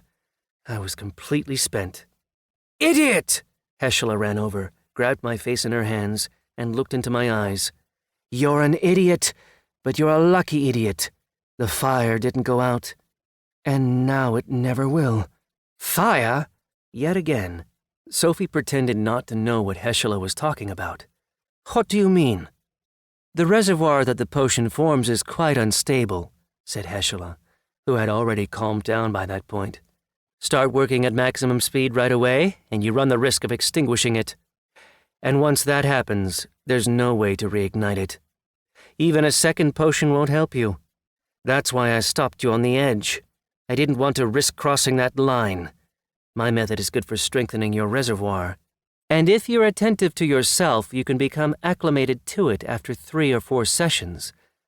But you can also do what Michael just did. You can walk the razor's edge and risk it all. I didn't think he had the discipline to activate a 4th blow. I see now why the great clan took such an interest in him. Is 4 activations a lot? Sophie asked. It's roughly equivalent to 40 attempts with a magic wand. You could actually say that Michael just passed the 2nd-year exam. 3rd year requires 60 activations, and I don't think it'll be all that long before he's ready for that. Open his mouth. We have to get this potion into him. He'll wake up by morning. Absolute seniority. I keep thinking about what you said. Sophie's actions could have been taken out of a secret agent's training manual. She was drawing out information, trying not to let Heschela send me off to rest right away. And what part of that caught your interest? Heschela snickered. Are you wondering how it actually goes down? The upperclassmen might break into your room and wreck the place. They might take any of your things, except magical items. They might rip up your textbooks. Then instead of punishing the people who did it, other upperclassmen might come and punish you again for letting your property get destroyed. They might force you to bring them food, to wash their clothes, to run down to the nearest town for alcohol, since there's none up here. Any insubordination gets punished with a beating. The director turns a blind eye to it all. For him, it's basically just animals entertaining themselves. He doesn't care about any of you. The only thing they can't do is kill you. The penalty for that is death. Everything else is basically allowed. Even using magic wands? Sophie asked. Even that. The only time they can't be used is during the commencement ceremony itself. Any other time, use of magic wands is fair game, the Dryad explained. 2nd and 3rd year students all have the right to carry wands. It's right on their cards. That's why this seniority system can't just be uprooted by force. The upperclassmen are always more powerful. It's all because they have more experience and more options. And yet you still taught Michael to use magic like this. Why? I was just interested, replied Heschela with an icy smirk. As I said, mages normally have to train for anywhere between 1 and 6 months to acquire an ability like this, and that's provided they're using magic wands. Michael is the first student I've ever had who's taken an Archmage potion. I wanted to see how much it would alter a creature's power. That's why I gave him this little lesson. And let me tell you, it was very interesting indeed. I learned something new today, and I'll just say that it was a very valuable piece of knowledge. When you're chained to the same spot for your entire life, any little morsel of novelty is worth its weight in magic stones. But that's enough for today. Now open his mouth, and make sure not to spill a single drop. My last thought, as the darkness closed over me once again, was that I would undoubtedly have to perform some truly remarkable feats over the next 6 months. Otherwise, I was a dead man. Up and at 'em, noobs! A menacing shout tore through the film of sleep in my mind and forced my eyes open. As with the first potion, I couldn't feel a trace of the weakness I had felt before passing out. Quite the contrary, in fact. I felt so strong that I wanted to take off running across the ceiling. My body was pulsing with energy, and I couldn't think of any better way to expend it than by doing some push-ups. Anything to burn off some of the power flowing through me. But that didn't help. After doing 100 push-ups, I realized that something very unusual was happening to my body. I wasn't just stronger. It had moved into the next phase of development. Just then, my stomach let out a traitorous gurgle, and I realized that I wanted to eat. No, not eat. Stuff my face. I wanted to gorge myself. I could hear the sound of some furious hubbub outside. Someone was knocking on doors, another person was yelling, yet another was swearing. Other people were clearly running somewhere. Just another scene of absolute chaos, basically. I probably should have yielded to the pressure and run off with everybody else, but I was so hungry, it felt like my stomach was stuck to the back of my abdominal cavity. I had to empty out my travel bag. Then again, I had packed a lot of food for a reason, right? Before I even noticed it, I had eaten all the food in my bag. Worse though, it didn't even fill me up. It only took the edge off of my hunger a little bit. My body had been reforged, and it was demanding energy. Lots of energy. I was already about to walk out the door, but my eyes lingered for a moment on my textbooks. This made Heschela's words float back into my mind. The upperclassmen might burst into my room and wreck everything in it. That might have been one thing if my books were basic ones like Sophie's, but they weren't. They contained explanations of the most complex properties in magic, things I would have to figure out over the next 3 years to come, and I didn't want to end up getting punished for losing them either. So I would have to figure out some way to bring them with me. After stacking them all into a pile, however, I realized that even if I could somehow pack them all into my bag, along with my basic items and my herbalist's kit, lifting that backpack would be problematic in the extreme. There were just too many books. Maybe I could leave them? No, I thought. No way. These books are mine. After checking that my door was still locked and that nobody was actively trying to break in, I switched into my Fallen One form and threw all my textbooks into the bottomless bag I had taken from Aldariel. This, I figured, would be the best move. If anybody asked me where my textbooks had gone, I could just say I had hidden them. Up and at 'em! Somebody started knocking on my door. I slid the bolt aside and found myself looking into a very unpleasant face. I had already run into a fishman once before, back in Happyville, that guy with the shark teeth, and now I found myself facing another character from the same release. Judging by the stench emanating from his mouth, this one didn't seem to be very into hygiene. Get out, noob! The fishman thrust a thumb over his shoulder toward the common area and moved on to the next door. I walked over to the railing and saw that Sophie was already down below, finishing her breakfast. She spotted me and waved to invite me to join her. The half-ogre shot me another grumpy look, muttered something angrily to himself, and then dumped some containers onto my tray. And it wasn't the usual 3 this time either. It was no fewer than 6. Double portion for you today, he grumbled angrily. Take it and get the hell out of here. Once again, the food disappeared into my body, as though they'd given me a half portion instead of a double. Only when I was finishing off the last of my juice did I finally start to feel something resembling a feeling of fullness, but it was only a vague resemblance. A 3rd portion would have been amazing. So, you've got your appetite back, Sophie chuckled. Ready for the festivities? Looking up, I saw that the fishman who had woken me up was walking into my room. A little while later, he walked out, and our eyes met. The bastard's toothy mouth was twisted into what was obviously an expression of anger. He hadn't found what he was looking for.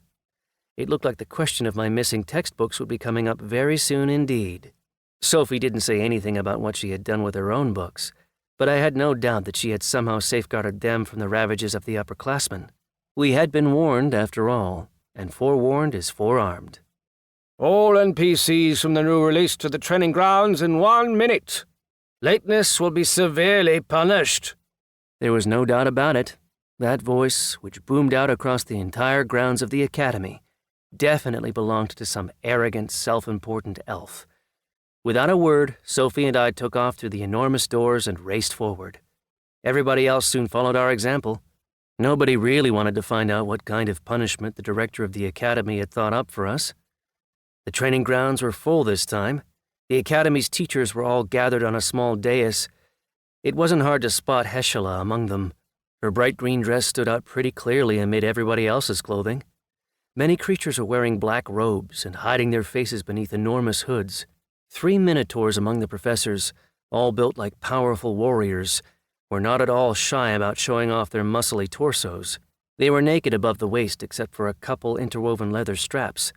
Presumably, they was just the physical combat trainers. Heschela was surrounded by a number of nondescript creatures, And towering above them all, behind a separate rostrum all his own, was a stately middle-aged elf. Berlamius, director of the Ardal Academy of Magic. The elf looked out at us as if we were merely so much more empty space. His eyes only paused a second when he saw Sophie. And he also fixed me with a brief, penetrating stare. But none of the other humans seemed to arouse even the slightest bit of interest in his mind at all. The elf didn't even try to hide the fact that he considered us utterly unimportant. There was nothing else of interest on the dais, so I turned to look out at the training ground in front of me. A big crowd, in which all the different types of NPCs seemed to be represented, was gathered opposite us, maybe about 100 of them, although probably a little less. I wasn't in the right frame of mind to count them. All I noticed was that they certainly didn't have a problem with diversity or inclusion. Fishmen, human-like golems, several creatures with ears like Amaya's, and, towering over everybody else with a look of unconcealed disdain on his face, an enormous Lamia. A brutish-looking male, almost identical to the one who had tried so hard to hit on Sophie during registration. Flexing the enormous pecs on his bare torso like the obnoxious asshole he probably was, the Lamia's entire countenance seemed to radiate a conviction that he was the alpha male to end all alpha males. Magical items were prohibited, but I could tell that outside the confines of this hazing ceremony, the big bastard was probably used to decking himself out from head to toe with the heaviest artillery he could afford. Which was bad, because after this semi-formal commencement, he was bound to come calling later on, when there would be no prohibition on magical items at all. NPCs of the new release, the elf announced. None of you deserve to be students at the Ardal Academy of Magic. You are all weak and ungifted, incapable of anything whatsoever.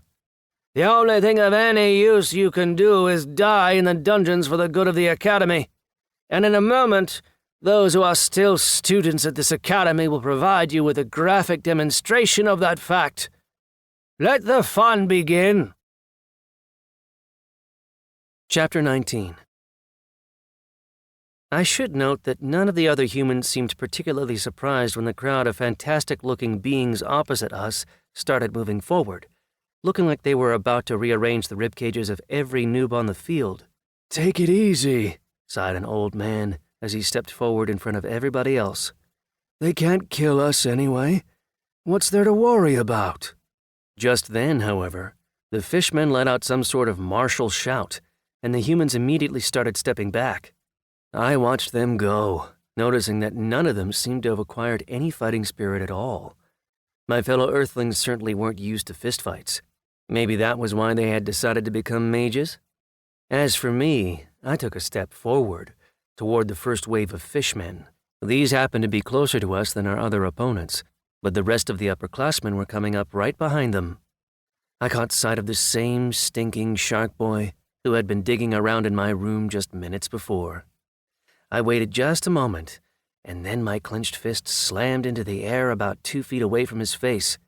A loud pop momentarily drowned out the other sounds around me, and my spell kicked up an impressive cloud of dust as it knocked the wind out of the fishmen who were running at full speed toward the crowd of noobs.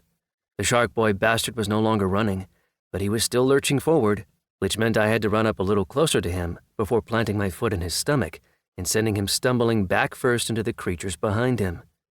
I felt like shouting something warlike and dramatic, but instead I just pulled up another burst of magic. The blast of air had only been enough to rock a wooden mannequin, but when used against living creatures at short range, it had a much more impressive effect. And now I took the little flame inside my chest and sent it surging out of both hands, so that the two currents would sweep across the front of the makeshift battlefield and meet right in the center of the crowd. But something went wrong. I almost screamed from the pain that suddenly flared up in my chest and arms. The little fire, which had barely been sputtering along the day before, had suddenly roared into life and transformed into a blazing bonfire. And this time, when I speak of fire, I don't mean it metaphorically. The magical power roaring out from the palms of my hands quickly tightened into 2 streams of high-pressure flame. I took a deep breath. I could feel my reserve of mana swelling as it reached a volume whose limits I couldn't yet comprehend. Passed the second-year exam. That was the only coherent thought that flitted through my mind. Just then, Sophie burst out from behind my back. My blonde companion was working quickly and effectively. Anybody who wasn't already howling in pain from their burns quickly came in for a series of crippling blows that sent them crashing to the ground. Power and knowledge are important, of course, but they don't really help when your face is breaking out in crackling, bubbling blisters. My fire went out pretty quickly, but it had sown some intense confusion during its brief lifespan. Amaya's pointy-eared compatriots had already scattered as they frantically attempted to snuff out the smoldering hair on their tails and heads. Almost all the fishmen were lying on the ground, their toothy mouths open wide, as they struggled to pull at least a little bit of air into their burned torsos. Those who had been in the front line had taken the brunt of my attack, which had singed the edges of their scales and left them smoking. It all happened so fast that I didn't even have time to realize what was going on until it was all over. All I could do was look around at the devastating effect of my warm welcome. That was when the golems entered the fray. They looked like humans, but their appearances were so perfect as to be almost unnatural. They were just too symmetrical, too flawless. They came in different shapes and sizes, but their artificial-looking beauties somehow made all these unique creatures look the same to me. The burned flesh simply dropped off their bodies in layers to free room for a fresh, healthy layer of tissue. Watching this scene unfold before me brought me back to what Heschel had said about the potions. Golems were able to slow down processes in their own bodies, and there was a good reason for that. They were like sculptures, basically. They seemed to be able to regenerate new tissue from thin air. These beasts weren't actually alive. The realization hit me so suddenly that I was actually stunned for a few seconds, just trying to figure out how the hell I could possibly fight a mountain of living sand. That gave the first golem a chance to get close to me. The huge fist that came flying toward my face finally snapped me out of my trance and sent me bending backward into a dodge that could have come straight out of the Matrix. My muscles tensed up, holding me parallel to the floor, but I never had a chance to see whether I could stand back up on my own. The golem kicked me in the leg, knocking me off balance. It stretched out an arm, so flexible it almost seemed to be made of rubber, which grabbed me by the neck, then drew itself back toward the golem, bringing me along with it in an iron grip. The slime from the dungeon had used a similar move. I swung my legs up toward my chest. Then, grabbing onto the golem's wrist, I forced my back to straighten in midair. A loud, unpleasant crack rang out. The golem's body was thrown backward, leaving its hand clenched tightly around my collar. Bereft of its owner, however, the hand quickly dissolved into dust. The other humans were already quite some distance behind me by that point, and at this they retreated still further. They didn't want to get dragged into the fight, and I can understand why. I was unique in having the Gurnak forest and an entire dungeon under my belt. I had slaughtered so many different beasts that one more monster, sentient or otherwise, wasn't really all that frightening. The mutated golem stomped its foot onto the ground, raising a big cloud of dust. By the time it settled, the bastard had a brand new arm. Damn it, I thought. This asshole is invincible. The other golems were soon within striking distance of Sophie, and my companion had to duck and dive like a cobra to avoid getting caught. She kept dealing quick, sharp blows as she did so, slowly but surely making her way toward me. Suddenly, however, a fishman lying on one of the stone paving slabs grabbed her by the leg, and she tripped. The nearest golem was on the scene in the blink of an eye. With a sadistic-looking gleam in its eye, the monster raised a foot into the air. I noticed that the appendage grew bigger and heavier as it rose. I jumped from where I was standing. The golem had just shrunk to the height of a teenager, transferring all its weight into the leg it had raised into the air. When I came crashing down onto its body, I heard its thigh bone snap. Its absurdly heavy leg crashed to the ground under its own weight, leaving Sophie totally unharmed. Without a moment's hesitation, I grabbed the golem by the ears and jerked its head upward. It came off surprisingly easily, as if its neck had been composed of unfired clay. That didn't prevent its mouth from trying to bite me, so I threw the trophy up into the air and kicked it like a football into the chest of my nearest opponent. This worked out better than I could ever have expected. That opponent and the one behind it were literally blown to pieces. Meanwhile, the body lying next to me on the ground was regrowing new limbs as fast as it could. It didn't have enough material to work with, though, so it turned into a sort of freaky-looking monster with bulging eyes, a frog-like face, and 4 long, thin tentacles. The fight was over as far as the beast was concerned, though, and as soon as its tentacles were big enough, it started trying to scurry away. "Stop!" I shouted, snapping it up by one of its limbs without much difficulty. Holding it by the tentacles, I whipped it around a few times and used it to deal my oncoming opponents a couple nasty blows. Killing was forbidden, of course, but I was already pretty confident that nothing I was doing could kill these beasts. Within seconds, all I had left in my hands was a ball of soft clay, which I quickly tossed aside. An empty space had taken shape around me. I was practically burning with the urge to whip out my glaive and slaughter them all. As I cast a rage-filled glare around the field, some portion of my consciousness realized that there was a crunching and gurgling sound coming from somewhere very close by. I turned my head and saw a vengeful-looking Sophie kneeling over the inert body of the fishman who had tripped her. She was breaking his bones methodically, one after another. For some reason, this made me laugh, and I didn't bother trying to conceal it.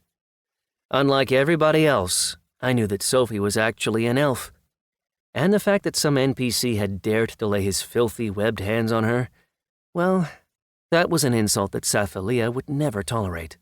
In fact, I felt pretty certain that she wouldn't be able to stop herself before it was too late. The look in her eyes was too insane. I suspect that having everybody else treat her like an NPC also played a role in her reaction. This would have been humiliating beyond measure for any elf, even a fallen one.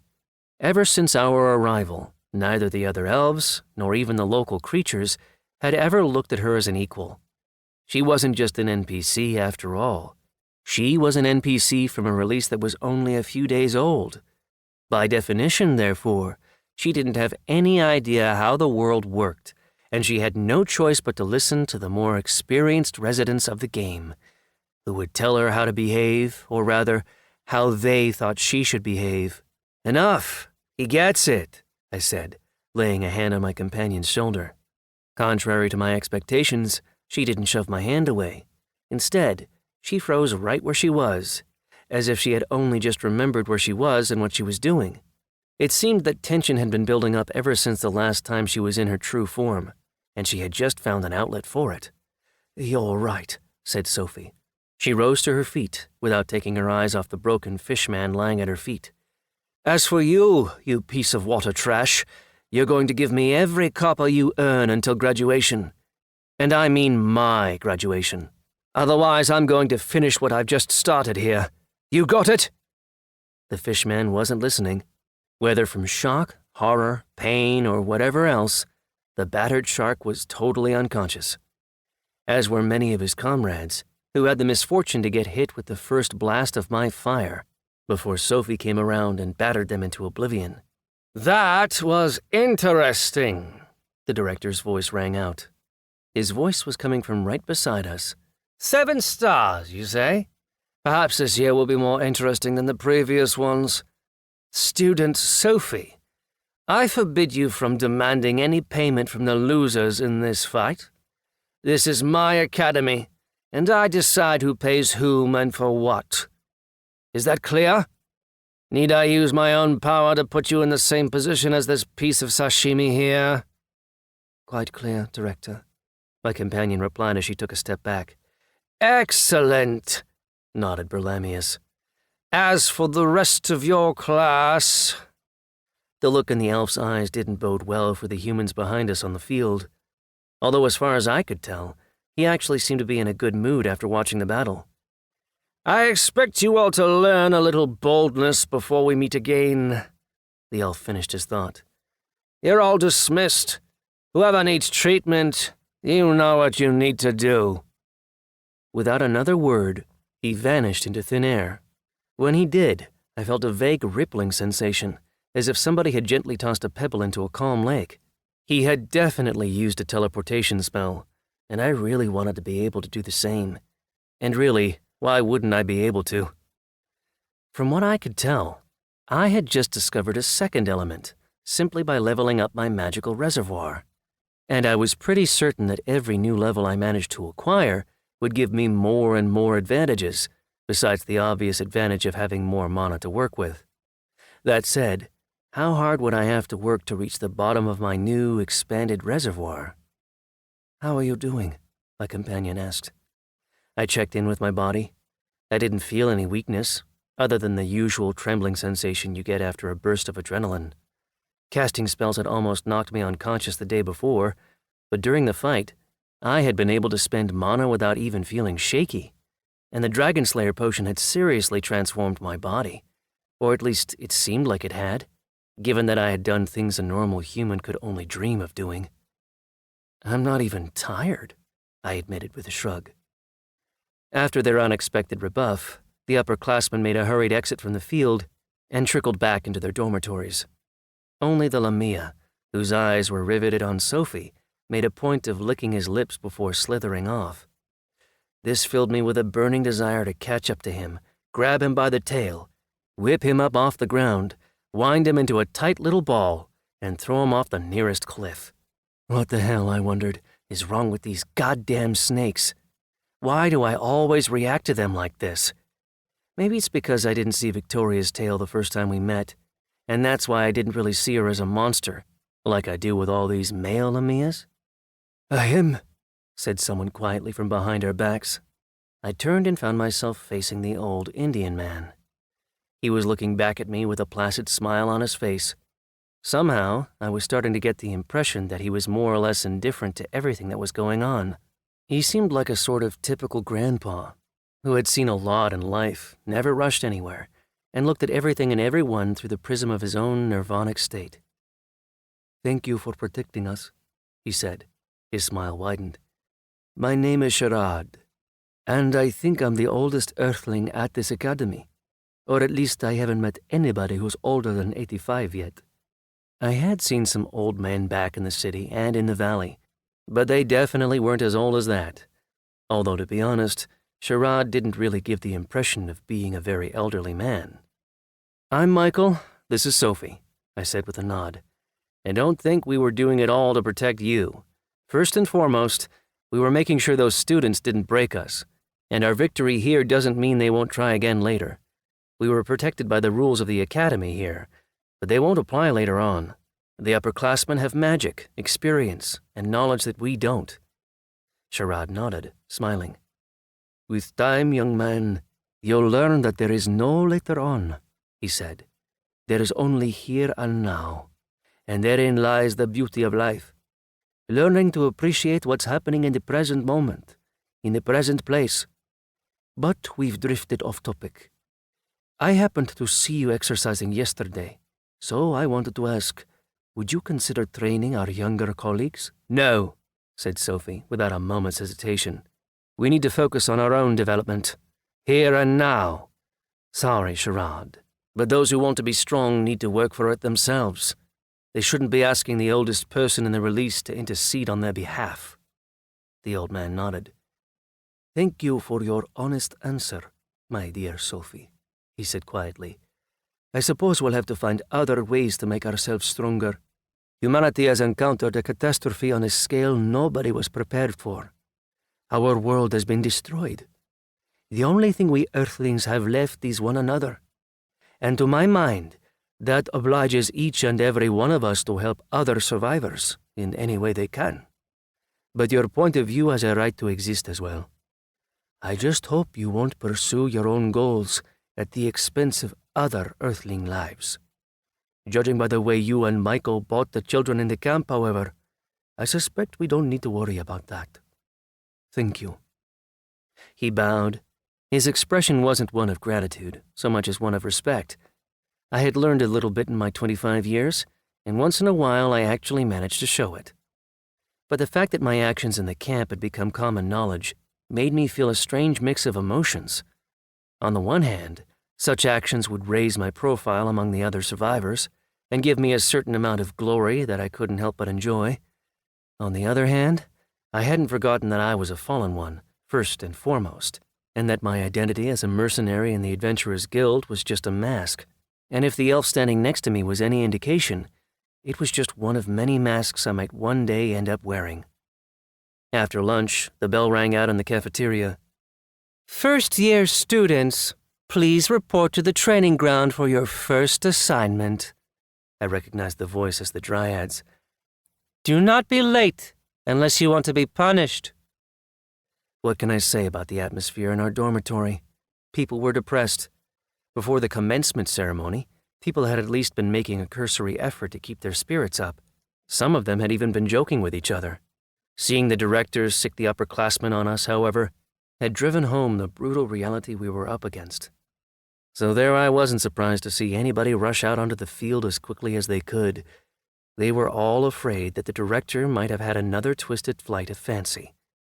Nobody even seemed worried or suspicious about the grumpy half-ogre at all anymore.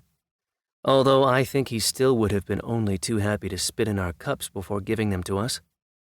Back on the training field, I noticed a half-naked humanoid, one of the red-skinned orcs I had seen back at the enormous camp. But unlike those orcs, with their huge halberds, this one had an amulet made of fangs hanging atop his bare chest and thick, bone-studded leather gauntlets on both wrists. His blood-colored pants were held up by a long sash, and his tall boots had metal plates on the front that protected his shins all the way up to the knee.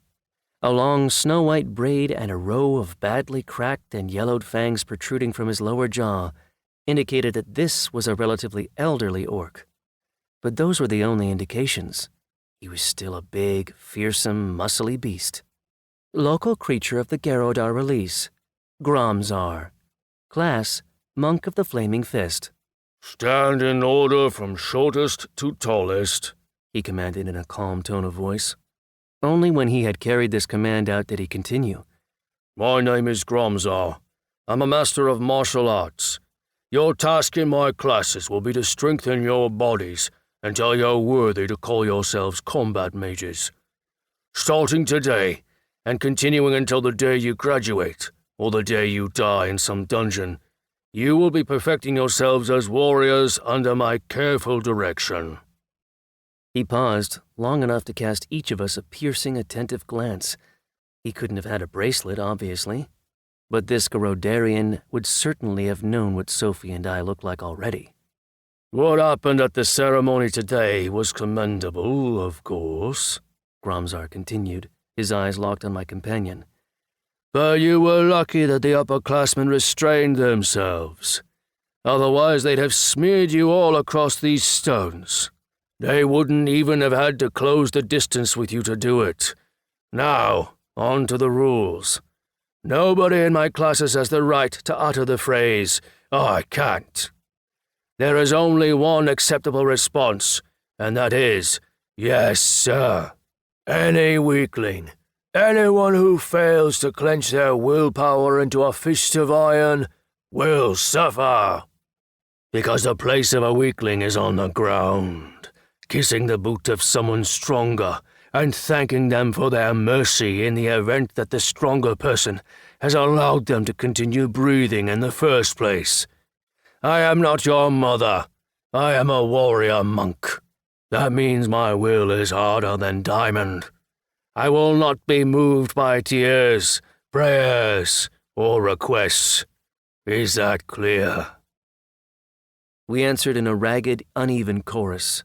To my surprise, though, Gromzar didn't force us to repeat our response in a unified shout. Instead, he just waved a hand through the air and summoned a big screen dome into being around us. It was clearly some sort of training ring. I'm already familiar with the basic physiology of your species, said the monk. So I'll explain the principle once, and I will not repeat myself. Listen to me very carefully, or I'll break your back and leave you here until our next class with a prohibition on anyone healing you. Inside this dome, your strength will regenerate continuously. That means that even the most dangerous exhaustion will pass much more quickly than normal. You will spend the next 3 hours performing exercises which will strengthen your bodies. I will give you no leeway whatsoever. Should you decide that it's time to lie down or take a quick break, I'll break your back and leave you here until our next class. Now, run around the perimeter of the dome, humans. Class is in session. He didn't specify how quickly we had to run, so we started at a pretty moderate pace, and Gromzar didn't tell us to speed up. The big beast stayed right where he was, not moving at all, with his arms folded across his massive chest. And yet somehow I could feel it on my skin.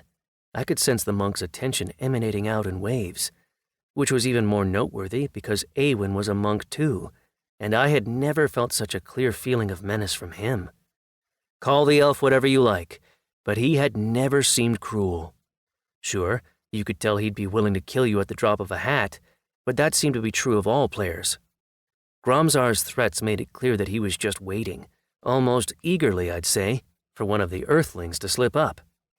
He would break our backs, throw us onto the stone courtyard, and go about his business without a second thought. Whatever the case, though, the dome really did help speed up our recovery time. We ran 3 or 4 laps, and not even the weakest students fell or tripped. Sherrod was moving along with such a placid expression on his face, you'd have thought he was standing still. Now, maximum speed! The teacher's furious growl rang out across the walls of the dome. Only about 7 of us, however, actually managed to speed up.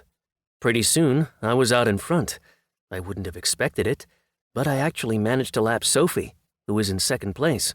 Mind you, by that point, I was burning energy faster than the dome could replenish it. So eventually, there came a moment when I realized that I would simply collapse if I stopped. My companion was faring even worse. To say nothing of the rest of the class, only Sherrod was still running along with a totally calm expression, which, to be honest, was really starting to annoy me. Goddamned old man. Walk, commanded Gromzar, who had somehow appeared next to me in the blink of an eye. You've been given the first potion, Michael, but you're wasting its potential. You need to push your body as hard as you possibly can until you drink the second potion, in order to get the maximum benefit and develop the potion's potential to its utmost. It was hard to breathe, but I kept moving my legs back and forth mechanically as I spoke. I still need to get that second potion, I noted, but this Garodarian just chuckled. You will, or you'll die. Such is the fate of local creatures. He slapped me on the back, which almost sent me flying forward, before dropping back to join Sherrod with a single step. Even if I had wanted to, I couldn't have heard what Gromzar said to the old man. My own heartbeat was pounding in my ears so hard I could hardly hear a thing. Enough, the teacher finally announced. Back to me in the middle of the dome. Warm-up is over. I've studied your current condition, and now we continue. Continue? I heard another student sigh in despair. Warm up, groaned a short young man with a sizable beer belly. I'm going to die before these 3 hours are over. But nobody refused to comply. After the battle with the upperclassmen, nobody had any doubt that the Garodarian would carry out his threats to the letter. So we gathered in front of him and lined up in height order without him even asking us to do so. The monk, who was standing with his back to us, slowly turned around and fixed us with his attentive gaze. Finally, he nodded. Now, while your legs are relaxing, he said in a surprisingly quiet voice, is the perfect time to exercise your arms. We'll start with push-ups. The heavy sigh that rose from our line was so heartfelt that it actually earned us a grin of approval. Yeah, I thought, I was right about him being a little bit cruel. Gromzar obviously enjoys seeing us suffer. You will keep count of all the push-ups you do between now and the end of the course, he announced, as we laid down belly first on the stone slabs of the training field. We will compare each month's count with that of the previous month. What will I do, Nicole, to anybody who fails to improve by at least 10% every single month? Break their back and throw them into the courtyard until the following class with a prohibition on anyone healing them, replied one of the women who had just let out a heavy sigh. Exactly, the red-skinned orc replied with a grin before bursting into laughter. See, I don't make my classes too complicated. Then, turning serious again in an instant, he hit us with a stern glare. What are you waiting for? Push-ups, this instant. Count. 1, 2, 3. Chapter 20. By lunchtime, people were barely able to move. Maybe no dome in the world could have refreshed us after a workout like that. Maybe Gromzar had made it that way on purpose, to force every last drop of energy out of us. Whatever the case, we were utterly exhausted and irritated. I don't even want to imagine what's going to happen in our other classes, Nicole wailed aloud. She was a cute girl, somewhere around 25, with pretty, wavy chestnut hair and a nice body. She wasn't a Maya, of course, but she was really cute for a human. Well, we're here now. No point crying over spilt milk, said Sherrod. The way we're burning calories, it's better to lap that spilled milk up than cry over it. Somebody at the far end of the table managed a weak laugh at his clumsy joke. As for me, I was wondering how we were all speaking the same language. It seemed to have been implanted into all humans during the release launch. This could have made me even more paranoid, since it meant that the system had obviously messed with our personalities on a pretty fundamental level, but... I mean, there was nothing whatsoever I could do about it. I could neither change the situation nor take advantage of it. It seemed unlikely that there was any kind of administrator-level access into the system. If there had been, the elves would have hacked into it and entered cheat codes a long time ago. That, after all, is how sentient beings tend to work. They always try to find the simplest and most direct path to their goals. Lunch consisted of boiled red beans, each of which was about the size of a large potato. They were topped with a sauce that contained a note of red pepper in it. In the second bowl, each of us had a single rib bone, which was as thick as two of my thumbs placed next to each other, and came with a healthy portion of tenderized meat attached to it. The third bowl was full of the same strange juice they gave us at every meal. I don't know about the others, but personally, I felt much better as soon as I emptied the contents of that last bowl into my stomach. I made a mental note to figure out what it was made of. First year, follow me, said Heshela the moment she walked into the cafeteria. Latecomers will be punished. After what we had gone through already that day, I probably don't even need to bother pointing out that nobody stayed behind to finish their lunch. The whole class stood up and took off in a ragged mass, in a hurry to follow our director. I looked around. Several fishmen were coming with us, although they were still keeping themselves separate from the rest of the group.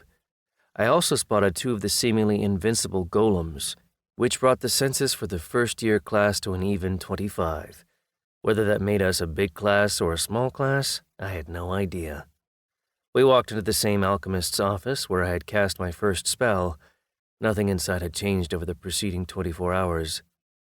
Take your seats, said the teacher as she sat down at her desk. I'm going to call you up one by one and check the level of your cores. This is necessary in order to determine your individual potential as mages. With that, she set a glass sphere down onto a little stand on her desk. There was a great cloud roiling inside it, another artifact of a type I had seen too often to be surprised. Heshela looked out into the room. Nicole. The young woman stood up from her chair and walked over to the teacher's desk, where she stopped to await further instructions. Place both your hands on the sphere, said the first-year director. When Nicole did as instructed, Heshela announced, Rank 0, level 1. Sit back down. Max. Nicole returned to her seat, and a man who looked about 30 years old walked up to take her place at the front of the room. Rank 0, level 1, said Heshela, already sounding bored. Sherrod. Obviously, I thought, this procedure is going to be pretty much the same for almost all of us. I'm the only one who's taken an Archmage potion to boost my magical development. Nobody else was quite as lucky. Or unlucky, I guess, considering the situation that potion had put me in. Rank 0, level 3. The Dryad sounded slightly puzzled. Interesting. Sit back down. The old man headed back to his seat, with the same imperturbable smile on his face as always. Meanwhile, Heshela continued checking the rest of the class. Sophie's turn came after a few more people were called up. I was curious to see what she would get. Sophie, rank 0, level 3.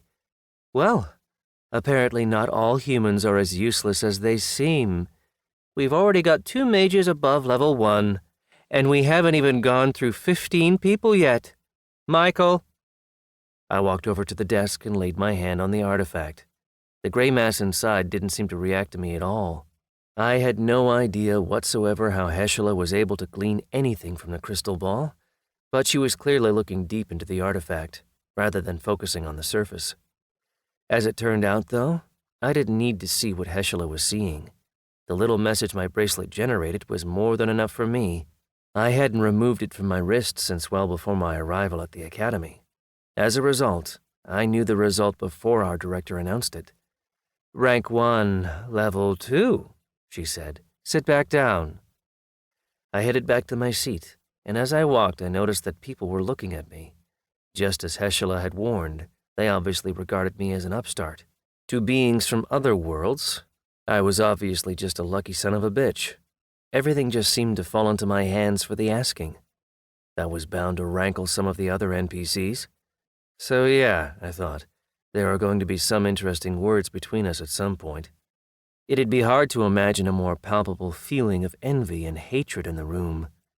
"So, now that we've determined our levels, let's start the first lesson," said Heshela. "What we just did is extremely important for all of you as mages, because this check will allow you to track your own progress." She put the sphere away and stood up. As she started walking slowly in front of her desk, with her hands folded behind her back, the Dryad launched straight into our first lecture. "There are 12 ranks in all," she said. "Your rank not only determines your magical title and the limits of what you can achieve, it also shows how much you've developed your individual potential. Without external help, be that artifacts or alchemy, you will never be able to advance beyond the potential indicated by your stars. Even reaching that natural ceiling, however, will require quite a bit of effort." Suddenly she turned to face us so quickly that her hair whipped up into the air behind her and fell across her shoulders. And then Heshela smirked. "In my classes, you're going to study alchemy. It can do you quite a bit of good, and also quite a bit of harm. Sometimes, even a powerful mage can end up dead when they try to surpass their existing limits. The changes are simply too much for their body," she said. "Therefore, always remember that your physical health is extremely important, no matter what type of mage you are. The food at this academy is prepared to make sure that students receive everything their bodies need to grow stronger. This, by the way, is why students get different food depending on their year of study. Always remember that your biology is special. It doesn't work the same way as it does for other members of your same species. And any change, I cannot emphasize this enough, any change to your diet will have a different effect on you than it would have on other local creatures or players." She gave us a few seconds to commit this information to memory, then continued. "There are 12 ranks in all," she repeated, as she stopped to lean her hands on her desk. "Each rank comprises 3 levels of core development. And before you ask, no, you can't call yourselves mages yet. The fact that you have mana doesn't make you mages.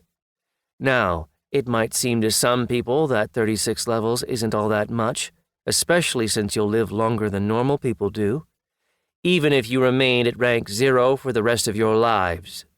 Rank 0 mages live about half again as long as normal NPCs of the same species." She waved a hand through the air, and a chart appeared on the board behind her. The ranks were grouped into pairs, except for the first and last ranks, which stood alone. "Newborn mage," said Heshela. "This is the rank you'll need to get to in order to move on to second year. A mage like this has a basic core, and they can use up to 10 spells with the aid of a magic wand. In the case of Michael, who's taken an Archmage potion, he's already moved up to this rank. But he doesn't have any knowledge at all, or any ability to work with his core. So even though the sphere showed that Michael is in the second level of the first rank, he's actually only a little bit more powerful than the rest of you. Practice hard and you can pass him by pretty easily. It's all in your hands." I raised an eyebrow, but the teacher just continued. While your level will grow in proportion to the amount of effort you put in, your transition from one rank to the next will require something more. You will have to break yourselves and prove that you're capable of becoming stronger, our director continued, without paying me the slightest attention. It's very important to keep in mind that any transition will be more difficult if you're exhausted, or if your health is suffering in some way, and also to remember that just like anybody else, you will be extremely vulnerable while the transition is actually taking place. Even in total safety, the changes in your magical system will be unpleasant in the extreme. So unless you're completely confident that you're in a safe place, I urge you to think thrice about whether it's a risk you're willing to take. A useful point, I thought, especially since they'd be dragging us into the dungeons to hone our skills, whether we were ready or not. The room was silent. The Earthlings all seemed to understand that this knowledge would be vital for their survival. Mages at the 2nd and 3rd ranks are known as practicants, 4th to 5th as adepts, Heschela continued, 6th to 7th, experts. And that's where your development will end. But didn't you say that there are 12 ranks? Nicole asked, after first raising her hand. Good question, the Dryad smiled. The fact is that after the 8th rank, you will no longer be able to develop your core on your own. You'll require ingredients so rare and expensive that you'd struggle even to find out what they're called, let alone actually acquire them. Neither the player clans nor the most powerful local creatures who possess this knowledge are much given to sharing it. I figured that these were probably the same key NPCs I had heard about a few times before, but I still had no idea what exactly differentiated them from the rest of us. Sure, there were some local creatures who could provide certain tangible benefits to the elves, which meant that they generally got treated better than other NPCs. But it obviously wasn't just stars that determined whether an NPC was key or not. You can significantly reduce your development time by taking a series of special potions known collectively as the Archmage Set, Heschela continued with her lecture. But even there, you can only purchase potions up to and including the 7th rank. I've never even heard stories of NPCs getting their hands on potions for the 8th rank and above. Such items are simply too valuable to use on local creatures. Players need these potions themselves, and they're extremely difficult to acquire.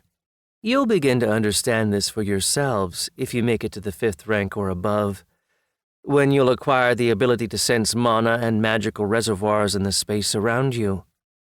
The Dryad fell silent for a second, then raised her wand once again. So, today, we start your magical training.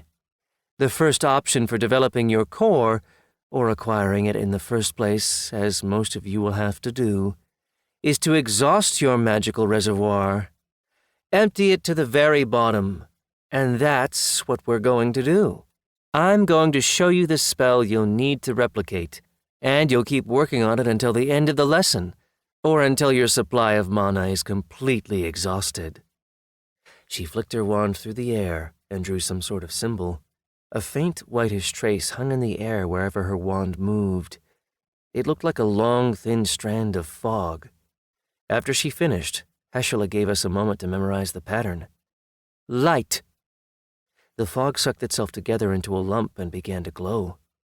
It wasn't very bright, but it was enough to be easily visible inside a well-lit room on a sunny day. Spells are classified into several categories. Specialized ones, like attack or healing spells, and common ones, which are mainly designed to make life easier for the gifted. While things are pretty straightforward with the first category, because it corresponds to your specialty, the second category is simultaneously simpler and more diverse. Cleaning your clothes, placing a stasis charm on the water in your flask to keep it fresh. These are all common spells. Naturally, there are a huge variety of these spells, and every element has its own unique spells, which can't be reproduced using other elements. It's still far too early to give you access to combat spells. You'd end up hurting yourselves. That's why, for the time being, we're going to focus exclusively on common spells, Heschela continued. Now watch carefully. The pattern you're tracing with your wand is a formula. It's universal for all elements. Even earth mages can make a little ball of light like this. Don't worry about how it works yet. Your task is simply to make your magical reservoir understand what it's supposed to do. And keep in mind that the wand is merely a concentrator. It can't substitute for your brain. It can only make casting easier. Now let's get started. Don't get me wrong. For an air mage, like our director, I had a fairly good guess as to how she could produce a ball of illuminated fog. I mean, even back on Earth, people had mastered optical illusions and light refraction pretty well. But a ball of dirt, flying through the air, glowing the whole time? Despite my doubts, however, Sherrod picked up the wand lying on the desk in front of him and repeated Heschela's movements. And when he did so, a little ball of dust whisked itself up off the floor, formed into a little ball in midair, and started glowing. How? Why? Well, magic, obviously. There was a wand lying on my desk as well. It looked like a little classroom pointer, and I didn't feel anything unusual when I picked it up at all. I spun it around in my hands a few times and looked at it carefully. It had obviously been used by many people before me, because there were plenty of well-worn spots all along the handle. Said Sophie, as a ball of light started to whirl in a circle around her. She was making this happen by spinning her wand slowly around in the air. The sphere itself was drifting through the air at a steady distance from my blonde companion, moving in and out ever so slightly to mirror the contours of her body and keep that distance the same at all times. "Michael," the alchemist said as she turned to address me, "what's the matter? Shy?" I whipped my hand into the air, repeated the pattern, and as soon as I finished it, a tiny, bright sun flared into existence in front of me. It didn't hurt my eyes, despite being very bright, and I found that I could look straight at it for as long as I wanted. "Excellent," pronounced Heschela. "Now we're going to work on this spell until you can do it reliably with a single gesture. This is no different than training your physical body. You need to train your mind to work quickly. Now get to it." To be honest, I had expected a totally different approach to our training, especially after our director had shown me that first air magic attack spell. On the other hand, of course, she had a full 3 years to turn this ragtag group of humans into sorcerers. Plus, I hadn't noticed any means for us to clean our clothes or other possessions in our rooms, so these common spells would definitely come in handy. The principle by which we leveled up our mana was pretty simple. We had to exhaust our supply. These common charms would be perfect, because they didn't hurt anybody, and we could use them more or less anywhere, anytime. Plus, I was the only one who would have to try very hard to use up all my mana during the first class. People who had never taken an Archmage potion would spend their mana long before class came to an end. So Heschela's choice of spell was pretty logical. Be that as it may, however, everybody was exhausted after only 15 minutes. Our director just chuckled. Then, remembering that she was an alchemist as well as a mage, she changed tack a little bit. "Now that you've all tried out your magic, it's the perfect time to learn about how potions that affect your mana supply actually work," she began. "They're grouped into 3 types. Those that speed up your natural regeneration and thereby help fill your reservoir quickly are called mana regeneration potions. Write down this recipe. You'll be brewing these all the time, so you don't have to wait for your reservoir to fill up on its own. By the way, an important clarification here. Overusing any potion can lead to intoxication. That can be lethal if you don't stop yourselves in time. Now for the recipe." Funnily enough, I could see from where I sat that practically every student was writing the recipe down in their own native language from back on Earth. And nobody seemed at all worried about the fact that we were speaking some foreign language. Mind you, I was writing in my native language as well, although I could easily have written in the local language. Whereas I could write my native language automatically, though, I had to exert myself a little bit to force myself to write in the local language. Now, to the second type of mana potion, announced Heshela. Its effect is temporary, and it doesn't increase your mana supply. Instead, it stretches the limits of that supply. In other words, it won't restore your mana supply at all if it's empty. But if it's already full, you can drink an increased potion and fill up past your usual maximum, either via natural regeneration or by drinking a mana potion of the first type. Write this recipe down. Our writing implements were sort of like modernized quills. They never ran out of ink, and the supply of paper beneath them seemed inexhaustible. And despite the fact that this information was bound to be in our textbooks anyway, every student seemed to know that they would remember the information better if they wrote it down. The third type of potion permanently increases your reservoir capacity, the alchemist continued once we had finished writing. They drop very rarely, and you absolutely cannot drink a large quantity of this potion in one sitting. Sudden expansion of your mana supply is painful, even without a potion, and gulping down these particular potions too often will simply kill you. You'll learn the recipe for these potions in the 3rd year. Or, if you prove yourselves to be decent alchemists, I can teach them to you outside our normal class times. But we've been working on potions for long enough now. Pick up your wands and practice some new spells with me. Once again, she drew a pattern in the air. This one was more complex than the previous one had been. You can draw these patterns on paper if you want, said Heshela, just before she activated her spell. This will be your homework, mastering this magic. You'll need to be able to use it as easily and instinctively as if you were brushing dust off the sleeve of your jacket. She tapped the center of her drawing with the tip of her wand, and a wave of fresh air surged across the desk in front of her. A small amount of dust flew up into the air, and the things on her desk shuddered ever so slightly. Let's watch that again.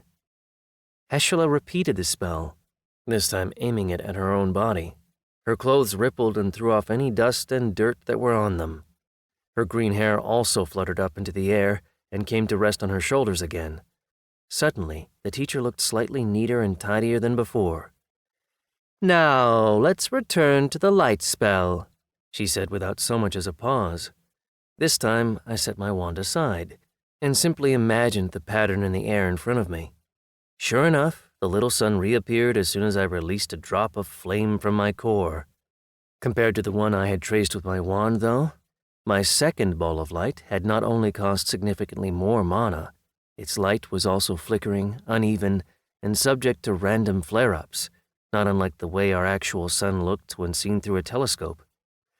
Not bad, Michael, said the Dryad with a clap of her hands, but the quality is subpar this time. Your spell is unstable, and it won't last very long. Keep practicing. This is the simplest spell there is. Don't even dream of leaving this office until you've mastered it per my instructions. Dinner time found me standing at a table, using a spoon with one hand while I used the other to roll 4 small glowing balls, each composed of a different element, around in the palm of my hand. I wasn't moving my fingers. I was making the spheres move with pure magic. And this was eating mana even faster than the fiery rivers I had used to fight the upperclassmen during our initiation ceremony. Sophie was in a pensive mood. She didn't say anything as she sat there wolfing down her food. And really, what was there to discuss? We had already talked about everything there was to talk about. All that remained was to stick together and fight off any possible attacks from the upperclassmen. Not for a moment did I believe that they would simply bow their heads and accept the insult I had dealt them. They were bound to make an appearance at some point, to try and avenge their humiliation. They're about to go out, my companion warned with a nod at the spheres in my hand. Sure enough, the little balls flickered and began to lose their structural coherence. But I was almost out of mana, so that wasn't surprising. That's the idea, I replied.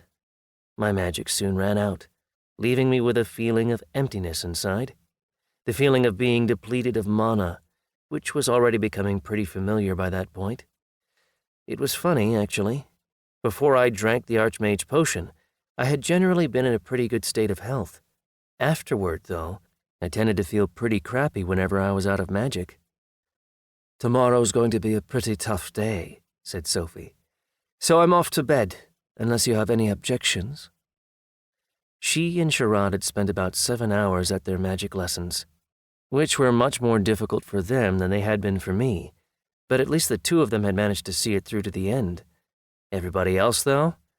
Let's just say rank 0, level 1 is a pretty tough place to start. The Earthlings had a hard time both with the spells themselves and with the recovery that came afterward. Interestingly, nobody gained a level at all, even though everybody was trying as hard as they could. "I'm going to read some of my textbooks," I replied as I finished off my last spoonful of food. "I won't understand anything, of course, but at least I'll know which direction I should be developing in."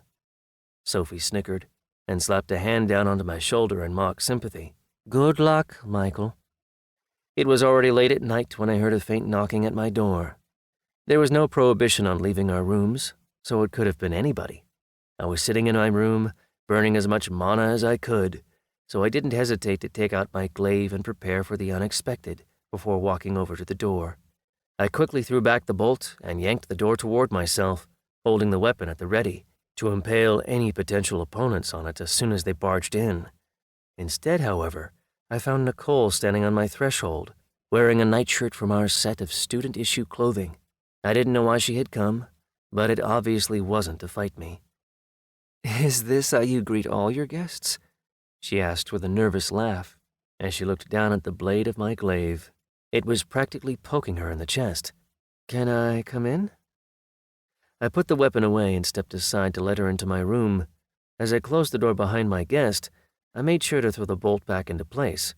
You know what they say, just because you're paranoid doesn't mean they're not out to get you.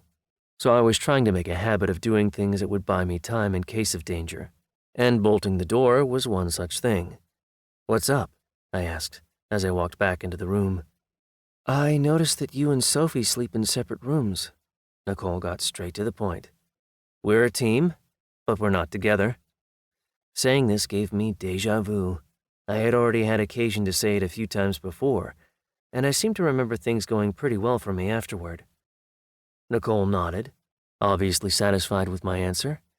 Then she took the blanket off my bed, pulled off her nightshirt, and turned toward me. When she did, the moonlight coming through the window framed her body in the best possible light. "So I won't have to fight her for you then," she said as she took a decisive step closer to me. "You protected all of us during the ceremony, although I know you had no real reason to do that. Nobody owes anyone anything in this horrible world, so I want to say thanks for making sure those monsters didn't rip me to pieces." She leaned in, wrapped her arms around my neck, and pressed her lips against mine. All that was left for me to do was surrender to my instincts, grab her by the waist, and head back to bed. Okay, I thought. I guess I can think of this as the reward for some sort of protect your fellow Earthlings quest. I just wish protecting my fellow humans could count towards something on my mercenary card. If it did, I'd have made it to A rank a long time ago. Chapter 21. Up and at 'em, first year. Breakfast and then out onto the training ground. Make it snappy. Assemble in 20 minutes. My second morning at the Academy of Magic began with more shouting. It was time to wake up, eat a big breakfast, do some physical exercise, have lunch, go to class, have dinner, and then head back to bed. An excellent routine, in my opinion. Minimal time to myself, maximal time spent learning new things. I opened my eyes and saw Nicole looking at me with a slightly guarded look in her eyes. What had happened the previous night, well, for all she knew, it could be a one-time thing, and she didn't know what things would be like between us moving forward. Could she count on me, or would she have to find herself another protector? "I don't want to be late for exercises," I said. This was a pretty clear hint that it was time to get out of my room, but I quickly added, "But I definitely won't object if you want to come back tonight." She replied with a silent, beaming smile. Nicole kissed me, threw the bolt on my door aside, and ran off to get dressed. And that was that. I had made my choice. From then on, I would have to make sure the upperclassmen, or the fishmen from our own class, didn't try anything with Nicole. Sophie could take care of herself just fine, of course. The elf was already standing at a table in the dining hall. I went down to get my breakfast and walked over to join her, sensing the expression of mild mockery on her face the whole time. "So, I see you don't really care who you sleep with or when, then?" she asked. "Lamias, Kitsune Mimis, humans?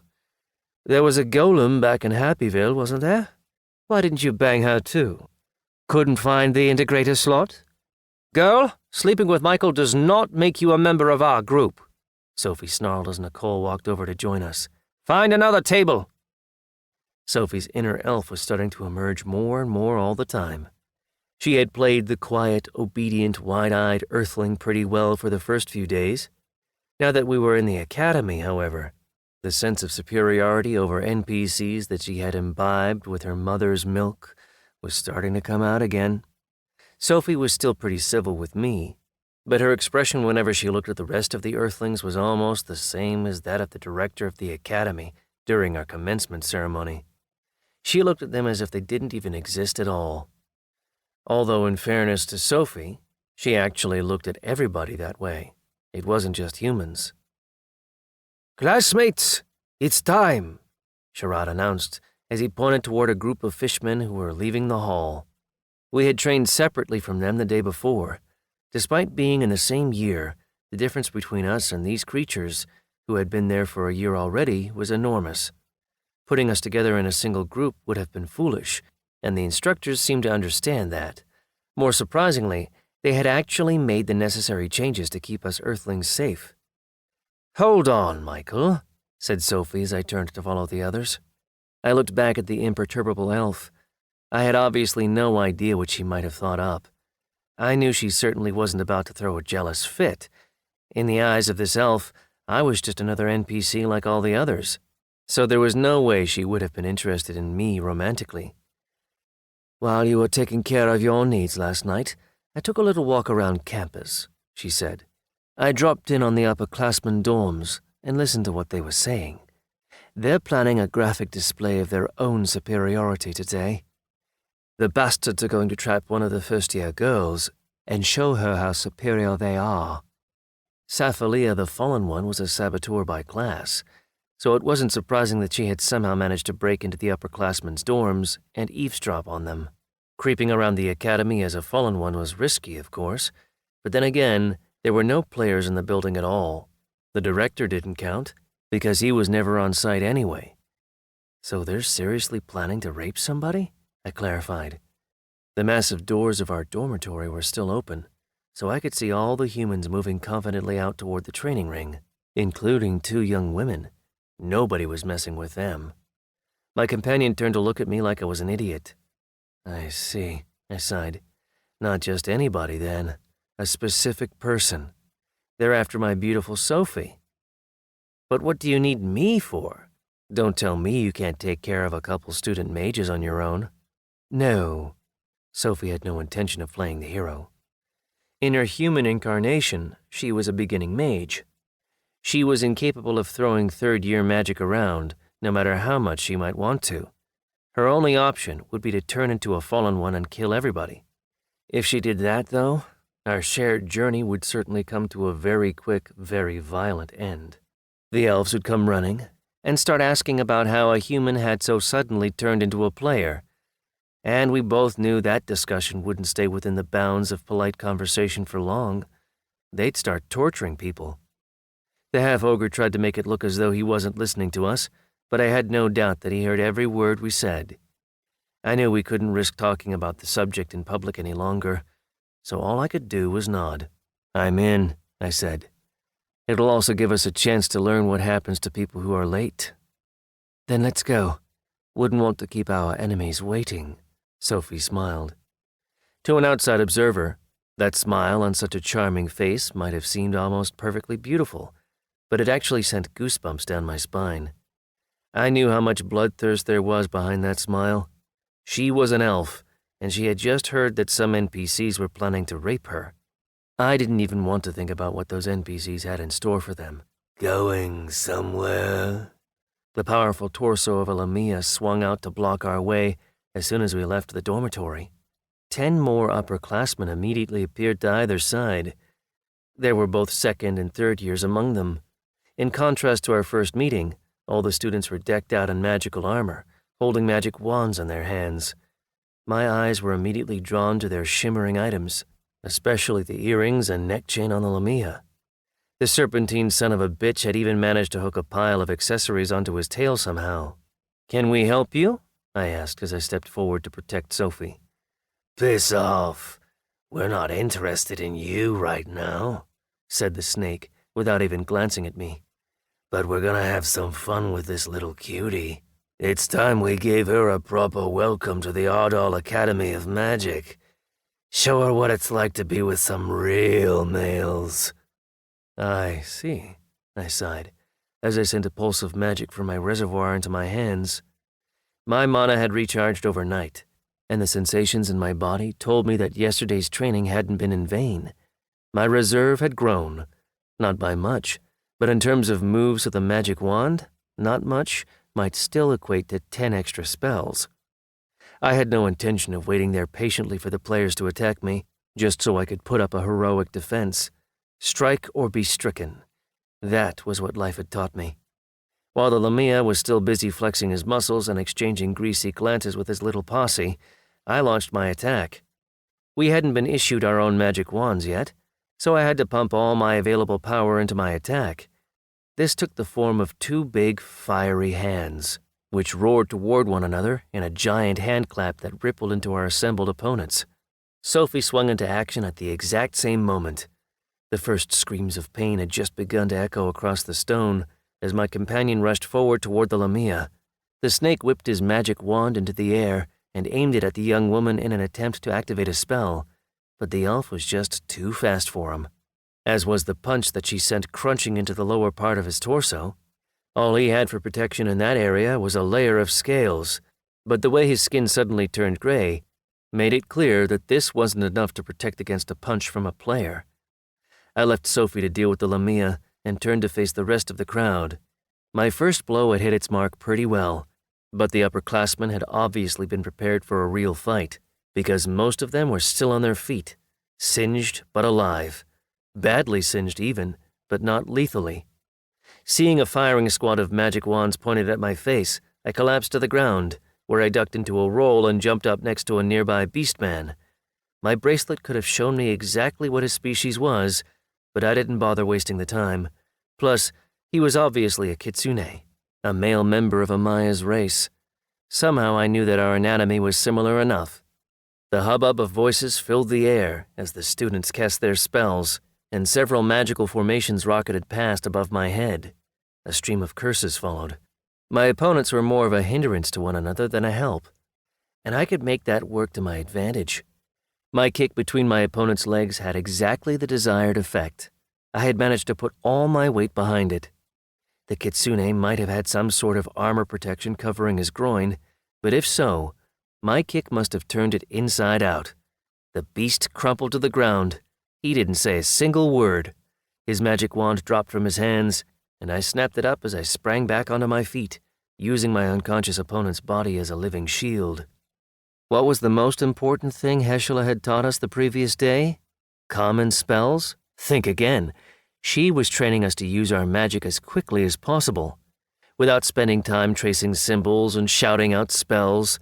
Sure, things like Fireball, Earth Blast, and Water Burst were fine when you were fighting a mage at your own level, but not when you're a newborn mage at level 2 who's just picked up somebody else's magic wand for the first time.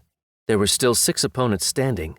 I stretched my wand forward and pictured the air blast spell that Heshela had taught me, except that this time I pictured it slamming down on my enemies from above. Why hit them in the body, I figured, when I could hit them right on top of the head, where they had no protection at all. The result was impressive. Not only did I manage to summon 6 copies of the same spell at the exact same time, I also slammed every one of my 6 opponents flat onto the ground. Once again, The golems demonstrated their apparent invincibility. My blow shattered them. But they started reforming immediately and were ready to attack again in no time. The others were less lucky. The attack spell had taken them out of the fight, and judging by their experience, they probably wouldn't be fighting again for quite some time. Were they alive? Who knows? I had no time to waste on thoughts like that yet. Instead, I slammed the golems back into the ground with 2 more wind strikes. Then I hit them with a couple more to make sure they stayed down. I kept this going until the bastards finally stopped moving altogether. It turned out that even golems have a limit to how much damage they can take. Sophie's opponent was already lying on the ground, so I didn't have to step in at all. What we did have to do, of course, was comb the battlefield and strip our opponents of all their valuables. The upperclassmen had come to have some fun, right? They must have known that fun isn't free. And in this case, it came at a very high price indeed. I stripped our opponents naked, taking even their magical items. This was forbidden, but not because magical items are hard to obtain, and therefore difficult for students to replace. It was simply because if anybody saw you walking around with an unregistered item, you were as good as dead. The same would apply if they found such an item in your room. But how would they find anything if I put it straight up for auction under Aldariel's name? I would just have to make it back to my room, and then I could sort out everything in peace. More specifically, my plan was to throw it all into a bottomless bag, so I could leave it in my room and sort it out later, when I had time. That's why I stripped our opponents clean. As I did so, I checked to make sure they were all still alive. I wasn't worried about the golems. They were hard to kill anyway, so a couple magical attacks definitely wouldn't do them any permanent damage. That said, I learned something interesting as I stripped Imra's compatriots. They didn't have any sexual organs at all. I made a mental note to ask Sophie what she had meant when she mentioned an integrator slot earlier on. The whole question was starting to interest me. The 2 foxmen had taken the worst beatings of all. They were barely breathing. I didn't have any healing skills, but I had seen Colbert in action back in Happyville. I reached into my reservoir, imagined a green glow emerging from the tip of my wand, and then pictured it settling onto my enemy's wounds and closing them. To my surprise, it worked. Sure, the effect wasn't anywhere near as powerful as that of a healing potion, but at least the kitsune were both breathing normally by the time I was done. That meant they would survive until they could make it to a healer, which was good enough for me. "Michael, you finished?" my companion called out. "Come here." Sophie had just finished stripping the enormous Lamia and throwing all his items into a pile. Perhaps unsurprisingly, the pile was pretty huge. "You know what makes a Lamia more uncomfortable than anything else?" she asked. "So uncomfortable that even healing potions don't always help?" The look in Sophie's eyes didn't bode well at all. To be frank, it was actually scary. It was the look of a fanatic, emotionless and yet somehow supercharged with emotion at the same time. "You can clean them like a fish, rip all their scales off," my companion crowed, "especially the ones around the groin area. I wish I had a knife on me. It'd make this go faster. But you can use your hands, too. It's actually more fun that way." Having said this, Sophie started tearing the scales off the still-living Lamia lying on the ground in front of her. She tore them out by the root, together with pieces of flesh. I looked on indifferently. I wasn't going to stop Sophie. Personally, I hated the asshole since the very first time I laid eyes on him. Alpha male prick. Plus, he had fully intended to rape Sophie, and clearly didn't care about the consequences at all. I figured he was probably a favorite of the director or something. If so, Burlamius would have to start looking for a new favorite, because after what Sophie was doing to the Lamia, he wasn't going to be moving into any alpha male position ever again, even if he killed everybody in the academy. "I think that'll do it," she said as she wiped her hands. "Can you heal him a little bit, just to make sure he doesn't bleed out?" There was now a big pile of scales lying next to the pile of confiscated items. I pointed my magic wand at the unconscious Lamia and activated my new spell. Sure enough, the bleeding stopped. But then I suddenly felt a big jolt run through my body. It took almost all my remaining mana to prevent the snake from croaking right there on the tiles. "So, off to training?" Sophie nodded toward the training ring, where we could see everybody running at top speed. Gromzar, the red-skinned orc, was standing there with his arms folded across his chest. He was looking straight at us, but he made no attempt to intervene. Students at the academy were supposed to sort out their problems on their own. Otherwise, they weren't worthy to be students at all. "I don't think he'll let us in," I said. "And if we're going to get punished for skipping class anyway, come help me out. Grab this stuff, cram it into your backpack, and bring it to my room." "All of it?"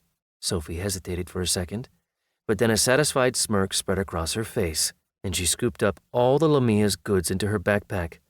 "Good decision. You have my support." We had to make 2 trips to get all our goods into my room, and the defeated students stayed right where they were, lying on the ground the entire time. Apparently, nobody else cared what happened to them either. Once we were sure that we hadn't left so much as a brass ring behind, I closed the bolt, turned into a fallen one, and hid all the goods in a bottomless bag. Honestly, I should probably have put everything up for auction and converted it into crystals right away. But I knew it would be better long-term if we took the time to sort out what Sophie and I could use ourselves and sell only the things we couldn't. So I figured we could leave it lying there for the time being and figure it out later. Nobody came to assist our defeated opponents until lunchtime. Neither, for that matter, did anybody come looking for us. Gromzar's training went right on without us. I had to go back and check on our unconscious enemies a few times, just to make sure they were still alive. I didn't want to kill anybody, at least not for the time being. Only after the gong rang to announce the end of the first training period did the directors of 2nd and 3rd years come running over to their battered students. The powerful Minotaurs didn't say a single word to either of us. After checking the condition of each student, they used some sort of artifact to tie a rope to each student's legs and drag them back to their respective dorms. The upperclassmen obviously hadn't earned the right to be carried in the Minotaur's arms. "Follow me," a menacing command rang through the air. I have no idea how, but Gromzar had suddenly materialized right next to us. "You will be punished for your tardiness," he informed us. "You will get no lunch today. I've already informed your teacher that you won't be coming to your second lesson. You will make up the lesson on your own time." I had lots of assumptions about how he might punish us. Anything seemed possible, from physical blows, maybe with canes, until we could hardly breathe anymore, right up to intensified exercise under Gromzar's careful supervision. Maybe skipping training meant we would have to do double the work, or something like that. The reality, however, surpassed all my expectations. Gromzar led us to a long barn that stood behind the training ring, where he opened the door and grabbed 2 picks and 2 massive buckets.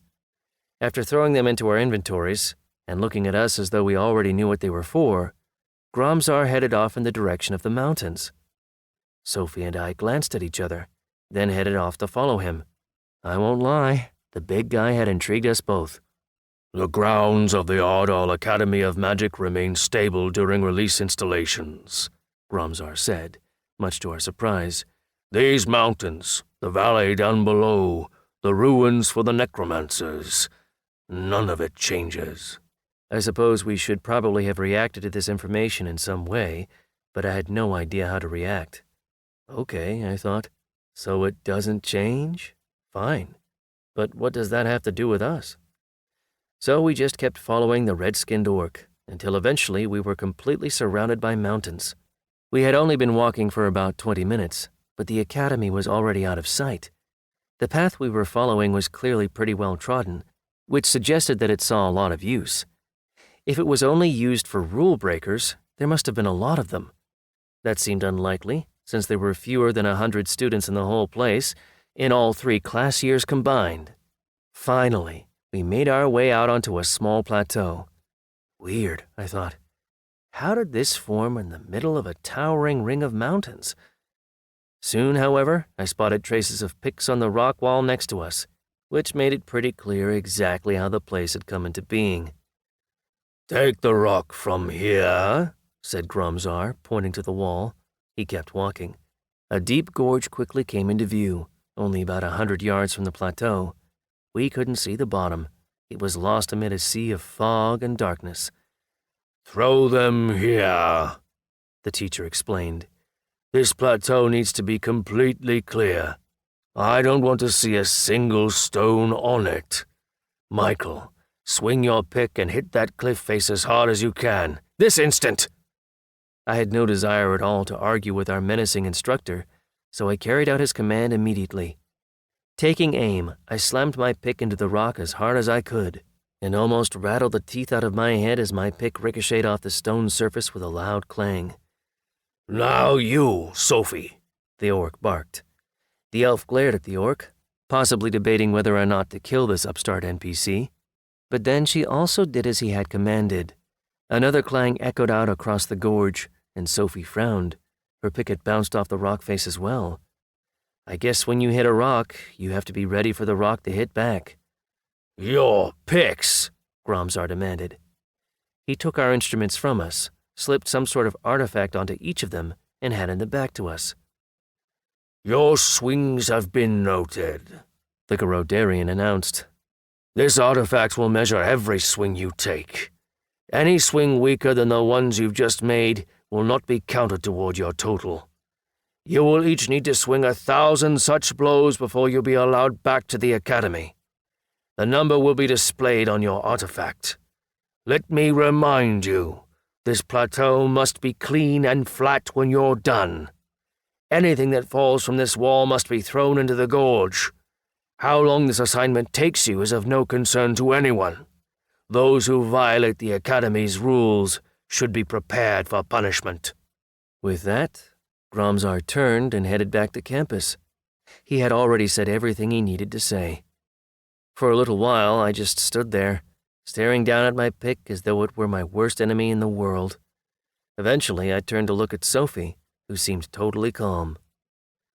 "It was worth it," I said, before stepping forward and heading for the wall. 1,000 swings? Considering the fact that I had a healing ability, albeit a beginner-level one, maybe this really wasn't such a bad punishment after all. In the end, we made it back to the dormitory late at night, and all I could think about was wanting to die. My hands had turned into one big callus, as had Sophie's. The healing hadn't helped much, if at all. The muscles on my arms and legs were shaking from overexertion. Even our first training with Gromzar hadn't made me feel this bad. And yet, we had done it. We had not only swung 1,000 blows each, mostly by the light of our new magical spheres, but also cleaned the plateau thoroughly, picking even the tiniest rocks up with our bare hands. The second task, by the way, turned out to be way more difficult than the first one. We never managed to reproduce the cleaning spell Heshela had taught us. It was too complex for us, and we were utterly exhausted by the time we needed to use it. When we made it back to the academy, Gromzar himself was there to greet us. He glanced down at the artifacts on our picks, then ordered us to wait where we stood. He disappeared, then came back after a few minutes. We had officially completed our task. I tried to calculate approximately how fast the orc must have been moving to get down to the main hall, register the task, and return so quickly, but my brain wasn't up to the challenge. I was too tired even for simple stuff like that. Apparently, though, all that work still wasn't enough for Gromzar, because he made us walk back to the barn and stack our items carefully where we had found them. Only after that did the Garodarian finally allow us to go back to the dorms and rest. But even there, we were in for a disappointment. We didn't even manage to make it back to the first-year dormitory before a crowd of dark shadows fell on us, bound our hands and feet, and dragged us off to the main hall. This should probably have filled me with fear and horror. An attack! Ah! Help! Save me! That kind of thing. After spending more than 12 hours out in the cold mountain air breaking rocks with Sophie, however, all I could feel was an overpowering existential feeling of apathy. And judging by Sophie's reaction, she seemed to be feeling something similar. The fact that they were bringing us to the main hall, rather than the upperclassmen's dorms, meant they weren't planning to kill us. Not right away, at least. That was all that mattered. "Where are the magical items, NPC?" The question sounded like it had come through a thick layer of fog. I opened my eyes and realized to my surprise that I had actually fallen asleep while they were dragging us. A picture of the world around me slowly filtered into my brain. and I realized that Sophie and I were sitting in a beautiful, well-furnished office. The presence of Berlamius himself in the chair across from us made it clear that the office belonged to none other than the director of the Academy of Magic. A moment later, I realized that I was still tied up, that someone was holding me in a vertical position, one which I could never have maintained on my own, and that the only clothing I was wearing were the heavy ropes wrapped around my body. Everything else, including my Adventurers Guild mercenary card, was lying in a small pile right in front of me. One look at my stuff told me that they had not only searched our bodies, but also searched each individual item from top to bottom. There was another pile of items next to mine. I glanced to the side and saw Sophie, unruffled as ever. She was naked too. Not that I had any desire to turn my head and stare at my companion in all her beauty. She wasn't even a real person, after all. She was just a copy, albeit a stunningly beautiful one. I asked you a question, NPC. The director raised his voice. Where did you put these upperclassmen's magical items? I had no intention of answering. Sophie and I had discussed this possibility in detail. What to say, what not to say, and what to cite in our defense. And at least initially, our plan called for silence. The next step would be to lie, and say that we had never seen any items, that the upperclassmen had already been naked when we arrived. We had already put the items into our backpacks before we brought them up to my room, so even if the half-ogre had seen us coming and going, that was all he could have seen. He wouldn't have any details to offer. The only person who could have said anything more was Gromzar. He'd had a perfect view not only of the entire battle, but also what we did to our defeated opponents afterward. Somehow, though, I had a feeling that the orc wouldn't say a word. There was something honorable about him. Maybe there were some other chance witnesses we hadn't noticed, but we had to work on the assumption that nobody had seen anything. And if nobody had seen anything, well, that was because there was never anything to see. It was a perfect plan, especially considering the fact that we hadn't killed any students, we didn't have any magical items on us at all, and we had been out completing our punishment while they turned our dorm rooms upside down. They could probably torture us a little bit, but that would be complicated, considering the powerful patronage I had behind me. Sure, I was an NPC in whom Great Clan all around had taken a particularly keen interest. Who in their right mind would have tortured me? Berlamius quickly realized that he wasn't going to get any answers from us. The elf's face twisted into a grimace of rage, and I actually started to think he might kill me and Sophie despite everything. But the player restrained himself. So, not interested in the easy way? Then we'll do this the hard way, he promised, before turning and barking out an order. Gargan! Yes, sir. A loud bass boomed out from somewhere nearby. One of the Minotaurs, apparently. Nobody else in the room could have had a voice like that. I hereby give you permission to use the portal. Berlamius already sounded calm. Deliver this pair of humans to the regional dungeon and make sure they don't come out for 2 days. Such, after all, is the will of Great Clan all around. Who am I to argue? I could tell by the look on the elf's face that he had something in mind already, and whatever it was, it definitely didn't bode well for me or Sophie. Chapter 22. We'll be back in 2 days. If anything happens to any of the humans while we're gone, we're coming straight to you for an explanation. Got it? The fishman, who was one of our fellow first-years, just nodded. He seemed afraid even to breathe. Apparently the news that 2 miscreants had savaged a group of upperclassmen had already made its way around the whole Academy of Magic. Either that, or our sharp-toothed classmate was just worried by the sight of his door hanging by a single hinge. Professor Gargan had given us a mere 10 minutes to get ready, so I was in something of a hurry. And since the fishman hadn't opened the door when I knocked, I decided to use a wind strike to blow his door to smithereens instead. What are they going to do, I thought? Punish me for destruction of Academy property?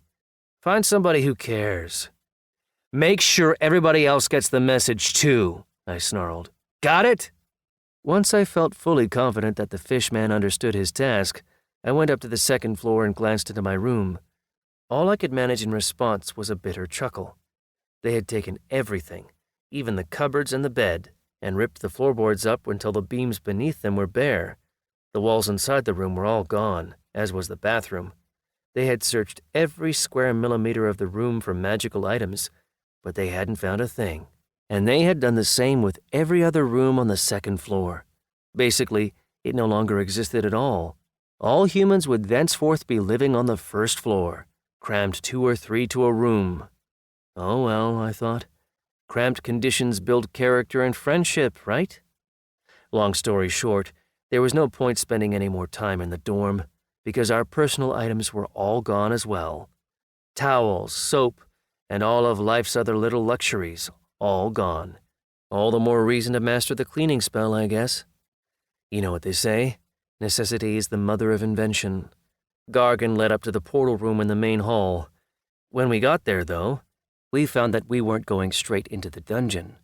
Instead, the Minotaur nodded at 2 stacks of clothing on the floor in front of us. Get changed, he bellowed. These are the Ardal Academy of Magic student uniforms. The clothing wasn't emitting the characteristic glow of magical items, but we weren't about to argue with them. After all, the clothes on our bodies would have been more suitable in some medieval village than at any self-respecting institution of higher learning. The uniforms were a real improvement in just about every way. That said, nobody at the academy seemed to pay any attention to uniforms at all. Neither the students nor the teachers ever really wore them. Everybody just wore whatever they found most comfortable. Or just whatever they had. Which made sense, I guess. Why shell out additional funds for student uniforms? After all, when those funds would probably just get channeled off into somebody's pockets. The Minotaur obviously wasn't planning to turn around and give us any privacy. If he thought that would make us feel uncomfortable, though, he was entirely mistaken. Sophie and I got changed right there in front of him, as calmly as if we had both been lifelong exhibitionists. And I'll admit it, this time my eyes lingered on the young woman's amazing body for a little bit. What can I say? The elf may have been wearing a mask, but it was one hell of a beautiful mask. If I hadn't known she was a player, I would definitely have made my feelings clear to her at our very first meeting. Your cards, Gargan demanded as soon as we were dressed. He snatched the mercenary cards out of our hands and pressed them against his artifact to register our new items. And it turned out I was wrong. They ended up giving us magical items after all. The student uniforms included a bottomless bag and a magic wand, which, I have to say, rounded out the image pretty nicely. We were actually starting to look like students in an Isekai magical academy, rather than bums living out of the local dumpster. Gargan cast an appraising, picky-looking glance at us, as if it actually mattered what we were wearing at all, and then activated the portal. The space around us rippled for a few moments, then turned into the interior of a small temple that was almost exactly like the one in Happyville. "Don't hold up the line," a grumpy voice growled from somewhere nearby. There was a player standing right in the center of the portal's control center, and the look on his face made it clear that this was definitely not where he wanted to be at all. Gargan dragged Sophie and me to the side, and as soon as the floor was free, a group appeared, consisting of 1 player and 5 assistants, or rather, mercenaries. And the player, well, let's just say this guy was a real player. Judging by his appearance, this clearly wasn't his first dungeon, or even his 100th, given the quality of his armor. I don't even know if Ilram, the head of the Moonthery clan, had equipment like this. The player's breastplate gave off a shimmering green aura all its own. It was ranked uncommon. I hadn't seen an item at that rank before. And the player's mercenaries wouldn't have been a source of embarrassment for him either. A minotaur with a 2-handed axe, a gnome with a big shield, which was taller than the gnome himself, some gangly mess of a man who was wrapped in a cloak and holding a longbow, and some other creature that looked like a fairy. This last NPC appeared to be some sort of mage or healer. I didn't see any green items on these NPCs, but all their items had that characteristic magical glow. I didn't have time to check their properties, because the group disappeared before I thought to give the order to my bracelet. No sooner did this group leave, however, Then a second, equally well-equipped group materialized to take its place. Then came a third group, a fifth, a 10th. These players were all leaving the regional dungeon, bringing their items with them, and this didn't seem like a good sign to me at all. We were the only ones who seemed to be arriving. Everybody else was leaving. You're still here? The player at the center of the control center asked. Ah, of course. The stamp. Gargan handed the elf a piece of paper. Without even glancing at it, the player just pressed his bracelet against it, and the paper changed. A watermark-like stamp had magically appeared on its surface. Now, piss off! The elf snarled as he turned back to the portal's control panel. He obviously didn't enjoy being there at all. That said, it didn't seem like that would be a problem for us. Gargan's expression suggested that we were all set to leave. Just then, another group of adventurers appeared in the temple. I didn't realize why they caught my attention at first, but by the time I did, it was too late. One of the group's members had split off and started striding confidently over to us. "Where are you going, Awen?" I heard one of them shout, and realized that this was the first group I had seen that consisted entirely of players. That is, a group that had no mercenaries in it at all. There was a powerfully built elf who clearly served as a tank, a beautiful elf mage, a dour elf in a black robe who appeared to be some sort of necromancer, and who clearly hadn't slept very well, and finally, the self-assured elf who was walking toward us with a big smile on his face. Awen, the close-quarters warrior monk. What a sight for sore eyes. "Surprised to see you here, NPC," Awen chuckled as he looked me up and down. "Just 7 stars, huh? I thought you'd get 8 for sure." Turning back to his group, Awen calmed them down with a quick wave. "Give me a minute, guys. Remember how I was telling you about that NPC who survived 3 days in the Gurnak forest, then helped me screw over the Stormchild clan?" he said. "I just remembered I made him a promise, and I can't let him down. I just can't." "What are you talking about?" The group of players walked over to join Awen. As Awen filled the rest of the group in on what was going on, Sophie moved over to stand behind me, ready to attack these potential enemies, and also to break out and flee if necessary. The grumpy-looking elf in black sized me up with a glance, as if he was adding up my properties in his mind, then turned to Awen. "Are you sure you want to cross a great clan like this?" he asked. "Wouldn't it be easier just to pay the fine for a broken promise?" Mardalon, commander of the Wrath Lake Surface Unit. My bracelet wasn't showing me the player's class. Either it simply couldn't, or I hadn't killed enough elves for it to recognize the class at all. "What?" Mirthful as always, Awen turned to his commander with a puzzled look on his face. Then he turned back to me, and finally took the time to fully read through everything that a normal player could see. Local creature of the Earth Release, Michael, Universal Combat Mage. Rank as a mercenary in the Adventurers Guild, E. Tasks completed toward next rank, 0. Member of the group, no name selected. Has been granted permission to buy magical items on the Adventurers Guild auction. Elixirs taken from the Archmage set, 1 of 12. Elixirs taken from the Dragonslayer set, 1 of 12. "Oh, wow." That was all Awen could say. 2 elixirs at once. Michael, you do know you're going to die in the very near future, right? About a month from now, I nodded. There was no point feigning surprise, especially since about half the people I met seemed to enjoy reminding me that I was heading for a very early grave. Again, it just feels so good to have people believe in you.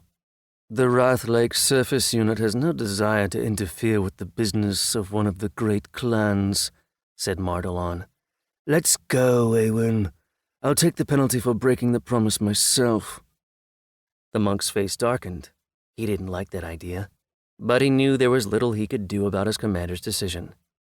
Just then, however, my bracelet squeezed my wrist, reminding me that I actually had an obligation of my own to Awen. And at that point, a perfect plan started to take shape in my mind. Also, I was about to die anyway, so why not take the risk?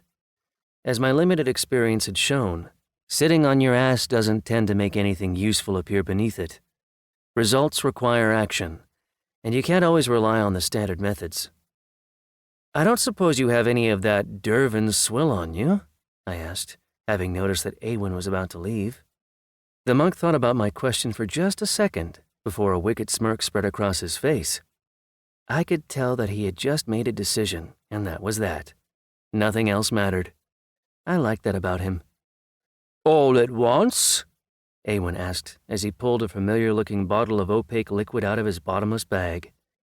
The cork was still in place, but I had no doubts. It was definitely the same poison that had turned me into a vegetable for a full 24-hour period. As agreed, I nodded as I took the bottle from him. What's the bet this time? Bet? Awen looked surprised. Your life's on the line here, NPC. Exactly. I wasn't going to give up. I've made my bet. Sure, it wasn't by choice, but it's too late now. Your turn, Awen. What are you willing to part with if I chug this bottle of Dervan garbage and somehow manage to walk out of this temple without falling over? Walk out? The elf snickered. No, Michael. That's not how this works. You just got here, right? So you haven't registered with the guild yet. You drink this, then go register and get your task. If you're still standing after that, then sure, I'll admit defeat.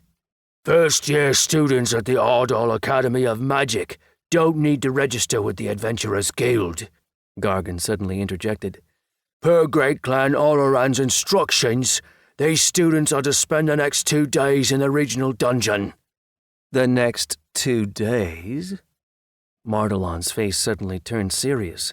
Prior to that, he had been standing there rolling his eyes as he listened to my conversation with Awen.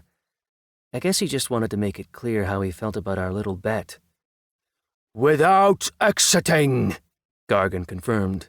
Those are the orders. The Minotaur held up his stamped piece of paper, without any apparent hint of shyness. Mardalon ran his eyes across it, then handed it back. When he turned to look at me again, the look on his face had changed. Had I actually caught his interest?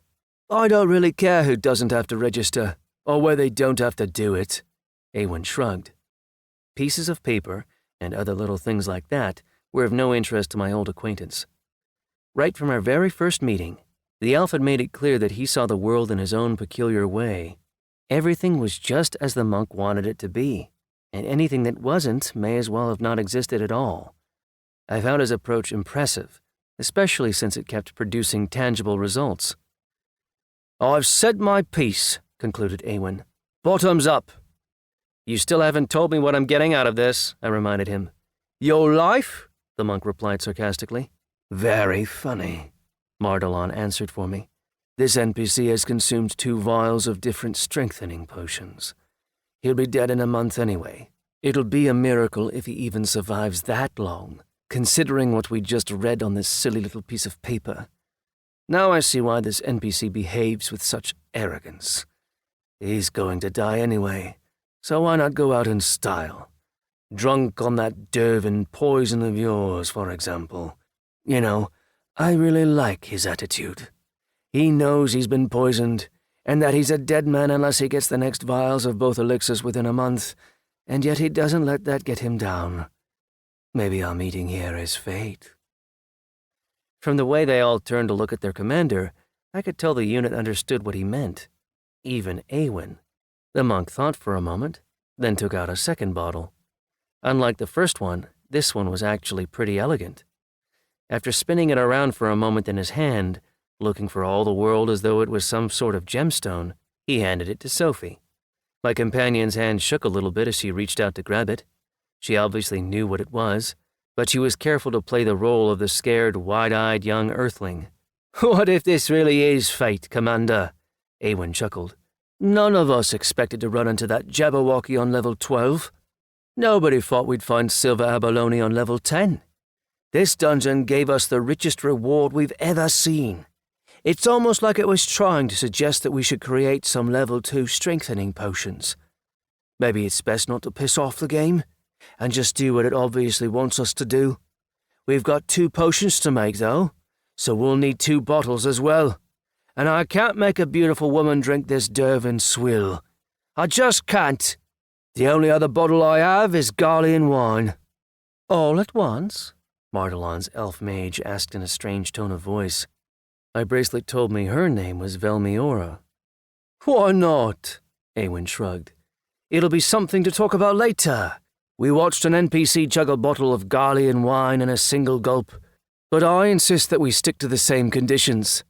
They each have to drink their bottle, walk over to the Adventurers Guild desk, register as mercenaries.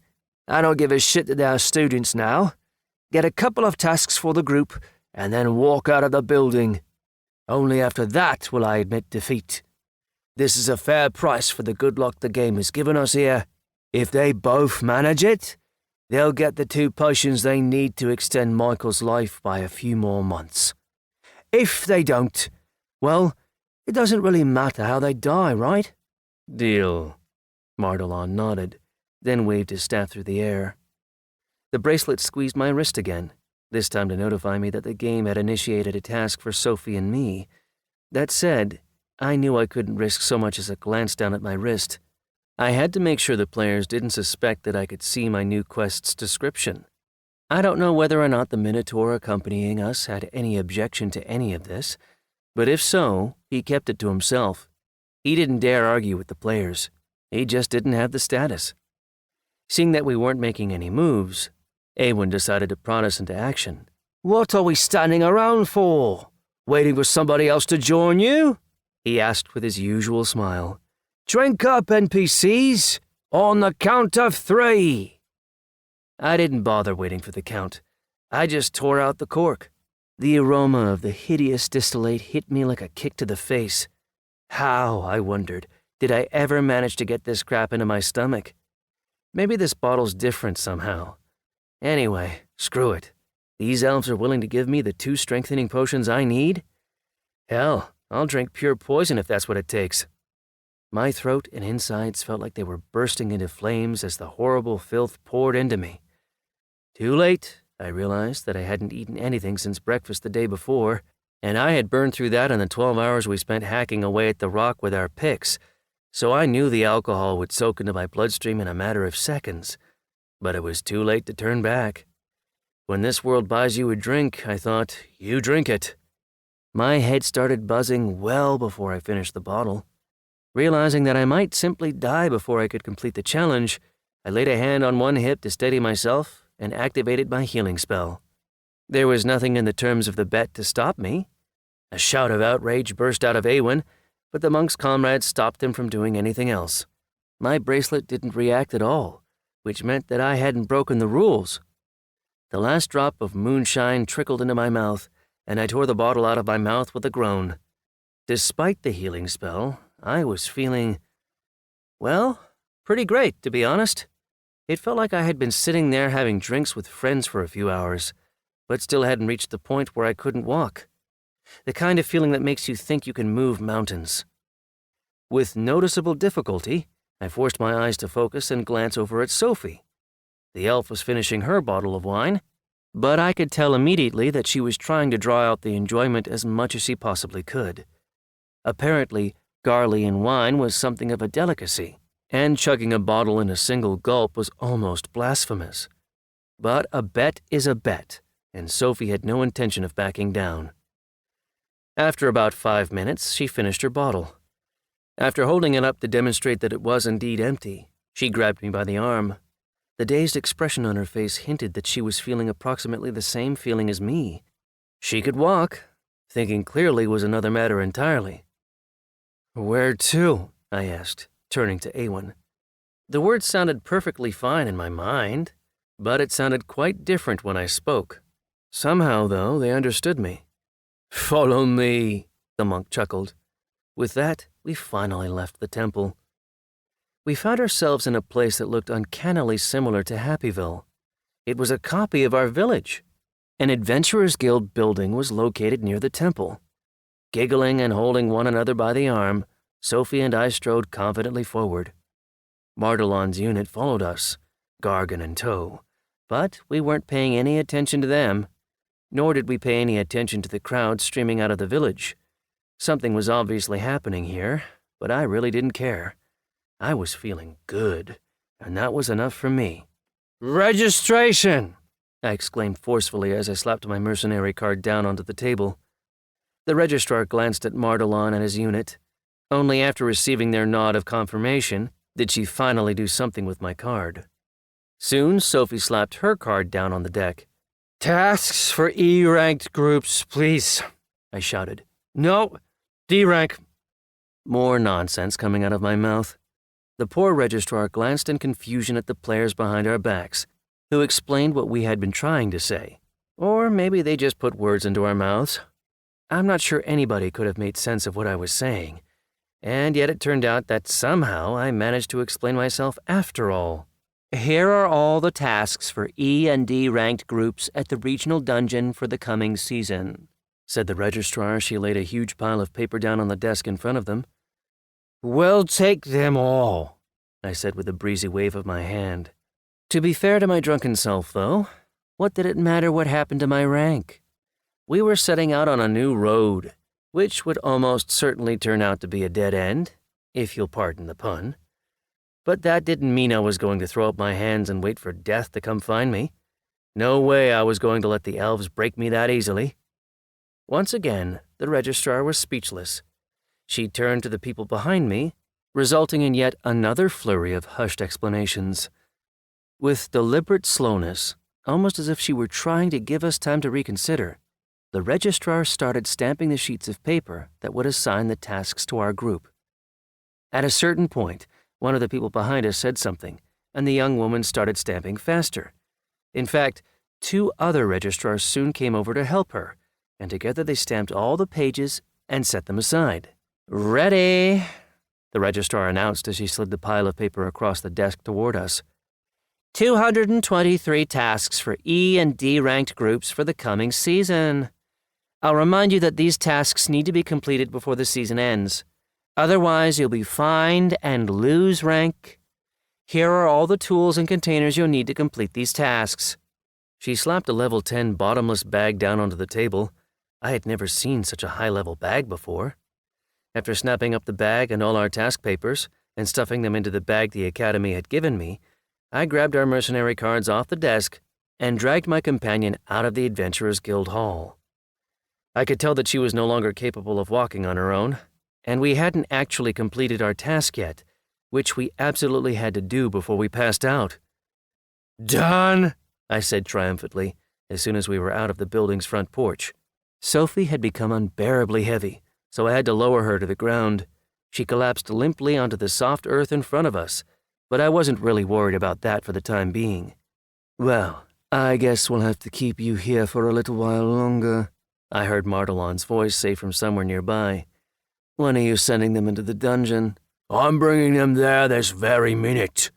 Gargan was still every bit as confident as before, and he obviously planned to carry out the director's instructions to the letter. To make sure I didn't pass out, I started pouring healing spells into myself at a mana expenditure rate that felt frankly criminal under the circumstances, but it seemed to help. I didn't pass out or even lose my memory. That said, what followed was still something of a blur. As far as I remember, Gargan picked us up, one under each of his arms. Then we were next to a huge portal arch, big enough that an elephant could easily have walked right through it. Then we were lying on some stony ground, and Awen was standing next to me, thrusting something into my hands. Then there was nobody around us anymore. Then something happened to the dungeon. It started to transform, twisting itself out of shape and flickering like a candle. It's possible that all of this was only happening in my alcohol-poisoned mind. When the noise in my head finally started to subside, however, and I could finally perceive reality with something approaching accuracy, I discovered that we weren't actually anywhere near the entrance at all. In fact, it was nowhere to be seen. We were surrounded by an impenetrable darkness, but I didn't want to activate my illumination ability. Finally, my eyes landed on my bracelet, which had a very interesting sentence floating in the air right above it. "Welcome to the first season of the second regional dungeon. Initial setup determined. You have been transported to the 53rd level of this dungeon. Unique group task received. The path to the light. You must escape from the regional dungeon before the end of the first season. Your reward will correspond to the effort you expend in completing this task." Okay, I thought. I guess I'll probably get killed before I suffer any consequences from those death potions, which is what they should really be called, by the way. Lo, capital of the sector of the great clan Allrand. Urgent information for you, my lord. Have the Fallen Ones made contact with our hero? Leandor asked as he looked up from his papers. To put it mildly, things were bad. 2 of the other great clans were already ahead by 20 in terms of the number of small dungeons they had closed. And just like Allrand, they had also discovered their regional dungeons. The task that Reinar had set for them was threatening to end in failure, and most likely, Great Clan Allrand wouldn't be claiming the top position in this release either. Not yet, his subordinate clarified. Our hero is in the Archer's Academy and has yet to display much activity. The news is something else. 2 more level 9 heroes have been discovered in this release. A warrior from Dravtir and a summoner from Veraland. 3 heroes in 1 release? Leandor set his papers aside. This news was unexpected indeed, and he knew it might change everything. Representatives of the great clan Veraland have come forward to propose a tournament of 4. Given that each of the 3 heroes represents a different developmental path, it seems a fitting opportunity to discover which path is the most powerful. Is there really a hero mage? Leandor inquired with a frown. No, the analysis of local creatures of the new release is already complete, replied a subordinate, shaking his head. We've discovered 12 mages with 8 stars in our clan, and we presume that the situation is roughly similar in the other clans. The suggestion has been made, however, that we might find a suitable mage by appealing to the game itself. Both the tournament itself and the selection of the mage would require your approval. I grant it, replied Leandor with a nod. There hasn't been a tournament of 4 in 20 releases. This is interesting. The Fallen Ones won't be able to pass up an event like this. Assemble a work group to handle preparations and dedicate their efforts entirely to cultivating our hero. You have my permission to use the full Celestial Archer panoply. Yes, my lord. I'll put out inquiries for the ingredients. By the way, on the subject of mages, how is that interesting NPC faring? I'm afraid he's dead, my lord. Noting the dissatisfied look on the face of the great clan's representative, his secretary hurried to explain. Per your orders, Michael and Sophie were sent to the regional dungeon. Unfortunately, however, their very first visit coincided with the dungeon's most recent update and the release of the first season. We had search teams move into the dungeon as soon as the new structure was fixed. They descended all the way to the 5th level, but they couldn't find any trace of the students. They were probably transported quite a bit deeper than that. Such was the explanation given to me in writing by the director of the Ardal Academy of Magic. Leandor ran his eyes across the paper, then crunched it up in his hands, where it burst into flames and crumbled to ash in the blink of an eye. Inform Ilram that his clan's people have disappointed me, said Leandor after a pause. I have no interest in what motivated Belamius to ignore my order. 2 promising NPCs were sent to their deaths, and someone will answer for it. Put everything on hold. Take Ilram and conduct a detailed inspection of the Ardal Academy of Magic. I need a culprit. Find me one.